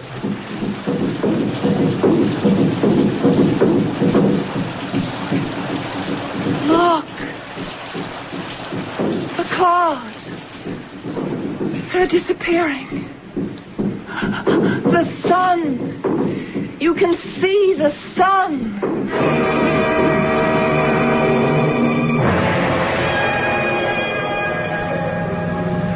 You're fortunate you were discovered by some friendly natives, more or less civilized folk. Otherwise... It was good meeting you, Mr. Goodlow. My wife and I will never forget this place.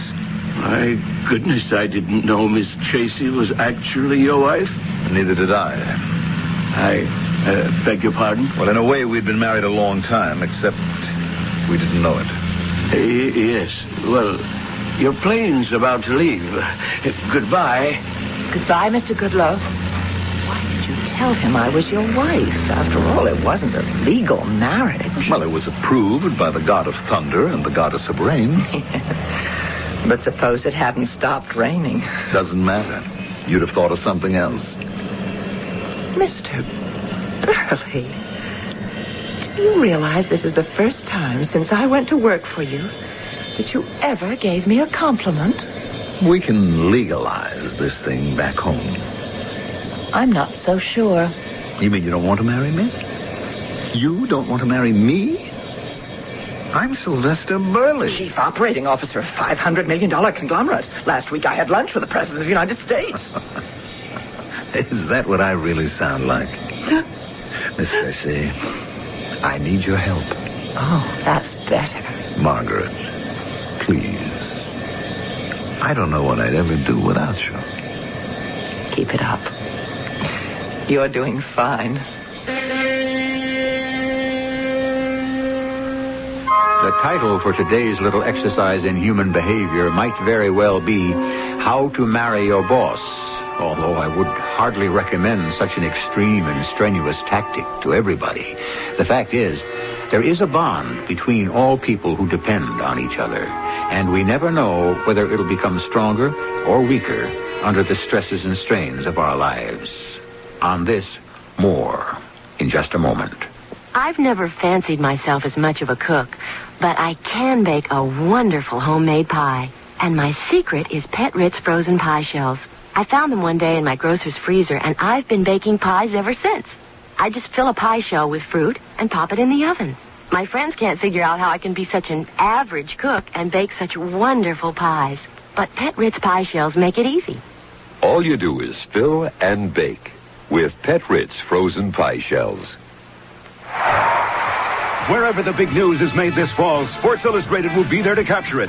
We've been there for baseball surprises from Kansas City to Philadelphia. We'll be there for the college and pro football battles from Pasadena to Pittsburgh. We'll be there as the Islanders and the Lakers defend their crowns. And as Duran and Leonard square off in a super middleweight rematch, there'll be big news this fall. Sports Illustrated will be there each week to capture it for 16 million readers. That's what makes it a great place to advertise. Sports Illustrated, America's sports news weekly.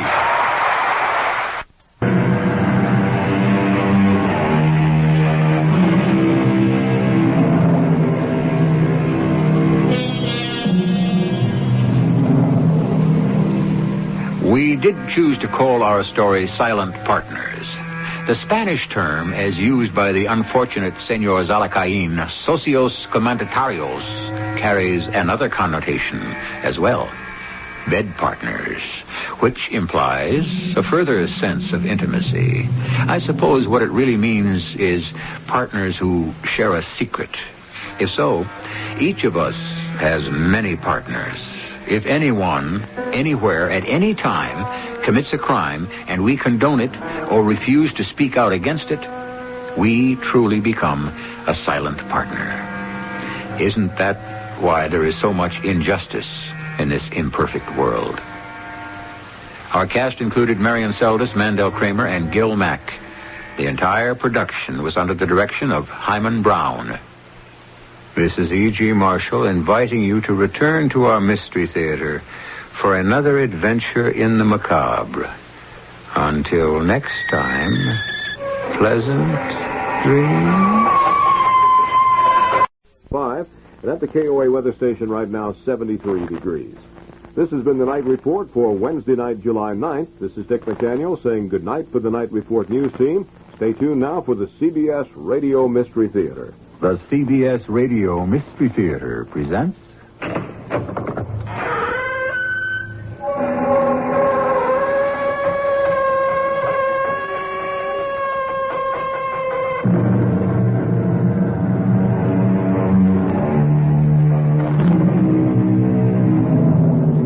Come in.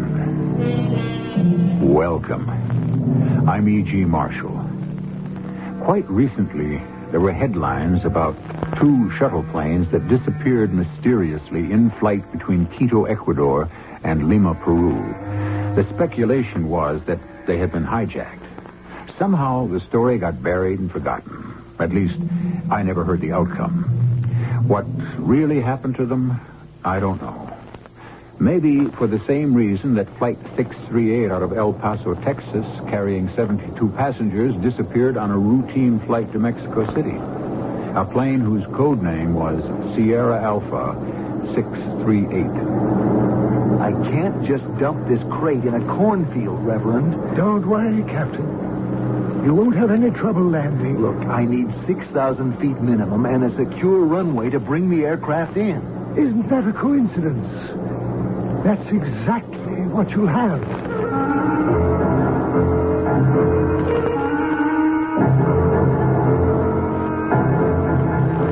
Our mystery drama, Sierra Alpha 638, was written especially for the Mystery Theater by Ian Martin and stars Robert Dryden. I'll be back shortly with Act 1.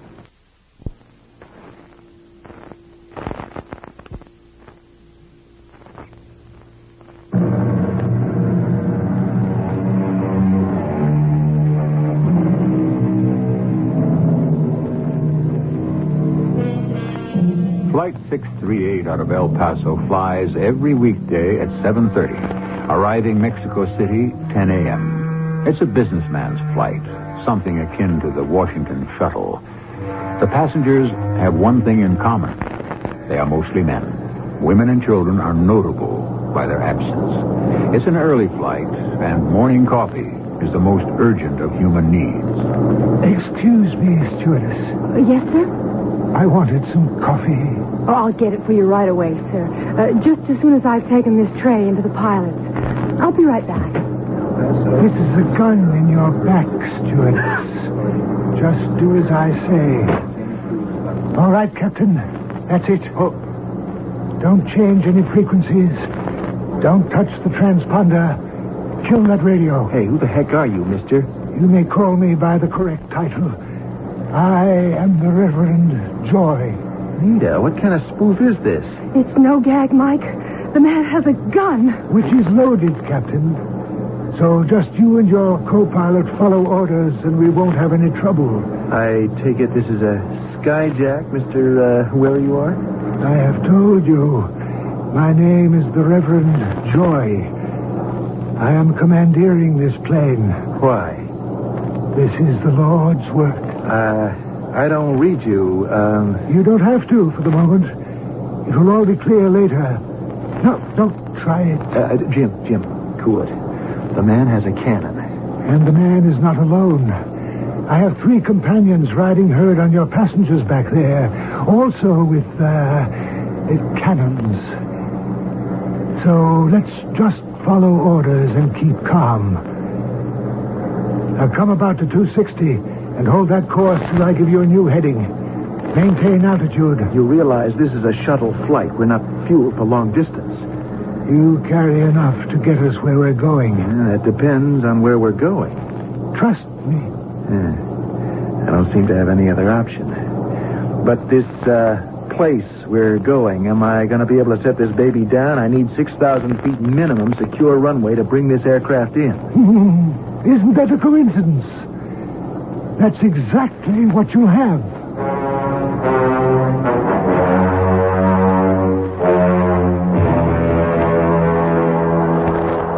El Paso Center. This is Santa Rosa Center. I read you loud and clear. I'm supposed to have a DC-6 on the scope here. Sierra Alpha 638. He doesn't show. Did you have a handoff from him to me? I was about to hand him off, but I lost him. Where did he file for? It's a routine scheduled flight every day. El Paso to Mexico City. That's what I thought. But I've lost track of him. What do we do now? I'm not taking any chances. He could be down somewhere. I'm notifying search and rescue.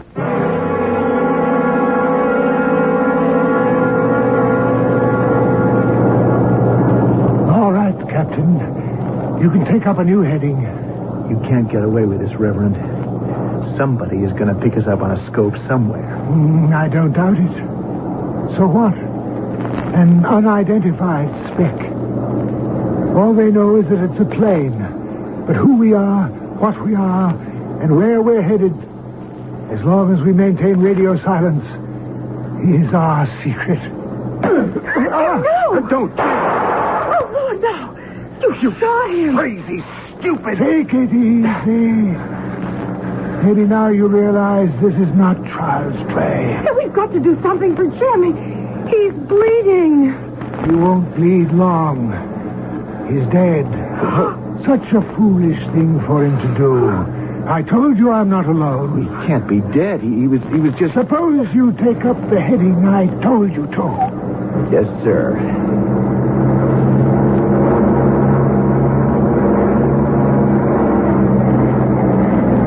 Nita, how's Jim? I'm afraid he's... I switched to automatic and I want to see for myself. You'll, have to move out of the cockpit, Mr. God. There isn't room for you in here. Then we'll make room. I'll make arrangements to get the body out of here. But the door stays open. I'll be right here by the galley. I warn you to keep away from the radio, or I'll shoot the girl. Ham? Yeah, Reverend. I'm coming. Nita, you went through emergency training school, right?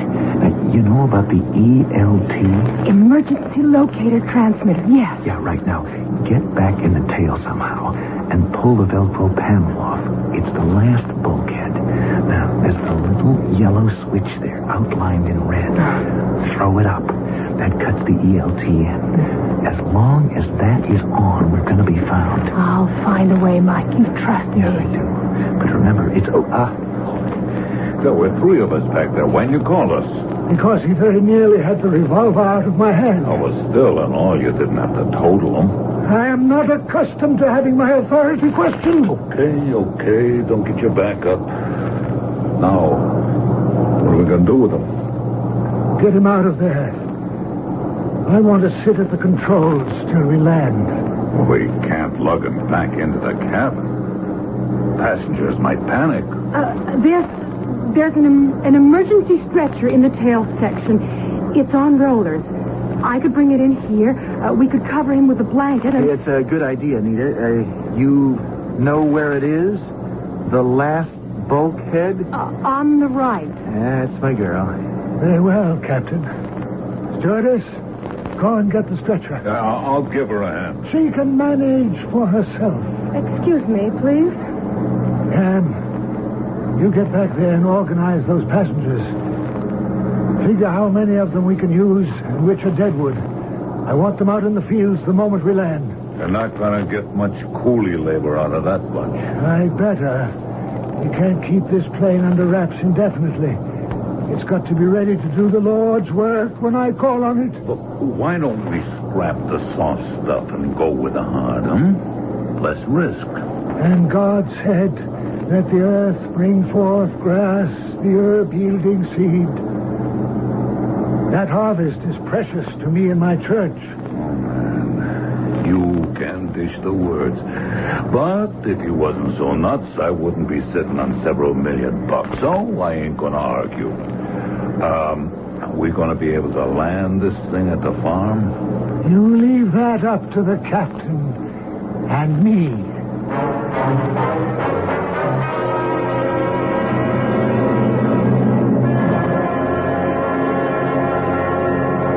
Hi, Bill.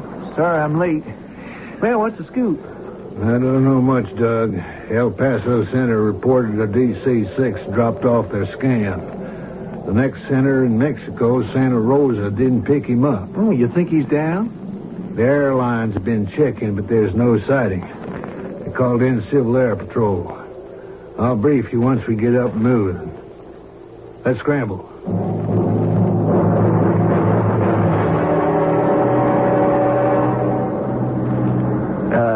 Mister, you have to keep waving the artillery around. Those things go off. Like your buddy found out? Yeah. He didn't have to do that. Well, you'll find the Reverend's pretty quick on the trigger about a lot of things. Where do you fit in this picture? Me? Strictly business with me. You're not a member of his cult or whatever it is? No, not me, Captain. I'm just hired muscle. To help skyjack the plane. Well, I can tell you it's one sweetheart of a deal. It sets me up in the big bucks for life. And the Reverend? Oh, he's got it made already. This only makes him 3 times as rich. What are we, hostages? We being held for ransom or what? Nah, nothing like that. Well, then what? All right, Ham. You can get back in your seat. We'll be landing soon. Okay, Reverend. What did you do with Jim? The co-pilot. Put him back in the tail section. Are you sure he's dead? He has gone to his return and made his peace. Yeah. You made it for him. A regrettable accident. I know you're an automatic, Captain, but don't try to take me. You'd have a bullet in you before you were halfway out of your seat. You wouldn't be in very good shape in a plane without a pilot. There'd be a pilot. I'm one. Or I used to be. All right. It's time to start our landing approach. I'll just get belted into the co-pilot seat, Captain. What is your name, anyway? Mike Therese. Mexican? Yeah, second generation. Like Senorita Silvera, the attractive young stewardess who, brought us together. It may come in handy. What does that mean? We might have some need of interpreters. A lot of Mexicans on the plane. But that can wait. First of all, let's land this thing. Get her off automatic and back on manual. I don't like this terrain. Where am I going to set her down? You'll see. You can start your landing approach, Captain Torres. Normal descent, 500 feet a minute, down to pattern altitude so you can land where I'm going to tell you to. Don't I need a clearance to come in? There'd be nobody to give it to you. You mean this is an unattended field? Yes. You've got to be out of your head, Mr. Reverend whatever your name is. This is a big plane. Look, I got 73 passengers back there, to say nothing of crew and your own men. I can't land on some dinky, chaparral-strewn hunk of desert. I promised you 6,000 feet of runway, and you'll get it. Well, even that's short. What kind of surface is it? Steel landing mats, war surplus. Good surface. Now look to your left at 9 o'clock as we clear this mountain face. There. You can see it now. In the valley. There's not much width. There's enough. Use full flaps. Aim for the threshold and bring her in short. Don't worry, you'll have plenty of braking power. How come you gave up flying? I didn't. It gave me up. You were grounded, huh? Why? Difference of opinion between myself and the FAA. They objected to my use of the Lord's food for the mind, which brings the peace of heaven, freeing the soul from the body which keeps it earthbound. You fly on marijuana? Should have tabbed it from the smell. Start your landing pattern. We're going in. Okay. One last chance, Reverend. What? You're risking a lot of lives on this landing. And whatever it is you're up to, you're not going to get away with it. Why not? You know as well as I do that this plane has simply disappeared. In this wild terrain, it will never be found. Don't kid yourself. It'll be found. If you're counting on your ELT, Captain Torres, forget it. I checked that when I went back with your ex-co-pilot. Your pretty little stewardess had turned it on, but I turned it off. And it will stay that way until I am through with this aircraft. Now, let's see what a hot pilot you are. You put this baby down and don't try any tricks, or I'll put you down and bring her in myself.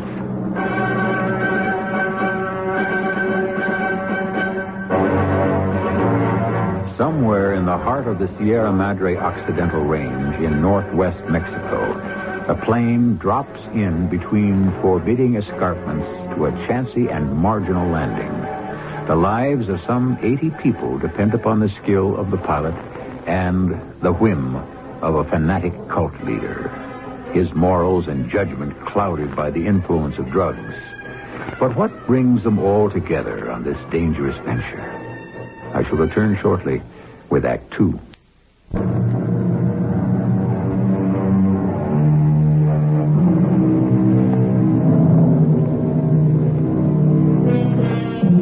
A plane's lifeline is braided from the twin strands of radar and radio. When a flight takes off, it is monitored on a series of control centers, passing from one scope to the other, and in voice contact all the way. Occasionally, the radar scopes do not overlap, and for several minutes, a flight can be in no man's land if radio contact is not maintained.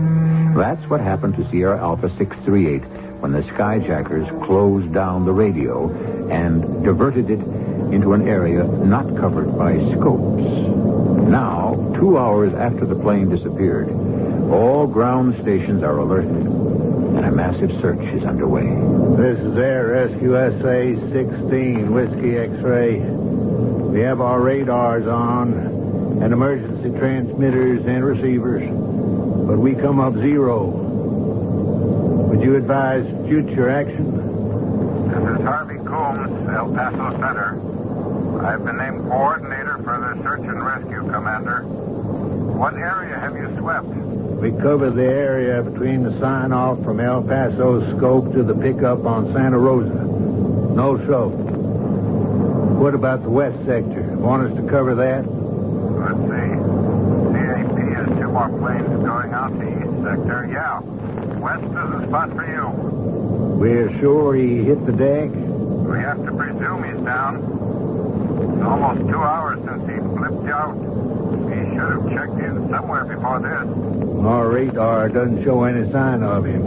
Keep up the sweep. Run a grid search through that western sector till I can dig you up some more help.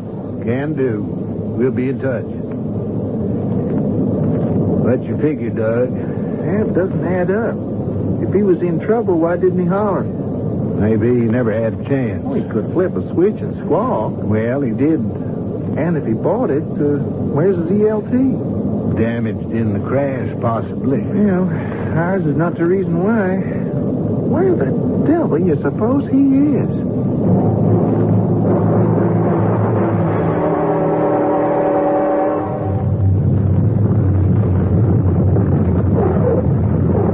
May I be the first to congratulate you, Captain Torres. An excellent landing. How would you know, Reverend? You're still 6 feet off the ground. I wouldn't advise you to get your hackles up, Captain. You're not dealing from strength. Don't be too sure about that. You made me land the plane, obviously to pick up something, which means she's got to get back up in the air. Now, don't tell me you could get her up again, which leaves it to me. How's that for trumping your ace? Let me remind you quietly, Captain. There are 73 passengers on this plane, plus your pretty little countrywoman who is a stewardess. By virtue of might, of being armed, I have the power of life and death over everyone. Would you care to be responsible for anything happening to them? You wouldn't harm them? Remember your co-pilot. You know, you're not even human. Quite right. I am supernatural. And I will have my way no matter what the cost. Now, let's get this operation started. What is this operation?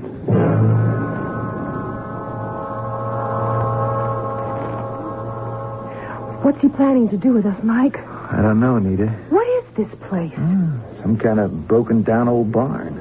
Hey, I'm sorry about the emergency locator. Don't blame yourself. You did just fine. How did the Reverend find out? He just seemed to know.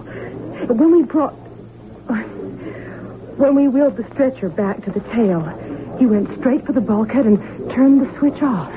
Which leaves us square behind the 8 ball.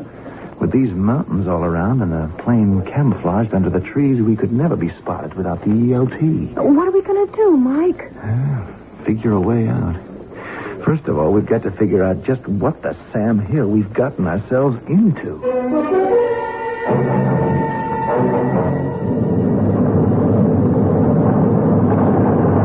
Same junk.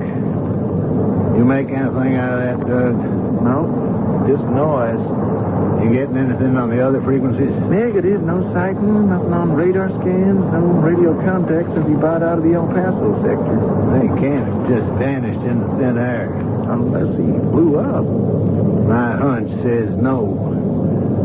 We got iron core mountains, tin roofs, and the biggest ground clutter ever rattled your ears. Somewhere in all that clutter might have been that plane. I want to buzz low level and see if she can't be eyeballed. Okay by me, but that's pretty desolate terrain down there. Way off the flight plan. Now, why do you think he might be down there? No, just a wild hunch. If I ever got a notion to hijack a plane, this country is about where I might just decide I could get away with hiding it.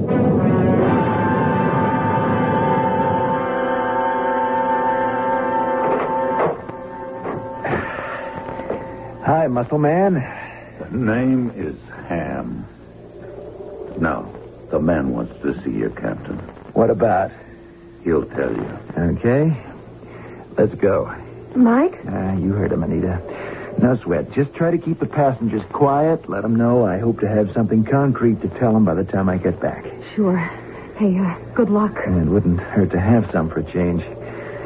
Let's go, muscle man. I said the name is Ham. You want to be stuck with a name like that? Okay, let's go. Ham. Ladies and gentlemen, don't be alarmed. I'll try to tell you as much as I know. Where are we going? Not far. The house right there. Am I finally going to find out just what this caper's all about? Once you've talked with a head crazy.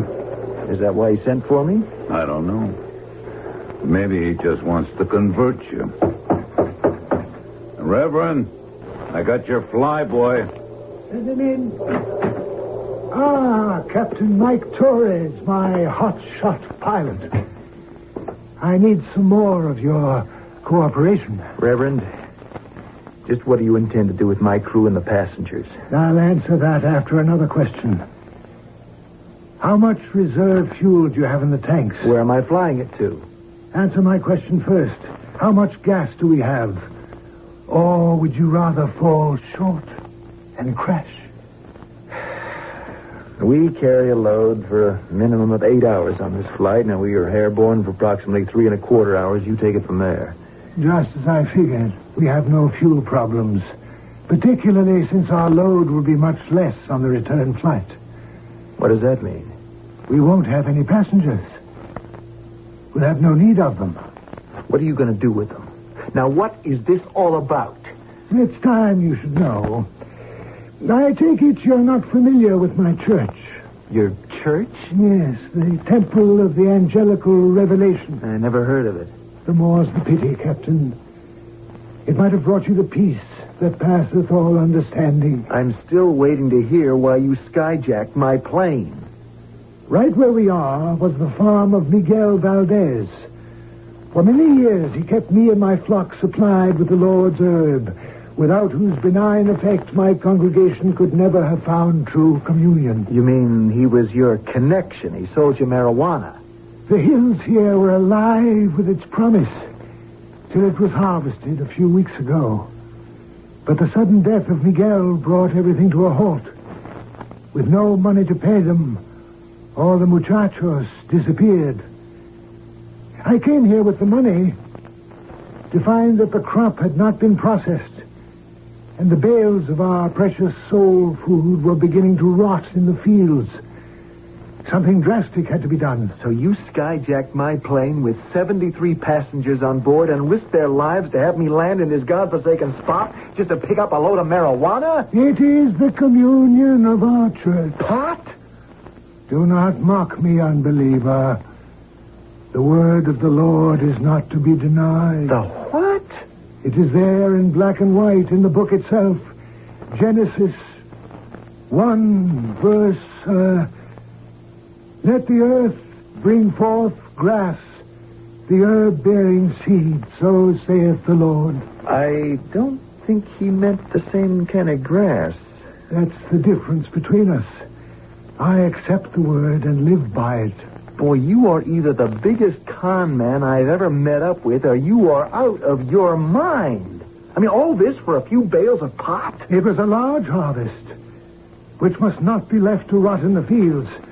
I need your plane to transport it to the United States. You risked the lives of all the people aboard it for that? I needed them to collect the heavenly gift of the earth and bring it to the plane. Where is this stuff? At the far end of the valley. I want you to tell your passengers they must collect it. And load it? Why don't you tell them yourself? I think it would be easier for you to persuade them to cooperate, particularly since most of them understand Spanish better than English. I suppose I do. What happens next? Then I have no further use for them. You'll let them go? They will be free. What about me? It will be a little different for you.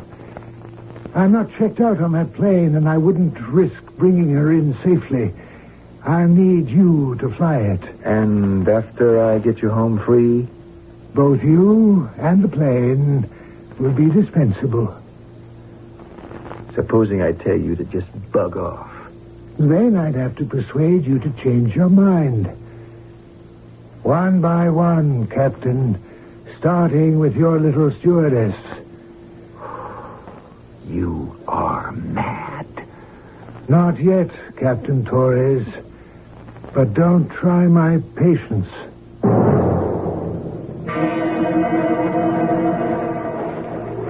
Ham, you know what that crazy man just told me? Sure. But About the Mary Jane and getting the passengers to load it? That guy is a raving maniac. Now, how can you go along with this? I told you, buddy, my rake-off on this little caper is going to put me on easy street. A plane load of marijuana? By the time it's dried or cured or whatever you do with it, what could it be worth? Plenty. Oh, but that's just the icing on the cake. What do you mean? Oh, didn't he tell you about the horse? Heroin? You got it. 8 kilos of the white stuff. The Reverend sewed up through his connections with the Mother Church, or whatever you want to call it, somewhere in South America. They're using this farm as a drop. But the Mexican police are closing in on him. He knew he had to get out fast. So he hollered to my syndicate for the muscle to help him cut out. Still doesn't make sense. Do you know what this lunatic's going to have to do to cover up all this? What are you talking about? Counting me, the passengers, the crew, you goons, he's got over 80 witnesses who could put him in jail for the rest of his life. To say nothing of facing a murder charge because of my co-pilot. Now, how is he going to keep their mouths shut? That's not my problem. Isn't it? You might get away with a little grand larceny and skyjacking, but you get the blood of 80-plus people on your hands, Ham. You are never going to draw another easy breath as long as you hope to live.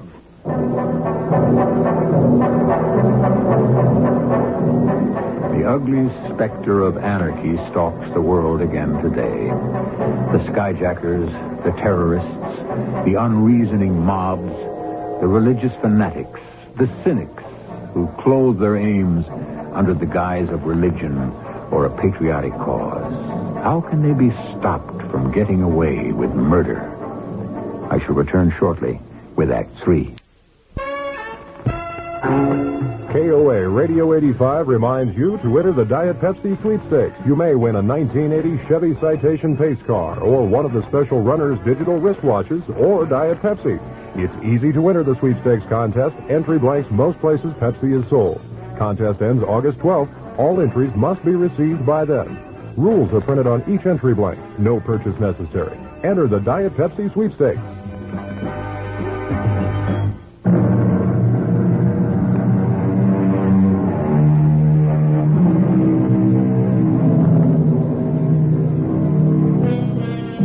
Captain Mike Torres' last statement to Ham Wesson, the hired gunman, has brought both of them to a halt. It is hard to read in Ham's flat killer's eyes what is in his thoughts, but at least for the moment, Mike has his undivided attention. There is a long pause as they regard each other, and in the strange silence, the evening sounds seem almost deafening. The Reverend told you he was going to total them people? No, Ham, that's not what he told me. He told me he was going to set them free. But what he meant was something quite different. Captain, what do you expect me to do about it? Unless I get a guarantee that those people are going to be safe, every single one of them. That plane is grounded. I won't take you up, and you can all rot with the marijuana and the heroin, and your big caper goes straight down the drain. Look, don't throw your weight around, Captain. If you won't fly the plane, the Reverend can. Ham, you listen to me, and you listen good. Now, taking off from here, no matter what the load, is going to be tricky. We're surrounded by mountains. There are thermal effects and turbulence that'll test even the best pilot, to say nothing of knowing your plane inside and out to climb over the ridges. Now, even supposing you get over those hazards, where do we land in the U.S.? If that's where we're going. Oh, no sweat there. Yeah? What kind of field? Well, it isn't a field exactly. It's hard, dry-packed earth. It's an old lake bed. Any mountains around? Well, yeah, I reckon. And how's the weather? Weather? Yeah. Since we can't use the radio, how do we check it? What's the ceiling, the wind velocity? Where are the winds at ground level? What's the visibility? How do you set her down in one piece?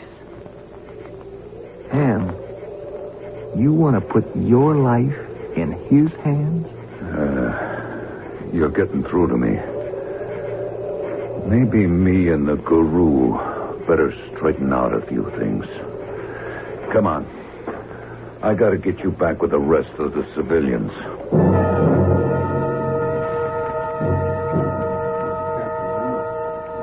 The passengers are getting pretty restless. You're going to have to tell them something. So what happened, Mike? Nita, honey, we are dealing with a madman. He's the head of one of those cultist groups that pretend it's a religion. Now, his particular gimmick is that everyone sits around and gets stoned on marijuana because he says it's their special communion and the Bible sanctifies it. Bible? Yeah, there's some verse in Genesis about the earth bringing forth grass and the herb bearing seed or something. I forget that. The deal is, he's got a field filled with drugs, and he wants us all to load on the plane and then smuggle it back to the States. He risked all these people's lives for that? I told you, he's out of his skull. The sooner we get away from him, the better. Why don't we just do what he wants? Well, because once we do, he hasn't any more use for us. Well, he needs you to fly the plane. That's something I hope his head gunsel can persuade him about. Because if he doesn't, I'll be just as expendable as the rest.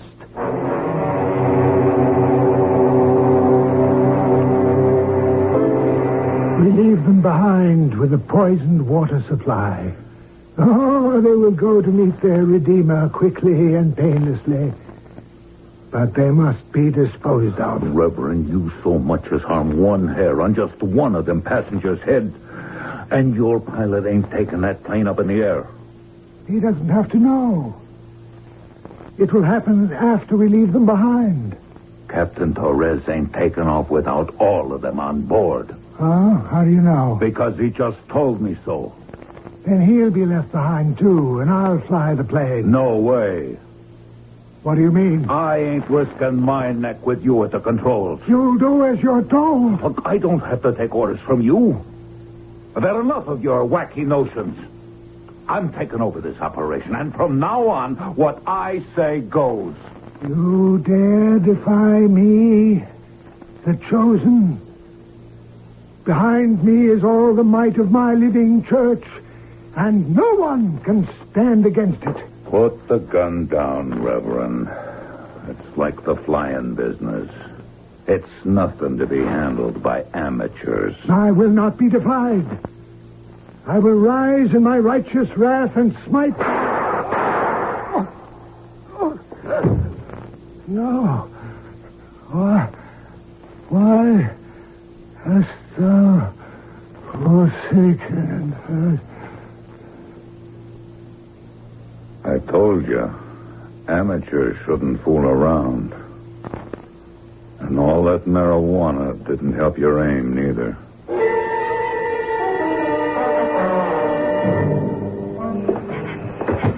You wanted to see me ham your buddies.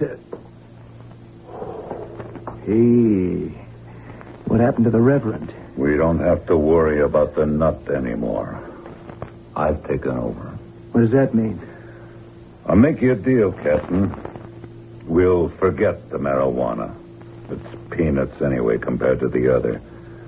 You can load the plane with your passengers instead, and we'll all fly one cozy family to where we're going. And after we get there? By me, I couldn't care less once I get my cut. But there are some hard boys where we're going. And a couple I got with me. I can't answer for them. I'll offer you another deal. Yeah? We leave everyone behind except me, your two buddies, and you. And I'll fly you wherever you say. Tonight? No, not tonight. When?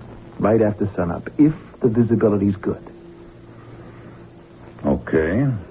You've got yourself a deal. Go tell your group to get some shut-eye. You'll all be locked in for the night. Before we take off in the morning, I'll cut all of them loose except you, buddy. And one other. Who? That cute little stewardess. We'll take her along. Just a little insurance so we all get where we're going safely. I'll get one of my boys to take you back with the good news. Sweet dreams, Captain. See you first thing in the morning.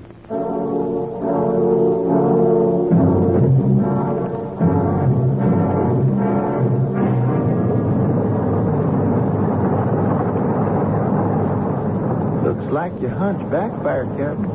Yeah. Doug, if he crashed around here, sure didn't trigger his emergency locator. We'd pick that up, even through all the interference. Should have. Even if his ELT failed, why can't we pick up a bounce off the plane? Maybe we don't get any signal from the plane because it ain't around here. It has to be. How come? The way that DC-6 just dropped off the scopes. For a couple of minutes he was between their ranges. He must have banked sharp to like a 90-degree head. Could be, but he also could have banked left. Well, I don't see it. That's right across the tangle of plane routes. Some plane or other should have spotted him by now if he went east. But if he came west, this is a light traffic area. I got plenty of fuel in the tanks. I think I'll run the grid again. I might just turn up something.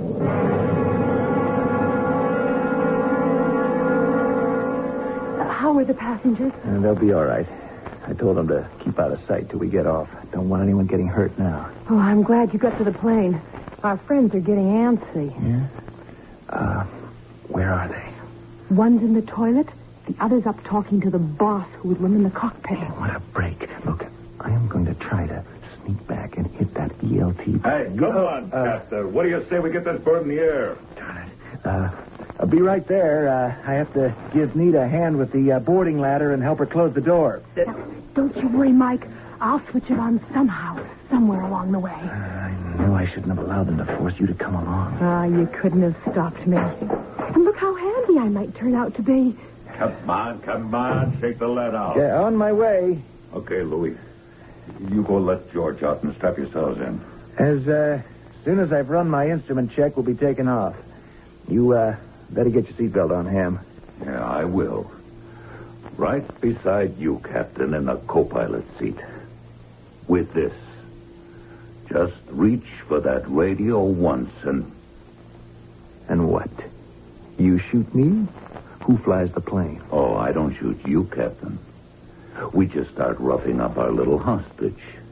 Louis is going to be sitting beside the girlfriend all the way. So help me if you touch her... Why would we have to, as long as you're a good boy, Captain? Now, let's get moving.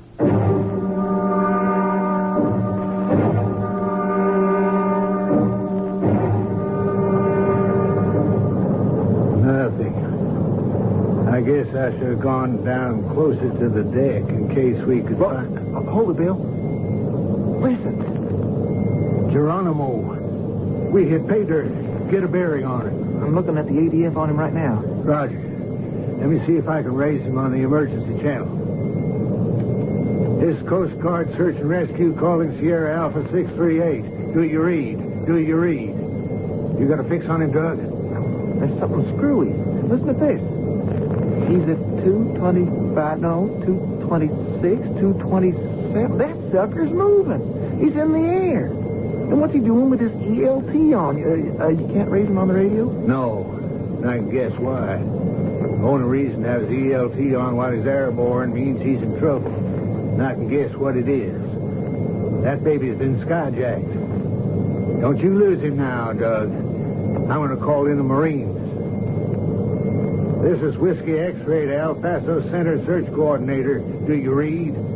Come in, El Paso Search Coordinator. We have found your lost plane.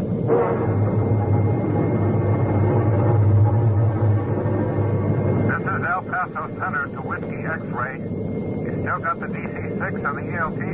I got better than that. I have him in sight. Has he spotted you? No chance. I'm above and behind him at 6 o'clock. It's a blind spot. No chance he can tab me from the cockpit. Did he change your course? Nope. He's still on the same heading. Okay, buddy. Stay with him and don't lose him.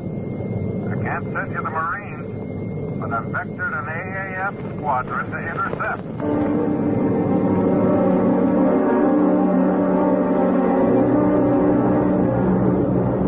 Hey, what the devil? Oh, you, just notice them, Ham? We got us some company. Where are they?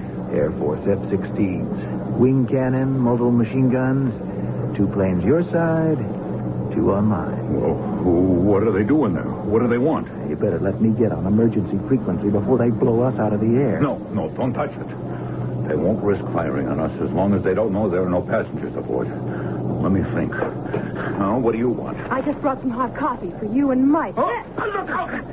Burn my wrist, Sylvia. I'll do more than that if you so much as move an eyelash. Wait, Nita. Now, give me the gun. Close the door and bolt it before his goons can jump us. I've got it. Great. You switch the ELP on? I promised I would. Now, Yes. take the gun back while I bring the rescue crew in on emergency. Yes. This is Sierra Alpha 638. Do you read? We read. Who are you? Coast Guard SA-16. You've been leading us one merry chase. What are you, hijack? We were. Everything under control now. Me and one honey of a stewardess are locked in the control room with one of the hijackers. Nina has a gun on him. What about your passengers? None aboard. We left them in Mexico. As soon as we hit the deck and you boys take care of the two gunsels in the cabin, I'm gassing up and heading back for them. We'll take care of your hard boy as soon as we land. We're heading for the nearest military base. Stand by for course and heading.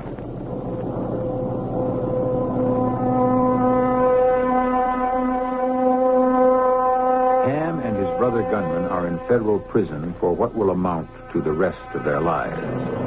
The heroin is destroyed, the marijuana burned, and Sierra Alpha back on its regular flight path. Mike and Anita not only date regularly, but have set the date. So, as the sweet bard of Avon said, all's well that ends well. I'll be back shortly.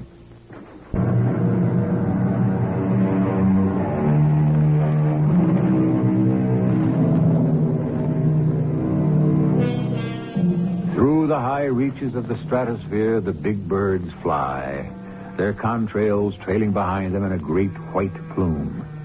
The chance of being skyjacked? So small it is less than a decimal point, as is the accident record. The safest method of transport comfort and without fear. Our cast included Robert Dryden and Russell Horton, Diana Kirkwood, and Ray Owens. The entire production was under the direction of Himan Brown. This is E.G. Marshall inviting you to return to our Mystery Theater for another adventure in the macabre. Until next time, pleasant dreams.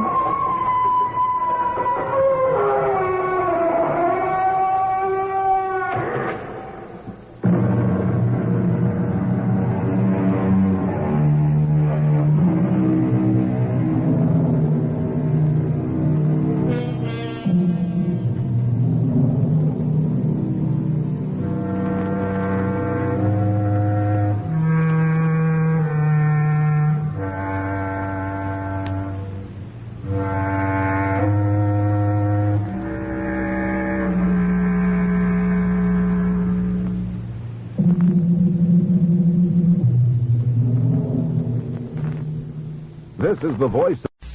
The CBS Radio Mystery Theater presents...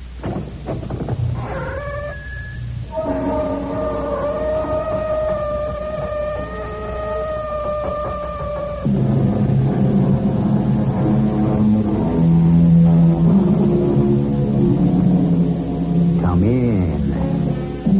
Welcome. I'm E.G. Marshall. Many tales have been told of strange happenings which take place in castles. What more appropriate setting than an enormous edifice with hidden chambers, unexplored turrets, and dangerous balconies? Usually the setting is England or Scotland, where castles abound. But the setting for our drama is much closer to home. The castle we're about to visit is in New England on the Connecticut River. It contains all the mystery and more than many of its antecedents. Now, should you need them, there are candles over there. But it's such a brightly lit room. One never knows. And if you feel uneasy in a strange house, you'd better take this. Oh, a revolver? An old-fashioned pistol. No, please, Mr. Gillette. I'm terrified of guns. Here, take it. You may need it.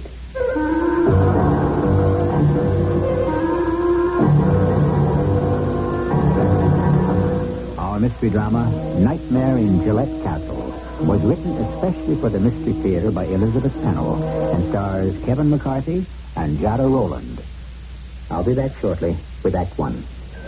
Where is that clerk? Can I help you? We have to see the hotel manager. Right away. I'll get it. And hurry. Oh, John. It's okay. Our vacation's ruined. Don't worry, honey. Please, maybe we can find someone who... Hi, I'm the hotel manager. Oh, listen, we've lost our traveler's check. All of them. What should we do? Well, what kind were they? American Express. Right. American Express. Come on, I've got their number right here. You can call for help anytime from anywhere in the country with American Express traveler's checks. Ask for them by name. It's your way of looking good. Having fun in summer like you should. Add some beautiful color to your summer with Avon's exciting new color cream makeup. Moisturizing makeup with color that lasts and lasts through long summer days. You've got lots of things to do, so we bring Avon right to you.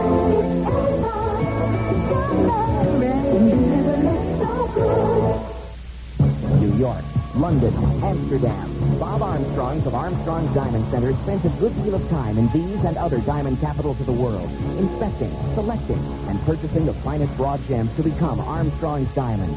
Bob Armstrong has recently returned from making a major acquisition. He has used his experience and expertise to secure these precious stones from the dealers at a very special price. This means two things. One, there may never be a larger selection of Armstrong's diamonds from which to choose. And two, the prices will never be lower, making now, right now, the best time to buy an Armstrong's diamond. If you're considering a diamond purchase in the near future, for whatever reason, consider making that purchase now. Armstrong's will work with you, using the Armstrong's 12-month no-interest purchase policy. Armstrong's, where we deal in diamonds. In the Brickyard Mall, Chicago, Woodmar Center, Southlake, Marquette Malls, Northwest Indiana, and Glenbrook Center, Fort Wayne.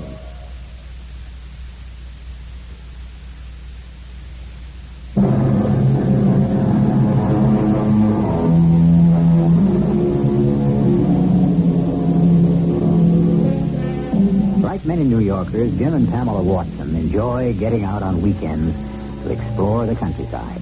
It's amazing how quickly you can get from the big city to rural communities, rolling hills, wooded forests, or discover unexpected places of historic interest. Jim is a Sherlock Holmes buff, and he has heard that a certain state park in Connecticut houses treasures which attract devotees of Sir Arthur Conan Doyle from all over the world. We begin with an ordinary Saturday excursion. Jim and Pamela Watson are totally unprepared for the bizarre events which are about to take place. Jim, slow down. You're driving too fast. Honey, we've already wasted too much time. Well, what's the hurry? Park, Pam. I planned on spending several hours there. I'd rather go antiquing. Yeah, but you... Oh, here's the turnout. You see the sign? Gillette Castle State Park. Beautiful grounds. And, oh, look. Look! Yeah, I see it. There is a castle. I thought it was just a model, but it's a real one. Hey, what a pile of stone. We can go inside. Well, that's what we're here for. Now, why don't you go see if we need tickets to get in? I'll park the car. I'm here, Jim. Please hurry. This place is spooky. Did you get the tickets? No. I came through that big gate and up this passageway. The door's open, see? It goes into a huge, dark room, but nobody's here. That's strange. Hello! Hello in there! Jim, is there a Mr. Gillette who lives in this castle? There was. He died back in 1937. Is someone down there? Yes, we want to see the castle. Well, I'm afraid you're too late. I was just coming to close the door. We're short-handed today, and I'm conducting the last tour. You'd better come back some other time. Oh, please, can't we join the tour, even if it's already started? Well, I suppose so. I left the group up in the library, but come along, follow me. Jim, who was Mr. Gillette? Honey, don't let the guide know how dumb you are. He was just the greatest American actor who ever played the role of Sherlock Holmes. Well, Mr. Gillette was much more than an actor. He was also a playwright and an inventor. He designed everything in this castle himself, inside and out. It's so gloomy. Now, we dim the lights after demonstrations in the Great Hall, but to save energy. It's too bad you missed the stained glass. But come along, and we'll join the others.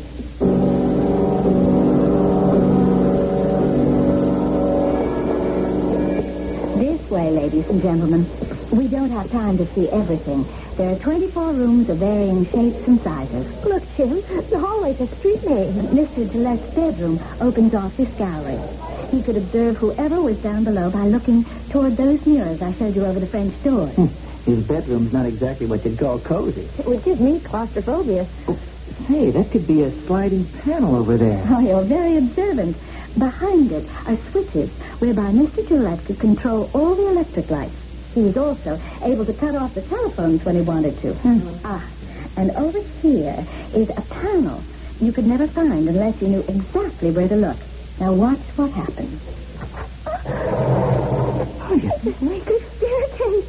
Where does it go? This one leads to the tower, where Mr. Gillette enjoyed his magnificent view of the river and surrounding hills. But we must hurry along. Now, follow me, and I will show you the best room of all. Oh, hold on, Sam. I want to see that museum room and library where they've already been. It's back this way. Photographs everywhere. Oh, there's one of John Valmore. These playbills. Oh, and a glass case filled with letters. Oh, here's one from Conan Doyle. And a book. Take a look at the title. I could spend days in here. We better catch up with the tour. I don't care if we don't see anything else. I do. I'm going... Uh-oh. Oh, the lights. They're going out. Yeah, it must be a warning to leave. Quick, we better catch up with the others. Sam, I'm scared. Steady, Pam. There's still some daylight left. Now, we'll find our way to the front door. Come on. Oh, thank goodness I hear them. Yeah, we're going in the right direction. Where is everybody? Wait for us. Let's run for it, Pam. They can't have gone far. If we bang on the door and yell as loud as we can. This door is made of steel. These stone walls must be 2 or 3 feet thick. What are we going to do? I can't imagine anything worse than spending the night in this scary place. Besides, I'm hungry. There has to be a guard on duty. Well, he's being awfully quiet. No, I mean outside, patrolling the grounds. If I could just find a light switch and attract his attention. I saw candles on a table in that place the guide called the Great Hall. I'd be afraid to go in there. Well, here, take my hand and show me. There. Do you have a match? Yeah, right here. No need to light a candle when I can flood the room with colorful illumination. Oh, it's like a stage set. Oh, where did that voice come from? Over there by the stairs. He must be a guard. Oh, thank goodness you're here. We were afraid we'd been locked in. I am not in the habit of entertaining uninvited guests. Who are you? This is my wife, Pamela, and I'm James Watson. Your last name appeals to me. Need I introduce myself? Well, we thought you were a guard. But you're not dressed like one. I should think not. I'm rather fond of this dressing gown. Then you must be the son of Mr. William Gillette. No, I have no son. My name is Gillette, and I alone am master of this castle. Well, then please, Mr. Gillette, will you unbar the door and let us go home? Certainly not.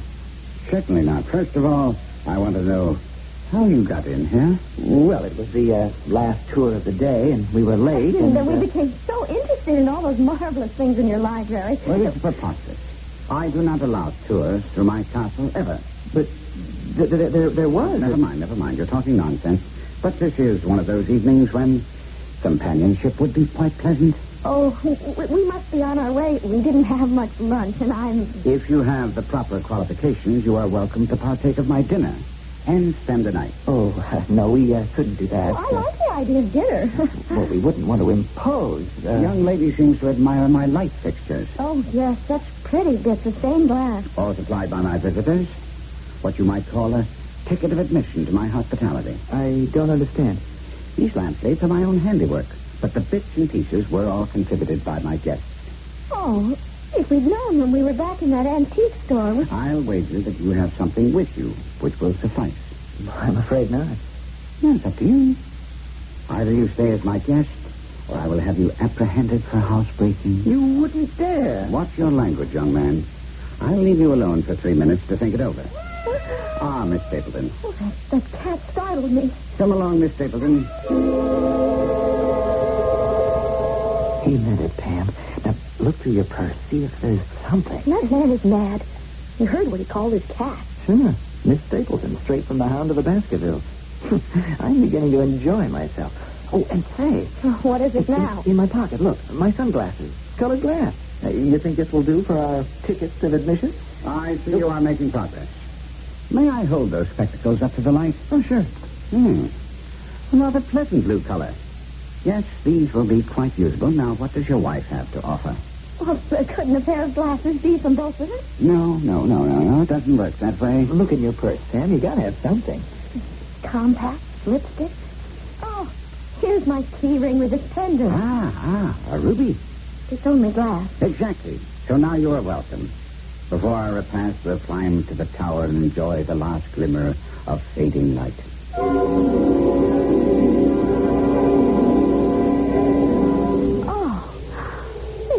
Is breathtaking. Oh, I wish we could have seen it in the daytime. Why, you will. Tomorrow morning. Oh, really? We must leave after dinner. No one ever leaves here after nightfall. Tim, we have to get home. Tell him that. Relax, Sam. Tomorrow's Sunday. We don't have anywhere to go. And there's so many things I'd like to ask Mrs. Gillette. That's more like it. Mrs. Hudson is a very efficient housekeeper, and I'm sure she has everything ready now. Is her name really Mrs. Hudson? I'm pleased that you're acquainted with Mr. Sherlock Holmes' landlady. When I advertised for a housekeeper, I specified that her name be Hudson. I suppose if this admirable woman's name had been anything else, I should have called her that anyway. Well, this should rouse her.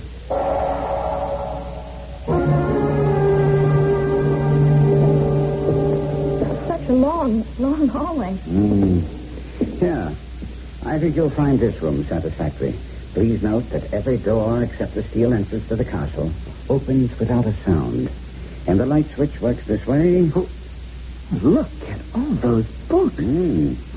No sleep for me tonight. Oh, dear me. They're even taking over here. That makes 11. No, 13 cats on the premises. I suppose you'd object to his staying under your bed. So big. No. Simmer down. That's it. Climb up on Daddy. I'll take you along. Now, should you need them, there are candles over there. But it's such a brightly lighted room. One never knows. And if you feel uneasy in a strange house, you'd better take this.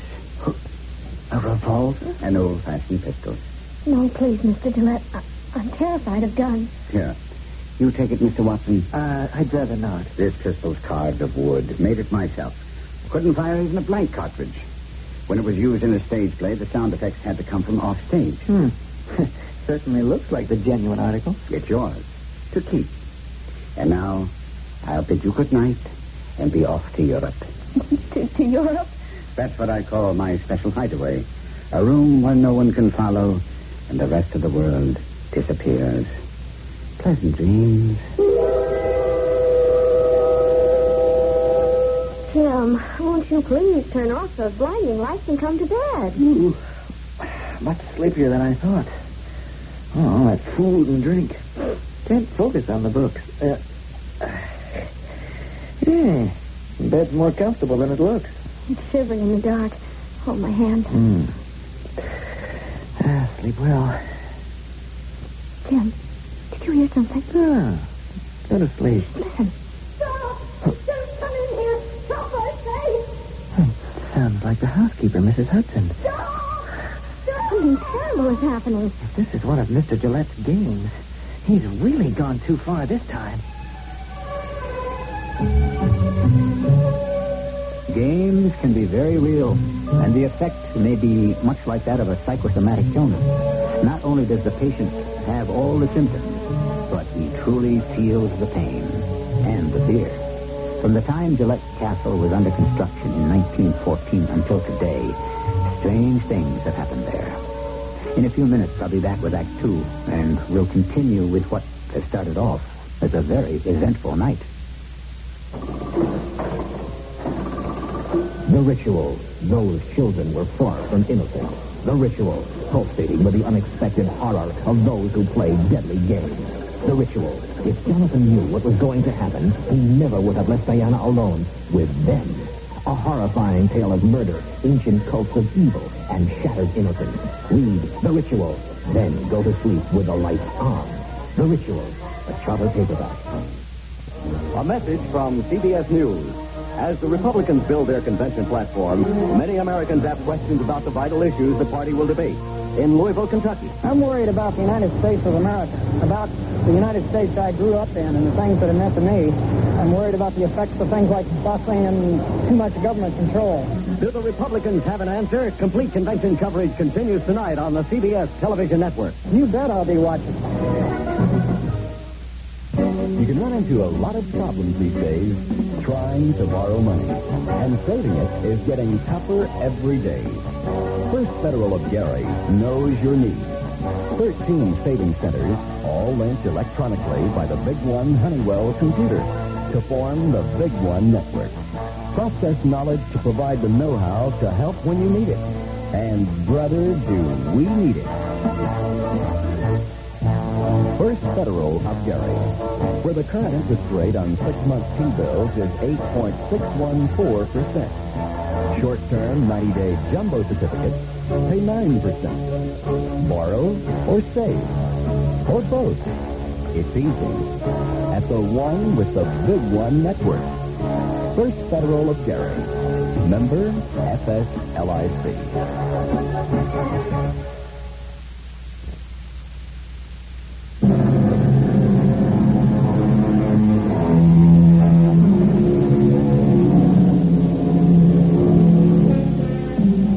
Shakespeare said about all the world being a stage.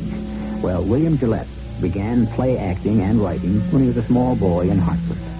First, it was comedies, but later, his favorite character was Sherlock Holmes, a cool and resourceful man of action. When he decided to retire, his home became a stage, and his famous castle is haunted by the memories he stored up there. At the moment, Jim and Pam Watson are caught in the web of his spell. And they've just heard some chilling sounds in the night. Help me! Help me! Jim, what are we going to do? We are going to try to get some sleep. Well, how can we? You heard it. That woman is in trouble. Help me! Help me! We've got to do something. Look, let Mr. Gillette handle it. It's gone to... Yeah, I know. His secret hideaway. What time is it? Well, how should I know? Well, turn on the light and find out. Pam, the light switch doesn't work. I'll try to reach that floor lamp. It's like it's pitching here. Well, get the candles. Over there on the dresser. Oh, yeah, I found them. Oh, but it's so dark, I'll never find a match. On the bedside table? No, they're in my pants pocket. Now, where? Oh, in my purse. Oh, no, you never have any match. Oh, no, I'll get it. It's in here somewhere. Look at flashlight. Oh, good girl. Give it to me.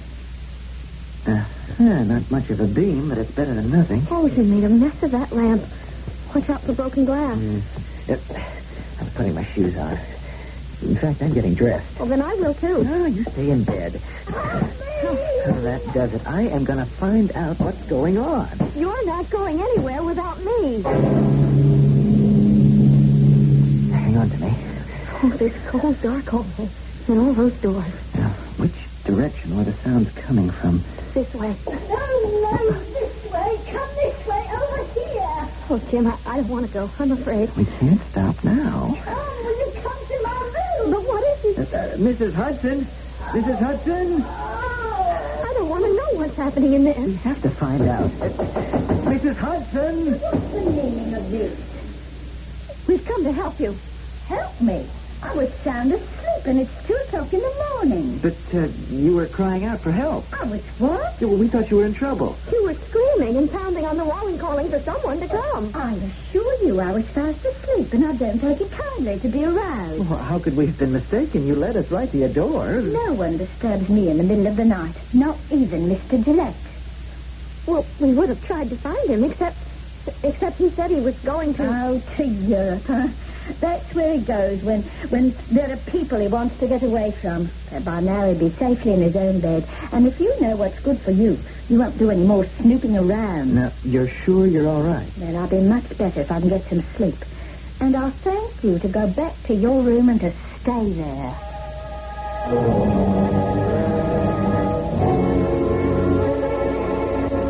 Oh, Jim. Where is our room? Some of the hallways were labeled with street names. Now, what's the name of ours? I haven't the slightest idea. Let's try this. Another of those noiseless doors. Close it quickly. I can't stand those cats. Oh, and how about this door? Piles of furniture all shrouded. No one's been in here for a long time. Look at the cobwebs. Come away. Those lumpy sheets are like ghosts. Well, we've made a wrong turn. I'm going to try this door. There's something flashing. Some kind of lamp. Smells like coal oil. Red lantern. Look what it spells out on the wall. Danger. Stay back, Pam. The floor drops away. There's nothing left but a big black hole. Let's get out of here. Please, oh, please, Jim, don't open any more doors. Look, Pam, there's one over there. It's halfway open. And a bright light inside.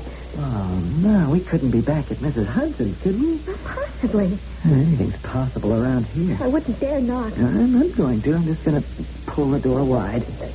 Oh, Jim, that ceiling floodlight has come back on. This is our room. Who'd ever think that a room in this place would look like a home? Be careful, Jim. Yeah, I know. The broken glass. No, I mean, someone may be hiding. Someone who came in while we were gone. Well, you can see for yourself. There's no one here. What about the closet? Yeah, I'll soon find out. Hand me that cane. Oh, skull engraved on the handle.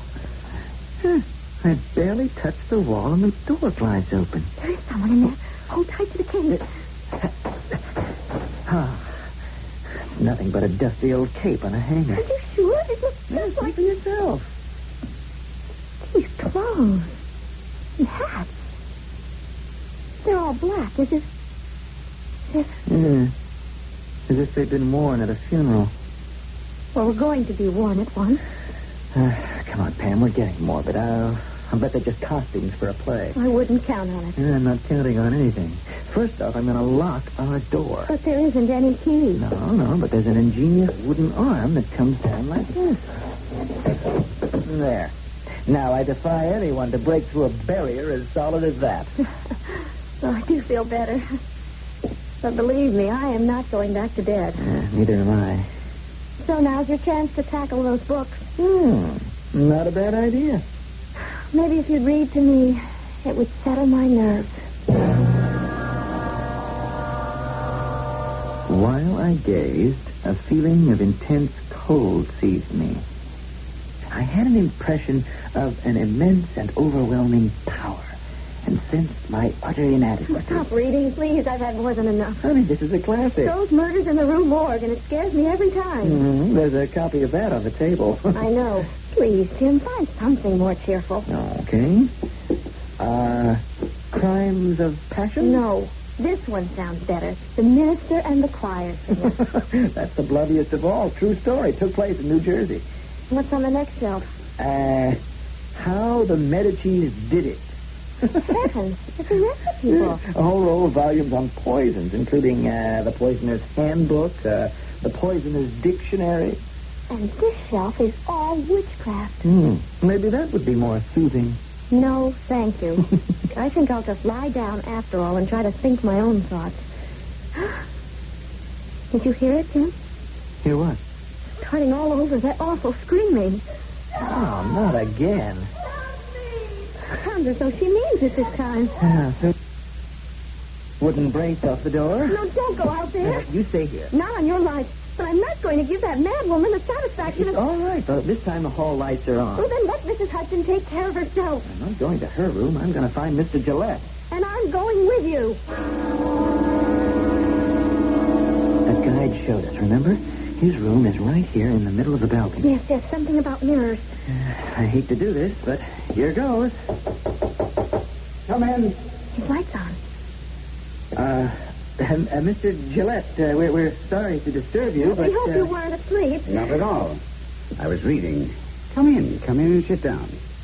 Why, you're still wearing your city clothes. Yeah, we put them on in rather a hurry. I thought you'd like the pajamas and dressing gowns I provide for my guests.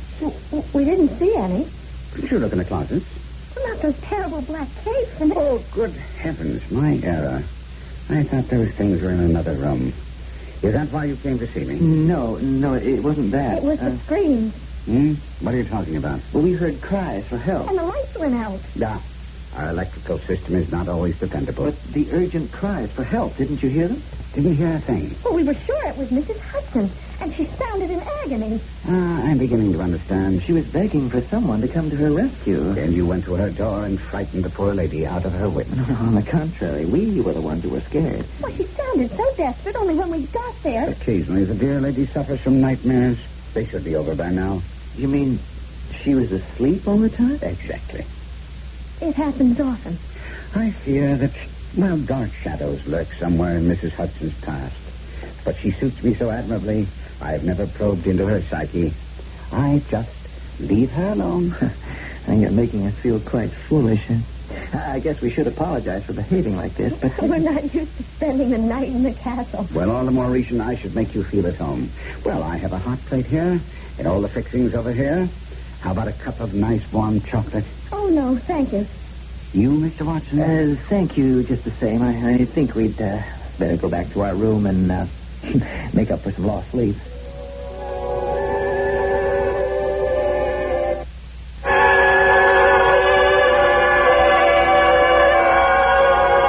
I'll try to get some sleep, but I'm going to keep my clothes on, including my shoes. It's all right now, Pam. We've just had a bad case of jitters. More than that. I feel so strange. Nothing's going to be right until it's daylight and we can get out of here. Could anyone have made you drink that cup of chocolate? No way. You heard it, didn't you? Of course I heard it, a gunshot. But we're both going to pretend that we didn't. Put that bar back on the door. Watson, come to my room and come quickly. No, Jim. Pay no attention. When Mr. Gillette gives a command like that, I've got to go. You mean we do? No, not this time, Pam. You'd have to knock me out to make me stay behind. All right, well, hand me the pistol. It's only a fake. It wouldn't do any good against a real one, but I'd feel a lot better with a gun in my hand. His bedroom door's open. Now, stay behind me. Mr. Gillette? He's in bed. All covered up. Mr. Gillette? Mr. Gillette, you called me. What is it? Can't be asleep. But he's so still. Mr. Gillette, wake up. Mr. Gillette? Oh, Jim. He's so pale. No signs of violence. But no pulse. No heartbeat. Is he? Yes, Pam. No faking it this time.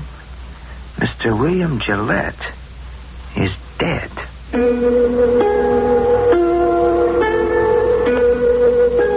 How's that for a turn of events? Even the best of actors can go too far in attempting to create an illusion of reality. But what is reality, really? We're not even sure what we mean when we talk about real people. Back in 1800, Schiller, the poet, said that in stagecraft, appearance should never attain reality. And he felt that art would be ruined if nature took over. Well, drama thrives upon surprise, and I assure you that more surprises are coming up shortly in Act 3. Excuse me, I own that shoe store across the street. Want to buy it? Well, I'll be honest. I have great shoes, but no customers, so I'm ready to sell the whole thing at any price you name it. $12. Sold. Ooh. Well, now that you own a shoe store, what'll you do with it? Well, advertise. Well, I tried. A lot of newspaper ads, then TV and magazines. I'll probably go radio. Radio? Yeah, according to the latest studies, everyday radio reaches more people than newspaper, TV, or magazine. How did you know? What's more, radio targets customers. I'll match up the right stations for my dressier lines and different stations for young casual. Since radio costs a lot less than newspapers or TV, I'll get good efficiency. Listen, I'd like to buy my store back from you. Well, at a fair profit. Okay. How much do you... $156,000. That's a pretty fair profit. Take it or leave it. I'll take it. What you don't know about radio could cost you a lot. What you can learn is free for the asking. Call this radio station or the Radio Advertising Bureau. They brought you this message. Radio. It's red hot. I'm trying to save money on my food bill, so I shop at a discount grocery store. It's inconvenient because I have to go somewhere else to do the rest of my food shopping, but I save on a few items. I save money, too, by shopping the discount grocery store that's inside every jewel. Plus, at Jewel, I can get everything I need, like meat and fresh fruits and vegetables, so I don't waste time driving around. At my discount grocery store, I got 5 pounds of sugar for $1.99 and canned peaches for 59 cents. At Jewel, I got 5 pounds of generic sugar for $1.99 and canned peaches for 59 cents just by following the signs down Jewel's grocery aisles. With Jewel's convenience and low grocery prices, why shop anywhere else? Discount grocery prices, plus all of Jewel's other fine shops and services. It's like having a store within a store. And don't miss Jewel's dollar sale, with savings all over the store, like Golden Farm Stand bananas. Through Wednesday, 4 pounds are only $1. Come to Jewel for the quality. You'll come back for the price. This is your White Sox station, Sports Radio 78, WBBM Chicago.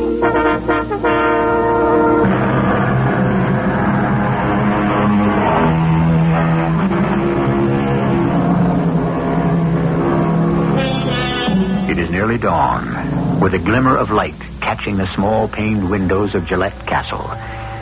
Not only are James and Pamela Watson literally prisoners inside the walls, but their host is lying quite dead in his bed. They tried frantically to find Mrs. Hudson. Their hopes were raised when they found a telephone, but you guessed it.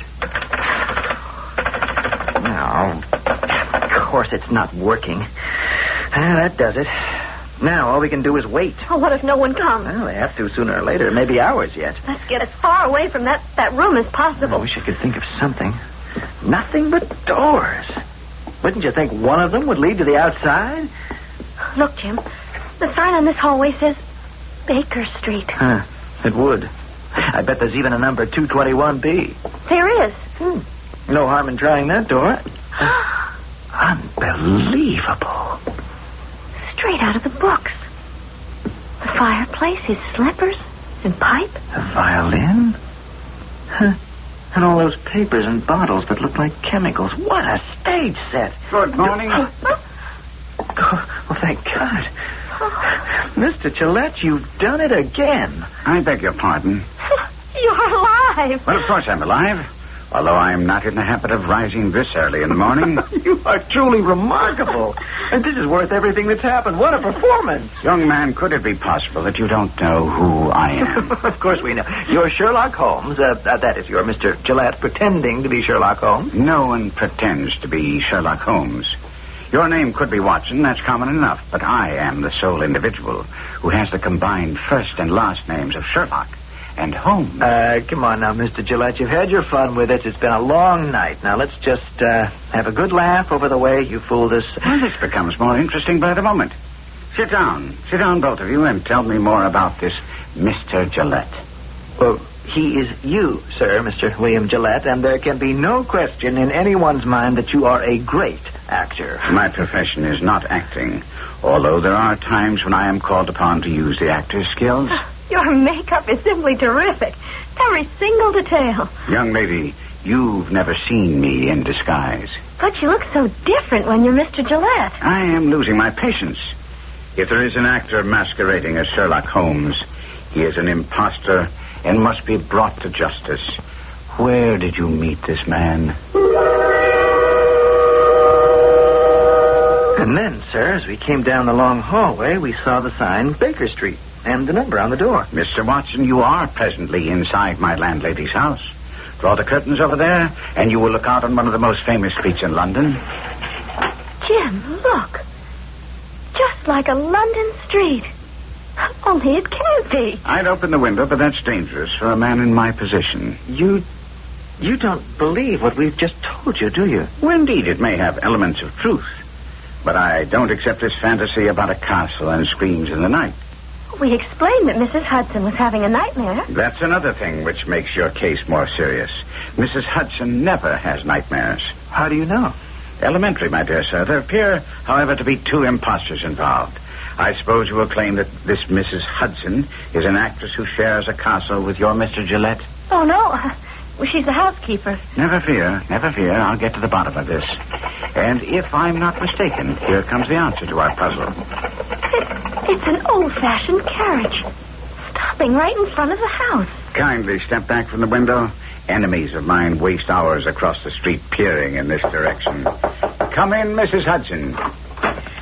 sorry to break in on you so early, Mr. Holmes. You know I never bother you until you're ready for breakfast. Yes, but this is an emergency. Oh, indeed it is. Oh, excuse me. I didn't know there'd be people here at this time of day. They appear to have an emergency, too.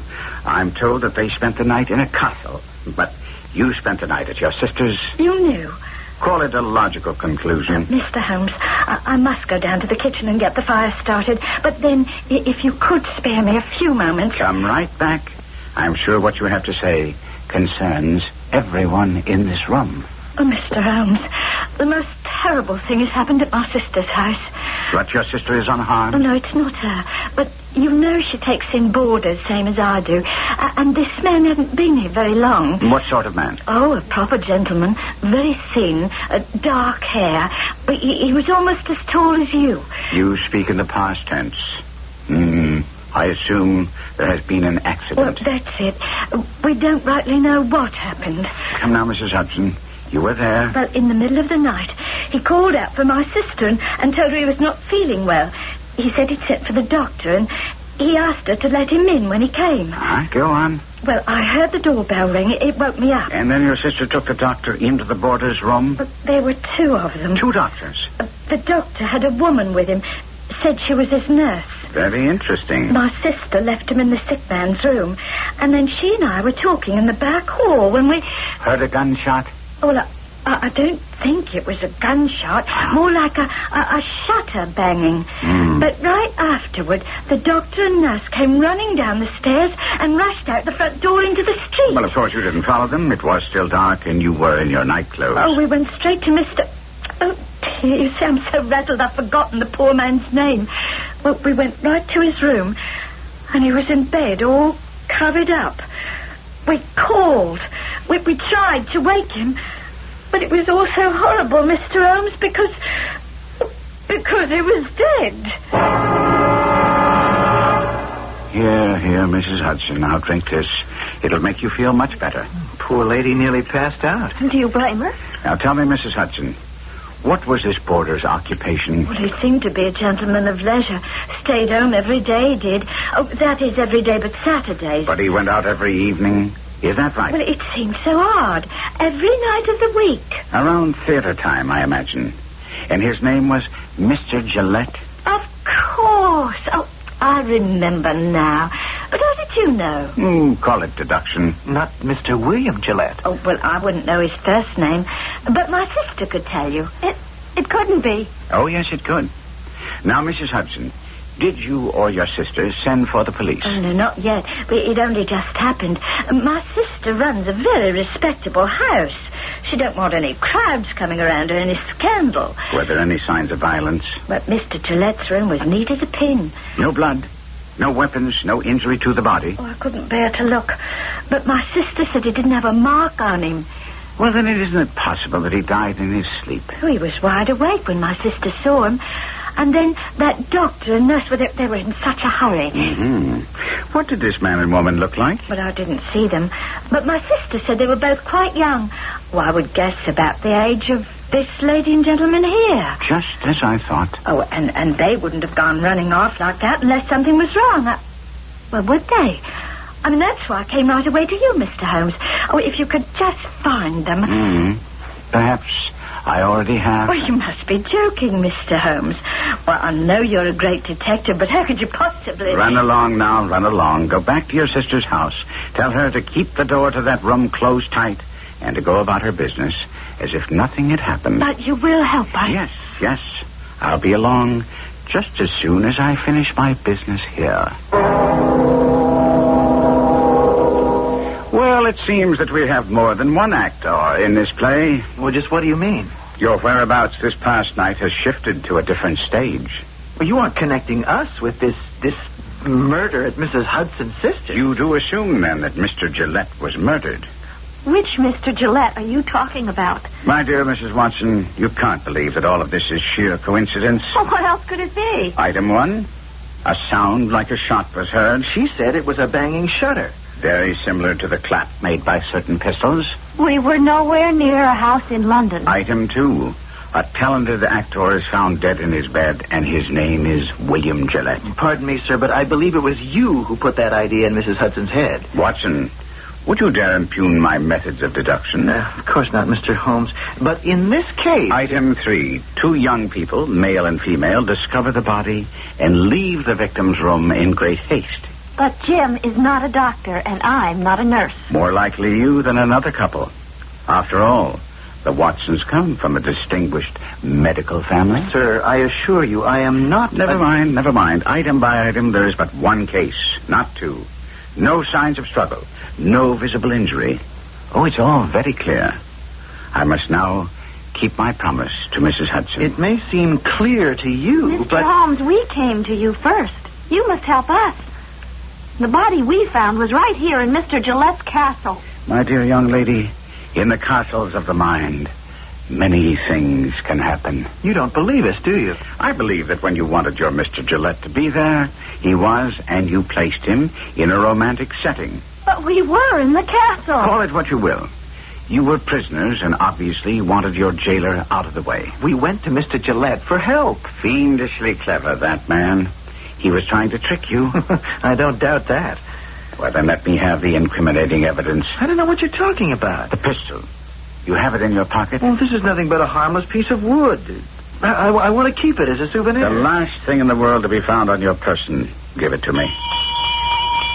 Never mind the doorbell. There's no one inside, and I have the key. It seems to be a commotion at the front door, and I must be on my way. Will you take us with you? Not where I'm going, but don't worry about being apprehended. All we want to do is go home. Scotland Yard would like to know your whereabouts, but I'll put them off the scent.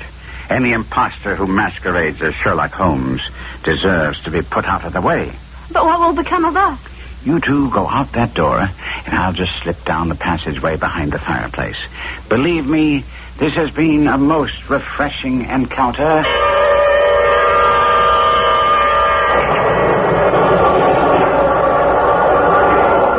You're a new man, aren't you? Yes, ma'am. First day on the job. We've been short-handed, and we closed up early last evening. There's lots to be done before the first visitors arrive. Now, come this way. Big, isn't it? First, we check the Great Hall. Wouldn't you know? These tourists always leave something behind. Oh, here's a pair of dark glasses. And a key ring. Some sort of jewel on it. Oh, I don't think it's valuable. However, I'll show you where we keep these things with the rest of the lost and found. Mr. Holmes said we should leave by this door. I'm not sure I want to. We can't stay here. If you won't open the door, I will. Oh, Jim, it's all right. It opens into the hallway of the castle. I'll show you the library. And listen. Holmes' room. We're all right, Jim. That's the guide. We're safe. I'm going to yell. No, Pam, no, keep quiet. Well, I'm going to let them know we're here. Come back into the Sherlock Holmes room. Don't make a sound. Have you lost your mind? I think I'm just finding it. Quick, come over here. I don't want to spend another minute in this room. But I found another way out. Mr. Gillette must have used it often. Here. Behind the fireplace. Jim, all we have to do is call the guide. It can't be found in here. I'm going... Just wait. There. You see? It's a secret staircase. And no cobwebs on this one. I don't ever want to see another secret staircase. You're going down this one. Oh, no, I'm not. Pam, we've got to. Now, come on, take my hand. But the guide is coming. Hurry. It's our only way out. No one in the world would believe us if we told them what happened here last night.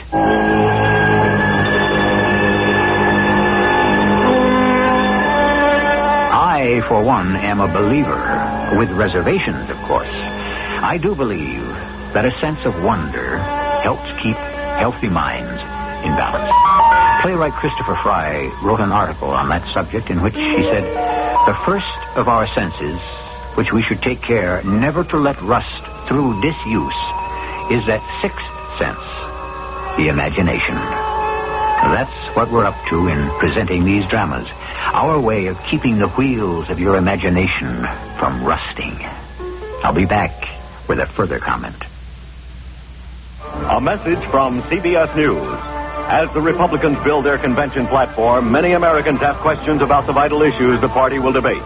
in Phoenix, Arizona. What I'm really afraid of is that by the time my grandchild grows up, inflation and everything else is going to be so high, there's not going to be even Social Security left for her. Do the Republicans have an answer? Complete convention coverage continues tonight on the CBS television network. I will be watching. It's a good feeling to sleep the night away on a perfect sleeper by Serta. I'm Susan Anton. The perfect sleeper gives you the top comfort you love and the deep support you need. Top comfort, deep support. You get both from every Serta Perfect Sleeper. That's firmness that feels good. So, be a perfect sleeper by a perfect sleeper by Serta. The Ritual. Those children were far from innocent. The Ritual, pulsating with the unexpected horror of those who played deadly games. The Ritual. If Jonathan knew what was going to happen, he never would have left Diana alone with them. A horrifying tale of murder, ancient cults of evil, and shattered innocence. Read The Ritual, then go to sleep with the lights on. The Ritual, a Charter paperback. This match is one of the world's most lethal weapons. It kills thousands of people each year, countless thousands of animals. It lays waste to millions of acres and destroys thousands of homes. It strikes at high noon and in the dead of night. Man created the match. Man uses it to his benefit and misuses it to his sorrow. Only you can prevent forest fires. A public service of this station, the Smokey Bear Program, and the Ad Council.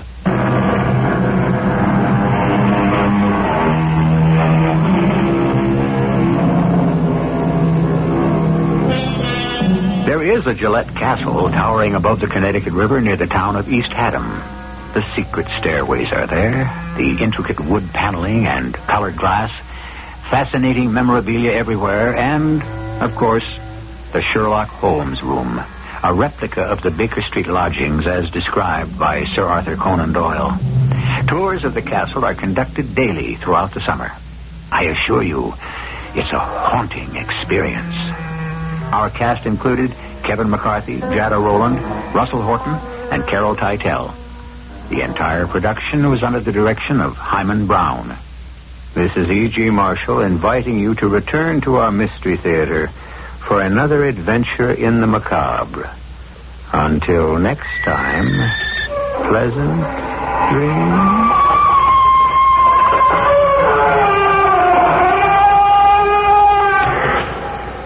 Radio Mystery Theater presents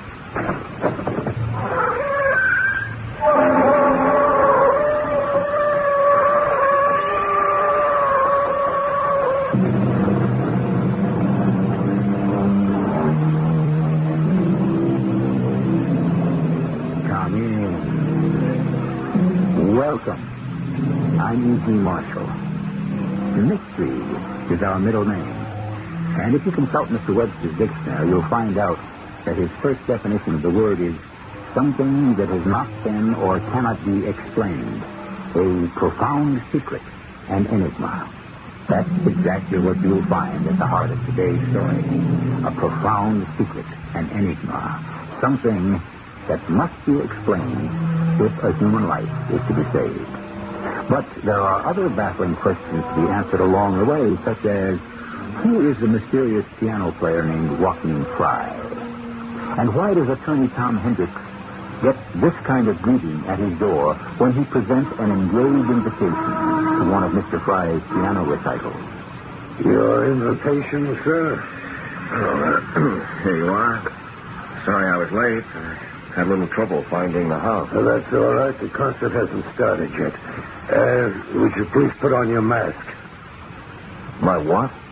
Your mask, sir. But, I don't have a mask. Well, you better have one, buddy, or you ain't getting in here.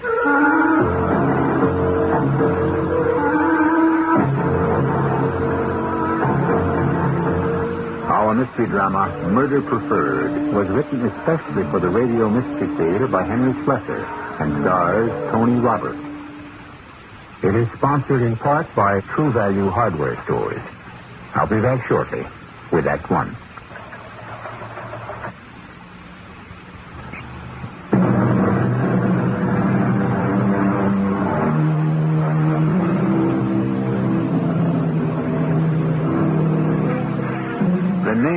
business card reads, C. Thomas Hendricks, attorney at law.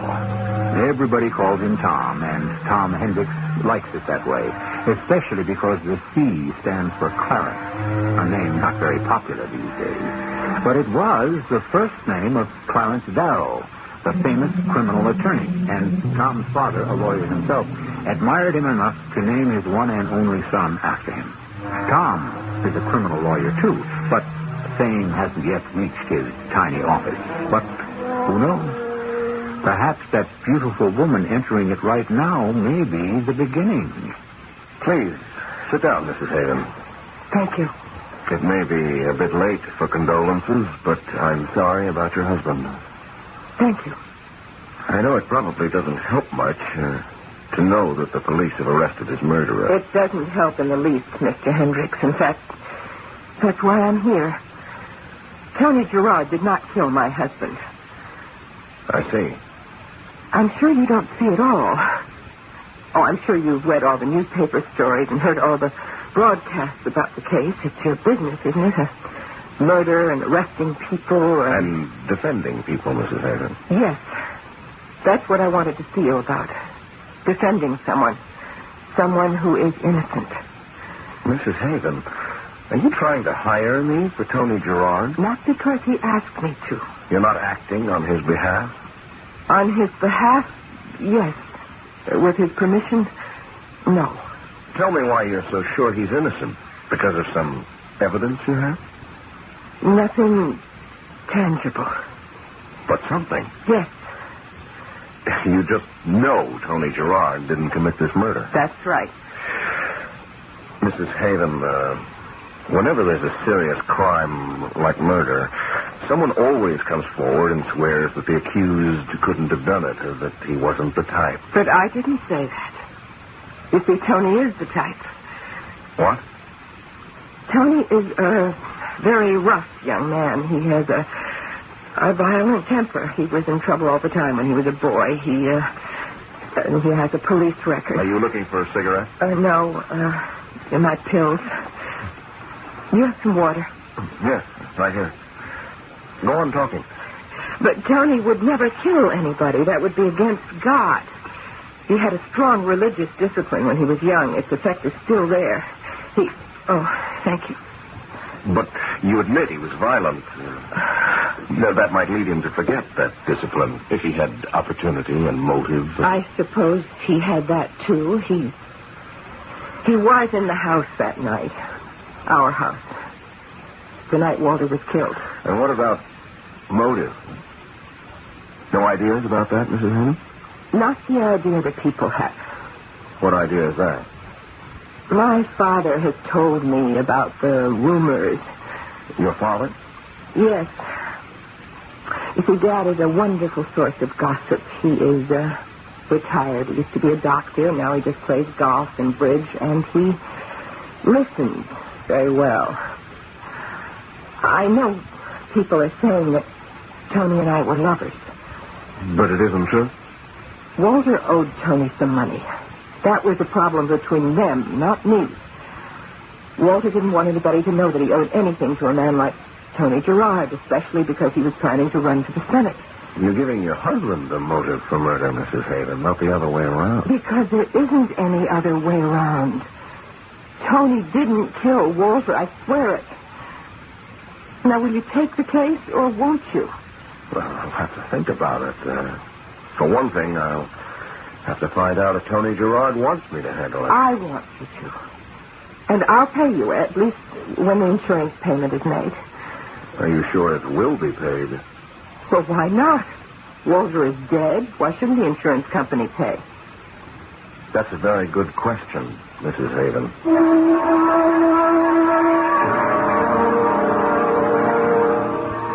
Tell me, Mr. Briggs, what kind of insurance policy did Mr. Haven carry? Ordinary life. And Mrs. Haven was the sole beneficiary? That's right. I understand Walter Haven wasn't exactly rolling in money. How could he afford a policy that size? It was a substantial premium, I guess, but what the heck? He only paid it for a year. And now look what he's getting for his money. You mean what his widow is getting? Well, let's put it this way. What his widow would get, unless we stop her. What? Mr. Hendricks, my company isn't going to pay that lady $500,000. Because, you see, we don't believe in rewarding murder. Are you saying you think Adrian Haven killed her husband? She's the beneficiary. That's one reason. You got a better one? Tony Gerard. That's two. Want another one? She didn't love her husband. Want another? She was a poor girl who thought she was marrying a rich man until she found out that Walter Haven had a grand old name in politics.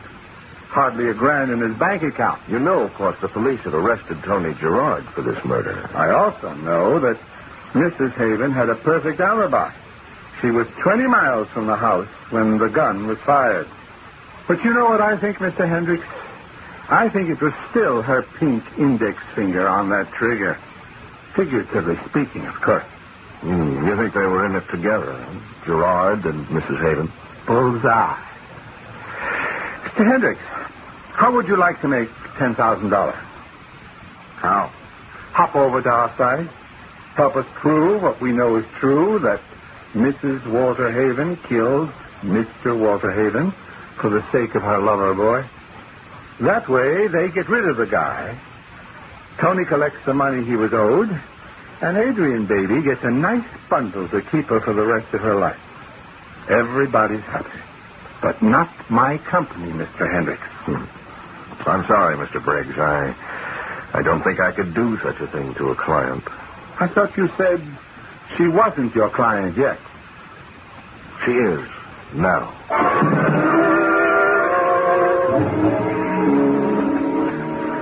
Sure you wouldn't like a little brandy with that, Mr. Hendricks? No, thank you, Dr. Sims.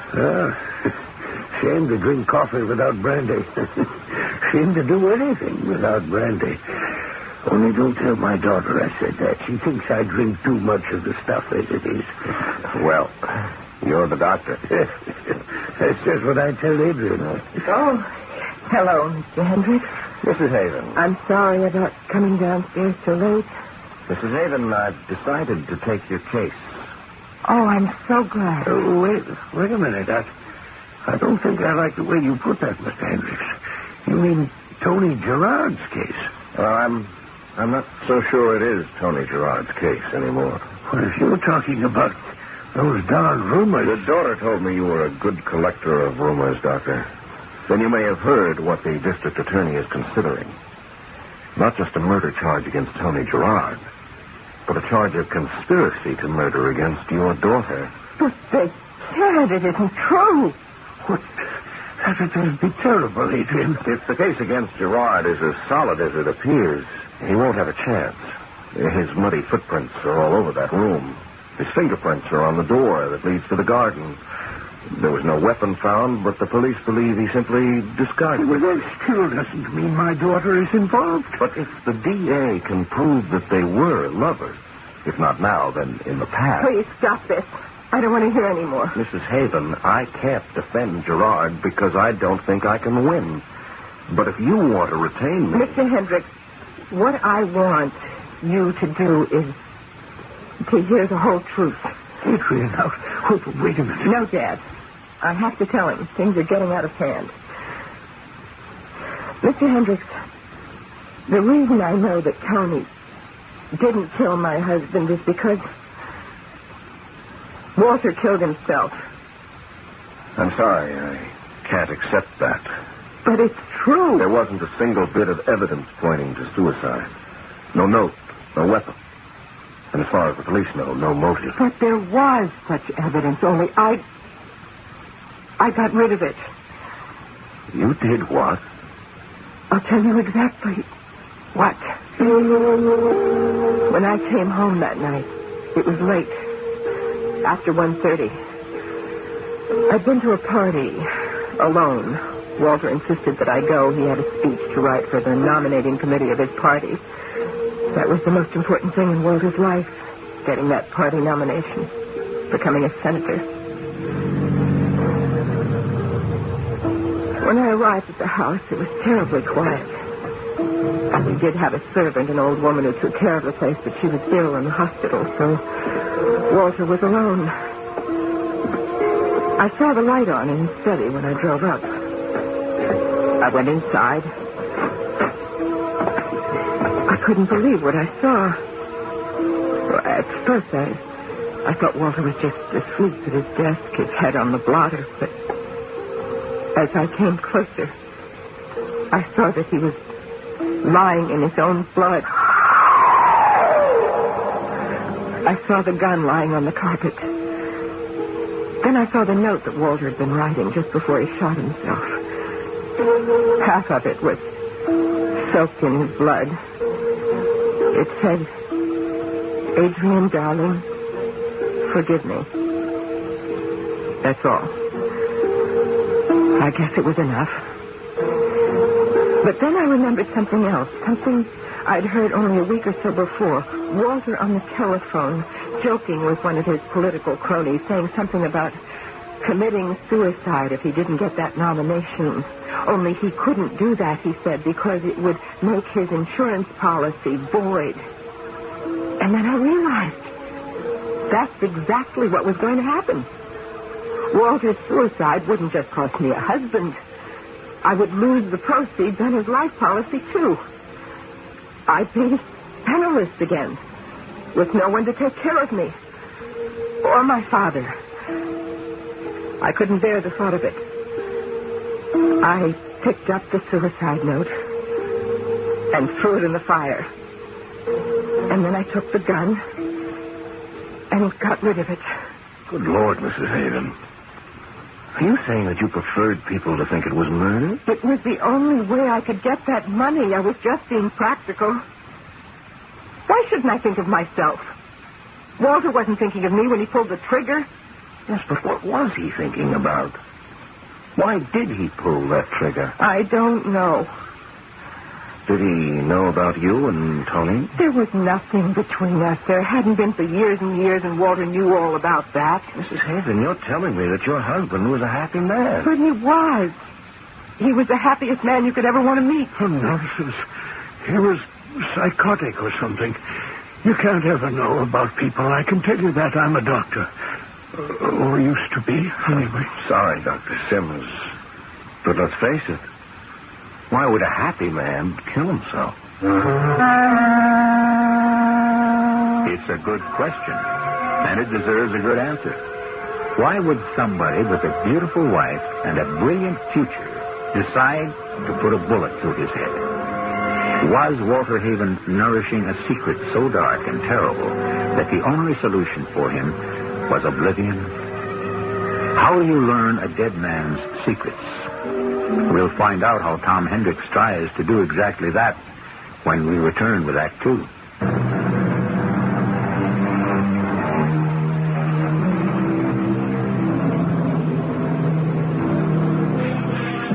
Attorney Tom Hendricks is a man with a problem. His client, Adrian Haven, has told him a story that no one could possibly believe. She has described a suicide note that has become nothing but ashes. She has described a gun that lies at the bottom of a river. She has claimed that her husband, Walter Haven, had killed himself, despite the fact that he had everything to live for. If I read one more political speech... I know, I'm sorry. I'm afraid Walter's speeches don't make very good reading, but they were effective enough. His party liked them. Well, I don't think we're going to find a motive for suicide among his political writings. But you haven't found anything in his personal correspondence? No, nothing at all. You did a good job, Mrs. Haven. Please, Adrian? Yeah, you did a good job, Adrian. You preferred murder, and murder's what you got. There's not a speck of evidence to prove that your husband didn't want to live anymore. The only problem he had seems to have been that $15,000 he borrowed from Tony Gerard's private loan company. He wouldn't kill himself over that. The only reason he wasn't making those payments was... Yes? Walter didn't like Tony. Of course, he knew that Tony and I had known each other years ago. I think he enjoyed making Tony wait. But guys like Tony Gerard don't like to wait for their money. do they? Tony didn't kill him. I told you what happened in this room. Yes, you told me. But you know something. I'd like your friend Tony to tell me, too.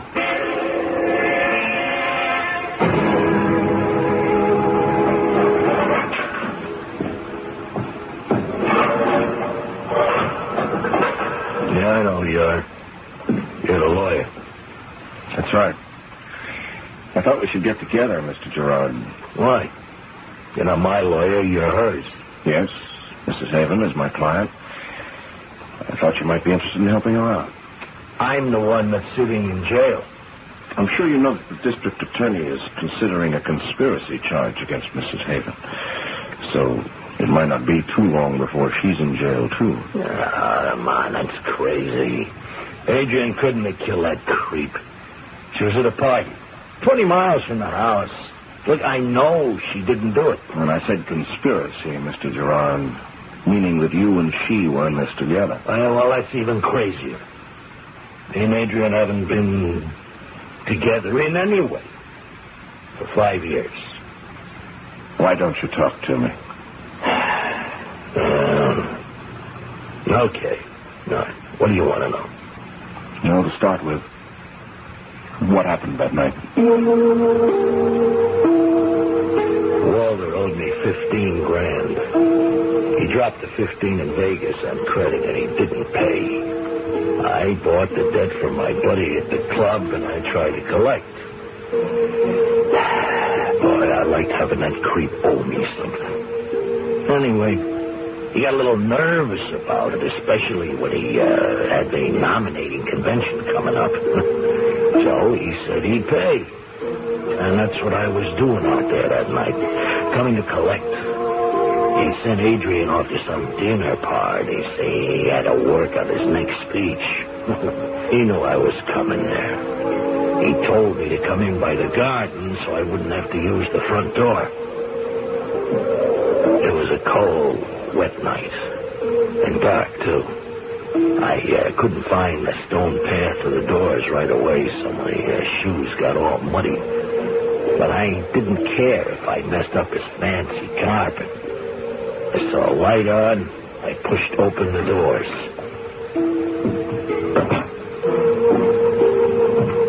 For a minute, I couldn't believe what I was looking at. Haven was at his desk. There was blood all over it. Blood on the papers, blood dripping down the sides. There wasn't much left of his head. I knew it was a bullet that did it. I felt sick when I saw him, but I walked up to the desk and I saw the gun lying there, and I knew that he must have shot himself. And you know what I thought? That the guy had waited for me. That he had planned to kill himself that night and figured I might be blamed. I thought any minute the cops would bust into the place and arrest me. Only I wasn't going to wait for that to happen. Oh, no, thanks. I turned around and got out of there just as fast as I could. And that's all. That's all. Understand? Mr. Gerard, did you see the suicide note? No. You do know that Adrian says her husband left a note. Well, if she says it, it's true. And you actually saw the gun. The one she says she threw in the river. Oh, it was there, all right. But you realize how it looks, don't you? It looks like murder because that's the way she wanted it to look. It was suicide. He knocked himself off. Why? How should I know? Because somebody's got to know. You can't think of any reason in the world why Walter Haven might have been unhappy? Are you kidding? He had Adrian, didn't he?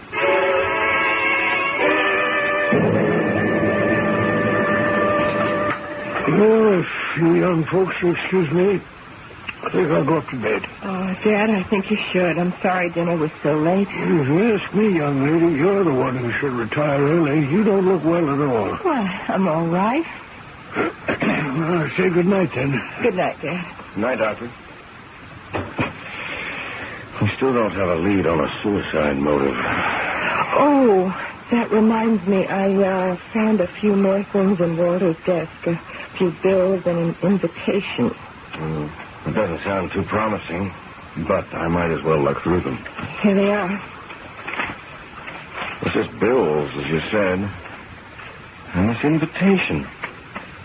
You are cordially invited to attend a piano recital featuring the works of Bach, Beethoven, and Chopin. July 24th, 8:30 p.m. Please bring this card with you. Black tie, donations. 909 St. Andrews Avenue. The Friends of Joachim. Well, there's nothing too unusual about that.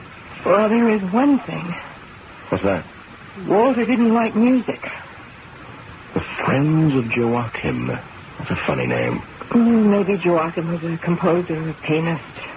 I wouldn't know. Anyway, Walter wouldn't ever have gone to a recital. Well, maybe that's why it's important. Hey, you know something? What? The date. Today is July 24th. This piano recital is tonight. What are you thinking of? Maybe it's time I got a little more musical education. Maybe I ought to meet the Friends of Joachim.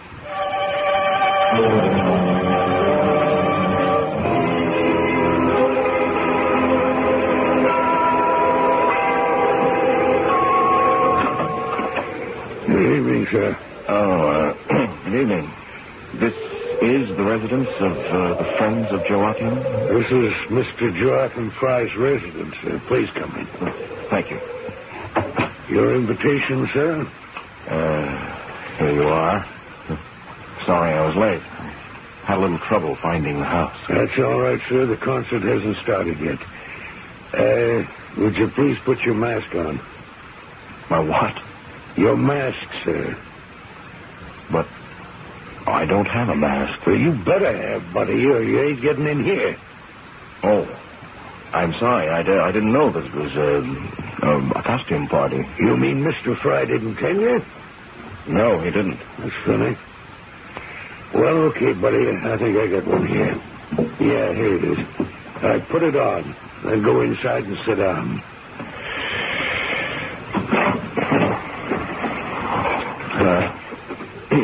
Good evening, gentlemen. It's quiet in here, isn't it?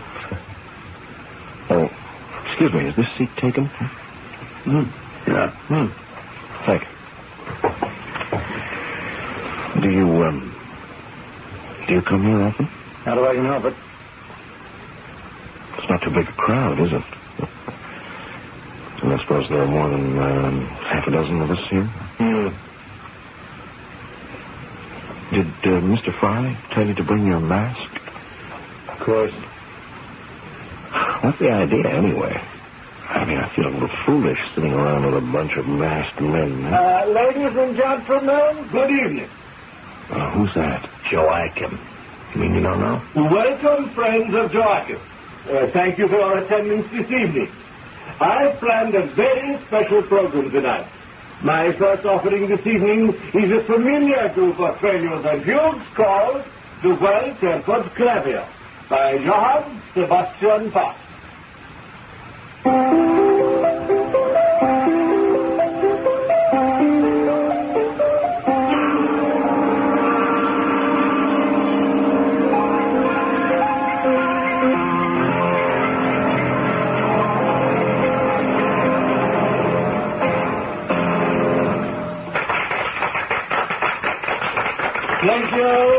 Thank you, gentlemen. I hope you've enjoyed this evening's concert.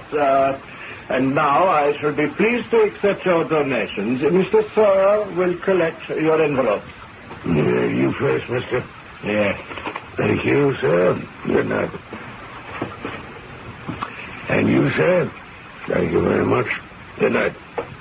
Thank you. Thank you, sir. Good night now. Thank you. Good night, sir. Well, you're the last one. Oh, how much is the usual... I beg your pardon, sir? Well, this is my first recital. I'm afraid I didn't come prepared. Are you kidding me? No, it's true. Let's have that mask. Yeah. Fry, come out here.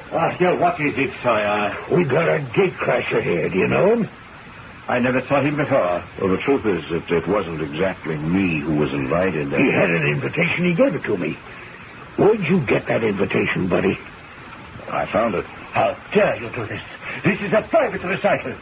Sir, show the gentleman what we think of intruders. It'll be a pleasure, Mr. Fry. Now, wait a minute. You like music, eh?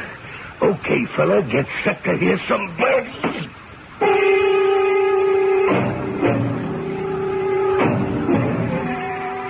Much as we deplore violence, I'm sorry to say C. Thomas Hendricks has just become the victim of it. What's even worse, Tom Hendricks has taken this punishment without coming much closer to the solution to his problem. What connection is there between the suicide of Walter Haven and a piano recital attended only by men wearing masks? Perhaps when Tom recovers consciousness, he'll be able to make that connection. We'll find out when we return with Act 3.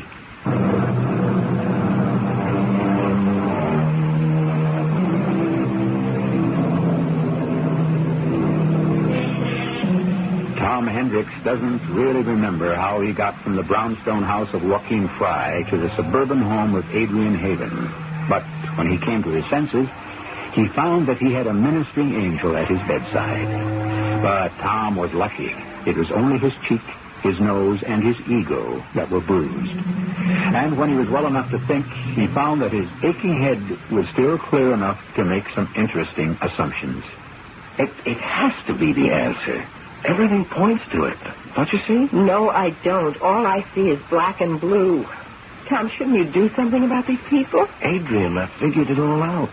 I know why your husband killed himself. You do? Well, almost.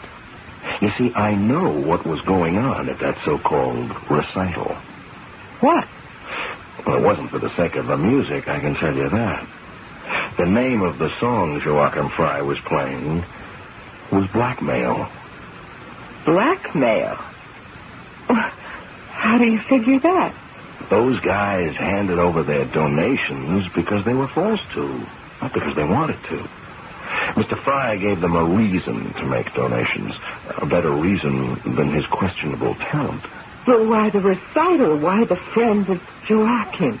Well, probably to cover the traces of blackmail, to give them some legitimate reason for their donations, something Joachim can justify when it's income tax time.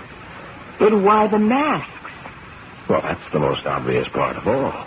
If you were a blackmail victim, would you want the rest of the world to know? No, of course not. Therefore, the only way Fry could bring his victims together in one place was to require them to wear masks. So there was no chance of recognizing each other. Tom, what you're saying is that Walter may have been blackmailed. That's what I think, Adrian. Your husband was also a friend of Joachim. But why? I'm afraid I still don't know. But maybe I can find out. Tom, you wouldn't go back to that place, would you? I have to go back. I'll never find out what we have to know. But what makes you think they'll tell you anything? I'll just have to be very convincing, won't I?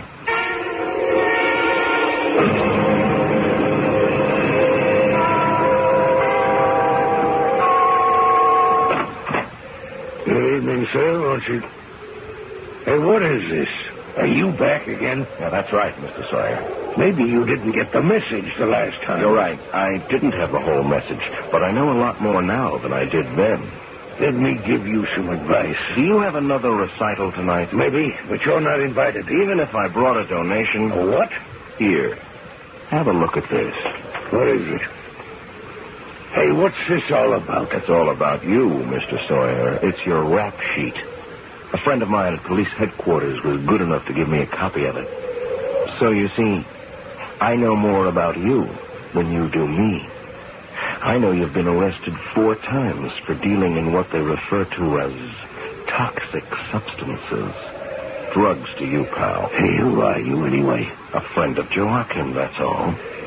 Tell me, Mr. Sawyer, is that how you and Mr. Fry develop your list of blackmail victims? Through their drug purchases? I think you better talk to Mr. Fry about this. I was hoping you'd say that. In here. What is it, Sawyer? You know I don't like to be... Look who's back, Mr. Fry. You again? I think he's a cop. Police?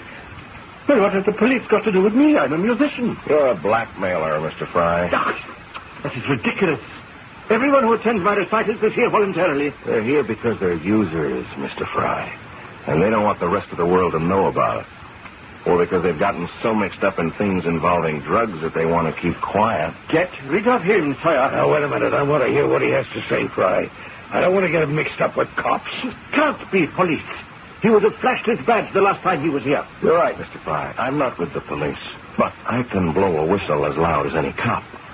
And maybe I will, if you don't answer one question for me. And what is that?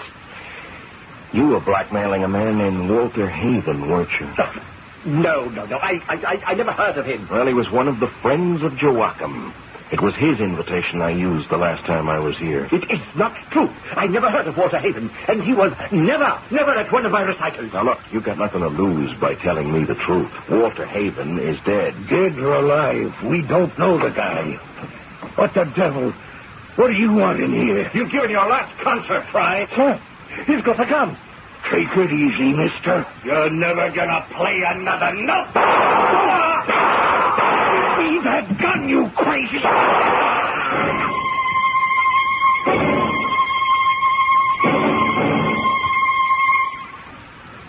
Then they're dead?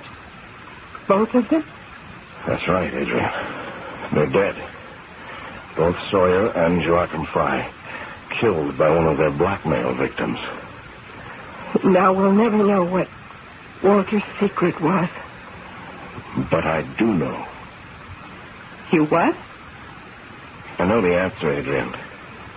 You see, the secret of Walter Haven is that he had no secret. What on earth do you mean? I mean, the secret was yours, Adrian. Mine? I thought it was him at first. That he was a user of the stuff, or had been once, and that would have killed his chances in politics. But it's you, Adrian. How can you even think that? I began to remember things about you.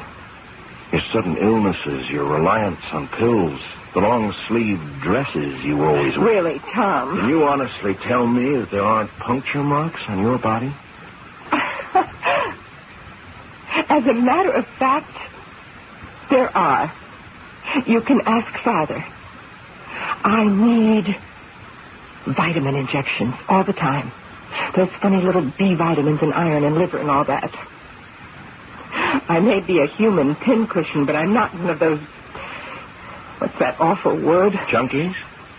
Yes, it wasn't easy to apply the word to you, Adrian. You hired me. You wanted me to find out the cause of your husband's misery, but you really knew it all the time. No, I swear I didn't. I never heard of Joachim Fry. But obviously your husband heard of him. You became Sawyer's customer. And whatever Sawyer knew, Joachim knew. I swear I never heard of either of those two men before you mentioned their names. And you also swear that you're not a user? No, I'm not. In fact, you look very much in need of something right now, Adrian, don't you? No. Well, I'll tell you what, then. Suppose we just stay here in this library for the next 4 or 5 hours, huh? Are you crazy? I'm not sure you can even last that long without your next fix, Adrian. You are wrong. You're completely wrong. In fact, why don't I make sure that we're not disturbed? Huh? I'll just shut this door. What are you doing? Locking us in, Adrian. I'm closing the door against the outside world. You can't keep me a prisoner in here. You're not my prisoner, Adrian. You're a prisoner of your own habit. It's not true. It isn't true. Daddy! Daddy, help me! Yes. Yes, it was Daddy who helped you, wasn't it? He was a doctor once. He could get prescriptions filled. All sorts of prescriptions. Daddy, help! He's locked me in! Your father knows all about you, Adrian. He's the one who's been keeping you normal, if that's what you call the torment you're in. Daddy! What's going on? Daddy, please help me. He's got me locked in here. He won't let me out. just an experiment, Doctor. Stop me, please, Daddy. I'm sick. Please, open the door. All right, Dr. Sims. I'll open it. Your daughter needs you.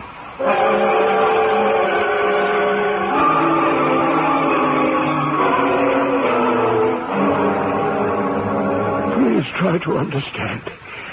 I love my daughter. She's all I've got in the world. When she left home 5 years ago, it was as if the sun went down and the stars never came out. And when she came back home, Dr. Sims, she was an addict, wasn't she? Yes. Can you imagine what I felt? I was a doctor, and I knew what addiction meant, what an addict's life could become. Didn't you try to cure her? Oh, I tried. She was hard to handle. She didn't want cures. She wanted peace. I couldn't bear her anguish. So you supplied her? Yes. At the time, drugs were easy for me to obtain. She didn't have to consort with criminals to get what she needed. But later, after I lost my practice... You didn't just lose your practice, you lost your license, didn't you? No, I was charged with misuse of drugs, but I resigned before there was any public scandal. And then I had a more difficult time keeping poor Adrian supplied. Then I had to deal with these criminals. So you were Sawyer's contact? Yes, I had to deal with him. Walter Haven didn't know the truth, did he? Walter didn't know. I bore Adrian's secret myself, and her expenses as well. It was no small burden. And after she married Haven, did you still have the burden? An even greater one. Because this man Sawyer brought someone else into my life. Joachim Fry. Joachim Fry? I was the friend of Joachim. He threatened to tell Walter and the whole world about my poor child's affliction. He forced me to contribute $1,000 each time he staged one of his recitals. I had to wear a black mask to conceal my face from the others. So that invitation was yours. But what was it doing in Walter's desk? It was there because I gave it to him. Well, then he knew the truth. I had to tell him. I simply ran out of money, don't you see? And what was his reaction? It wasn't what I expected. He was horrified. He screamed at me, narcotics, blackmail, the publicity, the damage it would do to his nomination for the Senate. And then he said a terrible thing to me, Mr. Hendricks. What? He said he would have to cut Adrian out of his life. You mean he was going to leave her? Yes. He was going to leave her immediately. Before the world knew about her addiction, he was going to disassociate himself from everything she represented. Right before my eyes, he sat down to write her a letter. Good Lord. He wrote, Adrian, darling, forgive me. The suicide note. I couldn't let him finish that note. I remembered the gun Walter kept in his desk. I took it, thinking to frighten him. Instead, he became angry. He stood up and plunged at me. I found myself squeezing the trigger. I shot him in the head. He fell back into the chair, and I dropped the gun on the carpet and ran away. And when your daughter came home, she made murder look like murder. How would you like a new client, Mr. Hendricks? Call me Tom, Dr. Sims. Or you can even call me Clarence.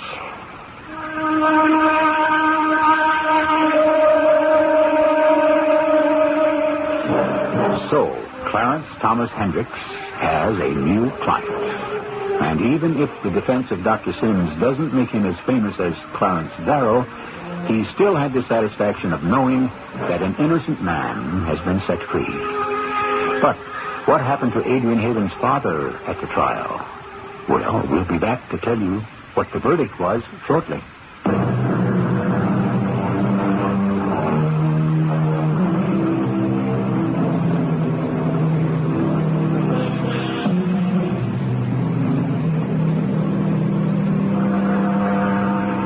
Dr. Charles Sims went on trial for the murder of Walter Haven, and his defense attorney, C. Thomas Hendricks, portrayed him as a father who was willing to sacrifice anything for the sake of the daughter he loved.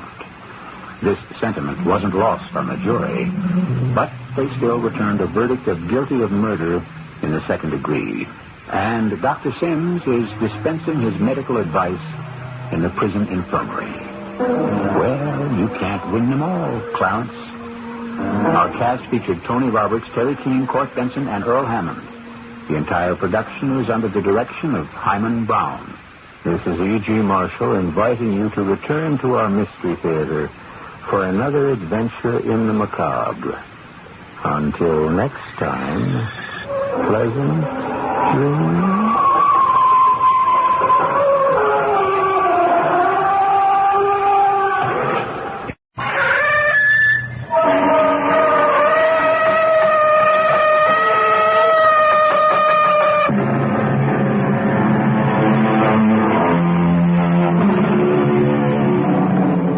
Come in. Welcome. I'm E.G. Marshall.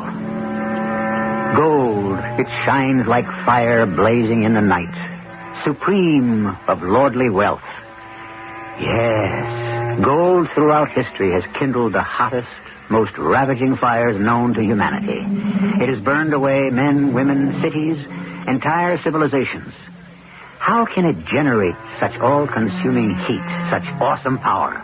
After all, it is such a pale, soft metal. Do you know how much gold there's said to be? A ton. I don't believe it. Do you know how much a ton of gold is worth at today's prices? It's immaterial. Don't you realize it's a wild goose chase? Yes. But at least it's for a golden goose.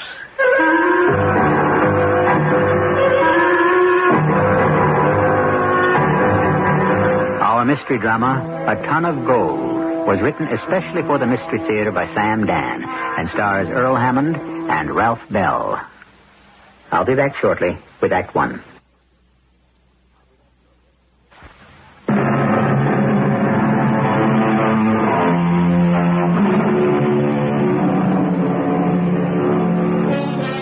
There are ties that bind us to each other. And of them all, which are the strongest? Love? Loyalty? Fear? Custom? Some of us go through a lifetime without ever putting any of them to the test. A battered, travel-stained Jeep bounces along the rocky desert road. We're in a high and lonely area of western New Mexico. Nothing much lives here except sagebrush, cactus, rattlesnakes, and a few Yahweh Indians. And one of them is a man of about 50 who is called Crazy Joe. Right now, he is sitting under a tattered awning of a ramshackle general store and filling station, watching the Jeep off in the distance as it slowly comes closer. Now, what is this fella doing out in the heat of the day? Well, takes all kinds. Hey, Rosetta, you want to come out here? Hi. Can I get some gas? Sure. Well, what? I thought you said I could get some gas. Well, you can. When? Well, you're just sitting there. Well, I know I'm sitting here. I sure ain't going to sit out there in the sun. Yes, but how am I going to get my gas? Rosetta, tell her how much you want. Fill it, please, miss. Hey, mister. Yes, what is it? Smile. You'll live longer.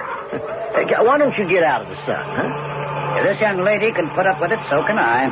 Oh, I see. That's what's bothering you. Who says anything's bothering me? You're thinking, here's this lazy, no-account, shiftless old bum sitting back and letting this poor, skinny little girl do all the work. I never said that. Well, I didn't say you said it. I said you're thinking it. You'd rather I did it. But if I did it, I wouldn't have no reason to hire her to do it, and she wouldn't have a job and who'd support her 5 kids. Huh, you? Could I get something to drink? We got cold beer and soda pop. I would like something without sugars, sweeteners, salts, and carbohydrates. Do you have any water? Rosetta, when you're finished, bring him a glass. Hey, what's he got there now? 8 gallons? Accept credit cards? Yeah, we'll take it inside and write it up, Rosetta. Here, Mrs. That little girl, she has 5 children? Number 6 on the way. She doesn't talk very much, does she? Well, that's because she's got nothing to say. How far am I from the Yahweh Indian Reservation? You're on it. Oh. I wonder if you could help me. I'm looking for a man, a Yahweh. I don't know if he still lives around here. He may not even be alive. The truth is, I don't know if he ever existed. You know what I think? I think you're looking for me. You? You want a fella named Joe Raincloud, huh? Joe Raincloud? Yeah, also known as Crazy Joe. You're Crazy Joe? Yeah. I can always tell when you fellas come around. What do you mean by you fellas? Treasure hunters. Oh, but I'm not a treasure hunter. Oh, no? I'm a professor of archaeology. Well, comes the same thing in the end. My name is Doughty, Dr. Edwin D. Doughty. Mention was made of you in a monograph written by a Professor Zellman. You're supposed to know where the Zamora gold is hidden. I do. If you'll guide me to it, I'll be willing to divide it with you. If I wanted to have the gold, I could take it all for myself now, couldn't I? Why don't you want the gold? You know why? There's a curse on it. Come now. Everyone who's tried to take it away has died. Well, I don't believe that. Well, nobody believes it. Around here, nobody even believes the gold exists. That's why they call me Crazy Joe. You take my advice. You just forget it. Could I hire you to lead me to the gold? As long as you understand that you won't come back alive. All right, I shall be ready to start in exactly 1 week. Oh, I'll be here. Yep. Here was the latest. And no way I could stop him. The idea of all that gold, I guess it just unhinges him. I tell him it's cursed by all the dead spirits of all the murdered Yahweh people. You can't take it away. But the minute you say words like curse and spirits, people figure you're a nut. So what happens to them? They die, all of them. And this one, what's his name? Dowdy? Well, he's going to be next. Right now, he's gone home to make all the preparations for the trip. I hope he remembers to make out his will. But, darling, it will be quite an experience. I'm not sure I want such an experience. I need you. What for? To keep my notes and records. You have your assistant. Oh, Walter will be too busy with other details. Oh, is Walter coming? Yes, of course. Well, why do I have to go? I need someone I can trust. Absolutely. Ah, he's right on time. I'll get it. Walter, come on in. Good evening, Professor. Mrs. Doughty. I have wonderful news. I found him. Him? Joe Raincloud. Crazy Joe. Oh. He agreed to guide us to the treasure. We're to meet him Friday morning. But it doesn't make sense. Walter, my mind is made up. Mrs. Doughty, do you know what he's talking about? A very hot, dusty, uncomfortable journey in the desert. A rumor of some ancient buried treasure. A fool's errand, without a doubt. My dear, almost every archaeological expedition begins as a fool's errand. But this surpasses them all. A man of questionable sanity, a Dr. Zellman. Zellman was one of the most competent, trustworthy... He read about a revolt of Indian gold miners. A shipment of gold was being readied for transport to Spain. The Indians rose up in rebellion, seized the gold, and made their way deep into the wilderness, where they managed to hide it. Now, why is that so difficult to believe? What's hardest of all to believe is that this Indian, this Crazy Joe, knows where the gold is hidden and hasn't taken it for himself. He believes the gold is cursed. Why? Because it brought death to so many thousands of Yahweh men, women, and children. Well, really practically destroyed the tribe. And you believe him? Yes. How much gold is there supposed to be? Zellman says close to a ton. A ton of gold? Well, how much would a ton of gold be worth? Today? Oh, $15, $16 million. $16 million? Well, now that sounds interesting. Till now, we've been sweating in the tropics and freezing in the Arctic, looking for bits of stone and bone. Mrs. Doughty, don't you realize it's a wild goose chase? Yes, but at least it's for a golden goose. this is my wife, Mrs. Doughty, and my assistant, Mr. Walter Stafford. This is Joe Raincloud. You can all call me Crazy Joe. Are you saying that gold is there? Yes, sir. You've seen it personally? Yes, ma'am. I think we're ready. Ruth, here, will you ride in the Jeep with Walter? I'm sure it'll be more comfortable. Joe and I will follow in the truck. Before we go, it's only fair for me to tell you folks that you're not coming back. Why do you say that?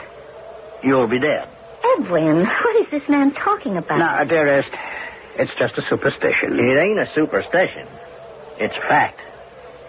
It's the curse that's been put on the gold by the spirits of the Yahweh people. Well, if that's the extent of the problem... I believe we had better start. Okay. But nobody can say they wasn't warned.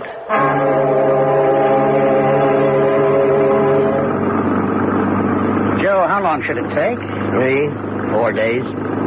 You mean it's that far? Well, in a couple of hours, we're going to head up the mountains. Now, it ain't going to be a road like this. There ain't going to be any road at all, most places. I am sorry that you insist on going, Professor. I knew Zellman. Did you show him the gold? Yeah. Well, he came back alive to write about it, didn't he? He decided not to take any of it. Why? He believed me. He took my advice, and he left it. Joe, gold does not have to be used for evil. Yeah? It can be used to do good. You can't prove that by the Yahweh people. Well, I intend to use it for good. Oh? That's so? I intend to establish a research foundation. Oh, I will take a modest stipend, but I'm basically a man of simple tastes. Well, how about your wife? Does she have simple tastes, too? I can generally convince Ruth that I am right. And how about your assistant, this Walter Stafford fella? He is as dedicated to research as I am. Now, what do you think? What do I think? About our chances of returning alive with the treasure. You see, I don't completely rule out your story about the curse. You don't? I've studied primitive peoples like the Yahwehs all over the world. Primitive peoples, huh? I have every intention of placating the ancient spirits of your people. How's that? I will tell them that much of this gold will be used to better the lot of the remnants of the Yahweh people. Well, I am sure they'd be glad to hear that. So you see, Joe, I don't think I have anything to fear from so-called supernatural forces. Well, maybe he had nothing to fear from supernatural forces. But if I was him, I'd worry about natural forces. I looked ahead at the two of them in the Jeep in front of us. The wife, the assistant, and I turned to look at the professor. Now, he was a man older than me, every bit of 60. The wife, well, she could have been more than 35, 40 tops. The assistant, maybe 30. Now, the two of them managed to give the impression that they didn't like each other, but the way they were sitting next to each other, I didn't seem to get that idea at all. Well, that night we made camp. After supper, the professor fell fast asleep. After a while, I dozed off myself. Now, did I dream this, or did I actually hear it? Walter? What is it? Can't you sleep either? No. Shall we go for a walk? No. Why not? Suppose he wakes up and sees we're missing. What if he does? He'd never suspect anything. Well, what about the Indian? If you ask me, the Indian knows already. How could he know? I think it's obvious to almost everyone except your husband. Walter, why did you agree to come on the trip? If he'd gone alone, we could have had such a good time by ourselves at home. How can you even ask, Ruth? You know I'm completely dependent on his sponsorship. I know. And I hate it. Well, maybe.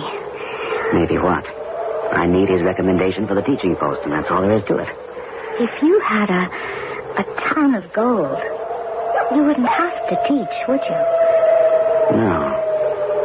I would say not. And if I had a ton of gold, I wouldn't have to be his wife either.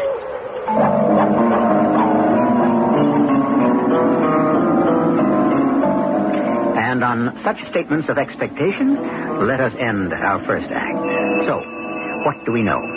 We know there is a deception in domestic arrangements as far as the professor, his wife, and his assistant are concerned. We know that there may be a considerable sum of money in the offing. We know that 4 people have started out on this expedition. Are you beginning to get the feeling that less than that number may return? Wait for Act 2.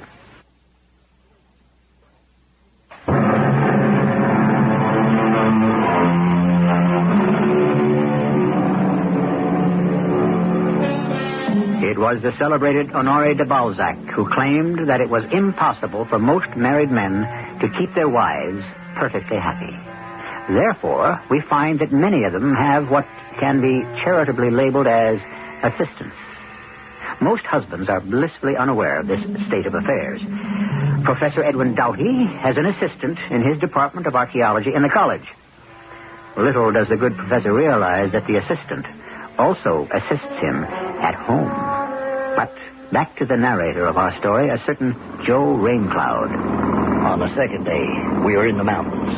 Rough, rugged, rocky country. Now, I knew the trail. I'd been here before with other people. It was hard going. I'm pretty sure I was right about them, the wife and the assistant. And so I figured it was time to go to work. Oh, what beautiful berries. Well, what are they, Joe? Hollandina. What's that? An old Indian name. What does it mean? Silent vengeance. Silent vengeance? Yeah. Very poisonous. Oh, and I was about to eat one. Well, it's a good thing you did. Why is it called silent vengeance? Well, it was used by the women. You know, a wife might suspect her husband was making love to another girl, but she wouldn't say nothing. But one night she might squeeze the juice of some of these berries into the old man's supper. And very soon, he'd just keel over quietly. You mean he'd be dead? Dead and gone. A Hollandina berry. And it's such a beautiful, bright red color. So is blood.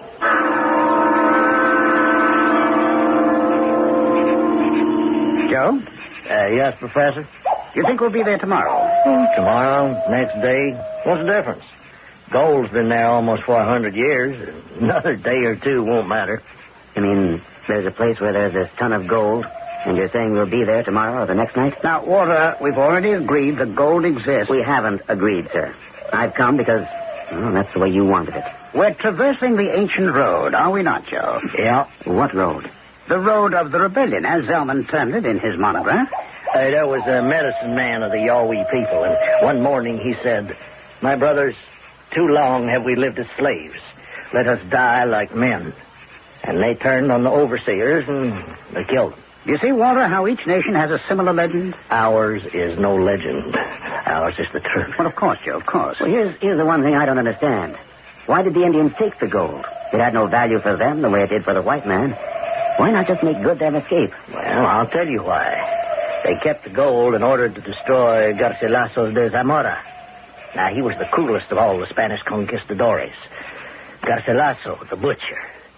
He had to return to Spain to report the loss of the gold. Well, King Philip didn't believe him. He thought it was a scheme whereby Garcilaso could keep the gold for himself. So Garcilaso was hanged, drawn, and quartered, and the Yahweh people were avenged. Where is the gold right now? In a cave where the Yahweh people placed it, deep in the ground. What form is it in? Just it was found in the mine. Dust. Just like all the people who mined it are now dust. King Philip of Spain is also dust, and his dreams of conquest are dust. With this gold, he could have created an armada that was twice the size of the one he sent against England. An armada that could have won. How do you know all this, Joe? Well, these are stories that every Yahweh learns as he grows up. You know, he hears them when his mother sings him to sleep. He hears them at the council fires. We, the Yahweh, smallest, the weakest of all the tribes, we changed the history of the white man in Europe. We defeated the Spanish Armada, and we are avenged. Wait, hey, fire's going out. I'd better get some more wood. Well, do you believe him now, Walter? I believe him. Yes, I believe him. But why is he leading us to the gold? I'd already spoken to the wife.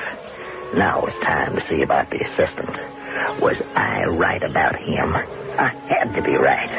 There was no other way to look at it. Hey, you want to give me a hand? What is it? Start the engine. I want to check on the radiator. All right. Yeah, all right. You can shut her off now. Was there a problem? Well, I'm just making sure that we're not going to have one. We ought to be there tonight, then. Well, if we don't fall off a cliff. Tell me something. What do you want to do with your share of the money? My share? Yeah, you and the professor and his wife. You decided how you're going to cut up the pie? No, I hadn't thought about it. Oh, who are you kidding, huh? What do you mean? Now, there's a ton of gold out there, and you mean you haven't thought about how much of it should be yours? You don't understand. When we go out on an archaeological dig, we don't think of keeping what we find. It all goes to a museum. Yeah, sure. As long as it's broken pots. Now, was it your idea that this ton of gold is going to go to a museum? Well, as I say, I hadn't thought about it. I guess he must have thought about it all morning. Because when we stopped to have us a little bite of lunch and tried to get out of the heat of the day, all of a sudden... Professor, about the gold. Yes, Walter. What are we going to do with it? We're going to set up the Edwin Doughty Research Foundation. With the entire amount? Yes, of course. And none of us is to get any of it for our own use? Walter, that's certainly not in the scientific spirit. But this is gold. Yes, I'm aware of that. This gold does not belong to you to do with as you see fit. Walter, I'm afraid I don't understand. You understand, all right. But I am in charge of this expedition. Who elected you? Walter, I think you are forgetting yourself. No. Maybe I'm remembering. I mean to have my share. Your share? There's 4 of us. Joe doesn't want any. Okay? That leaves 3 of us. I think this is a pointless discussion. I'm going to take a third, whether you like it or not. A third, eh? It should be a half. After all, you and Ruth are husband and wife. Walter, I'm willing to forget this silly outburst. There's nothing silly about it. I'm going to get what's coming to me. I stretched out a canvas, and the professor took his nap. I was about to relax myself when I noticed that the wife and the assistant were missing. They must have taken a walk. Where? Then I saw them. They were down the hill a little ways, behind the truck. Now, if I moved carefully, I could get close enough to hear them without being seen. Walter, why did you irritate him? Certain things had to be set forth and understood. He's determined to create this foundation of his. It will be the crowning achievement of his career. Where does that leave you? Me. Us. Walter, darling, he's not going to do it. No, I heard that tone in his voice. He means it. So, are we going to let him? I'm not. How can you stop him? I'm just going to take what I consider to be my fair share. He can't stop me. I'm afraid he can. That's impossible. I'm bigger and stronger. I'm half his age. But he has something you don't. What? A gun. A gun? He hates guns. He won't have one on an expedition, for any reason. He's got a gun. I can't believe it. It's an automatic pistol. I saw him pack it away in his musette bag. You know, the one he carries with him all the time. Why? Why does he have a gun? It's an interesting question, isn't it? It only means I'm going to have to take it away from him. I knew about the gun. I had seen it in the bag as he sat beside me in the truck.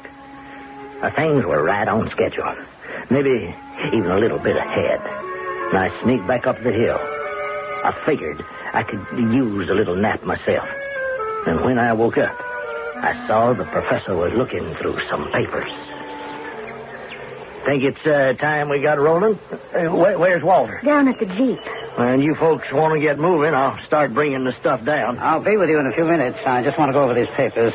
Ruth, would you take a few notes, please?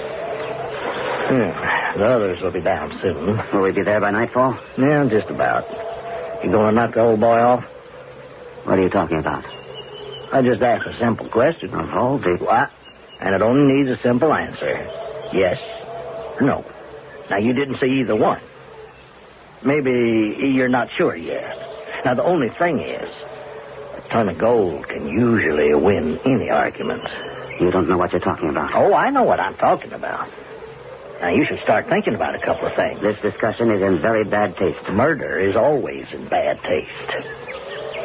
What are you going to do about her? Now, I know all about you and her. Two of you were cheating on him.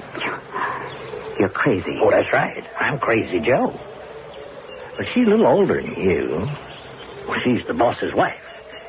Now, he don't take care of her in certain ways. You know what I mean. Now, you're young, you're good-looking, and it had to happen. But now what?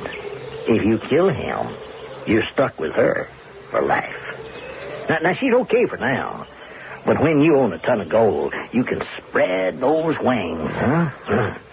Can you imagine the kind of dames you can have? Now, she gonna hold still for it? It's something to think about. No? It is definitely something to think about, yes. The act of murder is usually simple. A quick blow, a single shot, a sudden thrust, and the deed is done. The complications usually set in afterwards. And just when you believe that it's all over, you discover it has only just begun. Our third act will begin shortly.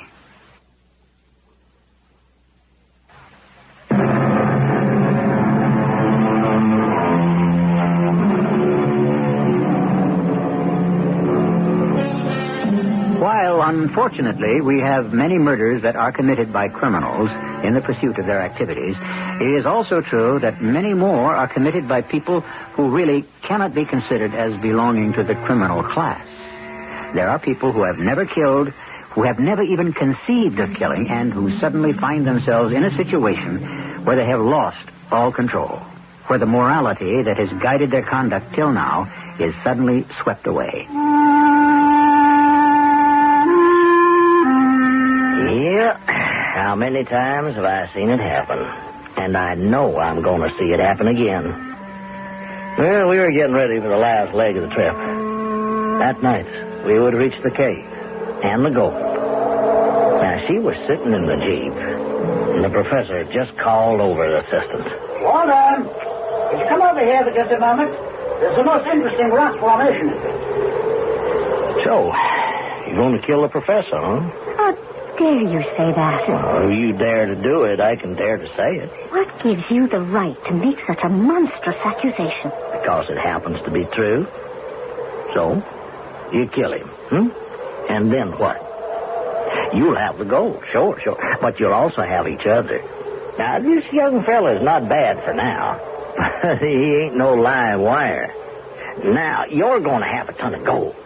Millions of guys will be after you. The kind of guys you always dreamed about. But what's the use? You and Walter are going to be stuck with each other as long as you live. We'd better be getting started, Joe. Are you ready? Oh, yes, Professor. I guess we are all of us ready.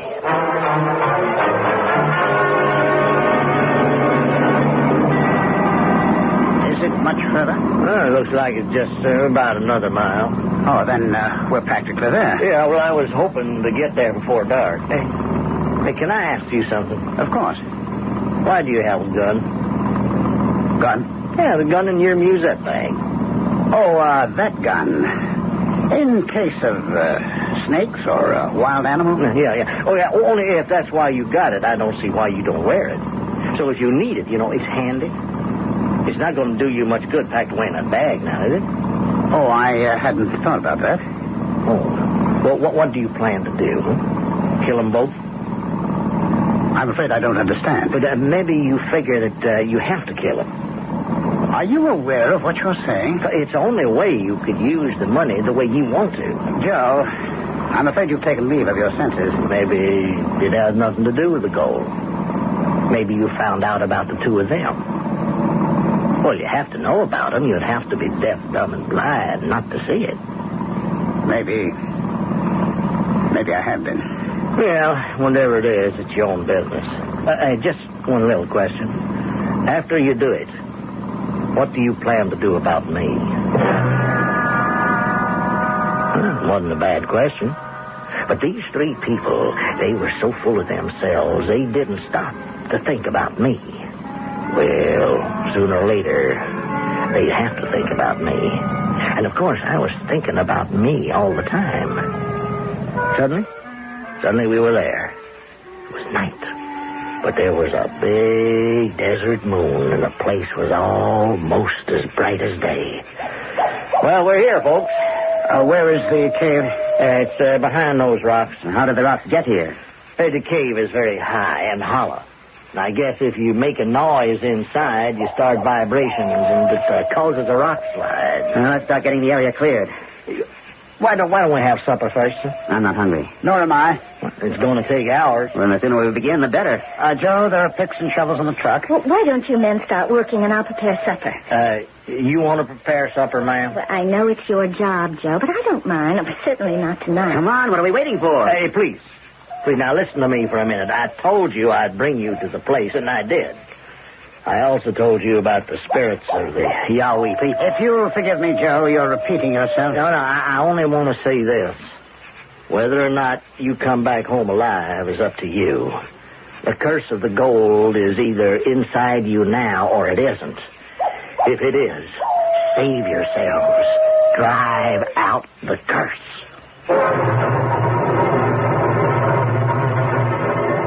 But they weren't listening. The gold. It was a fever. And a fever can kill. And that was the curse.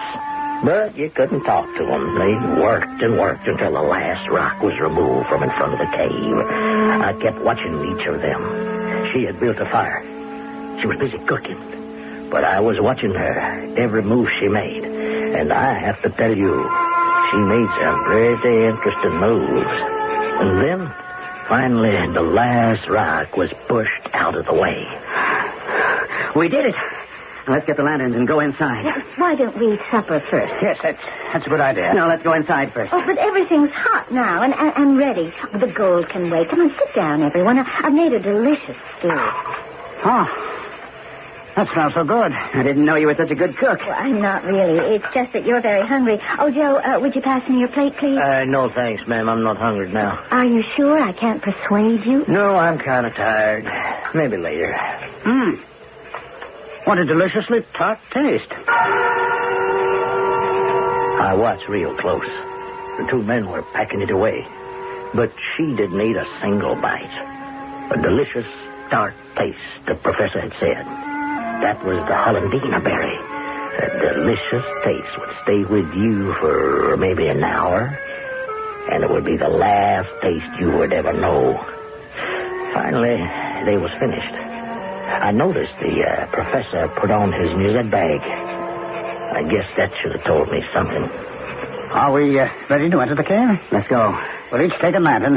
Joe, will you lead the way? No. No? No, I can't go in there. It's taboo for me. But you agreed to lead us to the gold. Oh, you'll find it. It's maybe 20 feet inside against the wall. You'll see the leather sacks all piled up. You'll also see the bones. What kind of bones?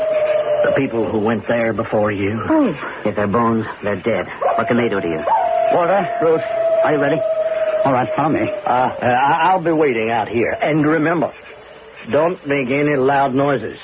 Any kind of vibration can set up a rock slide. I don't think they heard a word I said. They rushed into the cave. Well, I followed them as far as the entrance. For a moment, there seemed to be a chill by the sight of the bones. But there was another sight that took first claim. The sight of them leather sacks. The seams of some of them had rotted away, and the bright yellow dust was sprinkled in heaps all over the floor. I listened. The cave was so high, so hollow, you could hear every word. The gold. There's a ton of gold. We're rich. Gold! Gold! Oh, don't shout. Listen, to what? I didn't hear anything. I thought I heard a rumbling. Joe's right. Better not make any noise. I can't get over it. There is a ton of gold. Yes, gold. And now it's time for us to have An accounting, Ruth. Walter? What are you looking for, Professor? There's no point in rummaging around in your musette bag. If this pistol is what you're after, I've got it. Walter! When you weren't looking, Professor. I see.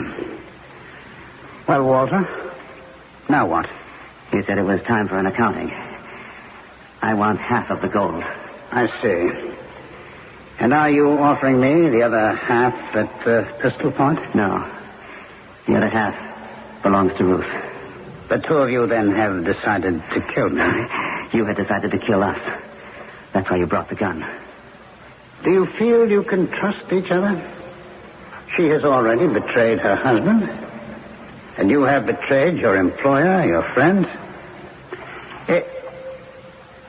It's funny. What's funny, Professor? It's going to be your last joke. We'd like to share it with you. I can't talk very well. It doesn't matter. It's hard to breathe. Pain. The pain. Do you have a pain in your stomach? Do you? A pain? The joke. The last joke. It's a joke on both of us. What are you talking about? Is it hard for you to breathe? Don't you see? She did it. What? She poisoned us. Poisoned? That's the joke. It's on you. It's on me. She betrayed us both. She killed us. I can't move. I'm going to do... Professor Dowdy. He's dead. You killed him. And you killed me, too. No, I swear, Walter. Believe me. Oh, not you. Just him. I did it to save your life. Don't you understand? He had the pistol. I didn't know you would steal it. I can't breathe. Don't point that gun at me, Walter, please. My stomach. There's a fire in my stomach. No, darling, you're imagining it. You killed me. It's just his way of working on your imagination to destroy us. I didn't poison you. Why would I? Because you want it all for yourself. No. Just like I want it all for myself. Please, Walter, believe me. No, Ruth. I'm dying. I know it. But before I die, I'm going to take you with me. Please, Walter, don't shoot me, don't. Stand still. I'll only take a second. It won't even hurt. No! Goodbye, Ruth. Goodbye. Walter! It's a landslide. No, we will be sealed up in here forever.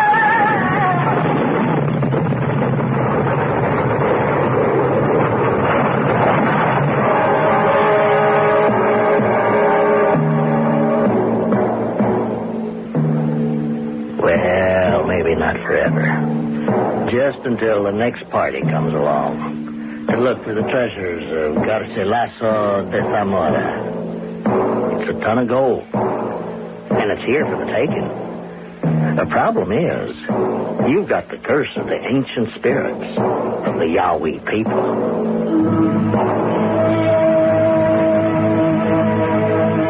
I'm not exactly sure that's the problem. The problem could be the curse that each of us carries. In some of us, it's right out there on the surface. In others, it's buried so deep, we hardly know we have it, until it's aroused by a desire we never knew before. I shall return shortly. I can't see germs. How do I know they're there? Oh, you know all right. Who are you? I am Salmonella. And I am his pal, Arnie. Us germs live on meat and poultry and on foods made with eggs and dairy products. And when they're left out of room temperature for over 2 hours, we grow and grow. And you germs make food taste bad, don't you? Not necessarily. Oh, we're sneaky. But after you've eaten food we've gotten to, you'll know. Yeah, tummy cramps, headache, nausea, and also you can... Keep in Mithers, you're starting to gross me out. Tough, kid. It's the germs' creed to spread food poisoning on an equal opportunity basis. Yeah, to the high and the mighty, and to you. Well, my mom knows how to outsmart you germs. I keep them hot, I'll keep them cold.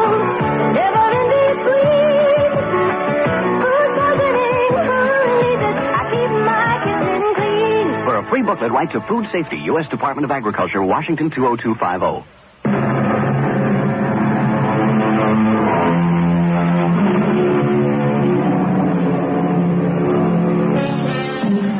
What is there in that pale, soft metal that enables it to rule the world?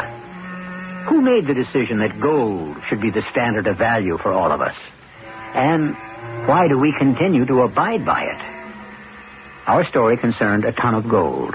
But if you were alone, isolated by a severe winter storm with temperatures below zero, if your life depended on keeping warm, would you rather have that ton of gold or a ton of coal? Our cast included Earl Hammond, Ralph Bell, Carol Teitel, and Gordon Gould. The entire production was under the direction of Himan Brown. And now, a preview of our next tale.